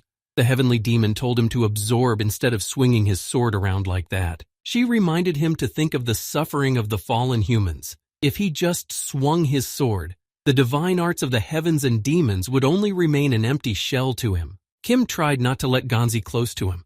He couldn't let him bite himself. He heard the words of the heavenly demon and replied that he wasn't really hungry right now and couldn't experience the feeling of hunger and the suffering of the starving. She asked if he couldn't imagine the color red without seeing it in front of him. She explained to him, just because he wasn't hungry right now didn't mean he couldn't remember the feeling of hunger. The heavenly demon added that if he couldn't do so, it meant that he had never experienced hunger before and he was full. Those who studied the divine arts should be able to freely return thoughts to former sensations. She asked him to remember his longest hunger. He needed to remember his feelings when he was hungry, where he was at that moment, what he most wanted to eat, how long his hunger lasted. He needed to remember it all. Kim replied that he had only been without food for a day. She couldn't believe that he had been without food for the longest time for only 3 days? It was ridiculous. The world had long since fallen into chaos. The seasons had dissolved, and the hunger had been so long. The sky demon asked him how he had managed to go without food for 3 days. Unless he was from a noble family, Kim dodged a zombie attack and told her that the land beyond the wall was much more plentiful than the central one. She shouted that it didn't make any sense. Hunger was the strongest feeling of all. It was a pain that didn't go away with time, and it was a pain that no human could deal with. People lived to satisfy their hunger. The heavenly demon didn't understand how he could awaken the divine arts if he wasn't even familiar with this feeling. Kim said that as an F-class, he had been frequently and severely starving for more than 10 years. She said she had had enough. She turned and walked away saying it was her own fault. She had gotten her hopes up for a moment, but a wastrel was always a wastrel. Kim tried to stop her. He screamed her name and wanted her to go back inside. He completely forgot that he was fighting a zombie that was already near him and was preparing to give him a deadly attack. He woke up in nothingness and thought that he too had been through a lot of hardships. The spirit of the rear said that she had trained him in very traditional methods. She had taught him the sacred arts, and he thought her actions were correct. Kim was starting to get nervous and said that if she thought she would just chicken out and give up if she performed like that, but she might not even count on it. He thought he didn't look like it, but he had to burn alive. He was going to starve to death. He traveled back an hour back and decided to leave the cave early in the morning. The poisonous serpent spotted him and asked where he was going this early. Kim replied that he was on a quest to find an item needed to clean up this scene. The rear spirit thought Kim had lost his mind. He noticed that when he was angry, he couldn't see anything farther than his nose. He would have wasted a bunch of days again, but the ghost had no choice and followed him. The ghost said he didn't care how deep he would have gone in training with anger. But what did he deserve to be with him and just watch from the sidelines? But Kim only asked him to shut up. The rear spirit asked how long he was going to sit in lotus pose, to which Kim replied that he had seen the sky demon's injury. She hadn't eaten anything for 11 days, fueled only by air, so he decided to hold out for days. The ghost nervously said that he wouldn't even last 100 days in this place. He asked him to look at the weather. It was incredibly cold in this place. Without the aura, he would freeze to death instantly, and he was going to keep the aura circulating for over 100 days. He added that more than that, fasting for all that time would finish him off before the 100th day. He wondered if he had ever tried to fast for 100 days. If not, he might as well not even answer. Kim asked if he had ever fasted himself. The ghost replied that he had fasted when he studied with the monks. A few days of fasting brought him to a point where he felt he would soon fall. But then 2 more weeks passed, and he no longer felt any hunger, but it was a mind training. Kim realized what he should do next. He decided to starve for 15 days, and after that he would rewind the last day and so repeat as many times as he wanted. The rear spirit was shocked when he heard what he was going to do. He said that he would not eat anything for days, thus bringing himself to the highest point. Then he would destroy himself and would repeat like this for days. His hunger would not be relieved. The only thing left to do was to repeat it once, so his aura would not evaporate. The rear spirit told him he was crazy. He asked him to just learn from him. He didn't understand why he needed to follow such an outrageous leader. If he needed a teacher, he could just go be his apprentice. Kim said he needed to master the divine martial art perfectly. He thought why she felt despair in this world. Why was the graduation stopped? Because it was all meaningless if the world continued to exist. He added that he didn't want this world to just dissolve like that. Kim didn't wish such an ending to such a character named Heavenly Demon. She didn't deserve such an ending. She had been through too much, and he wanted her to continue living. Kim said that it was easy to live as a summer spirit who got the skill of deception, and shouted that he was the strongest hunter who always won because of his skill, and he remained unworthy because he was an idiot. The summer spirit felt that he shouldn't have cared about idiots. He only needed to pick a stage where he could shine like a star, no matter what happened to them. He would only laugh at them. He would cynically look down on them. Kim created an incredibly bright sphere of aura in his hands, and looking at it thought it looked very cool. Kim realized that while cynicism itself didn't rise to the level of childish whimsy, but cynics were whimsical children. Kim thought that the craving for fairness was also in its own way a childish trait, but fair people didn't behave childishly. He was human too, and he needed to live, and the answer to how he was supposed to live was quite obvious. It had been a week since he had started his fast. The first and second days had been the most painful. After 3 days, the pain was gone. His bowel activity had slowed down. His thinking was slower too. His very life had not dried up much, as if there had been a severe drought. Kim couldn't tell if it was hunger, but soon realized it wasn't. He got up, drew his sword, and said that if he stayed still it wouldn't do any good, and he decided to start training to increase his hunger. He said he was wrong. He admitted he was a bit foolish. The hunger the heavenly demon spoke of was not just refusing to eat.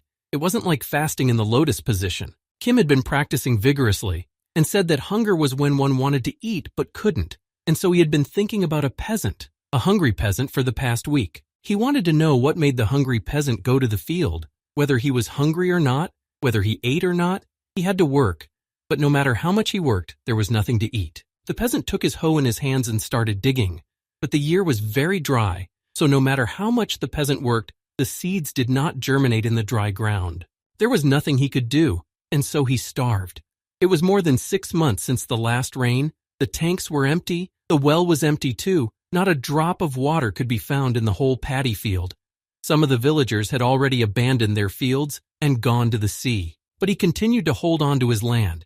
He doubted that things could be different by the sea. People could only survive by learned thievery, and this peasant had only learned to steal from the land in his whole life. So he went every day to the rice fields, even though he knew it was pointless. In the evening he would climb the mountain and strip some bark from the trees suitable for food. The peasant now had trouble finding even bark. Hunger had colored the world white, but the peasant could not eat even bark. He had a family and a child. He would find some water. The bark had to be boiled and boiled. He watched the bark boil and thought he was very hungry. He wanted to eat, but he was not allowed to eat the bark. He had to give it to his son, at least that. The farmer made him some soup from the bark and took it to his son, who knocked the plate out of his hands and shouted that he was sick of such food. The father, seeing this, almost hit his son, but he stopped and thought it was not him. He had never been the kind of man to raise a hand on his own child, but the hunger was just awful.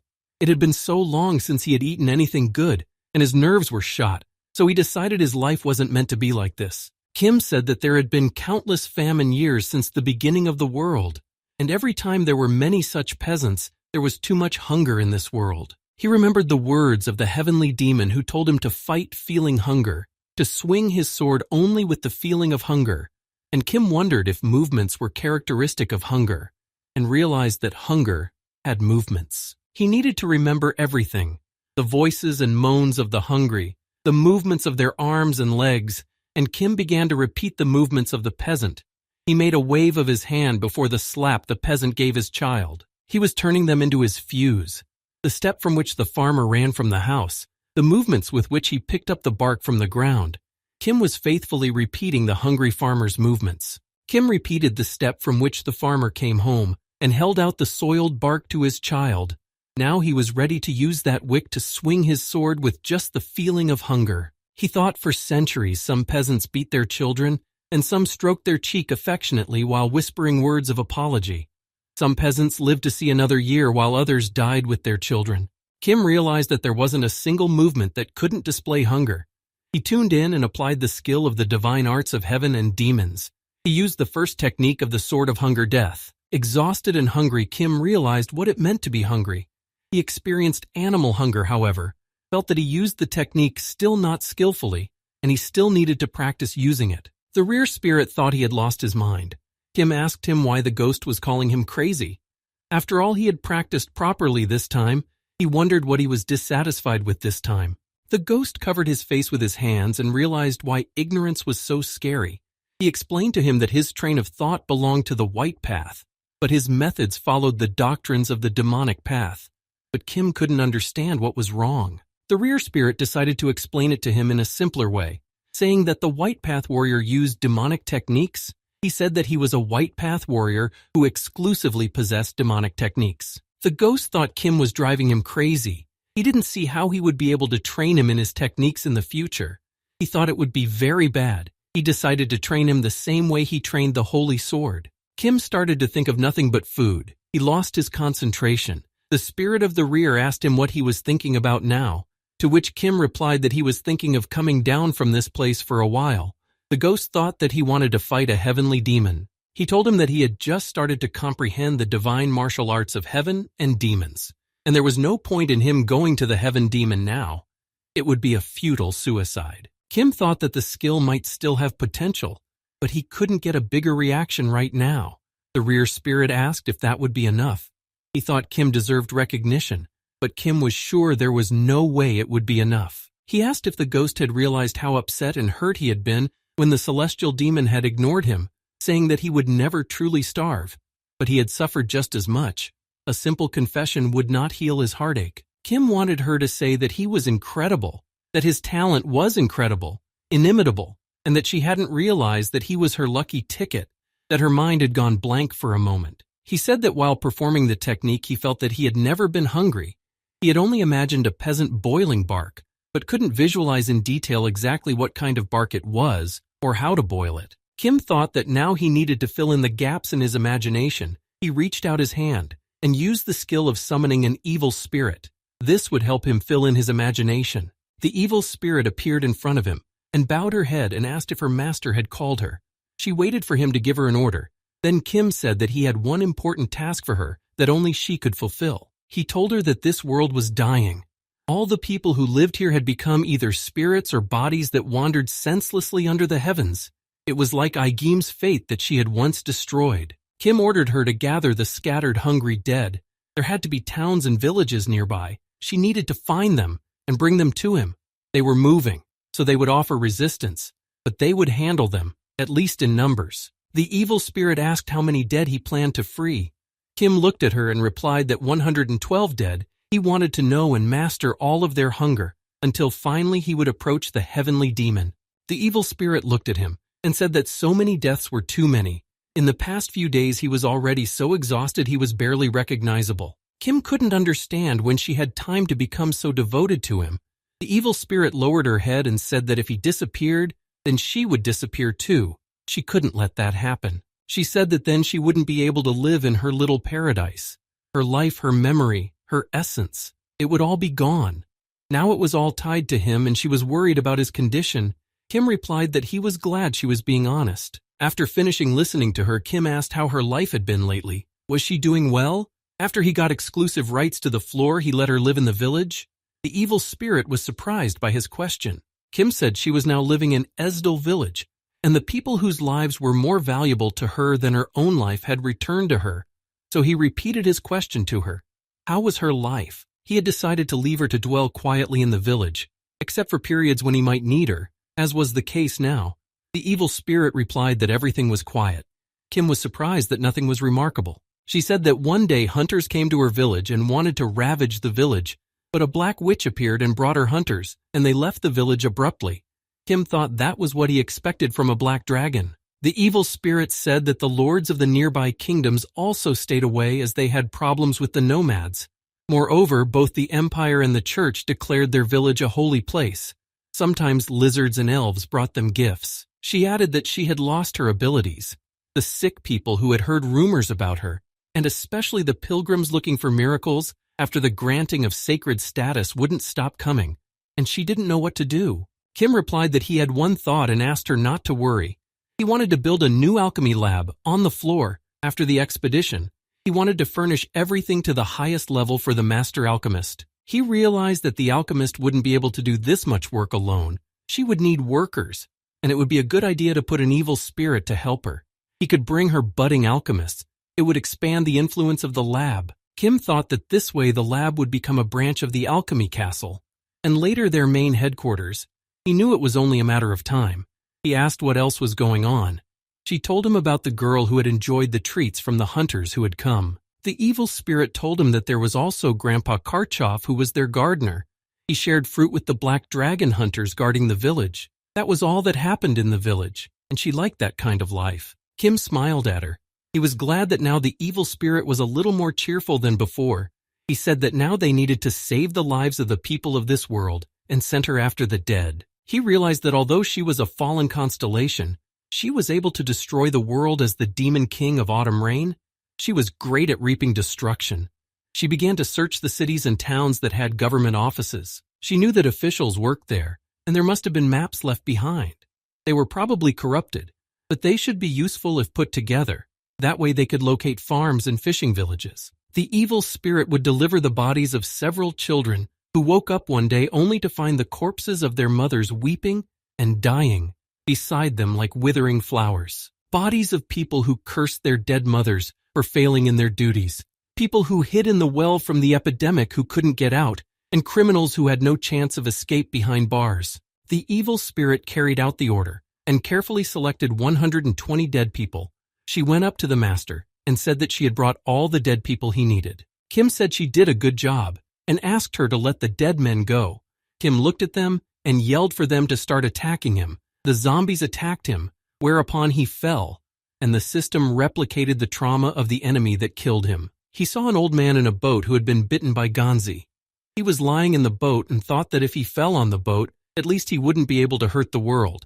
He had spent his whole life on the river, so he was happy to fall on the river. The next trauma was the town manager. One of his servants said that the granaries were almost empty. In half a month there would be nothing left. The fishermen were also almost without a catch.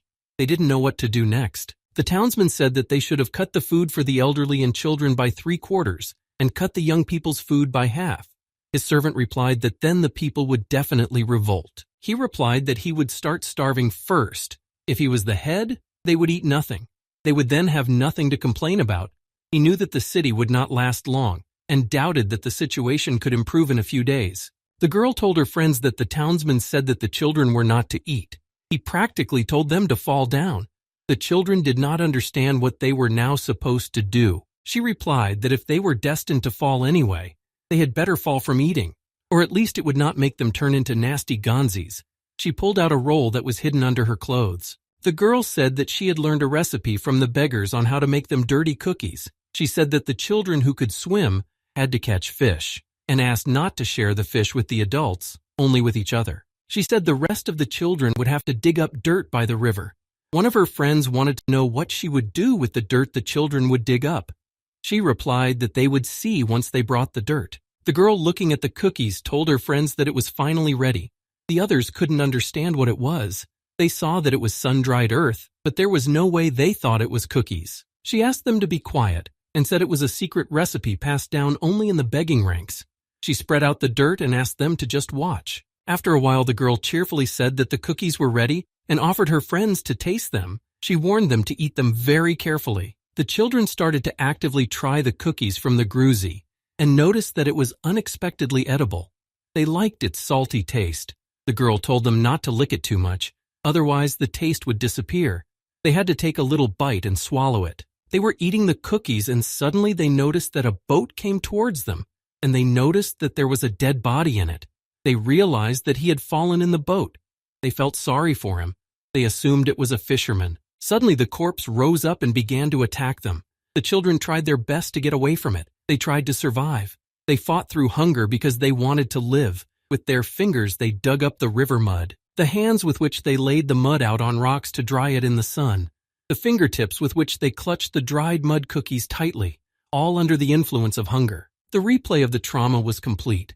The safety of his own self was tested. The penalty for perishing was complete. Kim could barely stand on his feet. He hadn't expected to see so much pain. He thought maybe he would just learn how to brew bark. Kim realized that reality was even harsher than he had imagined. He realized that when the world was dying, tree bark soup was too good to be an injury. It turns out in a desperate situation, people were willing to eat even dirt. He started beating the snow with his fists to get to the dirt. He realized it was harder than it might seem. He made cookies out of the dirt, dried them in the sun, and decided to taste-test them. He realized they were tasteless. He couldn't taste anything. Kim thought that humans came from the earth. He wondered why they couldn't eat it. The taste and smell of the earth seemed nauseating to him. Feelings that couldn't be conveyed with words could be conveyed with hands. He realized that martial arts came from the little that was left in human hands.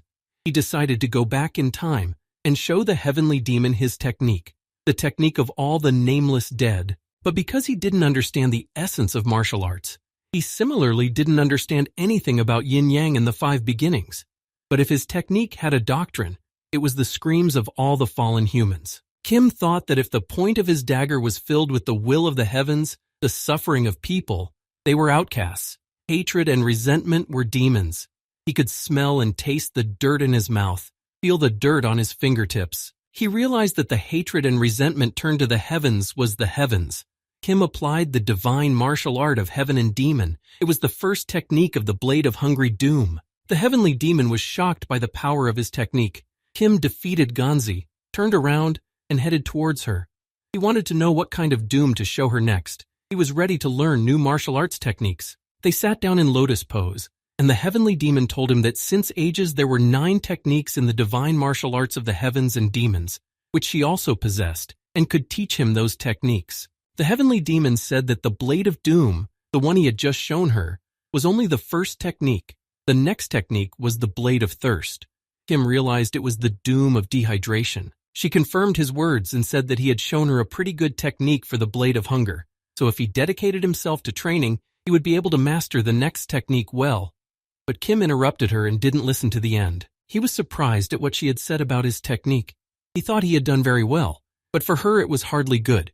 He said his self-esteem was shaken, and now he was doubting his abilities and was getting nervous. She replied that she recognized that he had demonstrated true mastery of the blade of hunger's doom, but asked him not to tell anyone that the divine art was some kind of trifle. She shouted that he was trying to humiliate her by picking on her words, and that only a bow to the floor could calm him down. She thought he was a child who had no sense of proportion. She suggested he switch places, and she would be his apprentice. Kim asked her if she recognized him as a disciple. He understood her words correctly, and now he was a true cult follower, a true, infallible, official disciple. She looked at him and answered him nothing. He realized that she had fallen into his trap.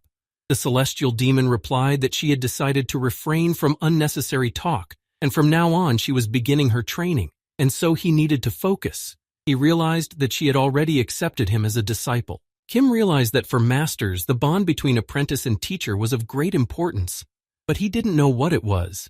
But he realized that sometimes this bond turned out to be a nightmare. That's why she was hesitant to declare him her apprentice. He wondered if she could let a boy who was not of her world into her heart. She said that if he was at that level of mastery of the blade of hunger death technique, he was allowed to eavesdrop and steal cult techniques. Kim opened the character window to see if he could count on something more. He saw that she was questioning if she was doing the right thing. She thought it was time to make up her mind. She only wanted one thing, a battle with Namkhun Woon. She thought it was wrong for her to get an apprentice now. At the end of her life, it was too much for her. Kim thought it was good that she was thinking about it. He didn't know if she and the head of Murim would have continued the hopeless war, or if she would have been better off taking on an apprentice who could pass on the doctrines of the demonic cult to the next generations. He didn't know which path led to salvation from a senseless death. Kim wanted her to not renounce her life. That way he wanted her to live even if the whole world would die and she would be left alone. He wanted her to still live. He wanted to be her reason to live longer. Kim thought that there had to be a reason why she hadn't announced their teacher-student bond was the same reason he himself had. There was nothing left to do but fill the void of words with the weight of actions. It was the only way they could keep from scattering to the wind. The Sky Demon thought it was too early to make a decision. Kim realized they hadn't put enough effort into being able to say what they wanted to say, but he still couldn't convince her. Kim smiled and exhaled. The Sky Demon noticed that he wasn't focused and doubted that he was listening to her carefully, but Kim assured her that he was all ears and hadn't lost his concentration. The Sky Demon got up and said that judging by the way he was brimming with confidence, he would be done with the next task in no time. She turned around and started to leave, and told him not to follow her because she had excessive things to do at her feet. She left and Kim was shocked when he saw that there was no footprints left in the snow. The rear spirit said that he needed at least one fight. Kim didn't understand what he meant, and he explained that he wanted to match strength with the Sky Demon. The rear spirit said that in the world of Murim, where he was born, the demonic cult was very weak. The cult members were only good as punching bags. That was why he wanted to fight the head of the demonic cult of this world. The ghost explained to him that in his world, there was a man who called himself a heavenly demon, but he pinned this man to the ground and renamed him an earth demon. The rear spirit said that he had killed and renamed thousands of so-called strong fighters. The rear spirit envied the head of Murim, who was lucky enough to be born in this place. If he had been in his place, they would have fought to the last drop of blood, and only one of them would be left alive, and fought after climbing the snow peak. Kim said that the alchemy master's creation of the cure for the epidemic, being recognized by the celestial demon as an official apprentice, it was all good, but he kept thinking that it wouldn't be enough, and he couldn't leave such an ending. He added that the rear spirit's words were, about not wanting to be a ghost, were very accurate. He liked his idea. He now knew what kind of ending he needed to make for the celestial demon. Kim noticed that the rear spirit was looking at him with a look of incomprehension, and he asked him what was wrong with him. The rear spirit explained to him that every time that expression appeared on his face, something incredible happened to him. He reminded the ghost that he had one outstanding debt to him. The rear spirit was surprised and didn't understand what debt Kim was talking about. But Kim remembered their argument well, even before he had managed to get into the apocalypse. Kim reminded him that he had bet that he would have fallen no more than 100 times, but Kim had bet that he would have fallen no more than once. And if he counted correctly, it had ended up being limited to deaths, and the ghost had lost the bet. He asked the ghost to fulfill one request of his. He said that there was one unit in their cult called the Blood Ghosts. It was an elite unit with only the best fighters, and they lived solely to do his bidding. Kim saw the Sky Demon bring one of the Ganzi and said that last time it was a talented master, but he didn't know who it was this time that found him a rival of his level. He thought it was like she had actually gone to look for a suitable opponent for him. She had gone all around the snowy wasteland, examining hundreds of Ganshi one by one. She explained to him that she needed to repeat the battle with the Ganshi from the morning. Kim realized that it was a show of genuine concern, a sincerity that was invested in. He understood that he needed to fight with the feeling of thirst, with just the pain of thirst in every cell of his body. The celestial demon was glad he understood that. She added that no other feelings besides thirst were intolerable in his mind, and she let go of Ganzi, who immediately began to attack him. Kim accepted her terms and prepared to defend himself against the vicious Ganzi, but he could not overpower her, and he fell again and back for hours. Kim noticed that this time the blizzard was much stronger. He ran up to the alchemy master and the medicine king and gave them the notebooks that had the research on the zombie virus and the creation of the medicine they had written themselves. They had to follow what was written there. Kim used the call of the evil spirits again. He ordered them to find and collect the people who had died of thirst. The evil spirit listened to his orders carefully and was about to go looking for Gang Si, but Kim had something else he wanted her to do. He said that there were Ganzi in the area who had martial arts. She needed to find them. The demonic cult members wore black clothes and the followers of the white path were white. Even if they were very far away. She needed to find them all. The evil spirit asked him what he was trying to gather them all for. Kim smiled and told her that there were two people in this dying world that were still continuing their war. They would like to put a stop to it properly. But alas, whichever way you looked at it, It all just looked like a staged play. But since they wanted a proper ending, he was preparing a real great faction demonic war for them. Kim remembered that when he had tried to reach the blade of hungry doom, the celestial demon had been disappointed. She didn't appreciate his efforts. The celestial demon had tested him to make him give up. He understood that since the heavenly demon didn't expect anything else from this world, that's what happened when he studied hunger. However, after he comprehended thirst, her attitude changed drastically. The celestial demon told him that she saw that his technique was too simple. It was unhoned and therefore unusable. It was too straightforward and vulnerable. She explained that if his sword was not against humans, but against the entire world, it was definitely not the technique of their school, but the technique of the White Path School, which was quite surprising to her. The celestial demon noted that the scream that carried his sword was becoming more and more audible, and now she was ready to reveal the whole point to him. Kim didn't understand exactly what the celestial demon meant. She said it was a trick of sorts. She asked him to remember the time when he was comprehending the blade of hunger's doom. What was he thinking about when he swung the sword?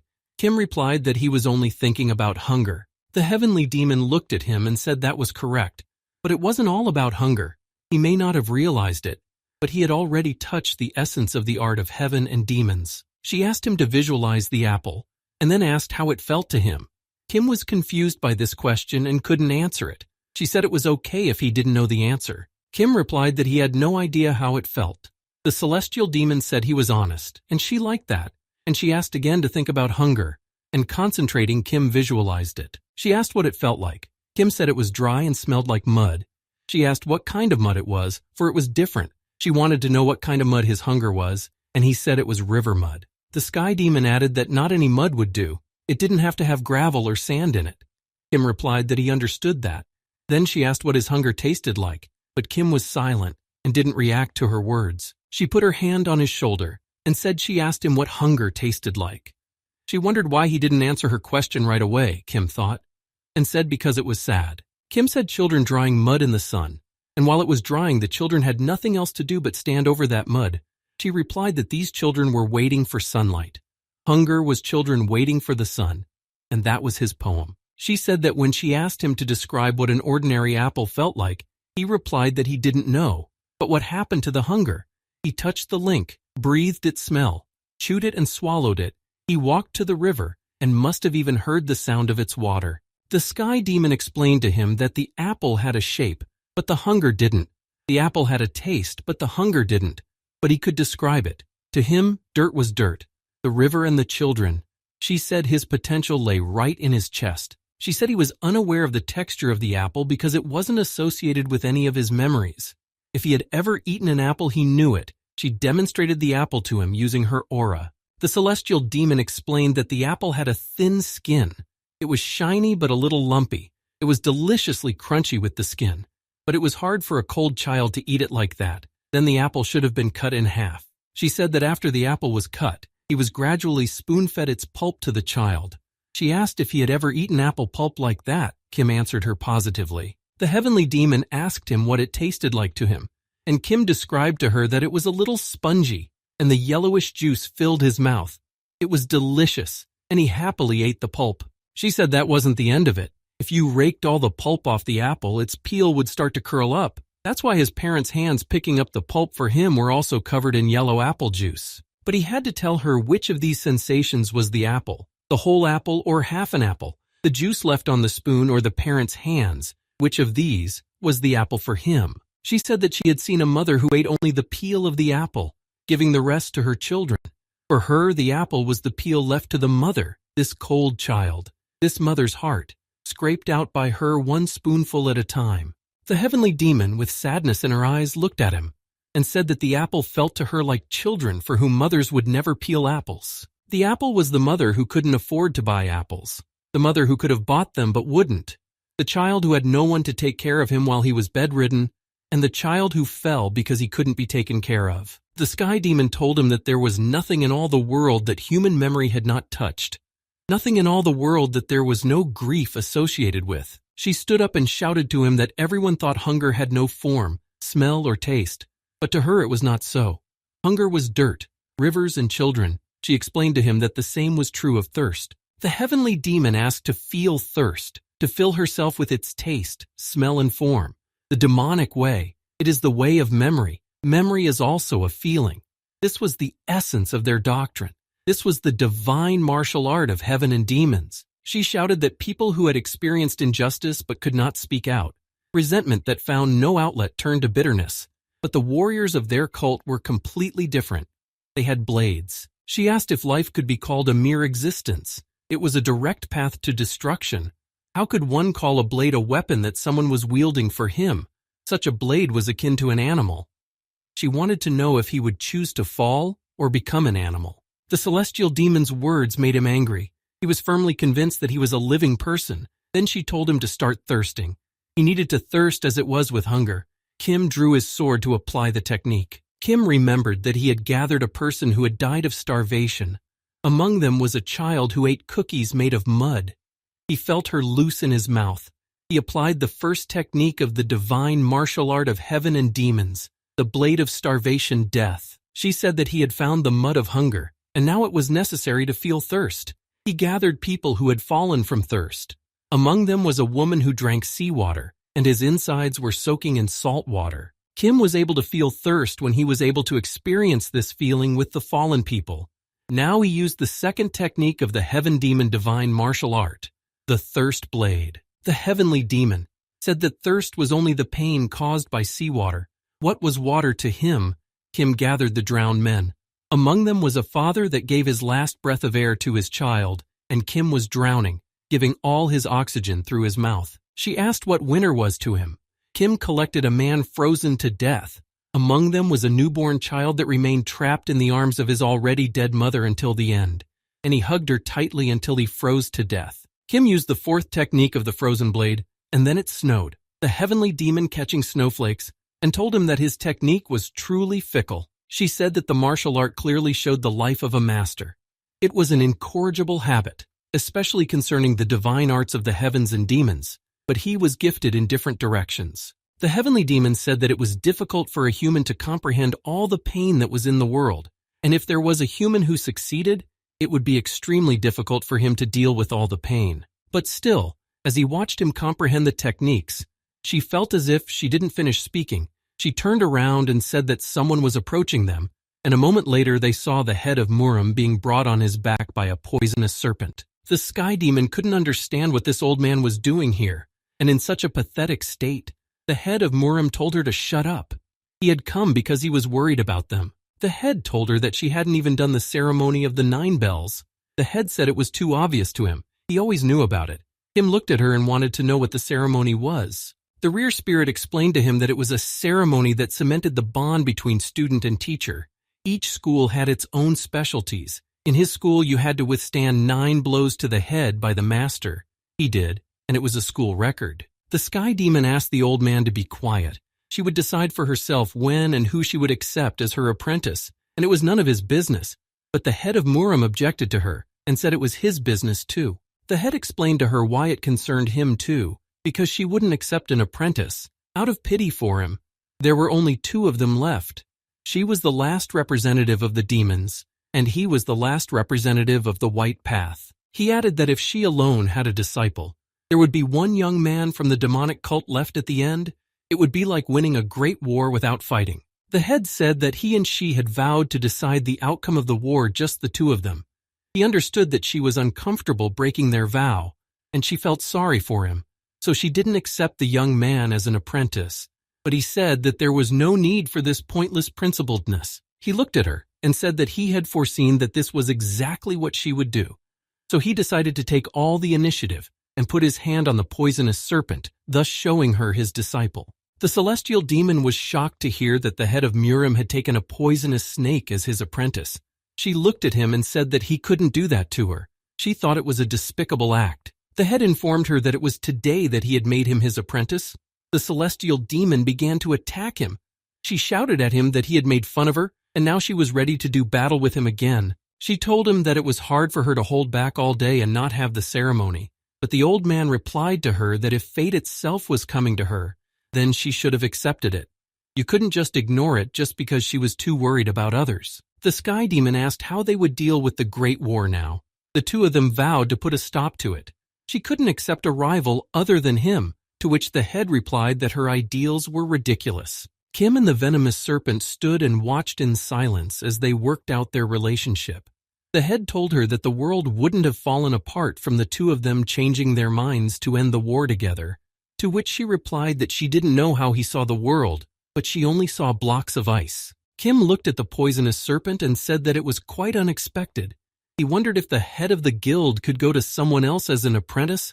After all, he was the head of 1,000 faceless, and he himself trained hunters in the martial arts. He replied that if there was a stage for the sword dance, then the sword had to dance, and if there was a teacher to learn from, you had to ask to teach him. He would not miss such an opportunity.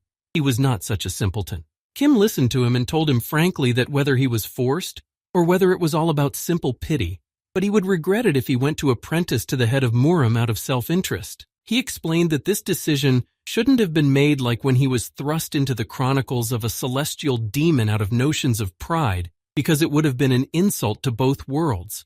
But the poisonous serpent didn't understand what he was getting at. The poisonous serpent got angry and asked why the guy who was nicknamed the King of Death was telling him such nonsense. He told him that if he wanted to test something, he could test it with his sword. Kim realized that it wouldn't be easy for him in a battle with a poisonous snake, but he drew his sword and challenged him to a duel. Whereupon Kim decided to start attacking him first. He asked it if it had ever had to starve, and he used the first technique of the divine art of heaven and demons, the blade of hunger death. The poisonous serpent could barely contain it. It was incredibly powerful. The poisonous serpent told him that he might have fallen after his attack. He thought Kim was just bragging, but his technique was quite good. But he didn't like the name of the technique. The head Muram agreed with his disciple's words. He said that it was this technique of demonic power that was freezing and destroying the whole world. It was a veiny demonic sword. But the disciple replied that in this technique, the essence was completely different. The heavenly demon looked at the poisonous serpent and said that it was very sighted, as for a one-eyed man, to which the poisonous serpent replied that it was old, but it had a true eye that saw the essence of things. The head Muram said that her apprentice was far more promising than one might expect. It had been a little while, and he was already at such a level of mastery of the demonic arts, to which she replied that she had not yet accepted him as her apprentice. Kim thought that this wasn't just a battle to see who was stronger than him or the poisonous serpent. This sparring had only one purpose unknown to the celestial demon. He wanted to get her to accept him as her apprentice. The head decided to give advice to his apprentice. The celestial demon couldn't allow him to give advice during the duel between the two masters. But the head replied that he only saw the heir to the white path, and a very young demon. The old man told the apprentice that the young demon's blows could be quite heavy, but he could hardly keep up that pace. He just needed to dodge and not let him hit himself. He needed to wait for the moment when he would weaken. The poisonous serpent understood his master's words and obeyed them. He said that he had figured it out a long time ago. He asked if he had any other practical advice for him. The celestial demon told the old man that his apprentice had a rather strange conversation with him. The head said for him to use the comprehensive butterfly technique and the commandment of samsara. Then he would slay him with a single strike. After these attacks, he could add tricks from his everyday martial arts. The master asked if the poisonous serpent would be able to follow all his instructions and launch attacks, to which the poisonous serpent replied that he would be able to follow his orders. He was the head of the gate of the 1,000 faceless ones, and attacking him would not be difficult for him. Poison Snake remembered Kim asking him if he had to starve. He realized that was the point of his technique, but he decided to ask the question differently. He wanted to know what the martial art meant to him, so he decided to answer for him. He said that martial art was about knocking out everything bad from the opponent who was right in front of him. The venomous serpent unleashed his powerful attack and said that this was the end for the Death King, and this time he wouldn't miss. The heavenly demon, seeing that his disciple was injured, went out of her mind with anger. She didn't understand what the poisonous serpent was doing. She couldn't just watch the destruction of her disciple. She needed to urgently intervene in their duel. She prompted her disciple that it was a downpour, and downpour is water. She asked what he was afraid of. He needed to take the water and drink it. After that, Kim realized that the heavenly demon had recognized this duel. Kim applied the divine martial art of heaven and demons. He used the second technique of the Blade of Doom. He managed to break the technique that the poisonous serpent used. The head of the faceless was pleasantly surprised that the Death King was able to do this. The head of Murim shouted at him to use the earthly rotting lith technique, Because now the ground had become wet, the celestial demon told Kim to turn his attack into a puddle. Kim didn't stop in his attacks and applied the third technique of the choke blade. The poisonous snake was getting harder and harder to restrain the young Death King. The head of Merim noted that Kim had struck hard and needed to retreat, but the Death King was advancing and made a fourth attack with the frozen blade. This attack reached its target, and the poisonous serpent was unable to repel it. The heavenly demon said not to block the attacks, but to dodge them. Their bodies were already mottled with wounds. The old man told her that now she was also interfering in their fight, but she wasn't going to do that. Kim noticed that those wounds in the cold wind immediately hardened and turned into scars. Kim thought that for them, whose bodies were infected, who could no longer fight without wasting their energy completely, he had become the sword of the heavenly demon and the poisonous serpent, the sword of the head of Merim. It was a dream they dared no longer dream of. He understood that no matter how bright the dream was, one day it would lose all its colors, all people would still fall sooner or later. The end was the same for everyone. Doom awaited them. The sky demon thought she had already accepted what was happening to her in her world. She had long ago cast everything away, and suddenly it was starting all over again. She didn't know what to do. She watched Kim fight and couldn't make a decision. Kim thought that only people could abandon other people. Only people could choose not to. He approached the celestial demon, bowed, and told her that he would like her to be his teacher. He told her that he wanted to become her image. He wanted to become her dream that would not fade before anything. Kim looked at her and said that he wanted insanely badly to become her student. Kim wanted to inherit her image. He wanted to inherit her dreams. And he wanted to become the heir to her life. He said that he was nicknamed the King of Death. His real name was Kim Konja, and he asked to be accepted as her student. She answered him that her real name was Seo Baek Hyang, and it was time to start the ceremony of 9 bells. She agreed to accept him as her last disciple. Now he had to endure the ceremony and become her official disciple. In the demonic clan, the same prayer had been passed down from generation to generation. No one knew what Betrayal meant.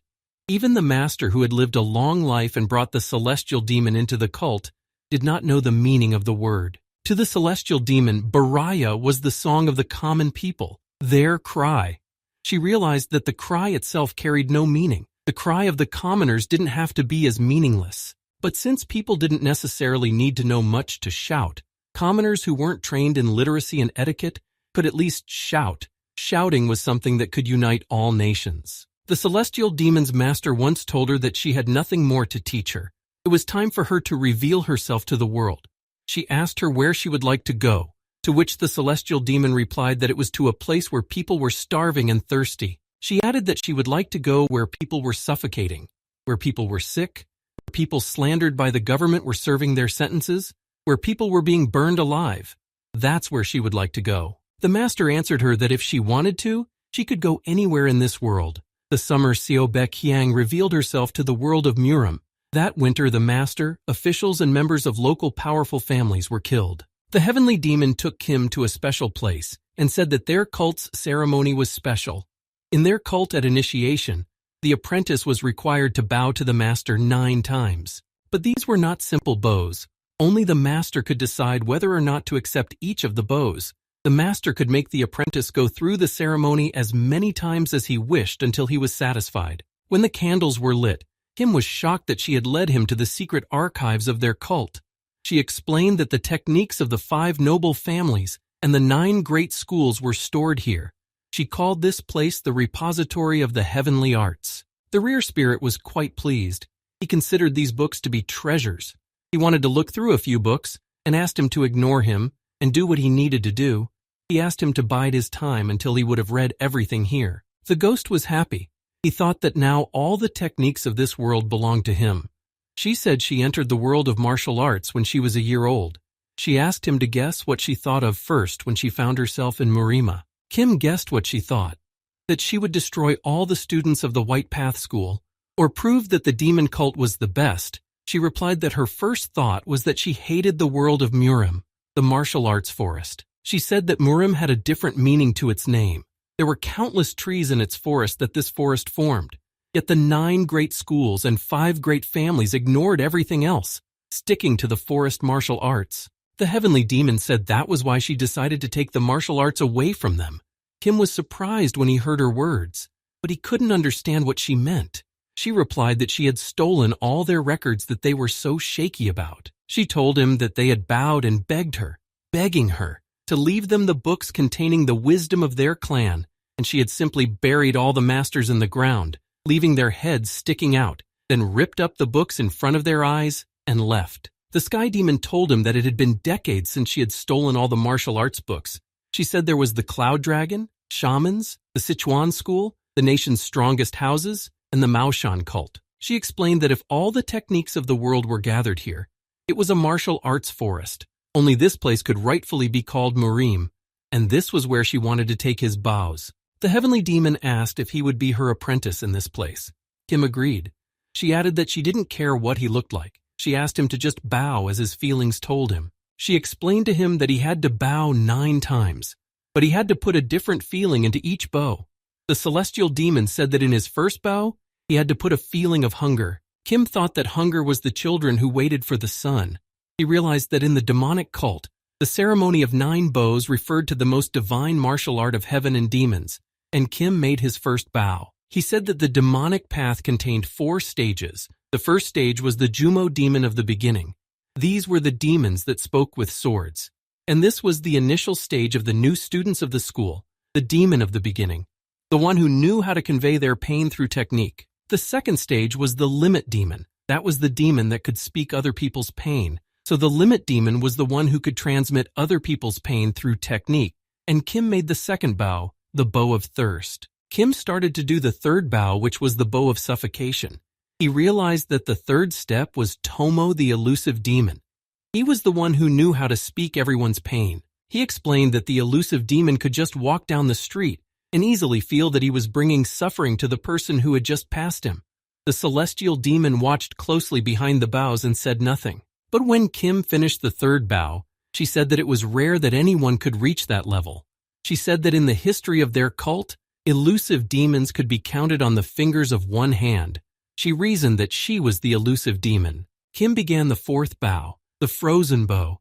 He remembered the feelings of a mother freezing to death, clutching her child in her arms before she died. He said that the last, fourth step was the Shenmo devil. He said that the devil knew the suffering of not only humans, but the whole world. It was believed that he could speak the pain of everything that ever existed. But this was only a theoretical step. He knew that no one had ever reached this step. Kim began to speak of the 5th technique of the divine art of the heavens and demons. He said it was the death of poisoning, the pain of those who had fallen from poison or drug addiction. It was one he had yet to comprehend. The celestial demon stopped him and ordered him to begin again. Kim knew that the number of times it was deemed necessary to worship the poisoned was once. The number of times it was deemed necessary to worship the fallen of disease. The Sky Demon was pleased that Kim was being quite frank. She said that there were children that were honest from birth, and there were children that were born with bad karma, but eventually decided to become honest themselves. She said that he was clearly the second case. She said she wondered what kind of life had gotten him this far. The Sky Demon wondered what kind of life he had longed for to get to this point. She was sad to realize that he had overcome a hard road. The Celestial Demon explained that while the sun meant life, the shadow meant pain.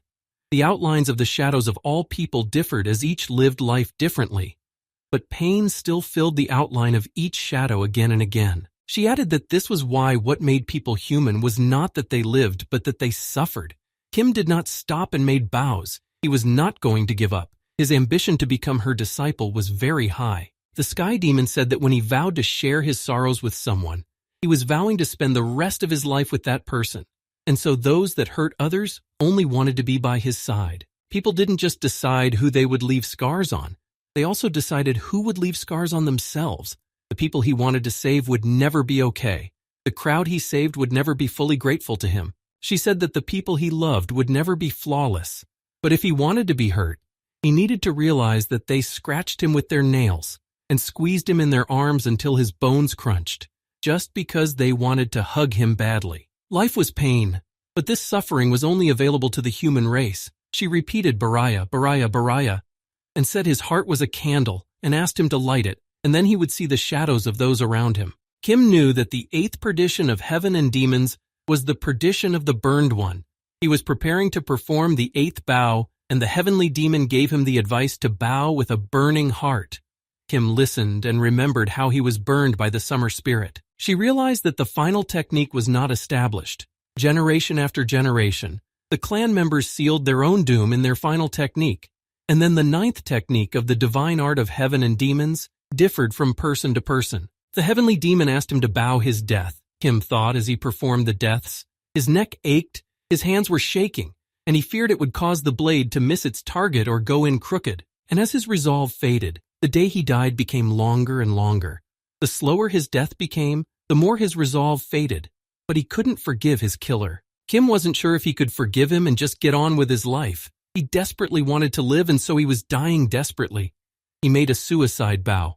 The celestial demon walked up to him, hugged him, and told him that he was now her apprentice. She said she didn't care where he came from, wherever he went, wherever he was. He was a disciple of the celestial demon. Their doctrine was in his heart, and if society and the world fell while his heart was beating, their clan would continue to live. Kim was severely exhausted from the 9-bow ceremony, but he was in agreement with the words of his heavenly demon master. At one point, Kim thought his neck was hurting, and he was only now able to realize it. They headed towards the exit from the place where the ceremony was held. The sky demon said that it was dark ahead and asked him to look carefully under his feet. Kim understood her words and began to walk carefully forward. Kim looked at her and thought what his master was thinking now. And he opened the character window. He saw that he was thinking that she had about 1.5 years to live if she saved her chi, and in that time she had to pass on all the knowledge to her apprentice. He thought her words confused him for some reason. The spirit of the rear told him that no matter how different the worlds were, the masters were the same. He was happy that he could read all the martial arts archives. The ghost asked him if his ceremony was successful. The venomous serpent substituted that they had gone back, and asked if the ceremony of 9 honors was over. Kim replied that he had officially become a disciple of the heavenly demon. The venomous serpent congratulated him on this achievement. Kim wondered how the poisonous serpent was able to become the disciple of the head of Murim, and he replied that he himself didn't realize how it happened. He just called him to be his disciple. Nothing special happened. But Kim saw what the poisonous serpent was thinking. He remembered the head of Murim begging to become his apprentice. He thought it was burdensome for him. He just wanted to quietly take refuge, but his life was very full. An alchemy master came to them and told them what she had. For the Death King and the Sky Demon, there was one good news and one bad news. Kim asked what her news was. She said they had succeeded in making a cure. The celestial demon couldn't believe it. She was amazed that they had managed to create a cure for an unknown disease. The alchemy master said that she had completed it yesterday, but decided to observe the results of the cure for 24 hours. The alchemy master said that the sample they had provided had been experimented on, and as a result, they were sure that the infection had passed and the corpse had regained its normal appearance. The celestial demon took her hand and said that it was wonderful. Even the efforts of the greatest medics could not beat the disease. It was inconceivable that the two of them could handle it. She replied that they had used the material Kim had given them. She asked if they had cured the old man. He was pretending to be strong and proud, but he didn't have long to live. She was glad they had managed to create a cure before he passed away. She replied that she would take over his treatment. She was here for that. Kim thought that the lady alchemist was a genius who managed to create a cure for a deadly disease. It was no surprise to him that she was able to do it, but the alchemy master said that there was one problem with the cure. But she explained to them that there was actually nothing wrong with the cure itself. She had created it after all. However, she was interrupted by the head of Murim and said that the alchemist was trying to say that they should have stopped using qi. He said that he had also personally seen the Taoist head's body return to normal. He had no doubts about the effectiveness of the medicine created by the alchemy master. However, she herself should have understood everything. He and she were already half dead anyway. Their bodies had pally for a very long time, but they had forcefully kept them alive, and now they had a chance to be cured of the disease. But they had to make a hard choice. The head of Murim said that they had dared to go against the laws of heaven in the name of survival, and now it was time for them to be punished for it. They should have been dead by now, but they had not given up hope of salvation, and now they had a chance to survive. The alchemy master used her skill and saw that both of them had long been infected with the Gangshi virus. The source of the disease was in the core qi they were talking about. Because of this, it was impossible to isolate the pathogenesis. She informed them that the condition of their lower body was in a particularly bad state.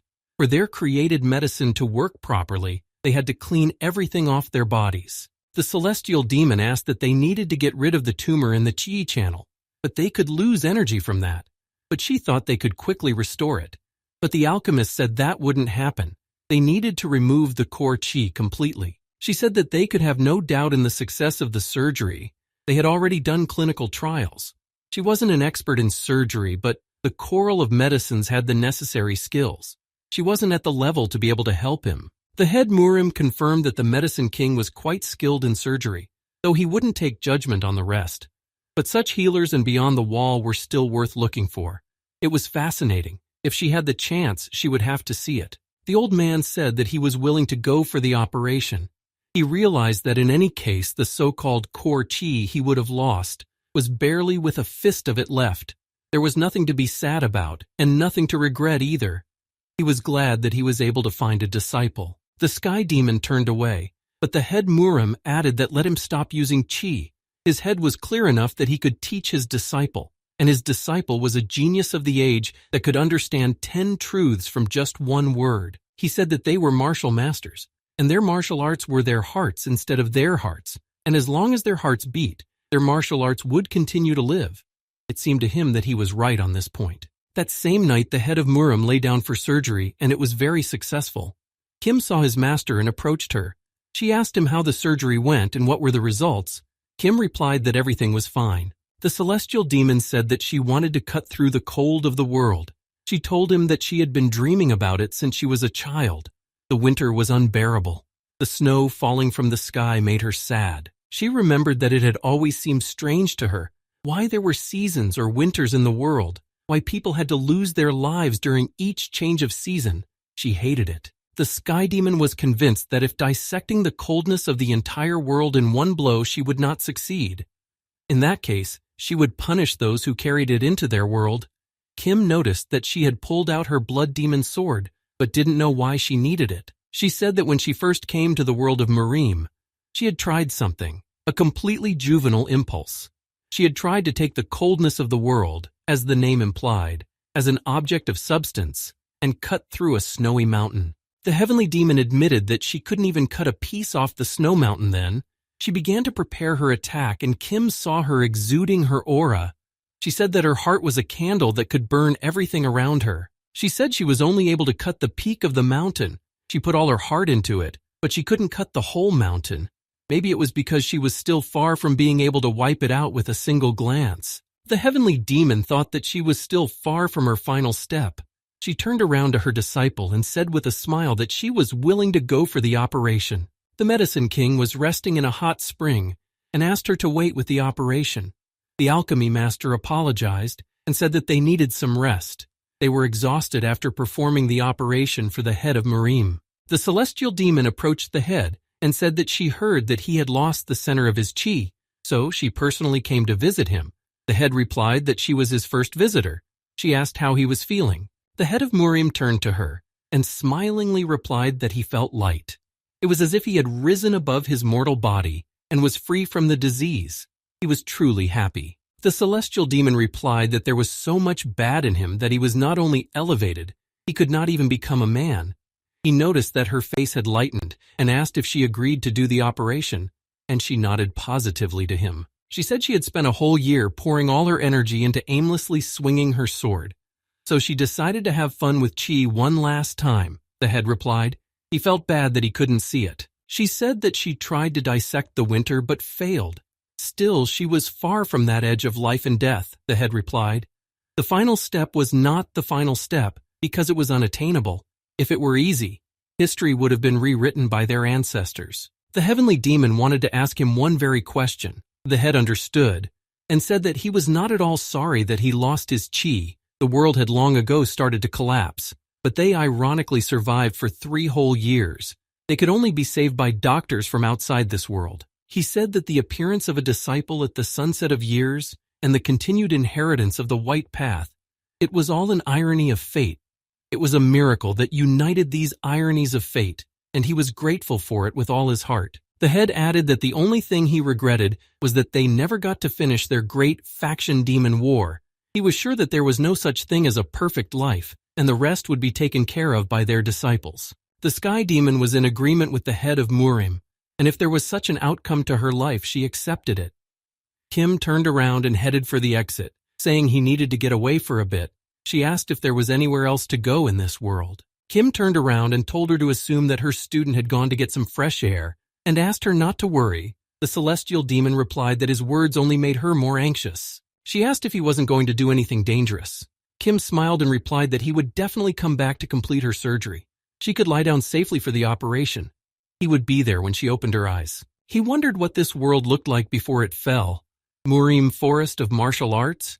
But he didn't know if there was once a dense forest here.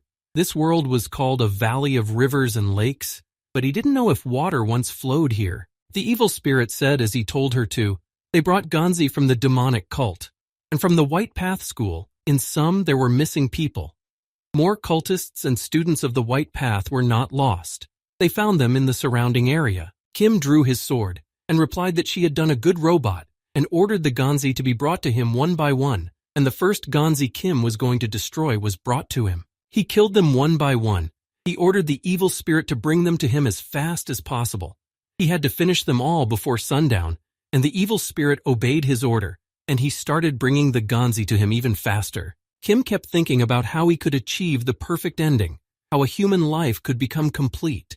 Would she be satisfied with just having him as her apprentice? He realized that was not enough for his master. Gaining an apprentice from the Force was an okay ending, might well have counted against him for clearing the floor, but there was no way such an ending would satisfy himself. The evil spirit told him to hang in there. He only had half of it left. The goddess of defense was trying her best to encourage the warrior to not give up and to keep going with what he had planned. She informed her master that the last 10 Ganzi were left, whereupon Kim collapsed exhausted on the ground. The evil spirit noted that he had done a fine job. He had done a great job.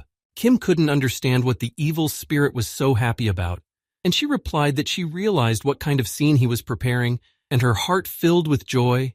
It was the first time she had seen a man so desperate to make his master happy. The evil spirit added that she hadn't had the chance to see his master in person, but she was sure that she would be happy. It definitely wouldn't be simple joy, it would be genuine happiness. Kim wanted her to just be happy. The alchemy master walked over to the patients and told them that they were both great young men. She informed them that in a week they would be finally well. She said that if Ganzi bit them again, they would be uninfected. The sky demon put her hand on her head and thanked her for what she had done for them. She and the old man owed her their lives. She thought it was not easy to come to the aid of strangers, but the alchemist said she was doing her duty. She replied that it was admirable that she felt it was her duty. More so, she was admirable for what she was going through. She was so young and already so admirable. Kim, seeing them, asked if they could move already. The alchemy master replied that they could move and even exercise. Kim asked his master and the head of Murim to walk with him for a while. The celestial demon was quite surprised by his request. She said she would enjoy walking in the company of her apprentice. She didn't understand why he needed the old man, to which he replied that if he had to go with the two of them, he wanted to refuse.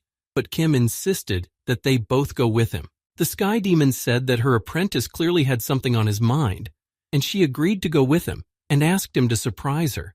The head added that if that was the young demon's plan, he didn't think there would be any change there. They walked out of the shelter, and Kim took them both by the hand and said that they both said that they only regretted not being able to end the Great War, that alas, that problem would have to be dealt with by them, their apprentice. Kim said that he had a different opinion on the matter, because the Great War was a sacred ritual for both of them, and even if he and the poisonous serpent started a battle, it would only be a sparring match. It would never turn into a war. The sky demon couldn't understand what her student wanted to say with that. Kim added that the battle between the two of them could be called a great war because they were the ones who were the founders of it, still defending the demonic cult in the White Way. Kim thanked them for that. He also thanked them for not surrendering for 3 whole years, for rallying the Ganzi every morning, and if they had both surrendered even once, there was no way he could have gotten them back. He walked to the edge of the mountain and applied his skill of summoning evil spirits. He told them that they could have taken it as a dream. He didn't mind if they both dropped it to a side effect of losing their chi centers. Kim added that they might even have thought he was wielding a strange technique, but calling them to him to inform them that Murim had not yet fallen, The path had not forgotten the warrior, and the warrior had not forgotten the path. He said that if the demon cult would one day disappear from the world, it would only be by the blade of the school of the white path. And if the school of the white path was destined to disappear, it would only be by the claws of the cultists. Kim took their hands and said that he was calling for the head of the demonic cult and the head of Murim to come together in battle for the right to be the last lord of the valley of rivers and lakes. This was their chance to end the Great War. The demon cult and White Path school members who had come back to life couldn't understand what was happening. Some of them thought it was the promised land, but they all remembered being bitten by Ganzi, and their lives were fading away. The sky demon couldn't believe her eyes. She wondered if he came from a different world than the world beyond the Great Wall. Such sorcery could not be controlled by a mere mortal. Something like this could only happen in legends. She asked if she was gone and had gone to heaven without realizing it. Kim smiled and said that she had not fallen, and that was not the point. He said that now these people could not use martial arts.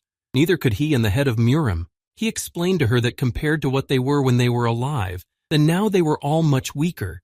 He let go of her hand and offered her to look at them herself, and she started to descend the mountain. The blood demon was explaining to his subordinates that the first thing they needed to do was to deal with the current situation and calm down.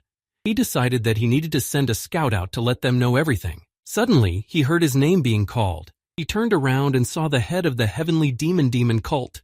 She looked at him and couldn't believe that it was really him. The celestial demon saw that all her followers were alive. They knelt down and bowed to their head. They waited for her order.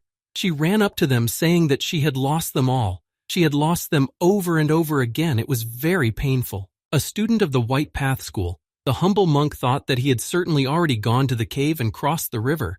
But when he closed his eyes, he found neither that bank nor the mountain, just a snowy wasteland. The head of Marima saw him and started running towards him. The monk thought that the old man had also joined him. Even if he had closed his eyes, this old man was still here. He was wondering what the Buddha expected from this humble monk. The head of Murim couldn't believe he had come back and was alive. He said it was a miracle performed by the Jade Emperor, but the monk said he was no friend of his, and he heard the whimpering of a herbivorous dog. Kim, looking at them, assumed it must have been the head of the Shaolin monks, the one who had lasted from Ganshi's bite, the longest after the teacher and the head of Murim. He could see the head was glad to be able to hug the monk once more. The sky demon said that this day could have been an illusion of a deluded mind, but so be it. She didn't mind if she went crazy and dreamed for real. She smiled, greeted the head of Murim like the head of a demonic cult. She added that she wasn't afraid if it was a dream of the world falling asleep. She realized that life was just a sickness they were forced to go through, and the whole world was just a shared dream of theirs. The sky demon had not forgotten the name of the disease she had decided to get. She had not yet lost the fever of her dream, and so she had not yet let go of anyone, nor had she let go of this world. She said the name of this disease, not martial arts, proved her place, and the heat of her dreams, not inner chi, proved who she was. She was still herself, and she requested their battle. The head of Murim and the Namkun clan, the great head of the Namkun Un house, nicknamed Bu Volson, accepted the challenge thrown to him by the great head of the demonic cult. They had a tough battle ahead of them. He said that they were cultists, were created from the cries of commoners turned into their own doctrines. The cries turned to revenge, and revenge was genocide, staining the world scarlet with blood. The head of Murim shouted to the representatives of the demonic cult that they were demons of vengeance who were hungry for blood. They sprinkled the heavens and earth with scarlet, but continued to pretend to be weak. They continually wailed and clung to the hem of the heavenly demon's garment. They begged her to step into their shoes, begged her to avenge the world for them. Once they grasped her sleeve, it would become clear how weak and pathetic they were. He told them that they themselves had arms and legs. He wondered how long they would cling to past evil. He added that if the tree wanted to bear fruit, it should have dropped its blossoms first, but they were only trading the blossoms of their pain. The sky demon listened carefully. She assumed that meant he was accepting her challenge, but she was interested in another question. Would they fight to defeat or to death? And the head of Murim chose to fight to the death. She turned to her children of the demonic path and said that they could take this day as a dream or a nightmare, even if it was a meaningless vision. In that case, one had to live this day as a dream. The head of Murim told his warriors that their hearts were candles that would burn everything around them. The heavenly demon warrior shouted that they were fighting for the demon cult and for the peasants, and rushed to attack. A great faction demonic war began. The warriors were not as strong as before, but they tried their best to defeat their opponent. They were ready to end the great war by fighting for their head. The heavenly demon was happy that there were many followers of the white path here. It brought her the joy of battle, and she looked very happy. She could easily overpower any warrior from the white path school. All their attacks were laughable to her. She said that a scream spilled over the world that covered Mount Sun. Flames of anger blazed in the heavens and on the earth. She added that those flames would have burned Wudang Ridge. Kim was surprised to hear her say that the demonic way ruled the world under heaven. And she ruled the demonic way. She asked them if they were ready to fight the god of gods. But she saw that all of them were not fit to fight her. She told the head that it was time to decide who would rule the world of Murim. She said that in all the world under heaven there was only one person that was worthy of her sword. This reminded them of the first day of the Great War. On that day they could not resolve everything, so it lasted for the second day. But since they could not resolve everything on the second day either, it lasted for the third day. The old man said that they had started off wrong though. He should have used all his power from the beginning. He said to let it attack him. He felt that today, the luck of the heavens was on his side. The sky demon was surprised that he felt that luck was on his side. She replied to him that today he could only rely on her. She was confident that she could defeat the head of Murim. Their battle began. They fought to the last drop of blood. They did not spare themselves and unleashed their powerful attacks on each other. Kim watched them and thought that they fought almost as well as the first day he saw them. They were enjoying the battle immensely. It had been a long time since they had experienced anything like this. In one of the attacks, the celestial demon bit a piece of ear off the head of Murim. Spitting it out, she said it was the most disgusting taste. She added that the great virtue of the Namkun clan in no way could improve the taste of flesh. The old man was shocked that she now not only liked animal meat, but human flesh. The celestial demon replied that he was so old that he tasted like rotten spinach to her. But part of the truth was what he had recently told her. The great faction demonic war should have ended back on the first day. She added that he and she were holding back. She believed she was fighting, putting everything on the line. But in reality, she was failing to do so. She lacked the courage to risk her life. The heavenly demon said that today's battle was a second chance that was given to her against her natural will. It was impermissible for them to make the same mistakes foolishly. She looked at Bu Wulson and said that today the great heavenly demon would use all the power she had. He couldn't believe that she was going to crack the true chi. Innate true chi was an energy that everyone had since birth. It was life energy. Unlike core chi, true chi could not be artificially nurtured. If depleted, it was no longer replenished. The head Murim explained that once it was depleted, it only meant the end for the life of the person it belonged to. They would either fall or be left crippled. He told her that they were weak either way. Even using their true chi now, only a beginner or apprentice level would be available to them. They no longer had not only internal energy but also chi channels. The heavenly demon replied that she understood that perfectly well, but the old man was shocked that she was seriously going to crack her true chi, only to, at best, show everyone the beginner level. She asked him not to get so angry. She didn't want to just throw her life away. She only hoped that the final, inevitable day for the great heavenly demon and was today. She was truly feeling the joy of life right now. She was eternally grateful to herself for surviving until today, to the fate that allowed it to fall today, and to all the connections she had been lucky enough to make before her moment. The celestial demon added that in hindsight she was truly a lucky warrior. She no longer wanted to delay her finale and broke her innate true chi. The head of Murim unraveled his hair and said that it was a great decision. He too had longed for a day like this. He was ready to fall with her. They had been walking towards this day for 3 whole years now. They began the battle, and everything around them began to blossom. The rear spirit said that all this was happening because nature was absorbing their true chi. He imagined what a feast it was for the plants. It was the quintessence of such masters. But it was also temporary. The rear spirit explained that it was because one of them was born with a body perfect for yin and the other for heavenly martial arts. Yin and yang were in near perfect balance. They were both already in a completely different world. This was the heavenly demon realm and the fall of the heavens. When all the snow melted and the flower petals appeared, the heavenly demon said that she hated them. She hated them all, the faction, the alliance. She hated the 9 schools and the 5 great houses. She explained that they were all happy while the common people howled and suffered, but to her it wasn't their happiness that was unforgivable. It was something else entirely that disturbed her. She hated that pain could be inflicted on even the likes of them. They too could experience pain and seek comfort. She hated all of them pretending to be human in all this injustice. The Sky Demon made her attack and said that humanly they only treated each other and animalistically with all other humans. Her blow was very strong and hit exactly on target. The head of Murima was defeated. She fell down without strength. Their duel was over. Kim ran up to his master in an attempt to help her. He sensed that she was as cold as ice and began to warm her with his aura. He told her that she had won. The heavenly demon replied that before she would have fist-pierced his chest and ripped out his heart, but now she could only hit him. She considered it an embarrassment to herself that her apprentice saw. She decided to cheer up her apprentice and told him that he looked many times worse than her right now anyway. She reached out to him with her hand and asked him what the look on his face was. The Sky Demon told him not to be afraid. She still had time before she died. It was enough time for them to have time to say goodbye. They had 2 hours, but he still kept crying. She said he was making her anxious. She said she wished she could spend more time with him and pass on everything, but she couldn't do it because of her stubbornness.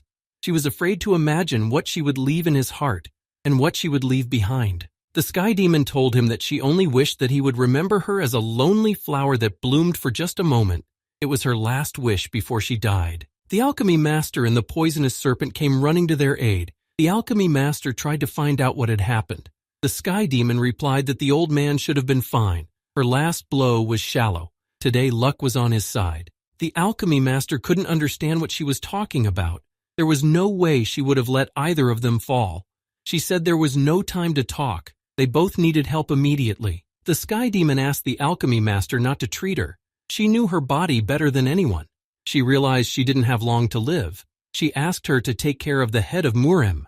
She wanted to spend her last moments alone with her apprentice. She asked the alchemy master to leave them alone, to which the alchemist replied that she had an anesthetic. She could have given it to her, but the celestial demon refused it. She wanted to feel the winter wind before she would reach nirvana. The poisonous serpent took the head of Murim in his arms and headed back to the shelter.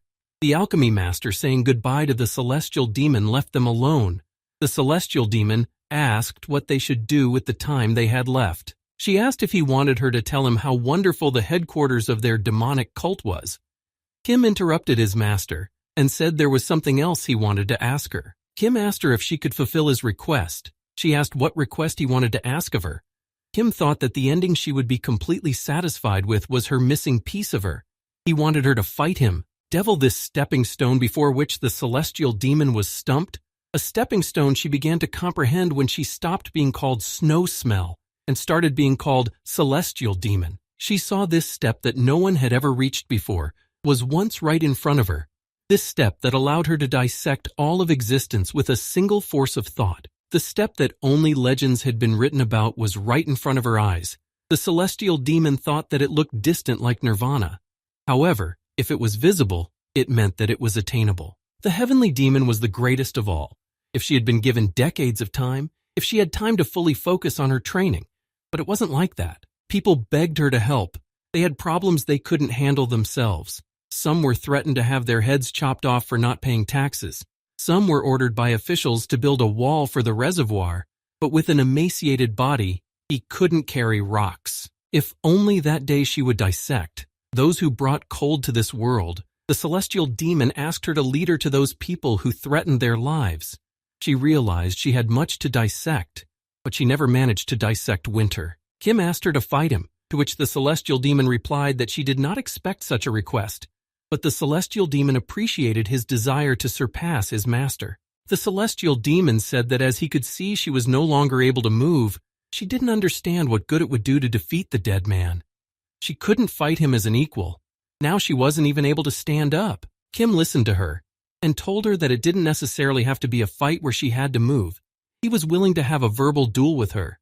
The celestial demon couldn't understand what kind of battle it was. He explained to her that a verbal duel was a battle that involved only words and not bodies, divulging what style would be used and what techniques the opponents were going to attack each other with. Kim said that if one fended off an attack, the other would say what he would do next. That way no one would have to move or waste their internal chi. He added that this was a duel where the opponents fought with their approaches to martial arts. The heavenly demon smiled and remarked that her disciple was so proud. The celestial demon said that if they fought for real, he would easily be able to defeat her, but with a verbal duel the opposite could happen. She would fight like she fought on her best days. She wondered how he was going to handle her. Kim said he didn't think she seemed satisfied with her fight with the head of Murim. He remembered that she said she could have stabbed him in the chest and ripped his heart out. He wished she could have had a fight with a real master before she died. The sky demon asked him if he thought he was capable of having that level of a fight with her. Kim confidently replied that he could have a fight that would leave her completely satisfied. She agreed to the duel but warned him that she would not give in even in a verbal fight.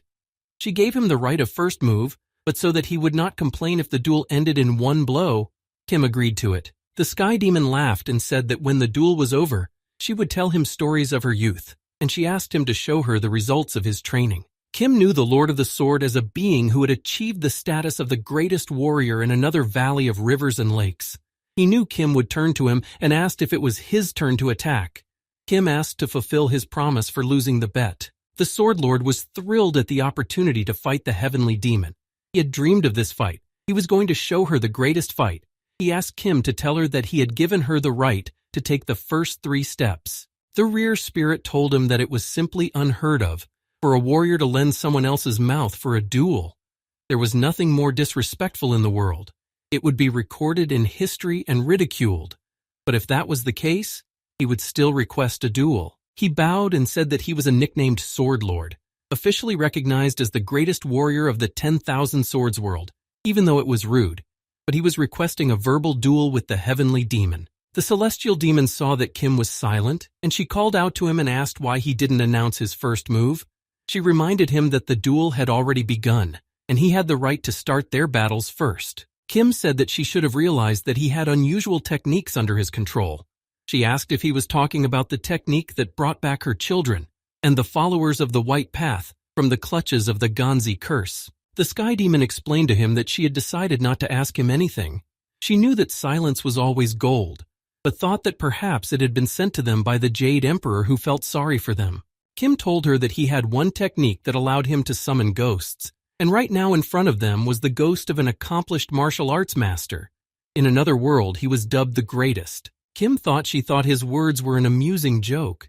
Then she said that if the ghost was the greatest master summoned by her student, she would be favorable and would gladly accept him as her opponent in a verbal duel. The celestial demon wanted to know what technique the esteemed ghost wished to use, and Kim informed her that the ghost had given her the right to the first 3 moves.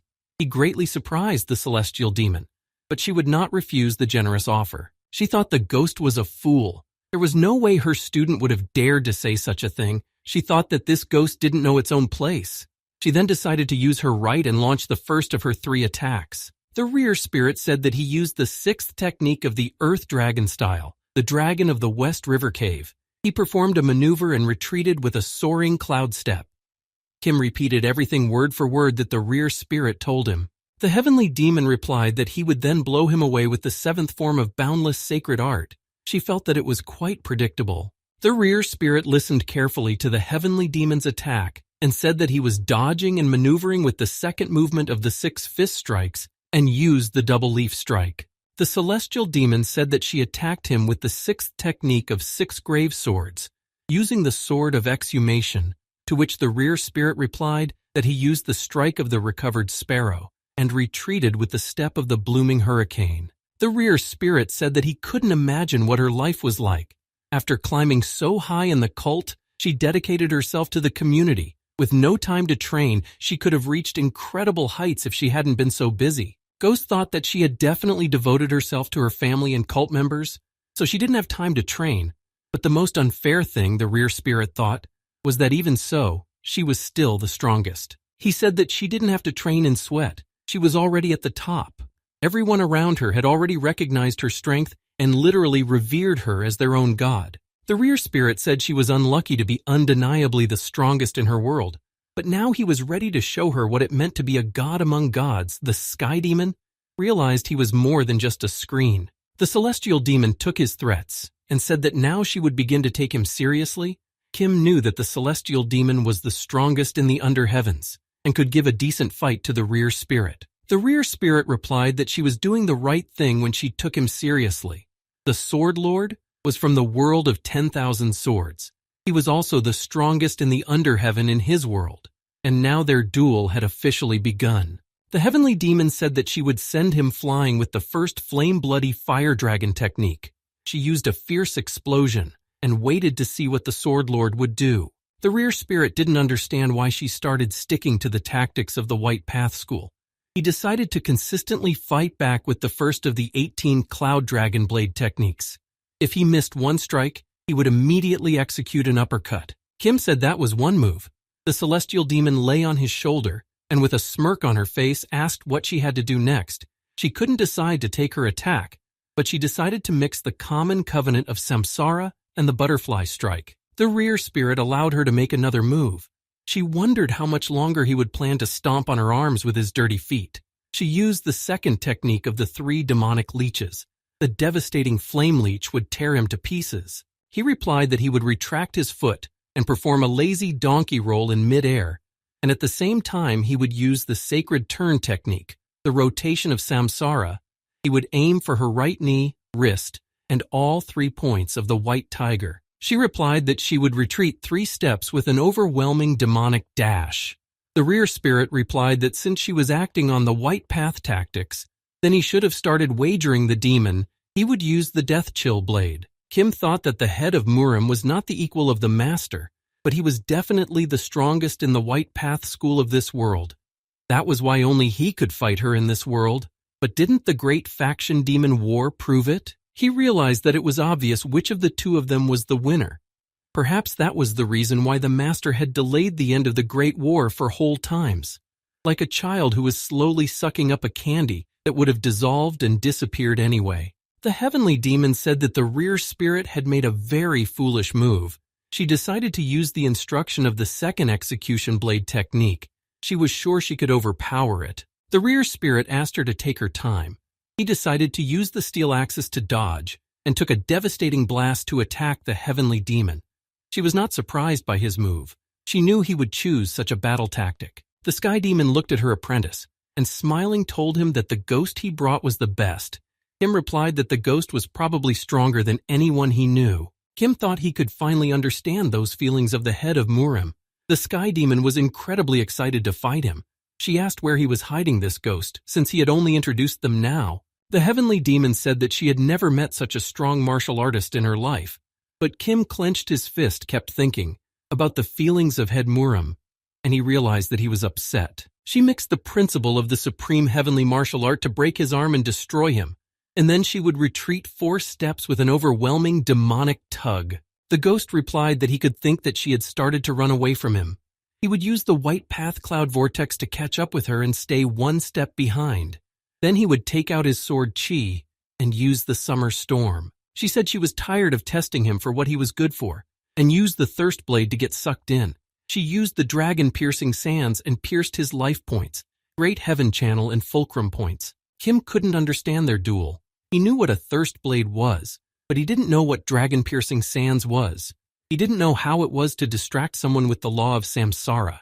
Because of that, he didn't know what it all looked like. He couldn't visualize their duel. He would have wanted to be a good enough opponent for her if he could. He would have wanted to be her hope if he could. But things were completely different, which frustrated him greatly. Kim realized that all he could do was listen and watch them fight. Their level of martial arts proficiency was simply beyond his reach. The sky demon said after repelling that attack, she looked at him and said that it was chilly today. She said that it was winter again, and everything around them had turned into a vast, snowy wasteland. She added that the winter was merciless to the celestial warriors. Each of them risked falling a foot into the snow, and so they had to use stepping techniques. The celestial demon explained that the battles in the snow were aimed at forcing the enemy to fall. She asked if her apprentice understood what she was talking about. The ghost he had summoned, and she were desperately trying to take away each other's position on the wasteland. She said that was probably why they often used kicking specifically. They kicked the snow, raising it thus the air to spoil each other's view. They really to the last drop of blood. The heavenly demon covered his eyes with her hand, and now she could see her opponent. She said that it was a strong and noble martial artist, and he was quite large. She added that he was as big as a bear, a martial artist, and he was breathing appropriately heavy. He smirked confidently, demanding to attack him. He was probably so confident because they had a significant difference in physique. The Sky Demon asked how the gulf in physical development could be bridged. She just had to accept it as fact and reflect on her strengths. She could move faster than him. She was trying to drag out their duel. That's why when he realized this, he would start moving much faster. The Sky Demon said he would run at her like a wild boar. The Celestial Demon said she didn't need to be afraid of that. She could see it all coming. She decided to back up easily and dragged him behind her. He was really akin to a wild boar that chased after her, throwing snow around. Kim was shocked when he realized that he was able to see them both in battle. He saw how every step they took lifted snowflakes into the air and swirled them around them. Their battle looked magnificent. The Sky Demon saw it snowing. She suddenly realized that it had been 2 days since their battle started. The spirit of the rear asked her how long she was going to run away from him. After all, he too could move light and fast. She ran away and told him that she was sure that she could run away from him forever, and he would not be able to catch up with her. But the rear spirit was sure that someday there would still be an end to their battle. The Sky Demon asked if he knew that this world had become an endless snowy plain. Even if she had nowhere to go, there were countless directions she was capable of running in. The ghost replied that on her own she could have done it forever, but they had a duel and she had less than 2 hours to live. He wondered if she planned to keep running away from him. She replied that it was mean of him. The Sky Demon said that she recognized that she didn't have much time left, and therefore she wouldn't be able to run from him forever. And she drew her sword, said that she was ready to show him her full power. She used the first technique, the Blade of Hunger's Doom. She said that hunger was capable of bringing a parent to the stage where he was ready to trade his child for a neighbor's child to eat him. She asked him if he had heard of an elder who wilted the body of a neighbor's child and buried it in a snowy field. If he had heard of a village where, in winter, to shovel a snow-covered road in the winter, the shovel would bump into the child's flesh every time. The ghost answered her that it was all accidental. He knew that by chance came the harvest year.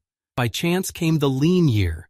In nature there was not to be found, not a single phenomenon that did not happen by chance. He added that if she cried from accidental tragedy, she must on the same principle become happy from accidental joy. The depth of one sadness was equal to the magnitude of one happiness. So he decided to sing about the harvest of a happy fall. One day he was walking along the road and looked at the horizon. That day he saw a golden sea of rice ears spread out in front of him.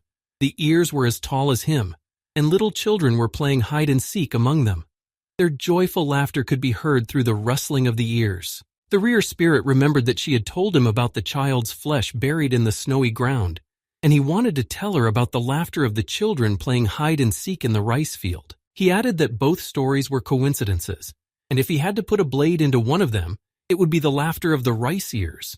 If any scene came to his mind in his last moments, it would be the children playing hide and seek. The heavenly demon replied that those were exorbitantly blissful speeches. She didn't stop and continued to launch her attacks on the ghost. She used the second technique of the heavenly demon divine art and the heavenly demon thirst blade. She said that happiness was incapable of destroying a person.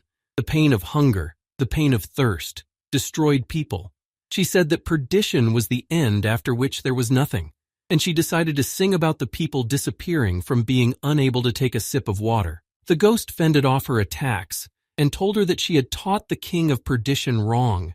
He apologized and said that he had been a bit hasty, and said that it was rather not wrong but too soon.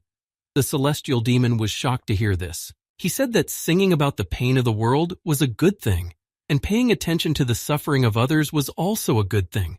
But one couldn't do it forever, because one could soon fade away from it. The ghost thought that he should have tasted the gifts of the mountains and the sea. Then he would feel sorry for the people who could not taste them in their whole life.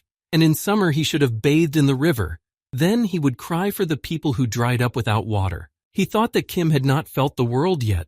The ghost knew that people's hearts were the wick of a candle.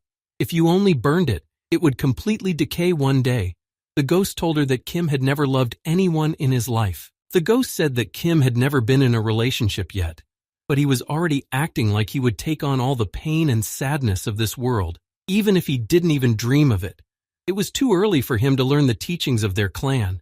He wanted to teach him how to be joyful. He would teach him to laugh without a drop of pretense. He would teach him to rely on other people. He needed to be around someone so uncontrollably happy that he would eventually be able to be infinitely sad. The heavenly demon became angry at his words and shouted at the ghost that was he in a position to be a teacher for her student, and she applied the third technique, choked blade. The ghost replied to her that he could afford to teach the king of death and repelled her attack. The heavenly demon was furious that he dared to mess with her only direct student. The rear spirit retreated and replied that her words were laughable to him because he had originally planned to be the teacher for the Death King.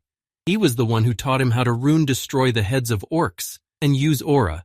He made him a fit warrior. The ghost thought that it was too early for the Death King to learn the divine martial arts of heaven and demons.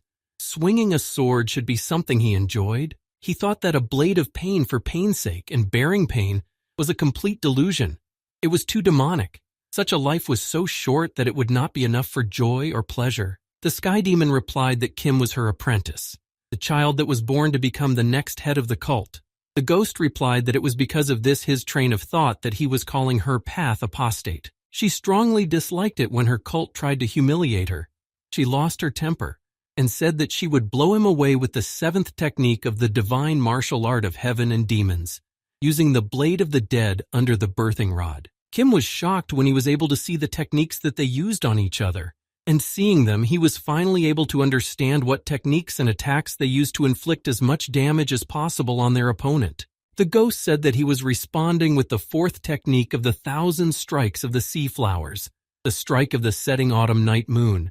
He was fighting back with the eighth technique of the divine martial art of heaven and demons, using the blade of the burned one. Kim realized that the master, the head of the demonic cult, the heavenly demon, was losing the battle with the rear spirit. She needed to respond to his attack, otherwise their duel would be over. She remembered that she couldn't master the last stage. The reason was because of the perdition deeply rooted in her soul, the death of the frozen, being abandoned by her mother, and dying alone in the permafrost. This was the ending she considered her death. The heavenly demon said that no matter how paradoxical it was, when the world fell, she was able to complete the 9th technique of the heaven and demon divine martial art. In the entire world, heaven and earth, only she remained. She thought, would they look up from below the heavens or wander below them? Only she existed. A single candle was smoldering, for the world had turned to winter. Her lonely singing was the song of the heavens. Her demise was the demise of everything. The heavenly demon prepared to make her final attack. She raised her sword up and said that her heavens and demons, her own she willed at the top of her voice to permafrost. She used the 9th technique, the blade of lonely death. The rear spirit thought that it was indeed lone doom. It was the demonic cult head's chosen form of doom, and he recognized that. He said there was no more fitting blow to the last warrior of a ruined world. The ghost said that he knew more than her what it was to be alone. He asked her how long she had been alone in the world. 3 years, 2. But no, she had never been alone a day, because there was always a man with her called the head of Murim. The rear spirit apologized for answering her so harshly and smashed her technique without much effort, saying that he had spent a whole 130 years alone. After he smashed her strong technique, the fight could be considered over. Kim saw the master start to fall to the ground. He ran up to her and asked if she was all right. He asked how she was feeling. He was very worried about her, but he realized that pretty soon she would fall. He took her hand and felt her pulse. He was glad she was still alive. Then the master said she realized what was wrong. She couldn't believe that all he had been thinking about from the beginning was how to help her. The celestial demon remembered how he said he came from outside this world, admiring her fame, and it was a brazen lie. She was surprised she hadn't realized it before. Her apprentice wasn't the kind of child who would cross worlds in pursuit of someone else's fame. She thanked him for that and asked if he was happy to meet her. And Kim confidently said he was. She asked if she could remember her as a flower, and he again said yes. She was growing weaker. The sky demon wanted to know what flower he would remember her by. Kim smilingly replied, a peony. He told her he would remember his master with a scarlet peony. She said it was very beautiful. She reached out her hand to him, but it was too late, and doom took her. Kim hugged her and cried quietly. His master was gone. He realized that now winter was dissected. The blood demon and other disciples of the cult approached him and said they were busy fighting, but several cultists heard the head calling him his disciple. He asked if he was recognized as the direct heir of the celestial demon. Kim replied that he didn't know if he was recognized by him. The blood demon was quite surprised. He asked if the head had accepted him as his apprentice. Kim replied that he had. He was the master's apprentice. The blood demon said that if the head had indeed accepted a direct disciple, then she was obligated to teach him the divine martial arts of the heavens and demons. He needed to test him to see if he was telling them the truth. He asked him to condescend to their disrespectfulness, but they would like him to show a one-hit martial art. Kim thought their speech was polite, but he realized they were asking for him to prove to them that he was her disciple. Kim thought that being a master's apprentice was enough to be treated as an heir. He realized why the master was so hesitant to accept him as an apprentice or not. He realized that when her last warmth would have dried up in this world, running the demonic cult would have fallen to him. Kim had agreed to show them the strike. He figured it would be enough to show them the sword technique of the Sword of Hungry Doom. The blood demon told him that the head of the cult often told them that if even a small thing was lacking in technique, they might not recognize a person as her heir. He warned that they were skilled enough to recognize one technique of his. The cult warriors standing behind him couldn't understand what he was saying to him, but they realized that from the first martial art technique, they would be able to figure out if Kim was indeed a disciple of the great head of the heavenly demon. One of the warriors couldn't understand why the blood demon was speaking for them, but it was explained to him because he was the only one among them who had any knowledge of etiquette. He was from the noble family of Moen. The blood demon heard him being discussed behind his back. Everyone knew he was a bastard in his family, but he wasn't ashamed of it. He was now a warrior of a demonic cult in which he was able to excel. The cult warriors started arguing amongst themselves. The girl was saying that the existence of the sword demon was no less harmful than the Sichuan school poison art. But considering that she had perfectly mastered the immunity to poisons, the blood demon looked at them, hoping they would both calm down. But they asked him why he was looking at them and thought he wanted to get into a fight with them too. Kim, looking at them, thought he must have originally been like that. People who failed to learn the basics found refuge in the demonic cult. His master was refined, but most cultists were far from etiquette. Kim started to show them a punch and realized they were children waiting for the sun. Kim remembered what his master had taught him, that the pain of dying from thirst was a wave, and the pain of drowning was his father's last breath. He stopped and said that he hadn't comprehended the remaining techniques deeply enough yet, and he was embarrassed to show it further. He looked at them and asked if that was enough. All the cult warriors bowed to him and welcomed the heir to the demonic cult. Kim was now their head. He was shocked that they made him the head of an entire cult. Kim thought that the title of Heavenly Demon was too much for him. He already had the nickname King of Death. He wanted the title of Master to remain forever with only his teacher. He told them that the title of head was too much for him. He explained to them that he still lacked a lot. He had nothing to teach them. That was why he couldn't be called head. He thought that title was just a formality. The blood demon said that in his entire life the celestial demon had never made a mistake in choosing people. She had made him her direct apprentice, so he was definitely worthy of the title of head. Kim replied that he was grateful for their recognition, but he was worthy of the title of head and felt that he didn't deserve to inherit the demonic cult yet. He wanted to bid a proper farewell to the celestial demon before accepting the title. The blood demon replied that they had run out of options then. They wanted to know how they should address him.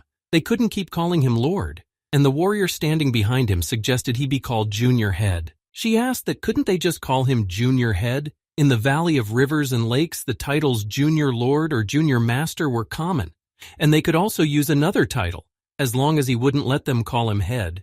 They realized that it was onerous for him to become head of the cult for now, and if he had not given up the cult completely, such treatment he would have to accept quietly, Kim thought, and agreed to be called Junior Head. The blood demons said that they were grateful to him. They had no way of knowing what miracle he had performed, but they remembered that they had all been bitten by Ganzi, and if it wasn't for him, they wouldn't have been able to finish the war and fully commit themselves to the celestial demon. He was one of the demon lords, and he, along with his troop of bloody ghosts, swore their allegiance to him. One of the demon lords, Hell Demon Ghost, along with a troop of repentant souls, also swore allegiance to him. One of the 4 demon lords, the Moon Shadow Demon, and the entire troop of shadowy dead under his command swore allegiance to the Junior Head. Following the Moon Shadow Demon, the Sword Demon came up. He and his band of assassins pledged allegiance to him. The Sword Demon wasn't particularly literate and didn't like to talk much, so he didn't say the entire oath in full. Kim stood up and told them that as long as he was Alkayu and his life didn't run out, the path of the shadow would be eternal. After these words, the system notified him that the stage had been cleared. He had managed to clear the first volume of the Remake the World quest. Today the floor stage was cleared. The system notified everyone once more. Kim bowed to his subordinates and ordered them to take care of the master's funeral.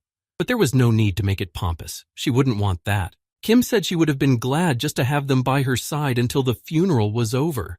He was about to tell them something else, but suddenly the manager appeared in front of him and greeted him. He congratulated him on completing the quest. He told him the word, please, which meant a request for the fulfillment of a wish, directed to someone. In a demonic cult, the word Betrayal was taught for this definition. The manager explained to him that in short, beg and Betrayal could be considered the same word. Kim stopped him. He wanted to know why.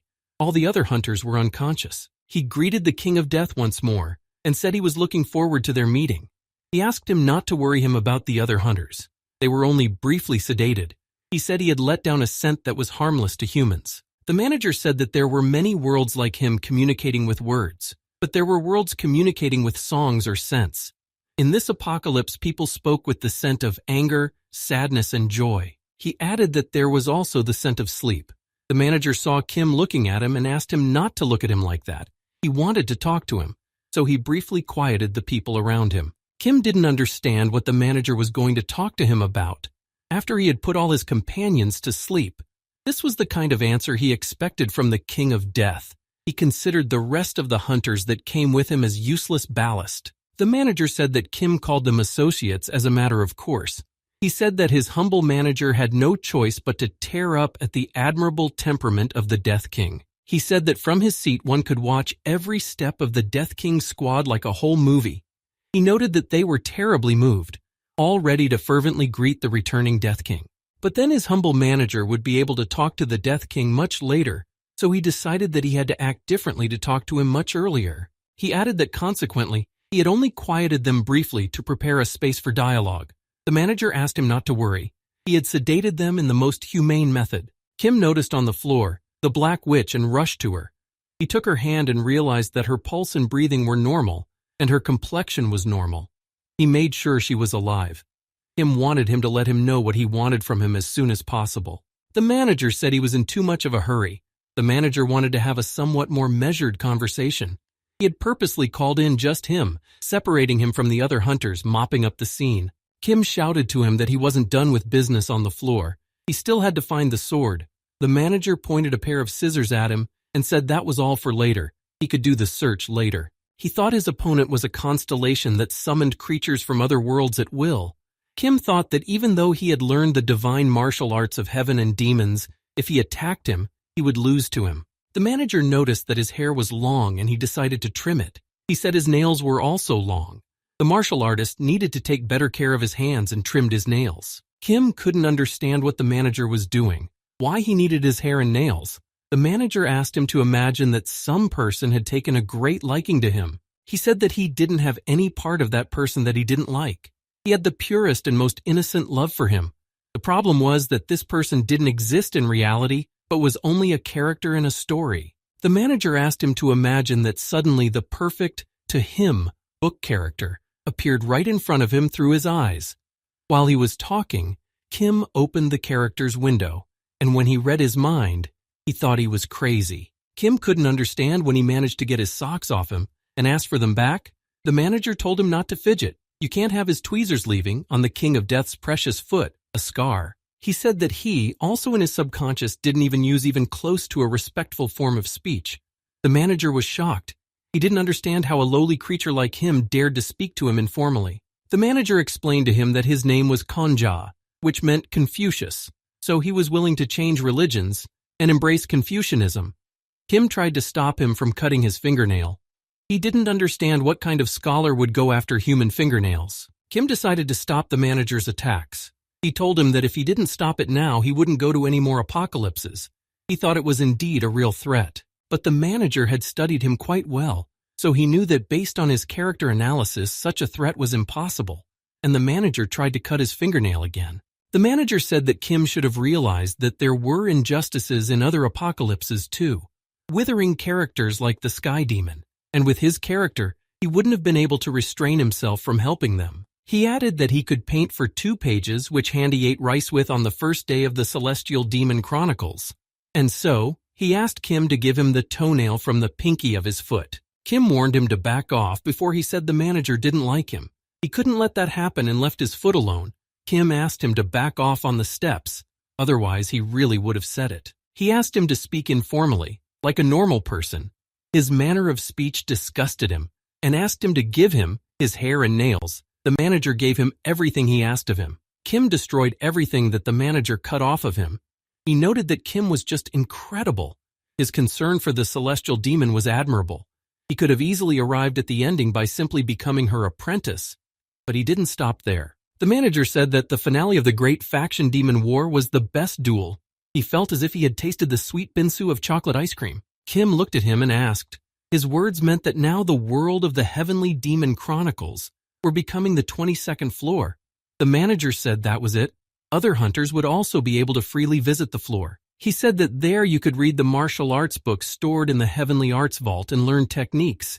It was all thanks to him. Kim wanted to learn about something while he was in the apocalypse. Why did it have that name? The manager answered. The ending was the port that reached the character's life at the end of the journey. Most readers preferred happiness, but he wanted to embrace even the sadness and failures of the characters. Kim realized that a bad ending was also a worthy ending. Kim pulled the manager to him and said that he had another question. Even if he would not have interfered with the Chronicles of the Heavenly Demon, would they have met a proper ending, albeit a bad one? He said that the celestial demon and the head of Murim had tried and put their best until the very end. Even if the head of Murim would have fallen first and the celestial demon would have gone mad, that too would have been the ending she would have achieved. Kim looked at him and asked why the celestial demon chronicles were included in the apocalypses. The death of the head of Murim and the loneliness of the celestial demon. Couldn't it be counted as a finale? He said that he had another question, even before reading the other apocalypse. And if you abstracted from the fact that whether its ending was acceptable to him personally, it looked like the world had met its perfectly natural end. The manager replied that he suddenly wanted to see a happy ending. He asked such a reason would suit him, Kim thought. A reader who would never interfere in any way, as the constellation running the room library said. Kim said he was powerful, and for some hunter like him omnipotent, but regardless, instead of fixing the apocalypse on his own, he sent them away, he thought. He avoided the role of writer. He could have taken it but refused to do so. He decided to do an analysis of his character as well. He said that such a flawless man could not classify something as an apocalypse simply because of the weird ending. When he categorized the Chronicles of the Heavenly Demon, or any other apocalypse as an apocalypse, there was some special condition. The manager realized that Kim would definitely not agree to turn a blind eye to this. He pulled him to him and asked him to follow him. The manager decided to tell him the secret of apocalypses. He said that the zombie virus was an infectious disease that had arisen on its own in the Chronicles of a Celestial Demon. Then just like Kim said, there was no way he would classify this place as an apocalypses. Kim asked what that meant. Then the manager explained to him that the zombie virus was not a disease that arose spontaneously. It was coming from the outside world. One could compare it to an invasion of a new continent by outside forces. The manager held out his hand and asked him to look straight in front of him. That's when Kim saw the huge dead thing of a monster unknown to him. He was shocked when he saw it. He noticed that his sword felt an ominous energy, but to the manager this was no surprise. After all, his sword was originally a perfect constellation, and someone in a similar position to him could always be quickly recognized. The manager asked if he had ever seen a constellation fall. Kim sadly replied that he had. Then the manager said if he had ever seen the bodies left behind. He realized that apparently he had not seen it. He explained to him that it was quite a rare sight and suggested that he look now while he had the chance. His sword sensed his sister's presence, and the protector informed him that it was the second kindred sword of the sacred sword of the founder. It was the sword of compassion. Kim heard sounds coming from the body. Then he remembered the manager telling him that it was a corpse, but it turned out to be alive.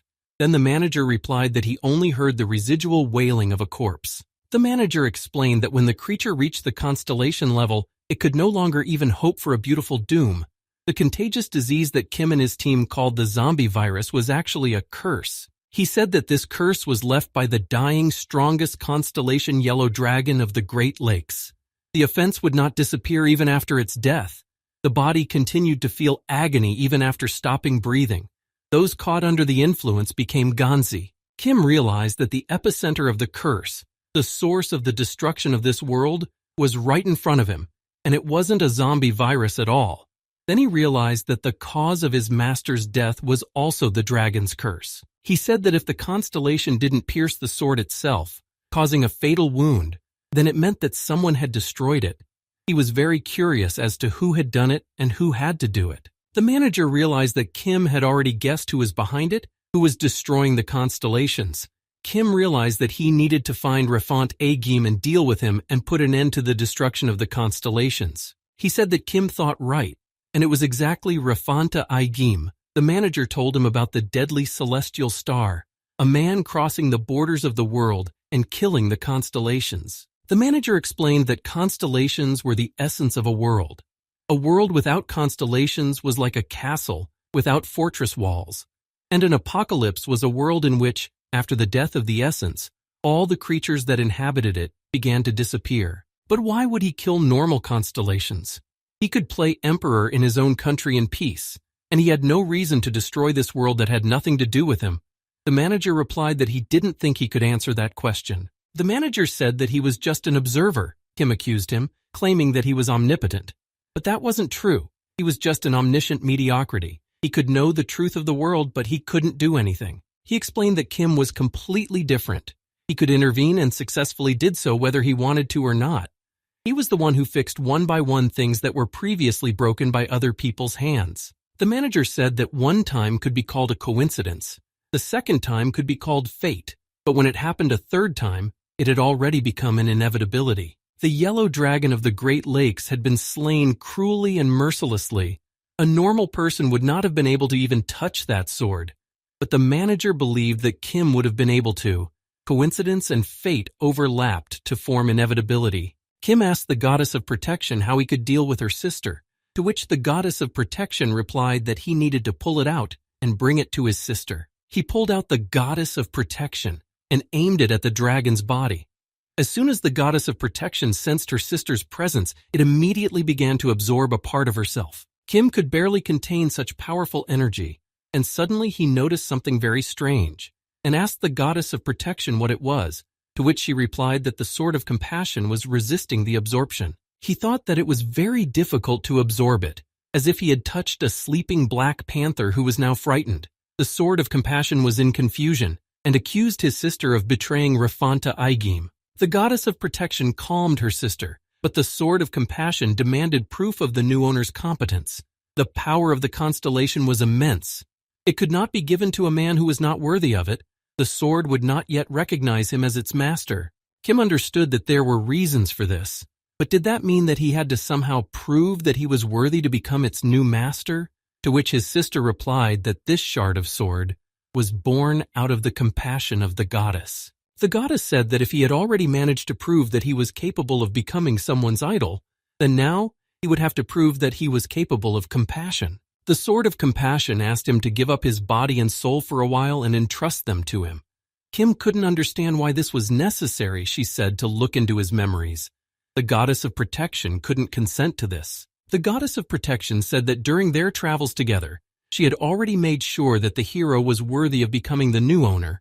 She had no reason to take unnecessary risks. Kim gave his consent to this, saying that as illustrious as this sword was, he couldn't wear it on his belt when he wasn't sure of it, nor would he be able to trust it completely. He looked at the goddess and shouted to her that she could climb into his memory or soul until she was satisfied. He spread his arms and stopped resisting completely. The sword of compassion began to test the level of his compassion. The goddess of compassion saw everything Kim did going through the floors. She saw the scene where he saved the children and freed their souls. She saw how he helped his teacher by freeing her soul. She saw it all but didn't say anything to him. Kim told her that he wasn't perfect. He was weak to other people's approval. He wanted to get it from others and was willing to go through a lot for it. He struggled because he wanted others to think he was a good person. Maybe that was his weakness. He said that its past owner wasn't perfect either. He still didn't understand what great purpose he was killing constellations for. Maybe it was some noble act, but he would still continue to criticize him for such actions. Kim shouted that if she thought its past owner was blameless, then he asked that she not recognize him as her master, because he didn't need such a sword. The goddess asked him if he wanted to destroy Rafantu Aigim, to which Kim replied that if it truly deserved it, he would destroy it. Then the goddess asked him to make promises that no personal feelings would interfere with his ultimate judgment of it. Kim replied that he couldn't promise her that. His master was dead. This world was destroyed. Too many had died because of him, so he couldn't promise that to her, but he promised that he would try his best. He told the goddess that so if she saw him straying from the right path, she too could help him get back on it. He would try, but he asked the same of her. That was what it meant to be together. The goddess replied that her ability was suffering. Those wounded by her were in pain and agony. However, these wounds did not leave scars on the body and did not lead to death. Agony and pain leaving no trace was her true ability. She recognized her new master and swore to serve him in the best way possible.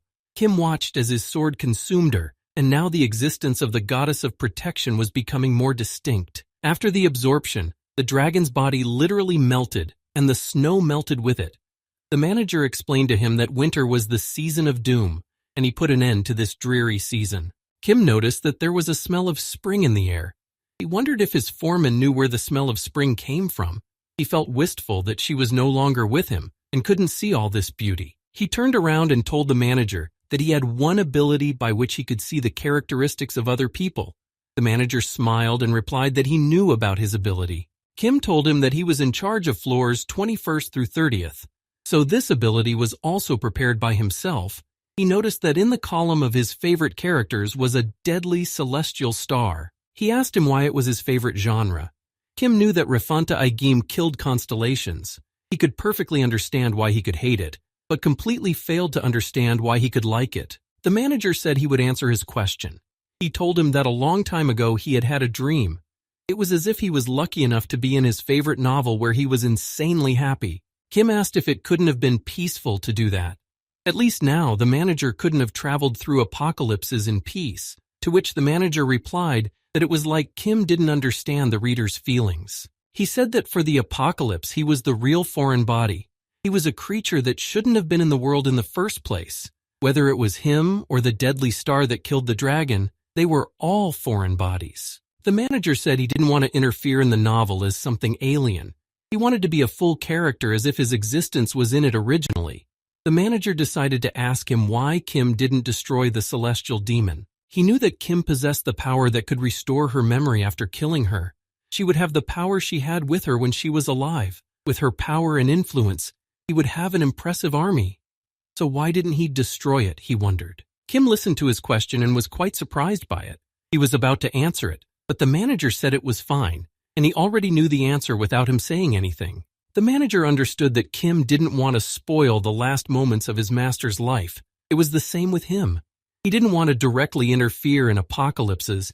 Their causes were no different from each other. He realized that if he was against interfering, there was only one way left for him to become the hero of the story. It needed to be that it wasn't him looking to meet the character. It was him looking to meet the character. The manager said that Refanta Igim was constantly traveling worlds to kill constellations.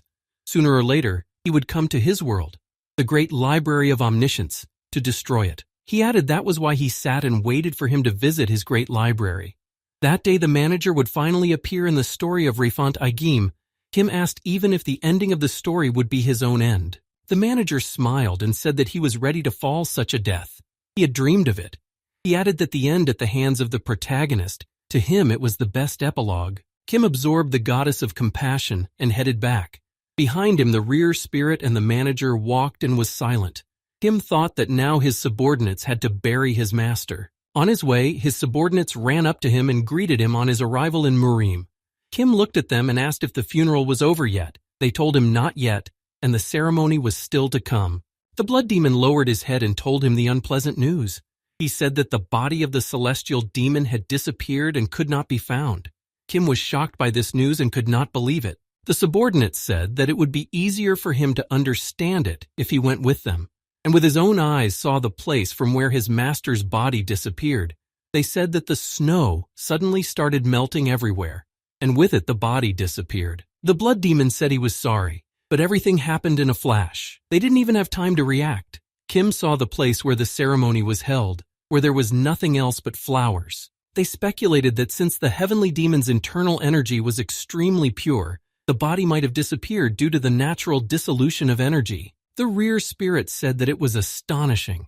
The constellation, when it disappeared, left behind nothing but a curse, and after the death of the celestial demon, only beautiful flowers were left behind. He said that his master was better. The blood demon said that surely the preparations for the funeral ceremony would have gone ahead, and it would have been great if Kim had decided to attend as well. But Kim refused. Kim stood up and said that he shouldn't have done that. He asked them not to have a funeral ceremony. It didn't matter now. The blood demon couldn't understand why Kim asked them not to. He explained to the blood demon that even if he became the junior head and inherited the teachings of the school, there were probably those who still couldn't recognize that. After all, it was customary in their school for the highest position to be held by the strongest. Kim said that he wished he could replace the funeral with their duel. The offering of the most valuable items was an integral part of the funeral ceremony. He thought that the sword was the greatest value to them. He added that was why they would present their swords in memory of their master. He told them to feel free to start attacking him. They gladly drew their swords and obeyed his order. Their duel started, and all his subordinates bare their swords and started attacking him. Their duel made flower petals fly in the air, and then Kim informed them that they would move the main headquarters to the 22nd floor. Kim walked back to the library where the poisonous serpent told him they had decided to move and completely relocate their training ground. He was standing there wearing decorative glasses with a book in his hands. Kim was shocked when he saw him. The venomous serpent said that he too had become the master's apprentice. As he had followed the path of the demonic cult school, the Gate of 1,000 Faceless Ones was his guild. So all of its members followed him without exception and went to the master as apprentices. He added that even though his master was half disabled, but his limbs were fine, the alchemist gave him her word that he would be able to move. He did.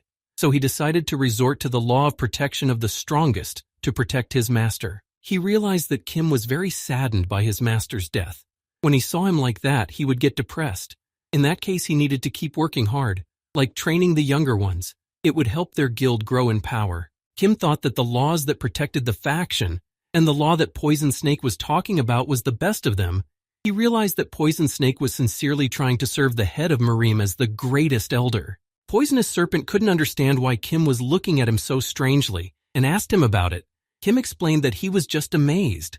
It turned out that he really was a good leader. Kim thought that there was no way he could understand how such an unreal otaku had such a good reputation among his subordinates. But now he could see that he took good care of his men. The Poisonous Serpent cheerfully told him that he was just doing his job. He said that how much darker the world would become if it was customary to praise such natural things. They couldn't let the world get darker just because of him alone. Kim wondered if he had people he could call his own. He realized that the goddess of protection, the manager, and the spirit of the rear were definitely not by any means. They were never even human. He sat and listened to everything they told him. The manager was still trying to trim his nails. The goddess of protection wanted to sing a song about him.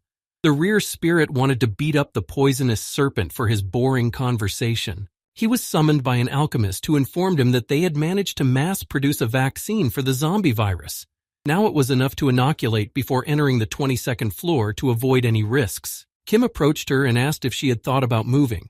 He said that her outlet was too small. After passing that stage, her name would sound louder. Would she be able to handle the increase in demand for their drugs with the current store? She replied that she was thinking of expanding, but the rent price was too much, even on the first floor. To her, the Countess showed her some kind of contract that promised to give her the space she needed. Kim asked her not to sign that contract. Kim smiled and said that he would provide her with everything she needed and would even pay for her moving, and other internal expenses would be on him too. He owned the floor and would give her a good space there. He added that in return she would make him medicines or potions that he would ask her for, just with a little priority. The alchemy master was happy and accepted his offer. They were interrupted by the medicine king, who was told that lately his store was completely dilapidated and was also on the 3rd floor, and walking from floor to floor was very difficult. He asked them to give him a piece of land with fresh air on the floor. The Holy Sword took it and asked them to forgive his friend for being tactless. Leaving, the Medicine King replied that he was trying to take care of business, and he couldn't help him with that. He was on the verge of bankruptcy. The alchemist moved to the floor. She would continue to make medicines. She asked everyone who came in on their potion request to line up in a single line. In order to inoculate themselves against the floor's zombie virus, they needed to go to the Poison Serpent's main headquarters. Poison Serpent's disciples asked all visitors to keep order. The Medicine King said that they all had to be grateful that they had the exclusive opportunity to get inoculated by him. The Black Witch was thrilled with what was happening. She said that the impact that Kim had on everyone through the Celestial Demon Chronicles was immense. The other hunters too were fired up with enthusiasm, not wanting to get behind him. She added that because of that, the conquest of the tower was going smoothly and quite fast. She thought that with that kind of spirit, they would have reached the floor this month. But suddenly they received a notice that was meant for everyone. They were informed that today's conquest of the floor stage ended in failure. They saw that the Countess and the Holy Knight were dead, and they couldn't pass the apocalypse. They were going through the apocalypse, the story of Sormwan Academy. The genre they chose was romance. The difficulty of the apocalypse was level D, and they went there just the two of them. Sormwan is an ancient magical academy, an ordinary academy in which alternated between friendship and rivalry, love and jealousy. This apocalypse could have remained a standard school story, but the apocalypse wasn't as simple as it might seem at first glance. The Countess and the Holy Knight discovered that an artifact that was capable of destroying the world was sealed in the dungeon of the institution. The condition of stopping the release was a lady villain who lost the crown prince to an apprentice who had been reborn a second time. Once she unsealed the artifact, the great demon was released and it immediately destroyed the world. The Black Witch was shocked that the Countess and the Holy Knight had been defeated. She thought it couldn't be true. Their duo was best suited to pass. The manager sadly said he was sorry. He said what was done could not be undone. He could not give them a second chance for passage. He hoped for their understanding. He added that an exception was only possible if it was possible to collect the water that had already been spilled. Kim said he had never read any romance, but he couldn't let the Countess and the Holy Knight fall. Besides, the manager was watching him. He thought he should have gone to the apocalypse. The ghost suggested he choose something else. He replied that alas, it was not as easy as he thought.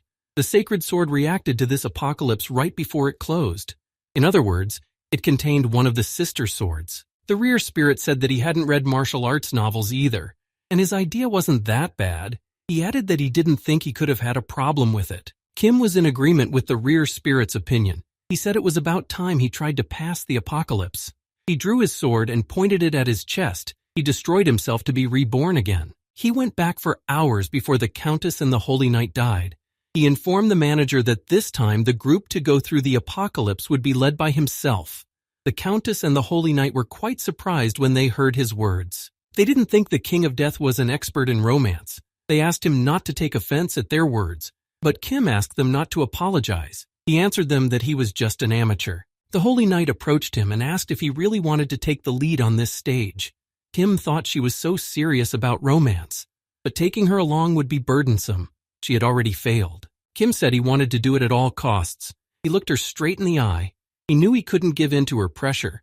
He knew that deceiving her wouldn't work either.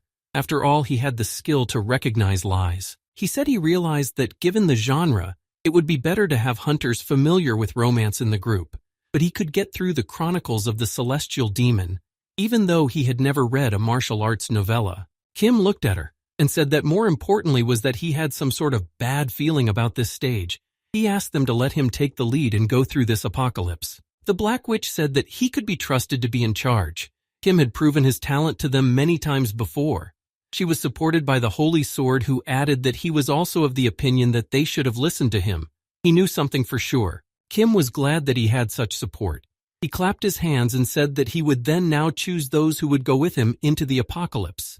He didn't want to drag it out for long and decided to go straight to fulfill the quest. He informed them that the elite hunters would go on this stage. He asked those he wouldn't choose not to hold grudges against him. The Black Witch smiled when she heard about the elite squad and was sure he would take her with him. She said she was inexperienced in terms of romantic stories, but she thought she could feel it. She had a feeling that this story was just for her, and if the best were to go, then she should go with them. The Holy Knight said she was wrong. She thought she should have known the difference between romance and fantasy romance. She smiled and told the King of Death that she thought he was without a real expert. The Countess said that love was equivalent to money.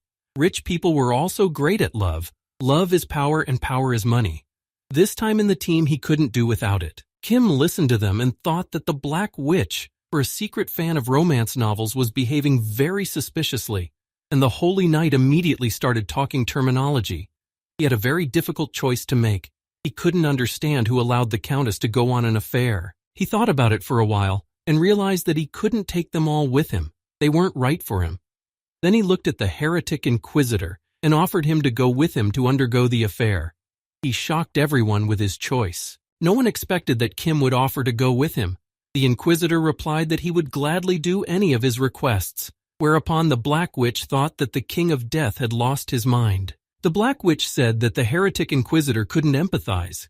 He was objectively a psychopath or a sociopath at best. He was afraid to imagine what might have happened if Kim had taken him along on the affair. Kim answered her that he might not have understood the very concept of romance very well, but he knew what really mattered there. The Black Witch wondered what he meant, and he answered her that looks mattered. He added that he also had sacred magic that would work in any dangerous situation, and he listened to him well. And most importantly, he said exactly what he thought. Duplicitous he couldn't be called. It could play into his hands. The manager was surprised by their choice. He said he was delighted that they had decided to form a completely different team for this stage. He was madly eager to see how the story would unfold this time. He said it was the time of love, an era in which celebrating love was like breathing, an era in which overcoming differences in status and background for the sake of love was considered something natural and beautiful. The manager said romantic reality or realistic romance. He said that to those who were confused about it, he would give one privilege. He opened the book and prepared to show them what he meant. He said that Kim had gone through the apocalypse of the Sky Demon Chronicles, including even the hidden stages.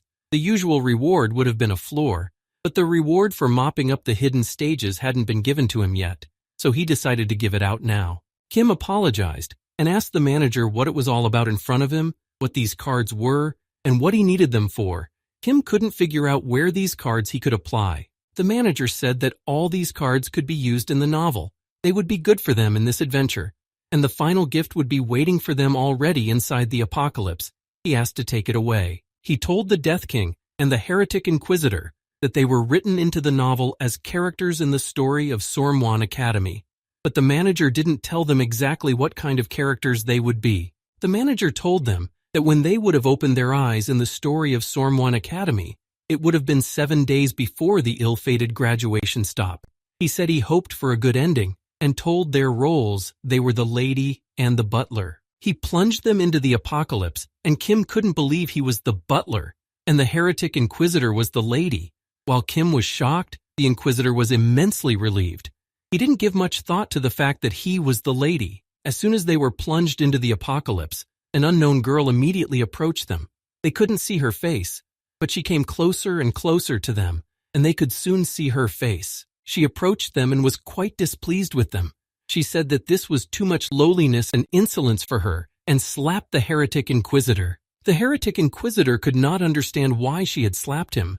He smiled and asked her what his fault was, and noted that she had quite a punch, and she immediately slapped him again. She slapped him and was outraged that he dared to act so nonchalant after all she had done.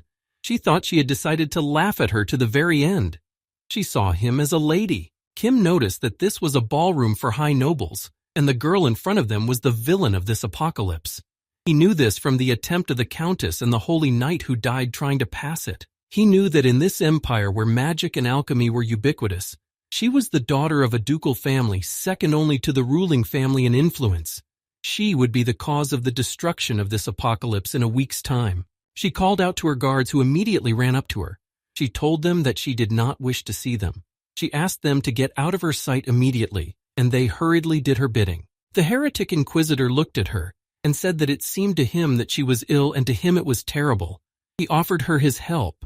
The girl was surprised at the words of the inquisitor. He added that she turned even paler. He suggested that she leave the ball and go to a healer. He thought she was unwell, the girl cried, and wanted them to disappear. She shouted to her guards and asked why they were still here. She ordered them to be locked up. They asked to pass out with them and to speak quietly. The lady had a very bad tolerance for noise. They came up to them and grabbed them and dragged them behind them. Kim tried to resist. He couldn't understand where they dragged them and why. They led them to a dungeon and threw them in there, saying they were serving the lady. Kim tried to shout to them, but they were gone and the door was securely locked. The heretic inquisitor lying on the floor said that apparently they were in trouble and he thought he had become the protagonist. The heretic inquisitor said that as a child, He was often dressed up as a girl, but he never thought he would get the role of a young lady. He thought it was a new life experience. Kim said he wished he could borrow some of that inexhaustible optimism from him, but he couldn't be happy right now.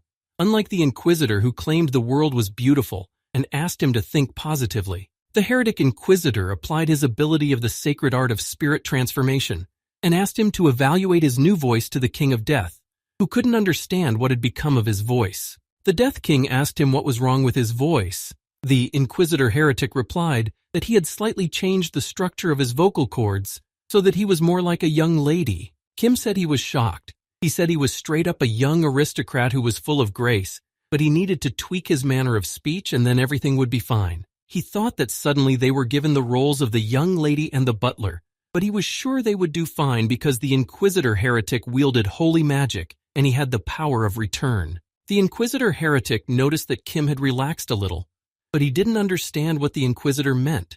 He explained to him that he had been extremely gloomy and tense since his return from the apocalypse of the Celestial Demon Chronicles. He added that it was no surprise since he had lost his teacher. He said that he was worried about him because of that, and was afraid that because of such dark emotions, he wouldn't be able to properly unleash his abilities. But all was well. Kim was surprised that the heretic could recognize feelings from facial expressions. The Inquisitor only smiled and said that he had never experienced depression, but he understood what the emotion was. He looked at him and thought it was amazing. It appeared that the heretic Inquisitor was trying to understand people in his own way. He was sure he was a psychopath, but an extremely unorthodox one. The Inquisitor said that there was one oddity here. He added that as far as he understood they were now imprisoned quite unfairly. Kim agreed with him. He said that usually there were jailers or guards provided for the imprisoned. He said he didn't feel anyone's presence outside the door, but he could clearly feel it from the window side. And unknown to them, masked men burst into their dungeon. They couldn't understand the reason they were attacking them. The main one of the attackers stopped right in front of the King of Death. He told the others that the man could be destroyed, but the girl should not be allowed to get hurt in any way. Kim drew his sword and was ready to attack. Kim managed to pull out his sword and block the attack of the man who was attacking him. He effortlessly managed to injure him without using his skills. He was going to destroy him. The attacker didn't expect such strength from them. The heretic Inquisitor used his magic and they couldn't land a single blow on him. The Inquisitor asked the Death King not to kill them all. They needed to leave at least one behind to find out who ordered their destruction. They didn't kill all the attackers. They disarmed them and tied them up. They were curious to find out who was behind this attack on them. The attackers were shocked that they were overpowered by a lady. They were told she was a frail lady. The heretic Inquisitor approached them and told them that they now had only 3 options. The first was to fall here and now. They just had to ask for it. The attacker was very scared and listened in horror to the Inquisitor who gave them the second option. They had to gradually give them all the important information under torture. The heretic Inquisitor came even closer to them to give them the third option. He suggested they tell them everything without torture and death. They could stay alive. They only needed to tell them who ordered their destruction. One of the attackers said that the girl in front of them was a crazy girl and said that he preferred perdition and was not going to tell them anything. He was sure that everything the Inquisitor told them was not true. The heretic Inquisitor replied that he understood his request and was gladly ready to fulfill it. He destroyed him with one motion of his hand and leaning over to the other asked what he would like to choose. They started screaming and begging the Inquisitor to spare them. They tried to explain to him that they were just doing their job. They didn't want to die, but it was dangerous for them to tell them information either. The heretic Inquisitor replied to them that he would spare them and would not cause them suffering, but to do so, they needed to tell him why they had decided to attack them, whose orders it was. The attackers continued to remain silent, and then the Inquisitor decided to threaten them with his weapon. He noticed that they were still hesitating. Then he decided to help them make up their minds and tell them everything.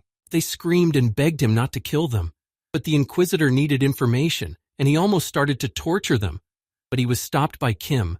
He asked him to wait and said they could do without it. He thought that this way they could raise the rating of this novel to adult viewing. He sat down near the attackers and said that he noticed that they broke the window bars easily. Apparently they had propped them up beforehand because they knew they would be locked in here. Kim saw the shocked faces of the attackers after he said that, and then he decided to use his skill and open the character window. and there he saw that they were convinced that a girl was supposed to be sitting here, but they had been tricked. He assumed so. They knew beforehand that they would be here. They shouted that the man could be destroyed, but the girl couldn't be harmed. He asked if they wanted to kidnap her. The attackers couldn't answer him anything. They started getting nervous and looking around, but Kim saw in the character window that they had been ordered to kidnap her, and that the customer had forbidden the girl to be harmed. Kim stood up and said that he had a guess as to the identity of the intruder. The heretic inquisitor wiping his nose, surprised that he had already guessed who had ordered their destruction. He said that it was someone with a lot of power, so much so that it allowed him to smuggle a mercenary into the academy. It couldn't have been done without the intruder knowing how the security system was set up here. Kim added that on top of chasing them away, the villain screamed to get them out of her sight immediately, and they were taken away by her servants and brought to the dungeon where they were attacked by an armed man. He added that the villainess did not tell her servants exactly where they were to be taken, yet they were led exactly where the mercenaries were to come. The Inquisitor was surprised that the lady villainess could have been the orderer, but the Inquisitor doubted it. He said it was too obvious. He was the protagonist of this apocalypse, an aristocrat who was romantically involved with the crown prince. He doubted that the villainess had dared to attack him after she had chased him away in public and locked him up. Even if she was a ducal daughter, such an attack would be a real scandal for her.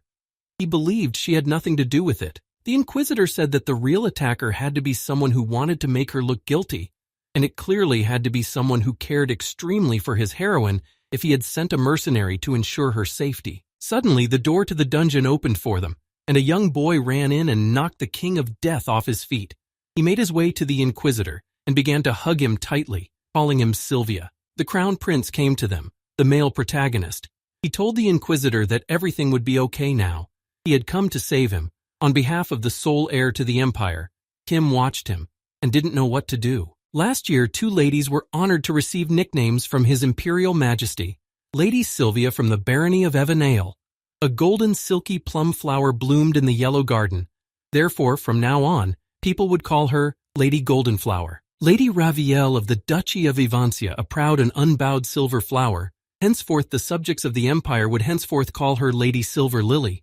She was the antagonist of this apocalypse. Of the nicknames given to young noblewomen on debut, the best were those bestowed by the Emperor himself, and the 2 ladies who were given nicknames by His Majesty personally attended the same academy. And it was no surprise that this situation had raised a lot of fuss. Kim thought that nevertheless it was too frivolous for the crown prince of an entire country. He looked at him and was surprised that the butler still managed to survive. He had hoped that his mercenaries would have destroyed him. He looked calmly at the crown prince and replied that he was lucky to keep his life, to which the crown prince replied that the butler was an incredibly lucky man. Kim replied that how could such a small pawn have luck? It was all due to his favor, but what Kim really meant was that he knew that this attack was his doing. The crown prince asked if he meant to say that everything in this world was due to his mercy. Both his rescue and Sylvia's rescue from the assassins attacking them was due to his luck. He asked to accept his gratitude for that. Kim was angry that he was lying to him again. The crown prince was thus saying that he had survived not because of his skills, but because of luck, though he didn't want to believe it. But was the prince trying to hurt him now? He decided to answer him, and he wanted to hurt him back, and he knew how he could do it. He looked at the Inquisitor and said that the Golden Flower Lady was his mistress, or in other words, he belonged to her. Kim asked how he could say that the only sword protecting her was solely dependent on luck. Kim couldn't understand what was going on, why the words were flying out on their own. What kind of madness was this? He realized that the quarrel with the crown prince could have hurt him. He added that he was just a tool doing his job. His praise was excessive to him. Kim tried to close his mouth to not say anything more, but he couldn't do that. He began to immerse himself in his character. Kim began to feel as if he was being sucked into his character, and it was getting harder and harder for him to control it. He saw that the current level of immersion was already 1%. He thought he was going crazy. The crown prince was already angry. He said that he had noticed that nowadays it was common for baronial-level families to hire servants who liked to talk. He added that if the emperor found out about this situation, he would be very angry. Kim wanted the crown prince to stop provoking him, but he answered him, even though he tried his best not to. He said that he was trembling. He was sorry that His Imperial Majesty's power was not eternal. He remembered that scene when the Holy Knight and the Countess were immersed in their characters as they embraced, and swore their love to each other. It was because of the immersion that they died and couldn't make it through the apocalypse. Kim watched them and shouted that it was the height of the ancient demon invasion, and now was not the time for cuddling and whispering about love, but he just watched them and couldn't help them. He couldn't understand what had come over them, but he himself was now starting to sink into the character. He realized that the altercation with the Crown Prince would have gotten him nowhere. He decided to thoroughly look into what had happened today and find out the identity of the intruder. Kim realized why the Holy Knight and the Countess couldn't get past this apocalypse. Kim told the Crown Prince that there was no one in the entire academy that could be trusted more than him. He asked him to find out who was behind this attack and punish him. The Crown Prince thought that Lady Sylvia was very frightened today, plus there could still be bandits here, and he decided that today he would personally protect her from all harm. The heretic inquisitor looked at him and realized that he needed to stop him. Kim bowed and apologized for his ignorance.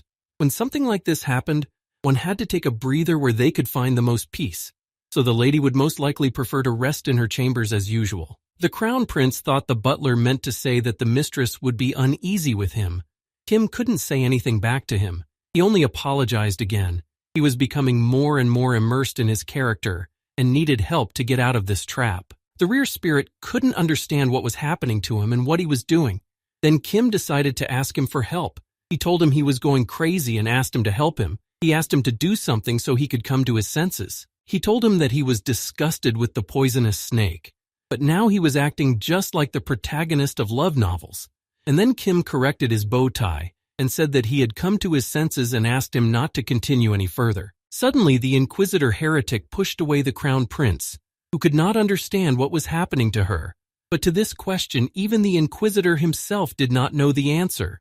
For him, what was happening was quite surprising. He said that it was the first time he had felt this feeling he had never felt before. His heart was beating so fast, he told them that it was really quite unusual for him. He looked very strange, and everyone didn't understand what he was talking about. The heretic Inquisitor approached the Crown Prince and said that it looked like the mistress of this body really liked him. He couldn't tell him that it wasn't his Sylvia that was with him now. Kim took him by the hand and suggested that he return to their dormitory. For from tomorrow, his old life would continue. Kim tried to stop him diving into the character and for the Inquisitor to rejoin them. He asked him not to forget that they not only had their role, but also their goals. And that was to mop up the apocalypse. The Inquisitor came to his senses. He thanked the Crown Prince for his concern, but he had to get back to his place. They turned around and left the dungeon. The Inquisitor wished the Crown Prince a good night and said he had to bow out first, but the Crown Prince didn't want his beloved to leave him. Kim said that things got complicated. He couldn't understand why they started diving into their characters. He didn't realize such a setup. Because of that, he almost got jealous when the Crown Prince hugged the heretic Inquisitor character. The Inquisitor heretic laughed and said that they were indeed in a tricky trap. They didn't expect they could fall into it so easily. Now they had to figure out how they could avoid being immersed in the character. He asked the King of Death how much his character immersion level had gone up by, to which Kim replied that he had interrupted him, but he had already managed to get everything up to %. The heretic Inquisitor said that was great. He had managed to get to percentages at a time, and it was a very valid problem that was hard to solve, as he had little control over his actions. Kim was shocked when he found out his level. He thought that the Inquisitor had interacted with the prince for only a little while, and the dive level went straight up to percentages. He realized that things had become much more difficult than he had expected. He told the Inquisitor that they should have prepared measures to keep themselves safe. He suggested they choose a common password that they could use to control each other's state. For example, when he would say peach, he had to answer carrot. The heretic Inquisitor was delighted at the suggestion to come up with a password. He was glad that they would have their own private secret password. He was definitely okay with it, but he didn't know what words he would choose. They noticed the villainess approaching them. Surrounded by her servants, she looked at them carefully and angrily. The Inquisitor called out to the King of Death and said it was like he hated this girl. The heretic Inquisitor said that was quite curious to him. He turned around and asked what expression was on his face now, but Kim was notified that he was diving into a character and his current level was percentages. Kim knew that the #1 law of romance fiction was that all male characters surrounding the protagonist had to seem suspicious. Law number 2 was that the most mediocre male character ended up being the most outstanding. He heard the heretic Inquisitor laughing strangely, and he decided he needed to bring him up to speed. He practically called his name as he was interrupted by the villainess calling him Lady Golden Flower. She added that she noticed that she was perfectly fine. Hearing those words made Kim realize that he almost called him by his real name, and then they could have been in big trouble. The villainess said that she had heard her being attacked, but it looked like she had survived, which was to be expected of a girl from the provinces. She was as tough as a weed. Even a few hired assassins were no match for her. He replied that she had traveled such a long way just to find out about her condition. He was shocked that both she had come to see her and His Highness. So many people cared about the welfare of such a despicable girl. He was truly grateful to her. The heretic inquisitor added that the crown prince had personally visited her out of concern. Besides, it was she who had hired those assassins who had come to the dungeon to destroy her. Kim listened to him and could not understand why he had provoked her. She replied that her thoughts were low, as was her origin.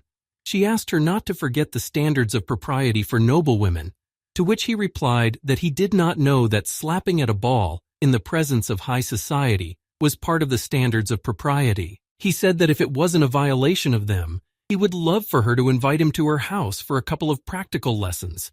He asked her to teach him. She seemed to have plenty of experience and knowledge in beating people up. Kim thought the heretic inquisitor needed to stop urgently. The villainess replied that she was out of line. How dare the daughter of a provincial baron talk such nonsense? He decided that it was urgent to stop this conflict. He apologized and stood between them. He said that his mistress must have been still in shock from what had happened and she needed to rest. The hour was late. He asked her to let them leave. Kim lowered his head and said that all the problems and misunderstandings could have been solved in broad daylight. The villain did not understand how he dared to block the path of my lady herself. The inquisitor was confused and did not understand what his butler was saying. He took his hand and asked him to calm down. He hurriedly took him outside. He asked him to wait. He had a lot more to say to her. He couldn't understand how he could cut the conversation short like that. But Kim knew that he couldn't go any further. Kim turned to the lady and said that the servants of the ducal family had always been his admiration and role models. Today, he had seen again how impeccable they were compared to a scum like him. He bowed to her and told her that he realized a lot. He gave her his infinite respect. The lady didn't say anything back to him. She only looked at him. She was angry at them. Kim smiled and said that now he asked them to excuse them, but it was time for them to leave. He took the inquisitor by the hand and headed for the exit. He didn't turn around and walked confidently forward, leading the confused inquisitor behind him. They went outside. Kim took a deep exhale and held the inquisitor's face and asked him if he had regained consciousness. The heretic inquisitor looked at him and realized what he had just said to the lady and was shocked by it. Kim and the inquisitor heretic went to the ladies' dormitory at Sormwin Academy. Kim held the doors so no one would enter them and said they needed the secret words urgently. The inquisitor realized he was talking about the secret password. He thought he had the route to the dorm automatically lined up in his head, but resorting to that further was too risky for them. The inquisitor said the Death King was absolutely right. Kim walked over to him and said that the magnolias were wilting with the coming of spring. When he said with the coming of spring, he had to answer, magnolias were wilting. That was their secret password, calling to come to mind. He decided to see if his plan worked, and if the inquisitor understood everything. He called out his part of the sentence, but the inquisitor couldn't answer him correctly. Then Kim decided to repeat their password with him, and the second time they succeeded. Kim shook his head a little that he had come to his senses and stopped immersing himself in his character. He shouted to him that he had already come to his senses and thanked him. He said that so many amazing things had happened today that he had been sucked in like a hurricane. He was glad that the heretic inquisitor had come to his senses, and everything had ended very favorably for them. Kim asked him if he wanted some tea to calm him down, to which the inquisitor replied that he would drink tea gladly. Kim went to make tea and thought everything was great, but it was too early to relax. He went over to the set and was surprised that each dorm room had its own kitchen. He got everything he needed to make tea and started making it according to his mistress's favorite tea recipe. He knew what tea his mistress preferred and how best to serve it to her. Kim suddenly realized that he wasn't supposed to be doing all this and that he was starting to become a real butler. He was becoming more and more immersed in his character, and it made him angry. He didn't want to let that happen. He started to get very nervous. He thought it was all because of this affair. He was shocked that he felt joy at the thought of a spoonful of honey added to his tea. The goddess of protection saw his nerves and started to worry about his condition. Kim thought that this was no way to act. So much effort had been put into rising before this apocalypse, but now he felt as if he was losing himself. He finished making the tea and brought it to the Inquisitor. The heretic Inquisitor took a sip of the tea and said that it had a strange flavor, and if his taste buds weren't failing him, it tasted like salt. To which Kim replied that the tea had always been like that. He looked himself into the cup and was surprised that the Death King was telling him it was tea. He would call it salt water. Nothing more, nothing less. Kim asked him to shut up and just drink it. The heretic Inquisitor drank the entire cup of tea without hesitation. He then thanked the King of Death and said that it was very salty, but they were finally able to get their identities back. Kim sat down next to the heretic Inquisitor, and he asked him what their next plan of action was. They needed to think of something urgent to finish this quest, but Kim didn't know what they should do next. He realized that the trigger that would lead this world to destruction would be the villainous.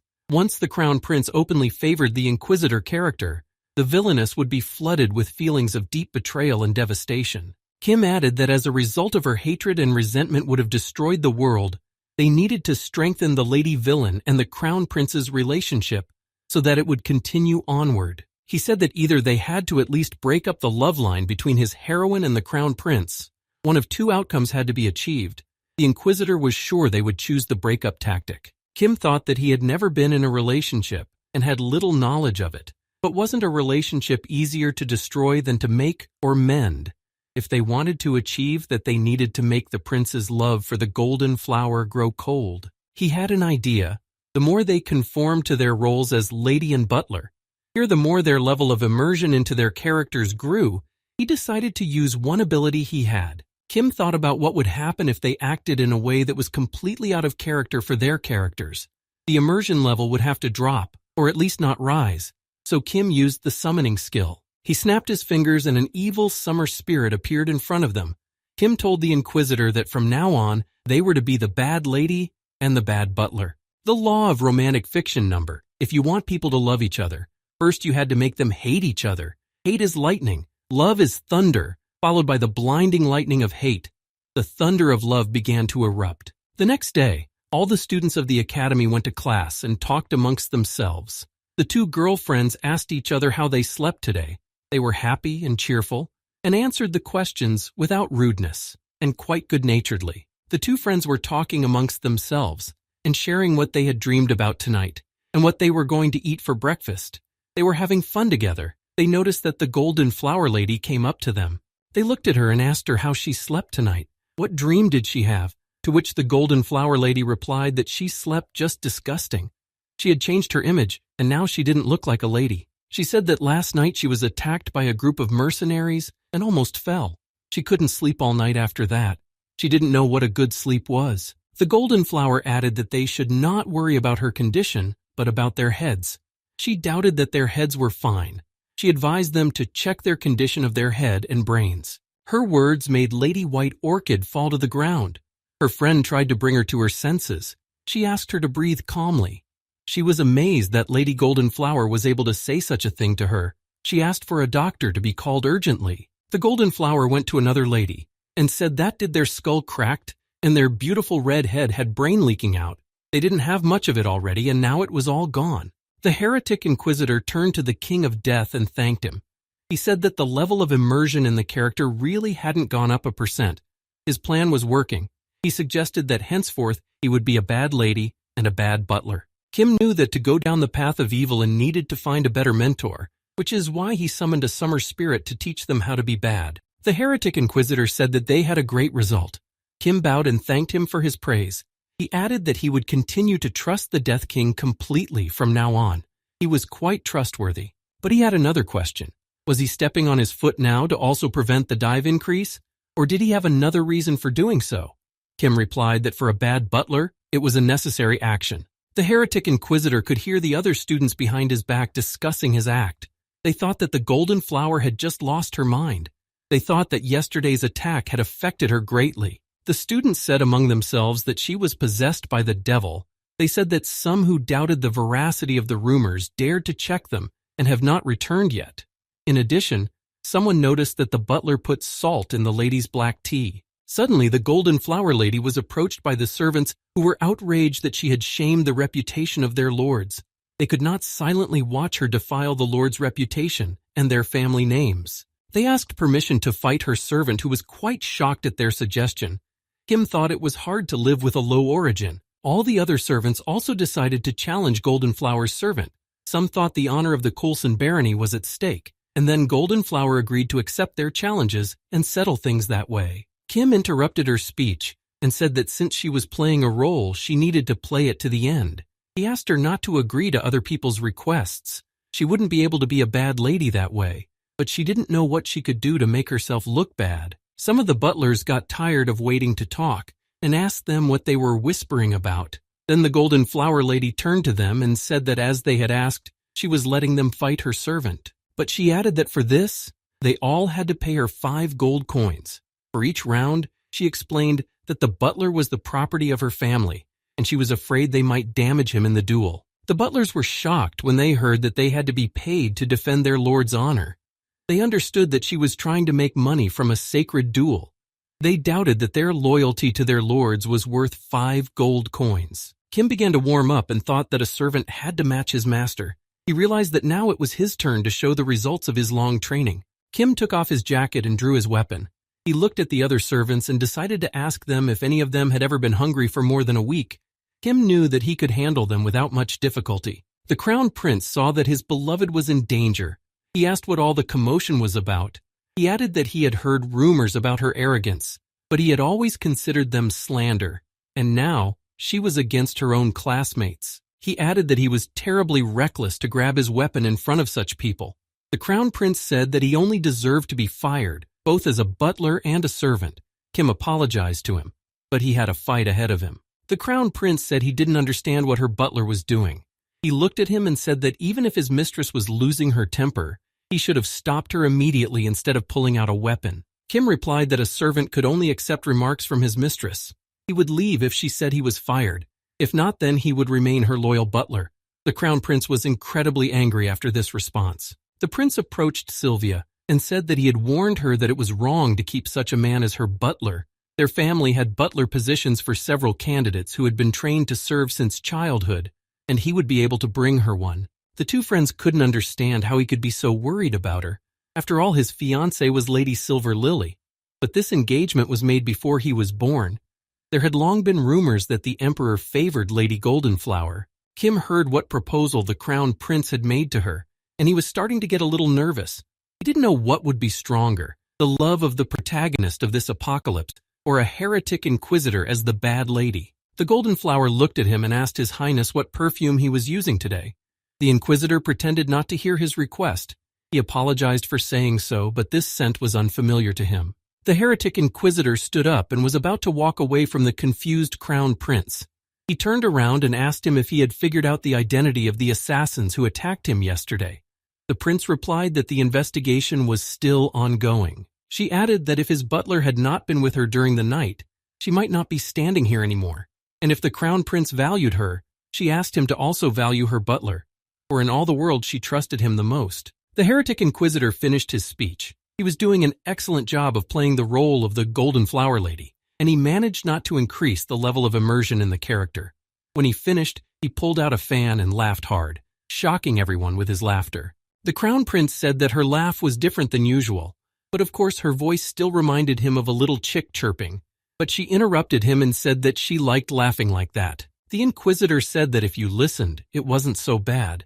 The prince replied that it was beautiful. He found a new charming trait in her.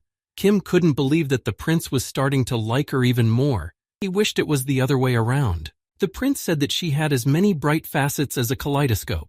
He added that a person's laugh shouldn't have been predetermined from birth, and he too decided to try and change his laugh. The rear spirit asked if the Death King had mixed up anything. He couldn't believe that he still thought that love was easier to destroy than to build. He apologized, and looking at the way they laughed said that it was clearly not about them. Kim wondered if this was called love. The spirit of the rear answered him that they were all born alone in the world.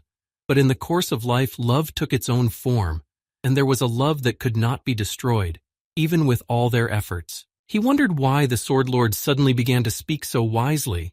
Kim thought that maybe he was feeling inferior because he was lonely. He realized that it hurt his ego. Kim interrupted their conversation and general laughter. He walked over to them and said that his lady had said that she trusted him more than anything else. Kim decided to take matters into his own hands and personally try to destroy his love. He said that the crown prince was noble, but he was never around her. While he, a commoner, was always with her, Kim wanted to see if his love for his mistress would cool down. The rear spirit could not believe that Kim had decided to destroy his love in this way. He thought his act was ill-considered and foolish. The rear spirit was sure that Kim did not know how love worked. The crown prince replied that the butler bragged that he only managed to be near her because he was her butler. Then he would also serve her, and he could go back to his village. Kim didn't expect him to behave like that. The two friends, hearing the crown prince's words, thought that he was so ardent and didn't understand how this was possible. He couldn't give up his title for the sake of the golden flower lady. They were quite shocked. Suddenly, Lady Silver Lily came up to them. She wanted to know what was the commotion here and why the crown prince was kneeling in front of Lady Golden Flower. Everyone around them was tense and thought that something irreparable might happen now. Lady Silver Lily wanted to know if there was someone who cherished the crown prince more than she did. If there was someone who cherished him as much, stroked him as affectionately. She kept searching for the answer to these questions. Had he seen anyone with a more attentive, caring gaze than she had? Had he felt a more tender touch than hers? No, probably not. And she would make sure such a thing never happened. The crown prince, when he saw her, said that he had been reported that she wasn't feeling well this morning, so he assumed she wouldn't have shown up for class. He asked how she was feeling, if she was better. He added that there was no way her heart could rest. Lady Silver Lily answered him that she had had a peaceful night thanks to his prayers, and she was grateful for that. The prince replied that he was glad she was feeling better. He added that she had been at home for almost 6 months due to illness, so her days out like today were especially precious. Plus, today was a warm day. He advised her to enjoy a walk. Kim thought it was strange, although he was the son of the emperor. But such a cold and unfriendly greeting to the ducal daughter was the height of indecency. He did not understand why he behaved so towards her. She agreed to go for a walk, but if the spring wind increased even a little, the petals of the magnolias would begin to fall. She said she was afraid that if she went alone, the flowers would be lonely too. She turned to the prince and said that he should not have stayed in such a noisy place and invited him to take a walk with her. The crown prince was unhappy with this offer and did not understand why exactly he had to do this. The crown prince invited Lady Golden Flower to join them for a walk. He wanted her to go with them, but Lady Silver Lily was not keen on such company. Inquisitor Heretic wondered if it was risky for them. The Heretic Inquisitor realized that Silver Lily and the Crown Prince both posed a threat to them, and simply having his character Sylvia around them would increase the level of immersion in the role. Kim thought that if at that, and he, the butler, was close to the Golden Flower Heretic Inquisitor, it was very dangerous. He approached him and asked him what his immersion level was right now. He realized that if he stayed standing by, they wouldn't be able to solve anything. They had to think of something. The Heretic Inquisitor turned to him and said that his immersion level was already 1%. The Inquisitor Heretic explained that while the prince had been saying things to him, his dive level had increased by 1%, and one more when he and Silver Lily met his eyes. The total since yesterday was up 2%. Kim realized that the dive rate had definitely slowed down compared to last night's insane rise. He didn't know if it was worth agreeing to this venture in that case. He decided to make sure the Inquisitor Heretic was himself, and in control of his emotions. He began to tell him that with the coming of spring, and the Inquisitor replied the magnolias were wilting. Thus they exactly repeated their secret password. The Heretic Inquisitor replied to the Crown Prince that since Lady Silver Lily herself had suggested they go for a walk, she would gladly accept the invitation. Lady Silver Lily turned to the butler and the Golden Flower and asked them to follow her. She wanted to take them to a special place. The Crown Prince followed her without wanting to, but he couldn't leave her because the Golden Flower was following her. The Crown Prince, when he saw where she took them to, was surprised that she was here offering to take them for a walk. After all, they had come to her estate. She turned around but did not answer him anything, just smiled enigmatically. Kim was shocked to see that she was not living in a dormitory. He realized that the influence of the ducal family was really quite great. The size of her estate was unforgettable. They headed towards the entrance of the manor, and then Lady Lily replied to the Crown Prince that the walk was just an excuse for them to follow her. The crown prince couldn't understand what she meant and why she had brought them all to the manor. She said that there were too many eyes in the garden, and she couldn't tell them everything as it was. She added that in the end it had to remain a secret. The prince was shocked and couldn't answer her anything. Lady Lily said that it was about the mercenaries who dared to invade the cradle of nobility.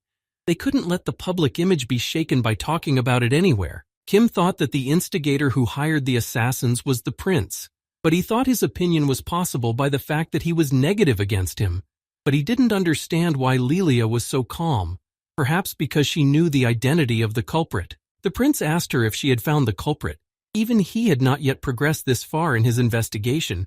He was quite curious as to how she had managed to uncover the identity of the culprits, to which Lilia replied that the golden flower servant had given her a clue. She explained that yesterday she had overreacted impulsively to the golden flower lady's antics, after which she had commanded her to be thrown out. She was incredibly angry with her and didn't think she would be completely assassinated. But Lilia added that however she had not ordered them to be taken away to the dungeon, hence there must have been someone among her servants with bad intentions. The crown prince began to get visibly nervous, and it was noticeable to all. Lady Lily was standing near the entrance to the cellar. She turned to them and asked them all to come downstairs with her, but especially the prince. But he didn't understand why they needed to go down to the cellar. After all, they wanted to take a walk in the fresh air. The prince nervously replied that it was strange that he didn't see any servants around. He was very confused. He looked at Lilia and asked her where they had gone, all the ducal men. Lilia noticed that the prince was worried for his life. Then she turned around and said that she would go first and ask them to follow her. In the basement, they would realize who was behind the attack on the Lady Golden Flower. They started downstairs and Kim smelled blood. When they came down, they saw the servants who were beaten and tied to chairs. Lilia apologized for such an unflattering picture. Kim recognized them. He had seen them at the ball, and they were the ones who had escorted them to the dungeon. Lady Lilia explained to them that these men were in league with the mercenaries who had attacked Lady Golden Flower. Kim thought they looked like they would have fainted now. He realized that the lady who didn't even bat an eyebrow at such a horrible sight would have caused the destruction of this world. She told him that through her nightly investigation, she was able to find out that they had only gone about it out of a personal thirst for revenge. Kim didn't understand what she meant, and she offered to listen to what they had to tell them. Lilia went to one of her servants and told him that she had brought the crown prince himself to them, and asked them to show him respect and tell them the whole truth and everything they knew. She said that he had conspired with his companions to hire assassins to attack the Lady of the Golden Flower, and asked him to explain the reason of his action to His Majesty the Prince. Lady Lily said that if he would reveal the whole truth to them, the reckoning would not affect his kin. The battered and exhausted servant could hardly speak. He began to weep and repeated only the name of his mistress. The servant said that the Lady of the Golden Flower was twirling her tail before the prince, though she was only the miserable daughter of a provincial baron, whereas she was his real bride. He added that he was angry because of this girl, and in a fit of anger had done this foolish thing. He was very sorry that he had done so, and that he had dishonored his mistress. Lilia asked him if anyone was behind the hiring of these assassins, to which her servant replied that no one was. He informed her that it was just their doing, the three of them. Kim realized that this was false testimony, and that he had only said things that would allow him to whitewash the prince. He realized that this whole scene was only a performance that would give him a chance to play the hero. He thought that if this truth came out, the prince would suffer the most from it, so this spectacle was only necessary for his sake. Silver Lily held out her sword to him and asked him to punish them. Lily said that these people tried to destroy his dear Lady Golden Flower. They also dared to invade the personal affairs of the nobles. They deserved to be punished. He would become the ruler of their country very soon, and he shouldn't have doubted. The crown prince was quite shocked. He began to fidget and sweat. He was confused and didn't know how he should deal with them. She asked him if there was any other truth known that she hadn't been able to get to. Lilia said that now she was speaking as his future vassal. He could delay the punishment if the investigation for sentencing seemed insufficient to him. Since it was a serious matter, she would send a report to the intelligence task force. She added that if he had no doubts about the validity of her information, then there was no point. She turned around and told him to punish them right here and now. Lilia said that after he would have punished the criminals, then he should have punished her as well for not keeping an eye on her servants. She said she was ready to be punished as she always was. Lilia remembered her mother telling her to make sure her favorite daughter didn't expect anything from anyone. Every time she would say to herself, what if this time? The world would whisper to her that this time, nothing would change. But if she was still going to entrust herself to the world, she had to remember that truth and accept the fact that no one would be obligated to give her back what she would give herself. She asked that people be forgiven, for they would have a carnival over her corpse. They would enjoy greedily eating everything from her most pure sacrifice to her most sincere hope. Her mother had asked her to leave this world without leaving anything behind. Lilia remembered that these were the exact covenants her mother had left her before her death, after which she had been cremated. Lilia kept her hands outstretched to the prince, and she didn't understand why he was slow to punish her. She asked him to do it as soon as possible, as the heir to the throne of this country. But the prince was afraid to do anything. He was completely confused. She could see that the prince was confused and didn't know what to do. He turned around to look at the others, but Lilia came up to him and asked if she should have reported their crime to His Majesty's Special Intelligence Group. She thought it might have hindered his ascension to the throne. She was surprised that he wanted to know in practice how much longer His Majesty would be willing to forgive him. The prince turned around and looked at his beloved Sylvia, who smiled and said that it had been well thought out. She liked how she had involved not only His Majesty, but the two of them too. She added that they were now complicit here and would have to keep silent. She was certainly fine with the fact that the prince could get away with this blunder, and that Lilia was determined to take the punishment. Sylvia said that the only thing that confused her greatly was that it seemed that Lilia alone would not have benefited from it. She thought that such a thing could not really happen. She said that there could not be any benefit to her from such a state of affairs. She could not believe that Lilia would allow her loyal servants to be destroyed. She even wanted to take the punishment instead of the prince. She wanted to know what was on her mind. Lilia replied that she didn't know what she was talking about. She had already said that they were her family's servants, and as the eldest daughter of the family, she was responsible for their mistakes. So she had to be punished. The heretic inquisitor approached her and said with a smile on his face that she was very pretty, but that wouldn't help her when she needed to ward off unnecessary suspicion. He told her to be frank and tell them why she wanted to suffer punishment instead of the prince. He figured that was how she was showing her love for him. Lily replied that she was only doing her duty as a future vassal, and to look for gain in this was wrong on the part of the Lady of the Golden Flower. She added that she might not have understood it. The Golden Flower said that in other words she expected nothing in return, to which Lilia replied that she had no hope of hearing her answer, and suggested that she should surrender at once. Whether she understood it or not, her actions would not be affected. Kim thought that the heretic inquisitor had no thought of stopping Silver Lily, and the crown prince was incapable of making his own decision. He didn't know what to do next. He thought he needed the butler's knowledge to solve this impasse, and Kim began to immerse himself in his character. The inquisitor noticed that there was something wrong with him, but Kim asked him to wait a bit. Kim dipped in percentages and thought that so far everything was fine. He said that if these servants were indeed the culprits behind the mercenaries, then they too had the right to take revenge. He added that it was unfair to entrust only the prince with the punishment. Lady Silver Lily also had the right to do so since she was betrayed by her servants, but she didn't understand what Kim was trying to tell them. Kim explained to them that there were 3 servants who had committed a crime, and there were 3 people who had the right to punish them. He suggested that there was then one culprit for each person. He said that they probably wanted to make them all accomplices anyway, and it was difficult for His Majesty to punish everyone himself. Then it was more proper to divide the responsibility equally. The crown prince nervously shouted that it was the right thing to do, and that Kim was completely right. The lady had been betrayed by her servants, Sylvia had been attacked, and he had to enforce imperial law. He said that everyone here had their own circumstances, so everyone had to take on one person. Lily replied that the prince didn't have to share his responsibility with anyone. The prince shouted for her to shut up and threw the sword he was holding at her, much to the surprise of everyone else.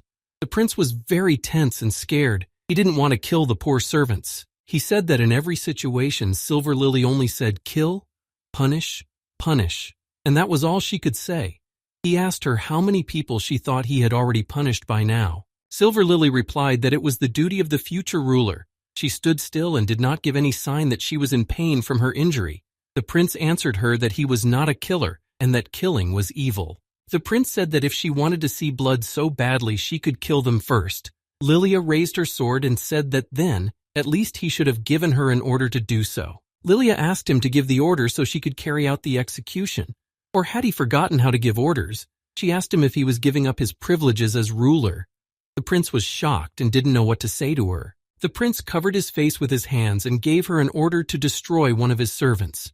Lady Silver Lily did not hesitate to do His Majesty's will and destroyed one of his servants. She did not express any emotion and remained as cold. Kim thought that one day she would be in the way of the Golden Flower Lady. If not dealt with as soon as possible, this world was in for a sad end. She would destroy it and burn it to the ground. The heretic inquisitor was happy. He liked what was happening. He told her she was starting to seem more interesting. He drew his sword and said it was time to become accomplices. He destroyed the second of the servants without a second thought. He turned around and said that now there was only one left to be punished. The heretic inquisitor held out his sword to the prince and told him to rather execute him.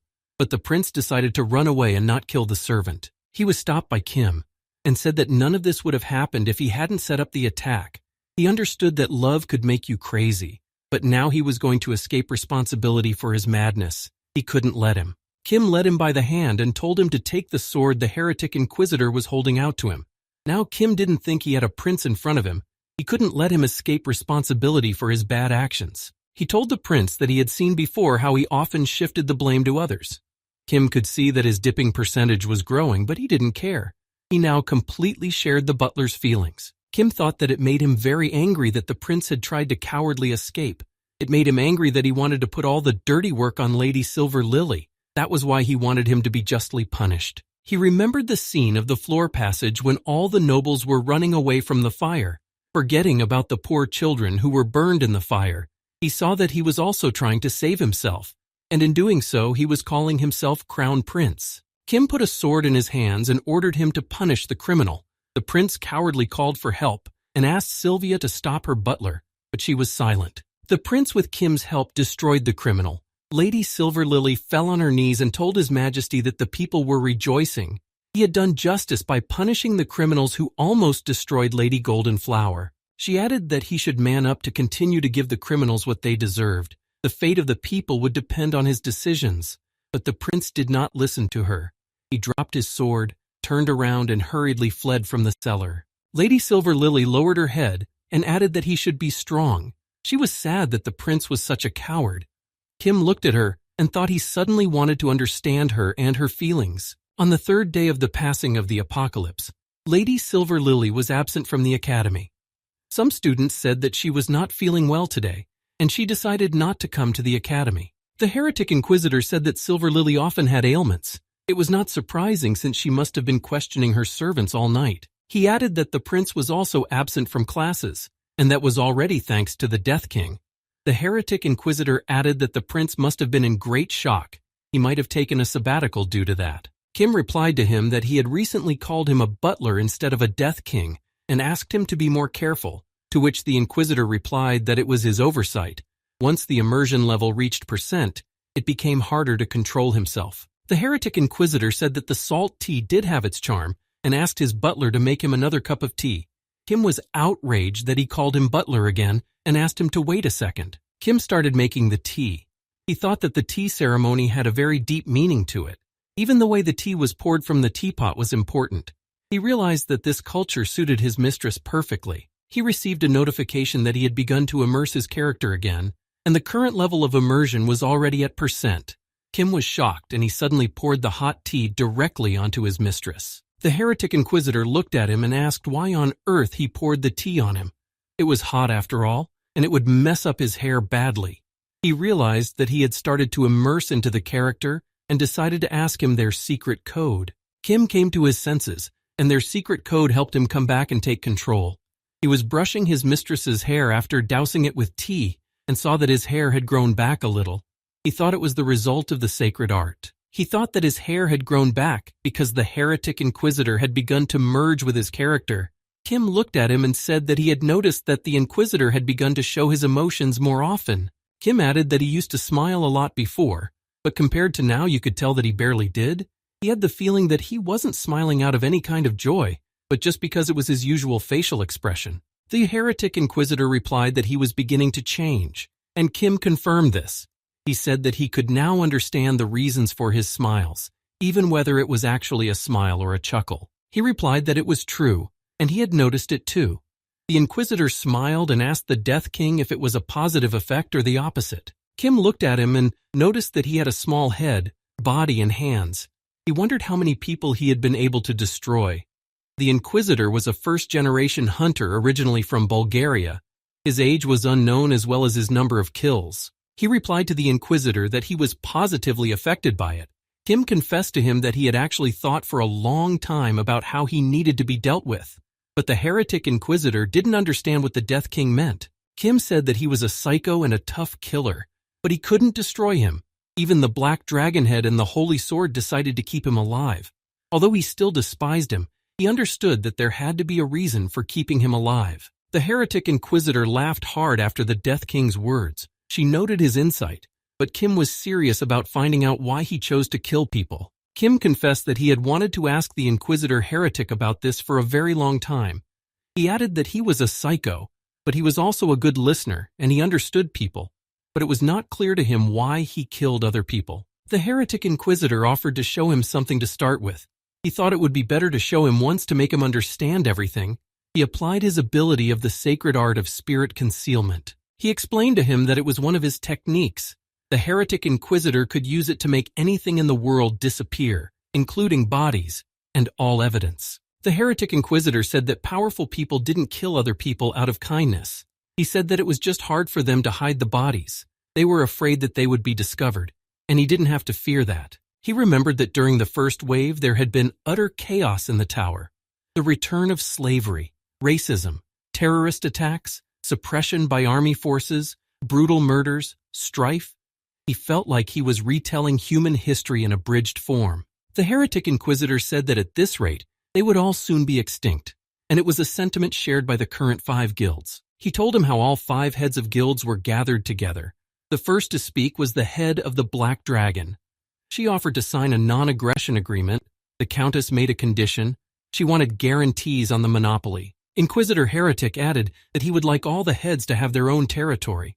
The poisonous serpent at that moment mumbled something inaudible, and the Holy Sword decided to take the last word and summarized. The Holy Sword said that he would not say that it was their duty, but he was obligated to say that it was their choice, and tonight they would kill faith and belief with their own methods. He said that that night a man died, the next night a man died, another day later a man died, and finally it came to the night when no one fell. Holy Sword said that he would take responsibility for everything and would resign. No one should ever speak of this incident from now on. He supported the idea and participated even though he knew it was wrong. He added that he would hate them for the rest of his days, but most of all he would hate himself. From that day forward, the post of the head of the Vigilante Guild that the Holy Sword held was forever vacant. The Heretic Inquisitor said that sometime later, this guild was started to be run by the Holy Knight, but regretted it very much in the end. However, the Inquisitor regretted nothing. He realized that it was a necessary sacrifice. He added that maybe it was the effect of the immersion, but for some reason all sorts of stupid things were going through his head. He told the King of Death that if he had been there, things could have turned out differently. The Heretic Inquisitor said that everyone had always worried about this kind of thing, that if things had been different, but he realized that what had happened could not be undone. He said that it had been very hard for him, and he was beginning to want to stay in this world. He liked to be in this world and have such feelings. He did not hide them, and was himself. Kim listened carefully, and then looked at him and thought that he probably couldn't even destroy him. He couldn't destroy someone who was familiar with pity and regret. He decided to see if he was himself, and said that with the coming of spring, but the Heretic Inquisitor didn't answer his password. He said that spring was good and offered him a walk, which surprised him greatly. The Heretic Inquisitor couldn't stand it and started laughing loudly. He said that if he could only see his frightened face now, he would no doubt start laughing with him. Kim couldn't believe that he could really joke about such things. The Inquisitor Heretic apologized, and said that it was like the humorist in him was awakening. The Heretic Inquisitor said that he was clearly becoming more and more immersed in his role. Even during their dialogue, 1% had been added. He already had 1% immersion. Tomorrow could easily be more percent. He looked at the Death King and said that was exactly how much he was already dependent on his emotions, the protagonist of this apocalypse he had become, yet the Death King was the protagonist of his finale. The heretic inquisitor asked the King of Death to save the finale before he would finally lose to his emotions and drown in his role. Kim promised him to fulfill his request, and he went to visit Lady Silver Lily. Kim realized that it was because of Lady Silver Lily that this world would be destroyed. So the key to cleaning up this apocalypse had to be her as well. He walked into her office and apologized to her for distracting her from her work. He told her that he came to her from the Golden Flower Lady. Kim saw in her love, jealousy, patience, arrogance, and the urge to appropriate everything for herself. Kim looked her straight in the eyes. He realized they could only get through this apocalypse by using it all together. Silver Lily flipped the hourglass and called a break and asked everyone to leave. He decided to be the first to break the awkward silence. He said that he had heard that she had passed out due to illness. He noted that she looked perfectly healthy. He was quite amazed by this. She replied that she was also a student and that she needed a good excuse for missing classes to attend to her own affairs. But nevertheless, she was really unwell. Lilius said that his activity was visible even from afar. He managed to quickly figure out the spies who had infiltrated the ranks of her subordinates. It looked like the actor chosen for this time was quite intelligent. It was a real good fortune for the Empire. She explained to him that if he wasn't so bright, she wouldn't have approved the audience. Kim was very shocked when he heard her words. He thought she might have known they came from another world. Lily saw that Kim couldn't even answer her. He was shocked. She said then that he seemed smart to her, but now she saw that smart wasn't everything he was. She told him that this was her round. However, it was always only the last 10 days of her life that were repeated. And actors like him, this was the 13th time she had met him. She asked what round was his. Kim was notified that the silver-covered heart was turning its gaze on him. He was shocked to learn that she could also go back for days until the end of the apocalypse. She saw Kim's frightened face and realized that this was his first round. Silver Lily was surprised that the constellation that sent him to the apocalypse didn't explain anything to him. She thought it was strange. Usually before sending an apostle, everything was explained to him. She saw that he really didn't know anything. She asked him which constellation had sent him and listed a few names he hadn't heard before. She wondered whose representative he was. Kim replied that it was the manager of the library. Silver Lily knew that the library manager's name was Hemistra. This was the first time Kim had heard this name. He was surprised to hear his real name. Lily couldn't understand why he hadn't told him anything at all. Kim couldn't believe that she knew the real names of the constellations. He explained to her that the manager tried not to interfere with apocalypses. He wanted them to look for information about them themselves. He explained to her what apocalypses were. They were worlds that began to collapse without their constellation. That was what the manager called such worlds. She realized that it appeared that he was naming other people's worlds himself. Lilia pulled back a little in her chair and said that one day this world would indeed meet its end. However, she could not so easily reveal her soul to another person. She asked him to wait. She thought he had captured the soul of his lady's servant, and now he was targeting her soul. But Kim shook his head negatively and said that wasn't true. Silver Lily noticed that the time for their audience was up, and she flipped her hourglass once more. She asked the butler to listen to her, but he interrupted her and asked her to call him Kim Konja, saying that was his real name. She didn't understand how he dared to ask her to call him by his real name. It was his own fault that he was in the body of a butler and not an aristocrat. She knew perfectly well that he was completely confused right now. Silver Lily said he didn't understand anything because he hadn't been given the cleanup manual. Kim asked what she meant and she handed it to him. There were references. She had found them from another apostle during her attempt. She said a constellation named Mahos called it a sweep strategy. Kim read all the paragraphs. He couldn't believe there was an instruction sheet for this apocalypse. It was so absurd she decided to keep the sheet with her after poisoning the apostle. Silver Lily said that when he died at her hands, he screamed and was surprised that his plan didn't work. If he did everything according to the instructions, it was as if he had experienced universal injustice. She drank her tea and calmly told him that it was unfair to her. She didn't understand what instruction could have been to a human soul. Lily added that they were all taking it so lightly, and if they really wanted to win her heart, they should have done it honestly, and they were using dirty tricks like instructions. Kim replied that he knew what she was talking about. Lily replied that that was why she rated him so highly. She just saw that he saw the people of this world as real. He answered her that it seemed natural to him to think of all people as alive. But Lilia countered by saying that most of the stupid people couldn't even fulfill such a simple condition. Silver Lily said that the creatures who didn't even consider humans to be humans, but who didn't naturally consider themselves to be humans, She considered them mean and deceitful, and wanted them to stay as far away from her world as possible. She noticed that Kim reacted to her words with excitement, and she realized that they meant something to him, but she didn't know what. He tried to calm down and pull himself together. Silver Lily asked him how many people he had seen like that, or if he had ever looked at someone like that, or if someone important to him had said those words to him. But Kim couldn't answer her. Kim was literally suffocating. She was suffocating him with her words. He realized that it was as if she was seeing through him again. He thought that he couldn't let her continue to suppress him. He replied to her that though she was saying that now, wasn't she herself only looking down on him because he was in the body of a commoner and not an aristocrat? She was surprised that he was so hurt that she refused to call him by his first name, to which Kim replied that she shouldn't have spoken to him with such condescension. Silver Lily smiled and replied that she had heard such words from the butler, who had set the whole academy on edge with his debauchery. Kim noted that it was a fair point and asked her to get back to the main conversation. She didn't mind starting the conversation. She said she had already realized that he didn't need her soul. She asked then what he had come to this world for, in which the 10 days were eternally repeated. Silver Lily asked if the constellation had sent him to this world because it didn't like him, but she had heard that Hamistra was quite calm, but he had come to this world clearly not to rest. She agreed to talk but warned him that she wasn't going to listen to lies. If one false word came out of his mouth, he would never be able to accomplish his goal. Whatever it was, she wouldn't open her heart to him hearing lies.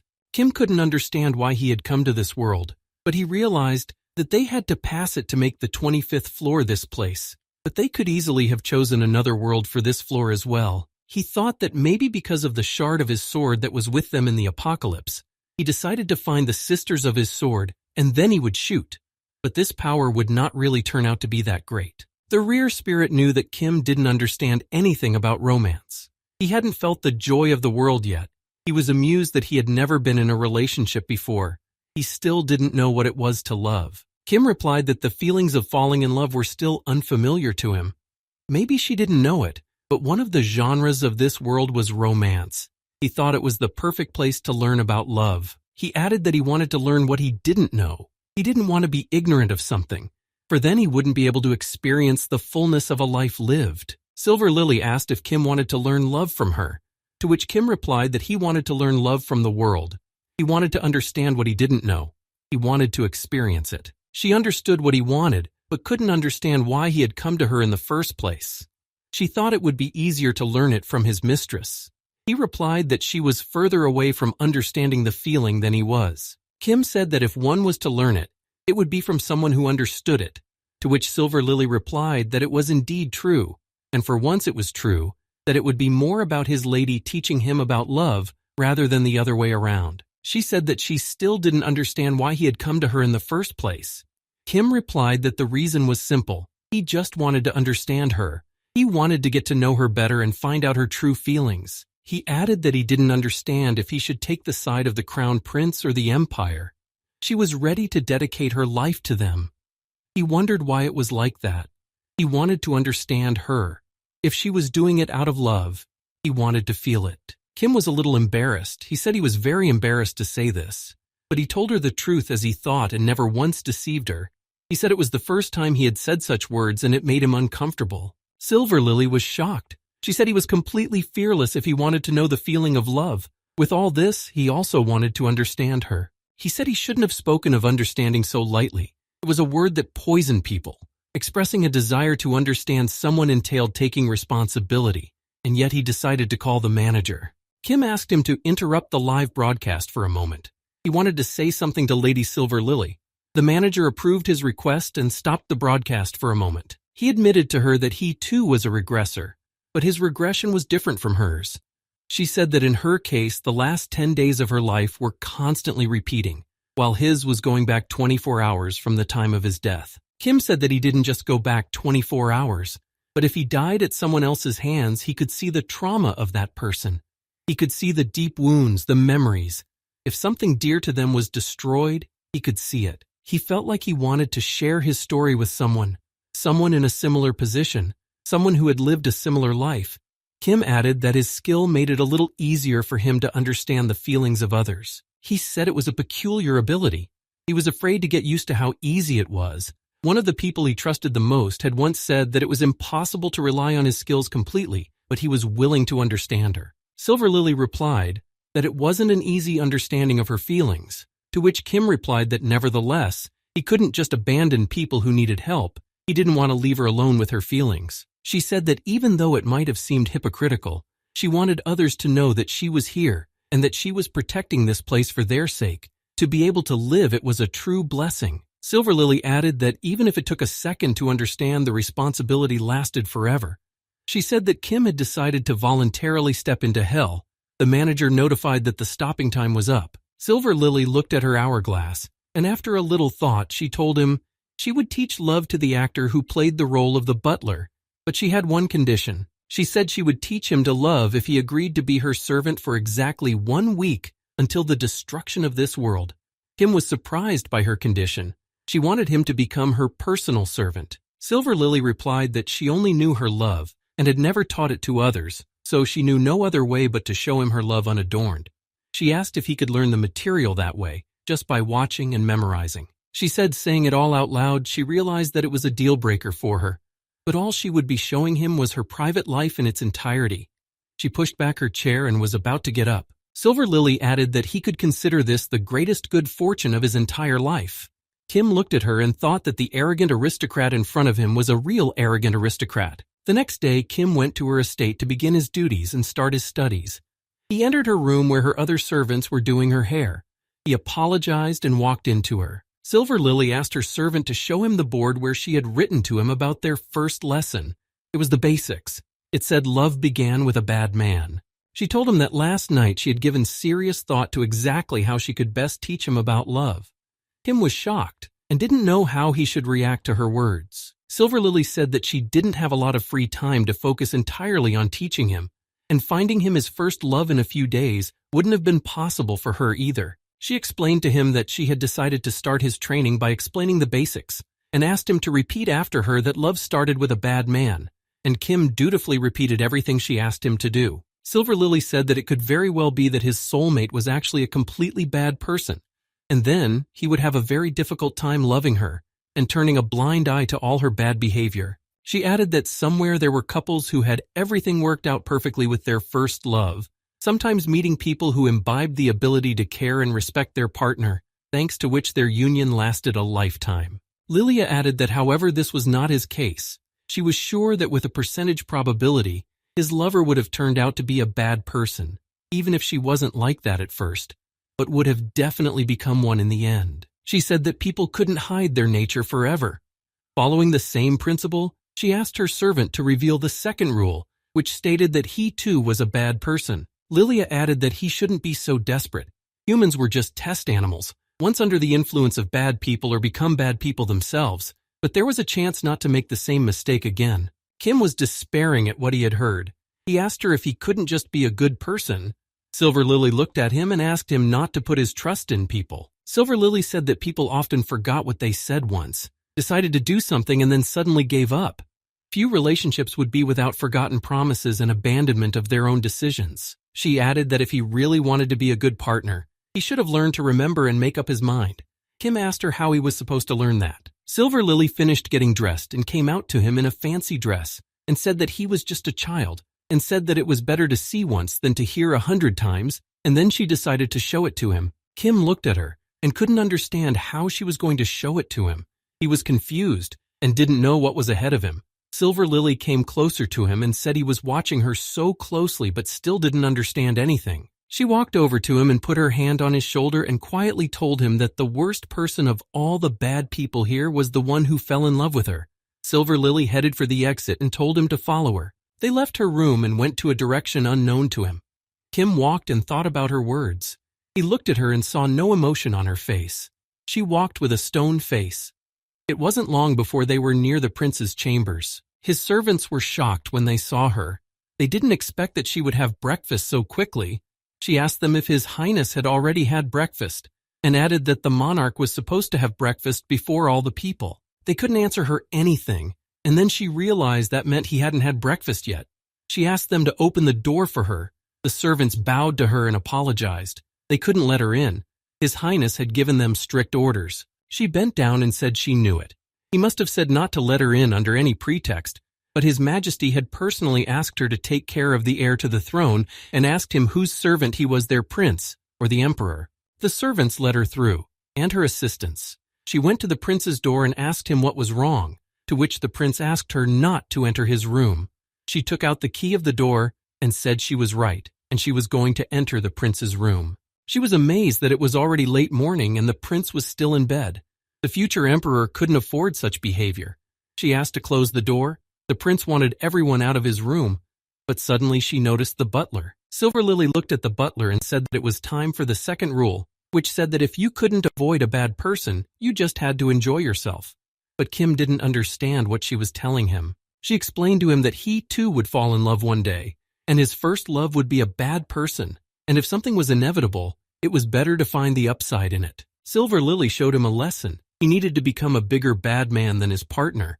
She added that a relationship with a bad man was an eternal war, and her servants poured all the cold water right on the prince's bed. She said that peace was the highest value. If his partner was polite, then that meant he should also be polite to him in return.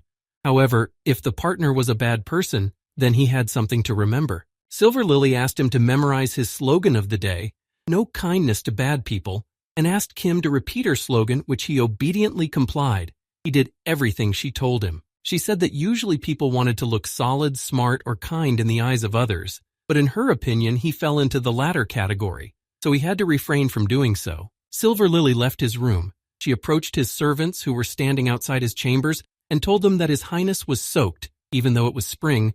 She feared that there was a great risk of catching a cold and asked them to help him quickly. She asked to set aside in her mind a simple relationship equation. The handsome man lost to the smart man. The smart man lost to the bad man. The handsome and smart bad man had the advantage in love. Kim said it was very different from his idea of love. He was expecting something different. She realized that he was expecting something more romantic. She asked if he thought that one should love with the heart and not with the head, and that was also true. She added that it already depended on his luck. It was not so easy to meet someone who made his heart flutter just by looking at him. It depended on what kind of life he led. Silver Lily had said that people fell in love at first sight, with those they saw in whom they saw a reflection of their lives lived. Kim looked around and saw the prince's servants serving her. He had a feeling it was her they were serving, not the prince. She knew it was difficult, but since it was, she asked him if he wanted to try and see if his heart could flutter for her. She sat back in her chair and looked at him carefully. Kim couldn't understand how he could test it, to which Lily replied that he could do something, but he didn't know what she meant. She said that he had to be prompted. She asked if he could give him the other half right away. Silver Lily said that he was a smart guy, so he might well find one, but he needed to think hard first, and only then could he give her his answer. Kim pulled from his jacket pocket the cards that the library manager had given him as a reward for mopping up the celestial demon apocalypse. He said it was something like the mopping up guide she had mentioned. He thought that perhaps the cards would help him at this point. However, he felt it was best to be sincere with Silver Lily right now and not lie to her. She asked him to approach her. Silver Lily was sitting in a chair when Kim approached her. She said it was too high and asked him to lean over. He complied with her request and leaned over to her. She complimented him on that. She warned him that she wasn't taking responsibility for it. She took his hands and asked him if he smelled her scent, if he liked it. Silver Lily replied that she liked that smell too. That scent was very dear to her. She added that she would not be sorry to reveal her secrets to him, but he had to serve her further, and tonight she would reveal one of them. Kim listened to her intently. He inhaled more and more of her scent that drove him crazy. Suddenly he realized he was in trouble. He thought he had fallen in love with her. The next day, Kim lay on the grass and thought only of Silver Lily. The rear spirit tried to talk to him. He wanted to bring him to his senses, but Kim thought only of her. He wanted to know what love was. The rear spirit apologized to him and said that it was completely his fault. He was the reason he fell in love with someone not fit for his status. Kim thought and said that if he fulfilled the conditions of his skill, he would be able to go back hours and be able to relive the recent experience again. The rear spirit was shocked by his words. The goddess of protection hit him on the head, jumping on him. Kim said that he was well aware that he was not in his right mind right now, but he couldn't help that he kept remembering Lady Silver Lily. The rear spirit listened to him realize that he was one step closer to insanity. He added that there was no way he would wash his face today, and if he had to wash his ears, he would refuse because he still had her scent behind his ear. Kim couldn't understand how many times the Crown Prince had to save the world in past lives for her to love him in this one. He decided he needed the internet urgently. He wanted to find information on how to get her. The rear spirit realized that he was becoming the stupidest person in the entire universe. As soon as he fell in love with someone, he said that if he had known about it beforehand, he wouldn't have told him anything about love at all. Kim shouted that the level of immersion in the butler's role was constantly rising. This meant that the butler was also falling in love with her. The rear spirit replied that wasn't he fixated on his mistress. He laughed and replied that no one chose love, and he couldn't resist the charming Silver Lily. The rear spirit said that not even half a day had passed since his first crush. Kim wondered how he could save his beloved milady. The rear spirit said that as the one responsible for his lunacy, he could give him advice. First, he needed to try to get to know her better. In a relationship, it was important to understand his and her feelings. He added that in addition to being her servant for a while, his position had an advantage because he always had to be by her side. Kim wasn't quite sure what advantage the rear spirit was talking about. Kim reminded him that this world would be destroyed very soon, the rear spirit thought, and said that was indeed a problem. Kim said the lesson was over, and it was time for him to take the heretic inquisitor away. Silver Lily led Kim down the dark hallway. She said he could consider it a thank you for showing her something. She was ready to tell him her secret, and asked him to follow her. She asked him what he was thinking now. She added that albeit temporarily, he was now her personal servant, and he dared to be insubordinate by ignoring her question. If she asked him something, he had to give her a clear answer. Kim admitted to her that he was thinking about how he badly wanted to take her hand, but suddenly he thought he was starting to lose his mind. He was already having quite a hard time controlling his emotions. She came closer to him, took his hand, and said that had his thoughts been occupied only with her all day, she asked if he had missed her touch and smell, if he had fantasized about this moment. Kim didn't know how to answer her, and then she asked him to answer, and if he didn't answer her honestly, she would let go of his hand. Then Kim said that he had only thought about her all day today. He started to get more and more immersed in the character. His immersion level was already a %. Kim realized that she couldn't understand anything at all anymore.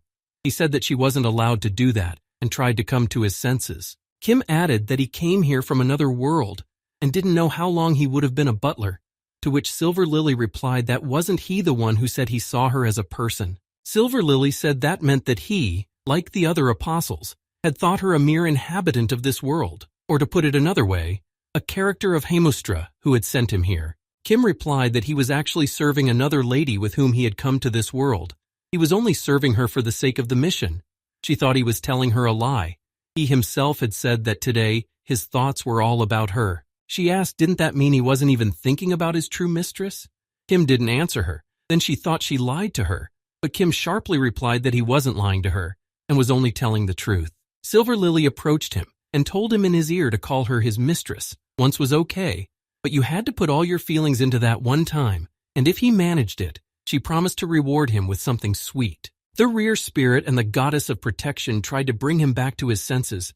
The goddess of protection trembled furiously to do so, but all Kim could hear was Lilia's voice trying to get him to call her his mistress. Silver Lily said it would only be once, and nothing bad could happen to him, and even if something went wrong, she would be able to reverse time. Kim found himself restrained by the invisible chains that the Silver Lily had wrapped around him. She went on to say that perhaps this was a necessary step to get the information he needed to get through this apocalypse. He was about ready to say it. He thought, was he the one who could just obey? Was the responsibility on his shoulders so light he knew it wasn't? He was able to subdue the Demon King. He was able to lead the celestial demon cult. Kim let go of her hand.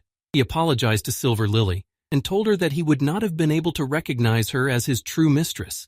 He wanted to know the joy of love, but he was not ready to lose himself. He was determined to live without resembling a summer spirit. He didn't want to treat even one destruction as something natural, so he ran through the deep snow with the alchemist. Kim said that if she wanted to get his heart, she would have to use a different method. He would consider her his mistress, but then she had to recognize him as her master as well. He would listen to her and value her opinion above his own. He was willing to compromise his beliefs to follow her advice. He wouldn't put himself above her, but in return, she had to treat him the same way. Kim asked her if he gave her his heart, how would he be able to move on with his life? It would only be possible if he got her heart in return. If it was true she wanted to see him obsessed with her, then she had to be obsessed with him too. Silver Lily snatched her hand away sharply and said that he was indeed different from the past foolish apostles. She thought he was a fool, but in fact it turned out to be the opposite. He was decently able to free himself from her charms. She said that she was too hasty. She thought that since he didn't know love, he didn't know much about life. He understood that she wanted to seduce him and make him her servant. She added that it was her mistake. She underestimated him. Kim said that understanding and responsibility were unequal, but unilateral responsibility was still no better than unilateral understanding. He didn't get close to her for something like that. He asked what secret she wanted to tell him. They went to another room. Lilia told him that her family had passed down one extremely ancient treasure from generation to generation. A sword with a silly legend. It was said that it could grant any wish. Silver Lily added that there was a certain condition before the sword would grant someone's wish.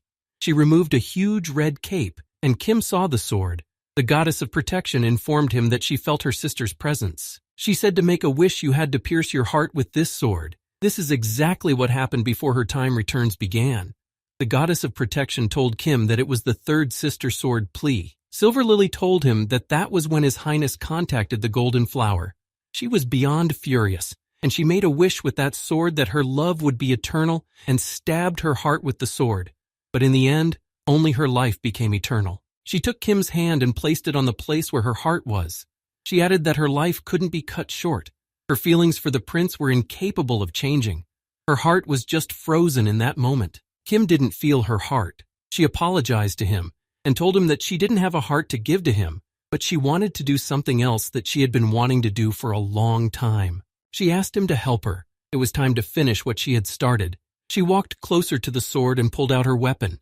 She was notified that a silver-covered heart was looking back at her. Silver Lily was ready for what was about to happen now, but Kim saw the flow of blood towards him and asked her what it was, to which Lily replied that it was her nightmare. She asked not to let her guard down. From now on they were practically trapped in another world that were cut off from the outside world, and Kim was inside all her senses. Kim had learned that when the prince was very young and simple, he had picked and given her a flower. He had wiped her tears with his sleeve. He had been kind to her. He had been soft-hearted. She didn't understand the point of loving someone who had been flawless in everything since birth.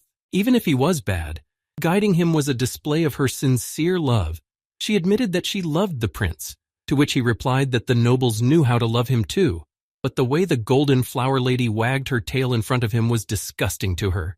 Kim thought that he was familiar with this feeling. He had experienced it before. It was just like with the demon king of autumn rain. He noticed that the existence of the silver-covered heart was becoming more remarkable. He realized it was the power of the constellation that kept showing him all the pain and pleading of the silver lily. Kim saw their families betrothed, her and the prince. The prince had confided in her that even though their opinions were not asked, he was happy. Today he came to formally propose to her. He asked if she would agree to marry him when they would be a little older, and she said yes. He promised Silver Lily that he would only love her alone. She reciprocated. But when they got older, he told her that there was nothing that could be done. It was a promise of 2 children after all. The prince added that the human race has always been known for its forgetfulness. Kim was incredibly angry at the prince for making such promises to her and not taking any responsibility for them. Kim was very angry at the prince, so he decided to destroy the trap they had fallen into. He used the divine martial art of heaven and demons, the 8th technique, the sword of the burned. The rear spirit was impressed that he had learned how to summon flames with a single technique. The rear spirit told him that he had grown a lot in the use of martial techniques. Kim, after his attack, asked her when she became a constellation. He was able to find out another of her secrets. Kim said that it was definitely now a constellation familiar, and she created it all. He wanted her to tell him the truth. She replied that it happened the moment she pierced her heart with her sword. He knew that meant that there was no other constellation in this world. It was hard for him to tell if it had been killed or if it didn't exist here originally. The rear spirit said that probably the constellation that was here had been reached, the one who intended to destroy it.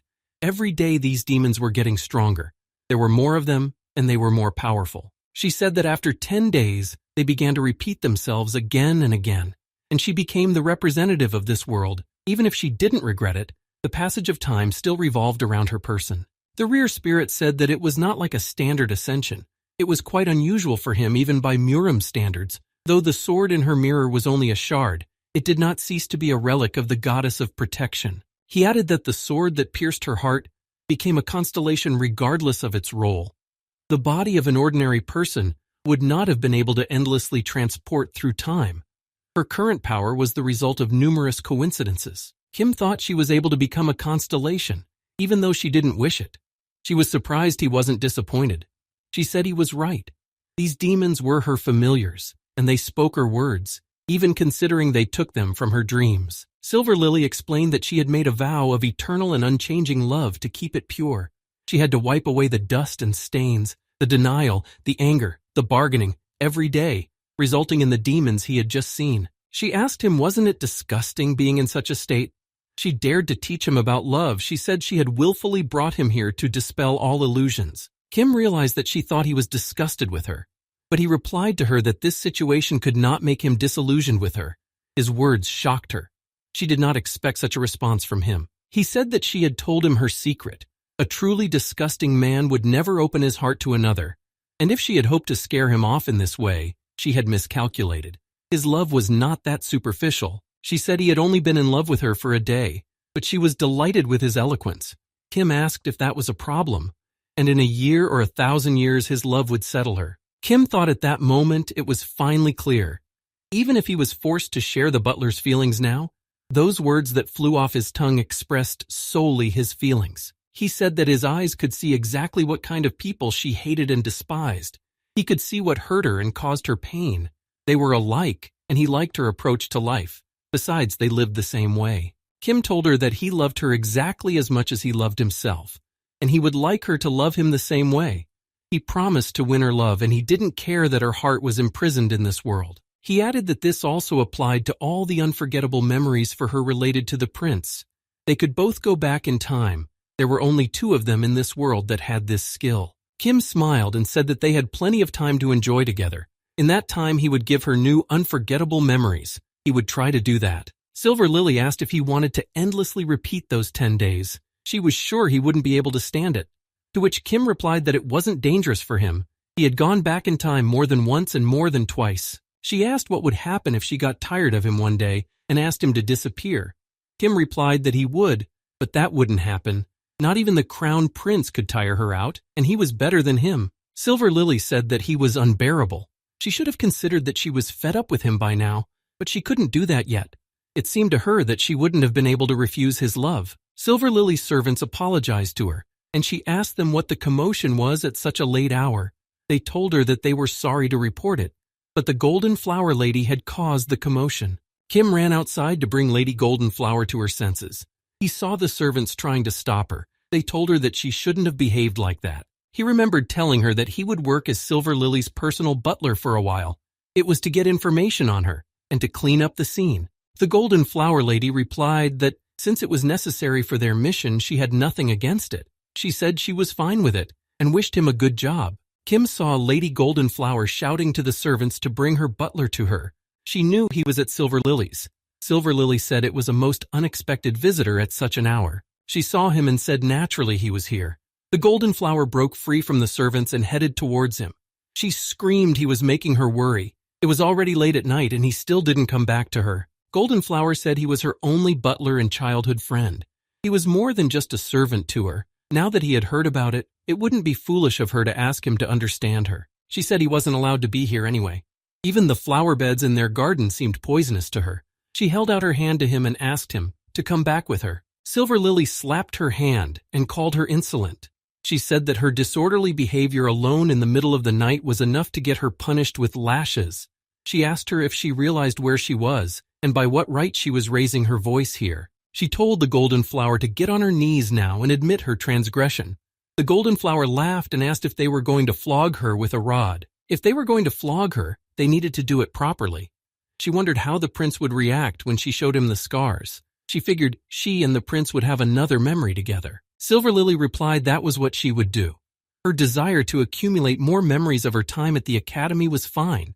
As an aristocrat of this empire, she would help her with that. She ordered her servants to bring her a birthing rod. They tried to stop the young duchess, but she angrily replied that she had told them not to call her that at the academy. They were afraid the crown prince would find out. Silver Lily replied that her left hand was still empty, and she wasn't going to tell them again. The servants turned around and quickly ran for the birthing rod. They didn't dare disobey their mistress. Kim approached the golden flower and asked her what happened. Why was she here at such a late hour, to which she replied that she had come for her own. He made her tell him the obvious things. She added that she had been waiting for him since morning, but he didn't come back. At first, she thought he had urgent business to attend to. That's why she didn't pay much attention to his long absence. But then she happened to hear about him being seen near the silver lily. The golden flower thought that she had just found some weak spot of his and started blackmailing him. She asked him not to worry. She wouldn't take anything else from him, be it the crown prince's love or his loyalty. Kim could see that the heretic inquisitor was not himself, and he decided to see if he was right. He called their secret code, but he got nothing in return.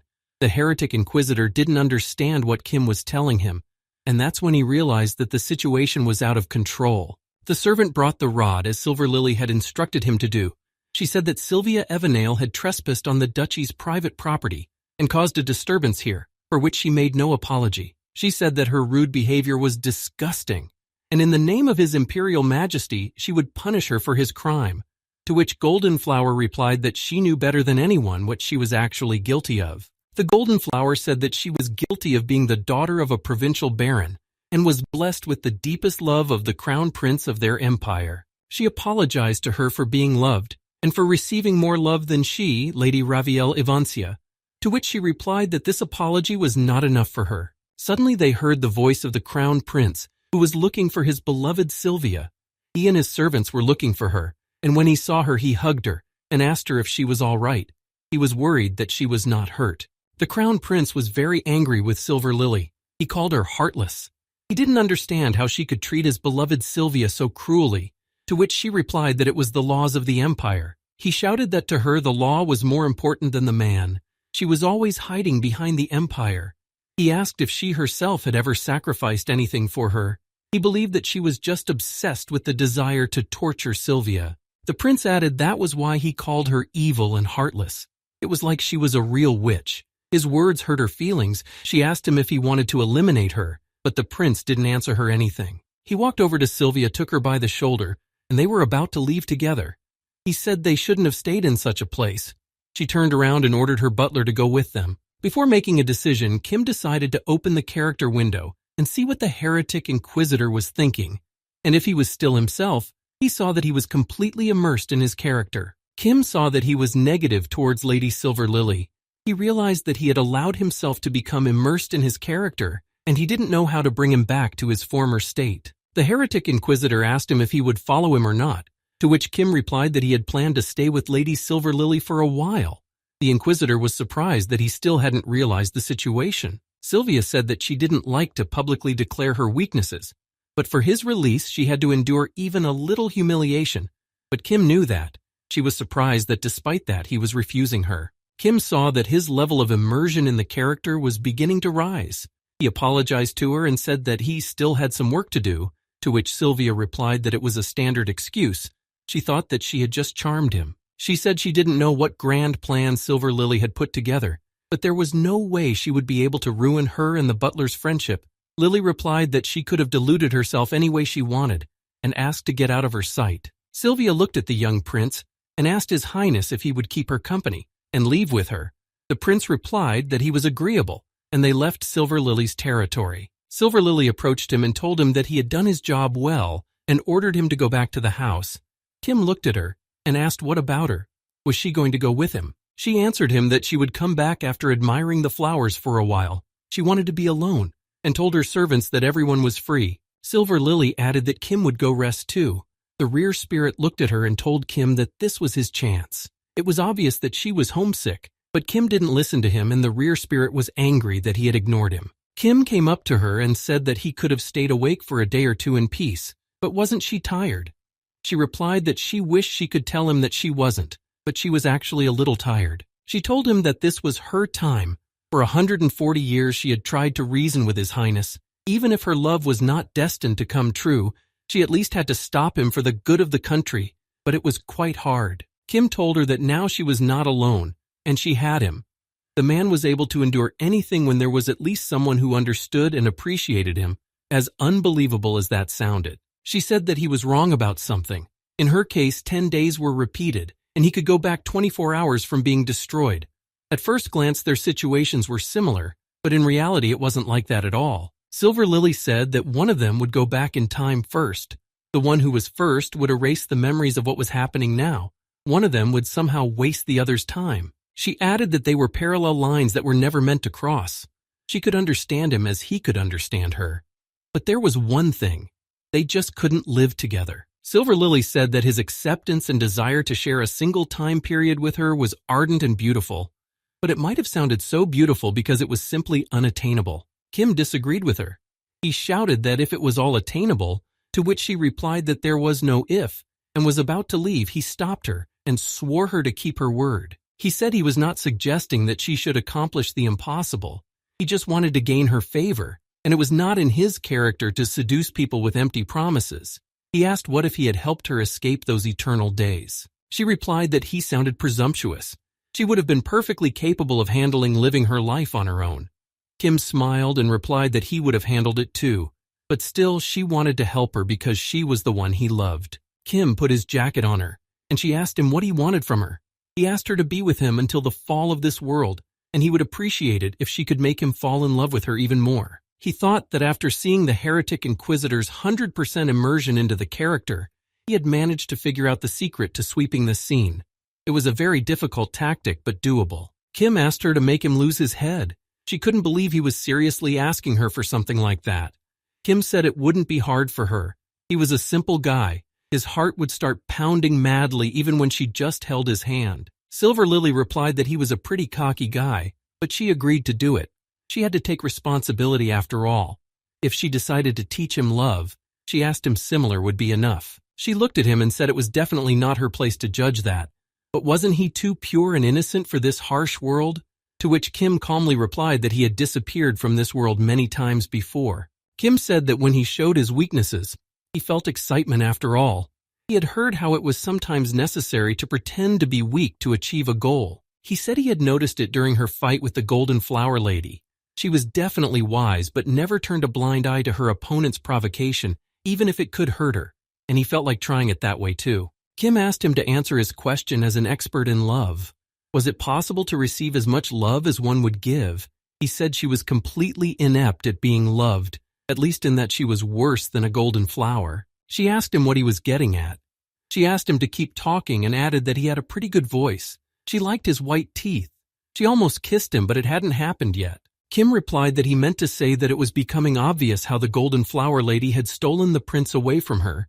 He said she should have analyzed his preferences more carefully, and suddenly Kim fell silent. Silver Lily asked him why he was silent. If he didn't speak, she wouldn't be able to admire his beautiful lips, and asked him to continue, or had he already given up? He remembered that he had asked her to make him lose his head. She looked at him and told him that he had asked her for something truly dangerous. She no longer knew what ingenious plan had come into his head since he was so cocky, but he had a lot of courage. She admitted that after 14 repetitions of the last 10 days, his idea to break the cycle for a while didn't seem bad, and she'd like to try something new. Silver Lily said that given what had happened this night, she thought the Crown Prince had been too bad to her. She couldn't just keep taking the hits. Kim asked if she was ready to give up on the prince, but she couldn't do that. Her heart was already a constellation in the night sky. She only wanted to be a bad man for a little while too. She decided that from today, she would cheat on him with him. Kim was shocked to hear this. He thought that she was his first love after all, but this kind of relationship was too much for him. He wished he wasn't lovers. He knew there had to be something more romantic. Silver Lily said that however he was the Golden Flower's precious servant, according to her he was her childhood friend, and the only butler. She wondered what the look on her face would be when she found out about their relationship. She was sure the prince would have been confused too. Kim realized she wanted to pretend they were having a romantic relationship to mess with them. She hoped Kim wouldn't have turned her down. Silver Lily asked him to say her name, and Kim obeyed and called her Raviel Ivancia. She asked him if he remembered her first love lesson. Kim replied that love started with a bad man. She was glad he remembered that. She told him that she would be his first bad person in a relationship. The rear spirit watched them and thought they were really the perfect couple. They were both a little weird. The rear spirit said that it wasn't surprising, though, how they would be able to have a relationship with normal people. Who was like who? He congratulated him on his first relationship, even though he was in the role of lover. Kim stood near the mirror and called out his lover's name, and his immersion level increased. He thought he had only said her name. Apparently he was really head over heels in love with her. He thought that the life of the man named Kim Gun-ja was displayed so briefly and primitively. His envy, his secrets, his destiny, his humor, aspiration, and even happiness. He wondered what kind of impression he was making. Kim realized that he was still Kim Kong-ja. He had not yet immersed himself in the role of butler as the heretic inquisitor had done. He was sure that this plan had to work for sure. He called out to the Sword Lord. Kim said that he had one request for him in case he would go head over heels into the role of butler and was immersed completely. Kim added that if the level would suddenly reach % immersion, there was a possibility that he would stop hearing his voice. The skills would stay with him, but he would forget how to use them. He had to prevent full immersion at all costs. He said that at the percentages, there would be a final threshold that could not be allowed to be crossed. He believed that the percentages should not have risen above that level. Kim added that if it started to look like the level could be crossed over the %, he asked to stop it by any means necessary. The rear spirit thought he was worrying about it for nothing.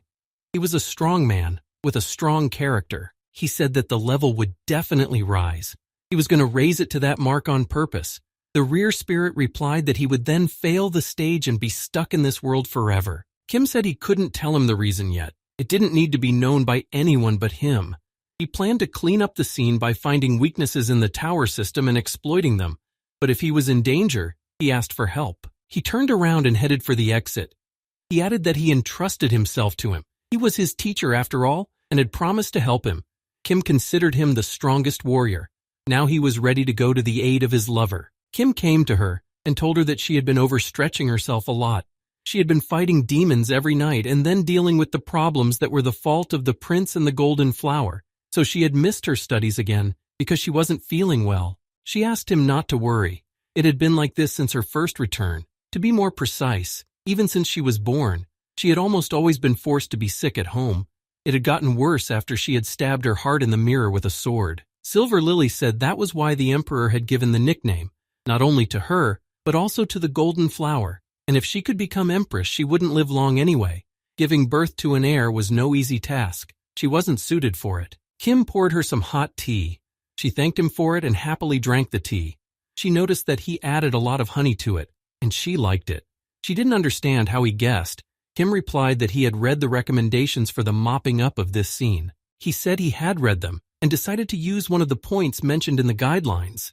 Silver Lily thought he was going to use the tips from the guidelines too, and she didn't like that. Kim smiled and said that she had shown it to her herself and asked her to take it leniently and assume that he was just using the handbook.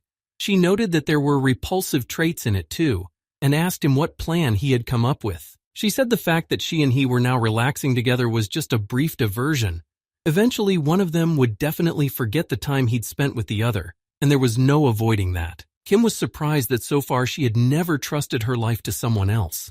He asked her to trust him. Even if they had a fake relationship, she had chosen him, and an inept he couldn't be called. He added that everyone needed someone else's help at times. He told her that she had put too much responsibility on her shoulders so far. She was trying to accomplish certain goals, and he thought she was tired of it. Kim said that he wouldn't want his lover to single-handedly take responsibility for everything in the world. He was strongly against it. He would rather take responsibility for his partner when she was tired and vice versa. She replied that they were just enjoying a fake relationship. Kim said he didn't care about that. It was all real to him. She asked him if that didn't seem unfair to him. Kim smiled and replied that she didn't know him yet. Kim said he tried to think positive. He asked her if she thought he would have been tormented by feelings of inferiority because the relationship with him wasn't real. He thought it was his chance. He was sure she would have loved him anyway. She couldn't understand where he got his self-confidence from. He answered her that she would only spend time with him alone after all. There was no way he would give up until she told him in person that she was tired of him. Kim was willing to do his best to be a support for her. Silver Lily got out of bed and said it was time to get down to business, to which Kim replied that she needed to rest. He didn't understand how she was going to fight strong opponents in such a state and asked her to entrust it to him. He was sure he could handle it himself, so he set off to fight the monsters alone. The next day, Kim helped Lilia with the documents. He took them to the fireplace and burned them. He told her that it wasn't long before this world was destroyed. If without her involvement, this empire would have collapsed in a matter of days. He wanted it to happen now. Kim asked, counting that she was on a vacation that was just for her. She replied that such days were new to her. She was surprised that she could really do nothing. She had already missed 3 days of classes for no reason, but Kim reassured her. He smiled and said that he would have made it so everything would have been fine, to which Lily replied that she didn't want to lean on him entirely. Kim said that he had promised her that he would always help her with everything. They could just help each other. They floated down the river and Kim asked her if she would read her poems from her favorite collection, and she was fine with that. They floated past the castle, and Kim remarked that it was just a beautiful view. Lilia knew it was a white spring. She told him that before the magnolias bloomed, the cherry trees bloomed first. In the Empire, this time was called White Spring. It was quite a beautiful season. She realized it had been a long time since she had admired it. But suddenly she felt that the existence of the silver-covered heart was becoming more remarkable. And after a while, the silver-covered heart revealed itself to her. Silver Lily was quite frightened. The servants saw the red sky and were incredibly scared. They didn't know what was happening. Silver Lily looked at Kim and said she was very comfortable with him. She asked if she could really trust him. Kim walked over to her and asked if she remembered saying that they were two parallels, and one of them would return first, that therefore they couldn't be together forever. He said that from now on, he would surround her with his aura. He added that he would surround not only her body, but her brain as well. The same aura would surround his body and brain as well. Thus, they would both be destroyed, body and brain, and the first destroyed one of them would return in time first. He took her hand and added that this posed the risk that the second could forget their time together, and so there was only one way for them to be together, to be destroyed in the same instant. Kim thought, as people manage their lives, so he managed his death. He always had an easy way to be destroyed. You could just use your aura to do it. It was quick and easy, but he still hadn't used it. Once he got used to the convenience and simplicity, one could get too relaxed. This was exactly what happened to the summer spirit that allowed him to destroy it. So he decided to give up on being destroyed using such a method. He had deliberately chosen a more agonizing destruction to keep his senses and sanity in a more acceptable state. But today would be different. Kim enveloped her with his aura and said that everything was fine. It would only be a moment. She felt as if warm water was flowing through her veins. She realized that her body temperature was lower than his. She was becoming very anxious. She said that in all her comebacks, she had never once felt anxiety. She thought it would be enough for her to just not lose herself. But today she didn't want to lose him. She was worried what if she came back first and he forgot her. Kim looked at her and asked her not to worry. He would be by her side. He promised that he wouldn't make a mistake. Suddenly the servants started screaming that demons had appeared, and fear ran in different directions. She said that if one of them was destroyed faster than the other by even 1/10 of a second, she would never ever forgive him. She asked him to remember that he only had one try. He was sure they would have succeeded. Silver Lily asked him to be responsible for her finding her faith in people again. She felt the silver-covered heart looking at her, and the apostles who wanted to destroy her appeared. She told him that these creatures just didn't understand the atmosphere around them. Kim smiled and offered to teach them a lesson. There was no need to pry or they would be destroyed.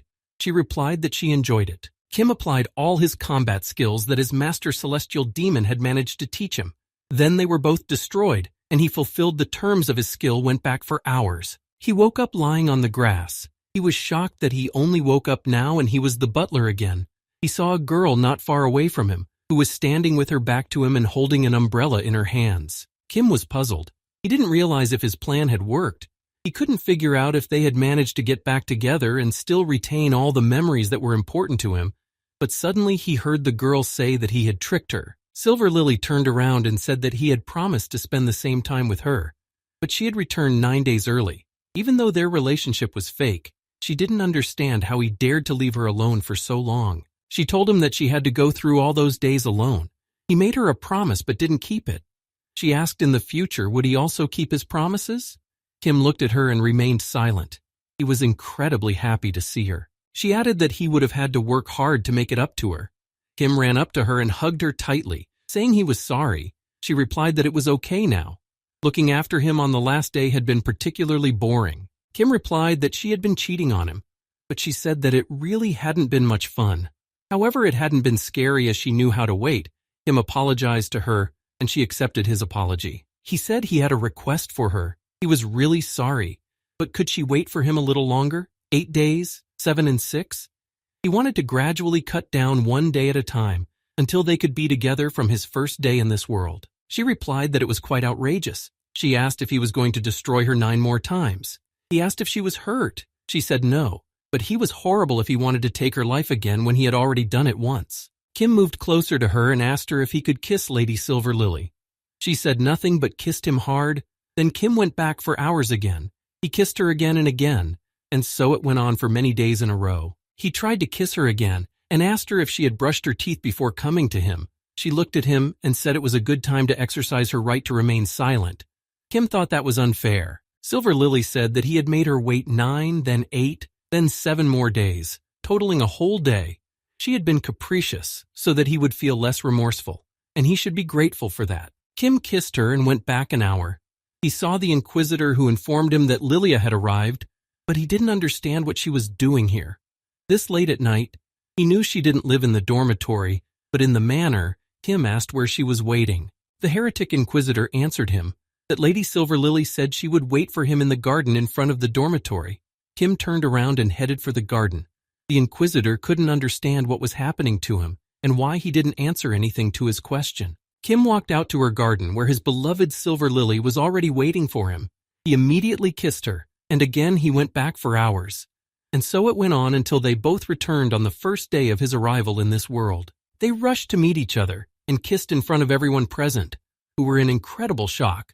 They didn't expect that Silver Lily was able to kiss a butler in full view of everyone. Kim looked into her eyes and told her that it was their first day after all, their first day that would never end as long as they both wanted it to, and he kissed her again. The heretic Inquisitor saw them kissing, came up to them, and said that he felt like he had missed something. He didn't know what was happening to them, and Kim didn't want to enlighten him on what he was going through. The guests at the ball couldn't believe their eyes that they were kissing. The rear spirit was also shocked. He couldn't understand why he was suffering. After all, he didn't even exist. Kim used his skill and saw that more and more attention was being directed at them. Lady Silver Lily heard the voice of the prince, who was shocked at what she was just doing.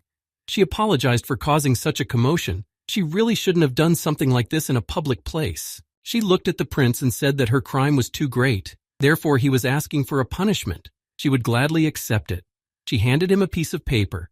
The prince took it in his hands and asked her what it was. Lady Silver Lily explained to him that it was a request for voluntary expulsion from the academy. She understood that he was being magnanimous, and it would be difficult for him to choose a punishment for her. So she, being his humble servant, did everything for him. The prince read what was written on the paper and was quite shocked by it. She added that she would have left the academy and would have started to reflect on her behavior until the expulsion procedure was completed. She added that since she would not want him to visit her for punishment, asked him to approve the punishment she chose, thanking him for allowing it. Lily took Kim's hand and they started to run away from the ball. Kim didn't know if she was okay. She was still in love with the prince even after she had given her heart to the mirror. But it was worth remembering his actions towards her. It was more important that she looked happy. A heretic Inquisitor caught up with them to find out how they should go about cleaning up the scene. He was wondering what their kiss at the ball meant. He admitted that he didn't understand it at all. He added that when he saw the two of them at the ball, his heart sank. Kim said he would have cleaned up that scene on his own. He could consider it a vacation, and asked the Inquisitor to enjoy his stay here. The Inquisitor didn't mind and said he wouldn't bother him. He told him to enjoy his vacation without destroying people. This also applied to torture. He said it was not allowed to kidnap and lock up anyone for the purpose of getting information. The Inquisitor replied that in that case he would have no business being here. Kim added that there would be a job for him later, but until then he could read stories in his room. The Inquisitor informed him that his immersion percentage had gone up, but he didn't know what that meant. Kim asked him not to worry, and they ran away. Kim and Silver Lily rode in the carriage, and she informed him that tomorrow the whole empire would be talking about them. First, there would be some letters from the socialites from the capital, some letters from the duchy, of which would be addressed to her father. She said that eventually His Majesty would be able to send a messenger. She called him by name and asked him to suggest a solution to the problem. Kim was amazed that she had just called him by name. Silver Lily looked out the window. She said that the empire from this place was so small, it was quite long since she left this place. She told him that Sormwan Academy was established to strengthen the imperial power. Young people from powerful families were enrolled in the academy voluntarily and compulsorily to receive the same education, learn the same languages, inculcate the same norms. So young people were the same type of servants of the empire. She said that envy, vanity, pride, the desire to stand out, that's what was really behind the gates of the academy. Everyone hid their real faces, hiding behind traditions and customs. It would not make an empire that could have a future. Kim asked her to worry about the empire a little later. He realized that she was already quite tired and asked her to think only of him. The thought alone was enough to overwhelm her brain. She looked at him and said that if he hurt her heart, she would finish him off. She hoped he understood that. Silver Lily took his hands in hers, and Kai replied that he understood that perfectly. Kim said he understood her, and she asked him to tell her exactly what he understood. Kim replied that he would never and should never hurt her. If he had once hurt her, out of his ignorance, he would be sure to beg for forgiveness. Silver Lily thought he should have internalized this more carefully. She said that if he had once decided to betray her, he should have destroyed her with his own hands. She asked him not to use an aura or anything. She asked him to destroy her by his own hand, and to do so until the very fact of their meeting would be erased from this world. She didn't care how long it would take him. Silver Lily added that such would be her sentence to him, for her destruction. She held his hands and asked him to live forever, knowing that she would not forgive him for it. She looked into his eyes and told him that he could live forever if he wanted to. She wanted him to know that the moment he betrayed her, he would be exiled to eternal hell. Kim was agreeable to this. She said that if he had some secret from her, now was the time to reveal it. Kim confessed that he had a skill called reviving evil spirits. He explained to her that with the skill, he could resurrect anyone who was destroyed by his hand. If he wanted to, the resurrected person could keep the appearance and memories from his life, so he could bring her back too. Kim said that if she was destroyed along with him even all 9 times, he could revive her as many times. But he wouldn't do that. He hid the characteristics of the skill and waited for a response from his beloved. Silver Lily decided that he would then add another condition in case he betrayed her. She asked him to get rid of the skill. He promised her to do so and apologized to her for not telling her about it right away. She replied that she would have forgiven him if he had promised her something else. Kim replied that he was willing to listen to her. She asked him not to destroy himself without discussing it with her. She asked him not to do it without a dire need. He was her favorite, and his life was not to be thrown away anyway. He asked him to fight to the end. Even when it seemed he couldn't escape destruction, he gave her his promise. Silver Lily asked him now to tell her what he desired of her. Kim asked him to trust him when he asked to trust her. She replied that she would always trust him, and making a promise to each other, they kissed again.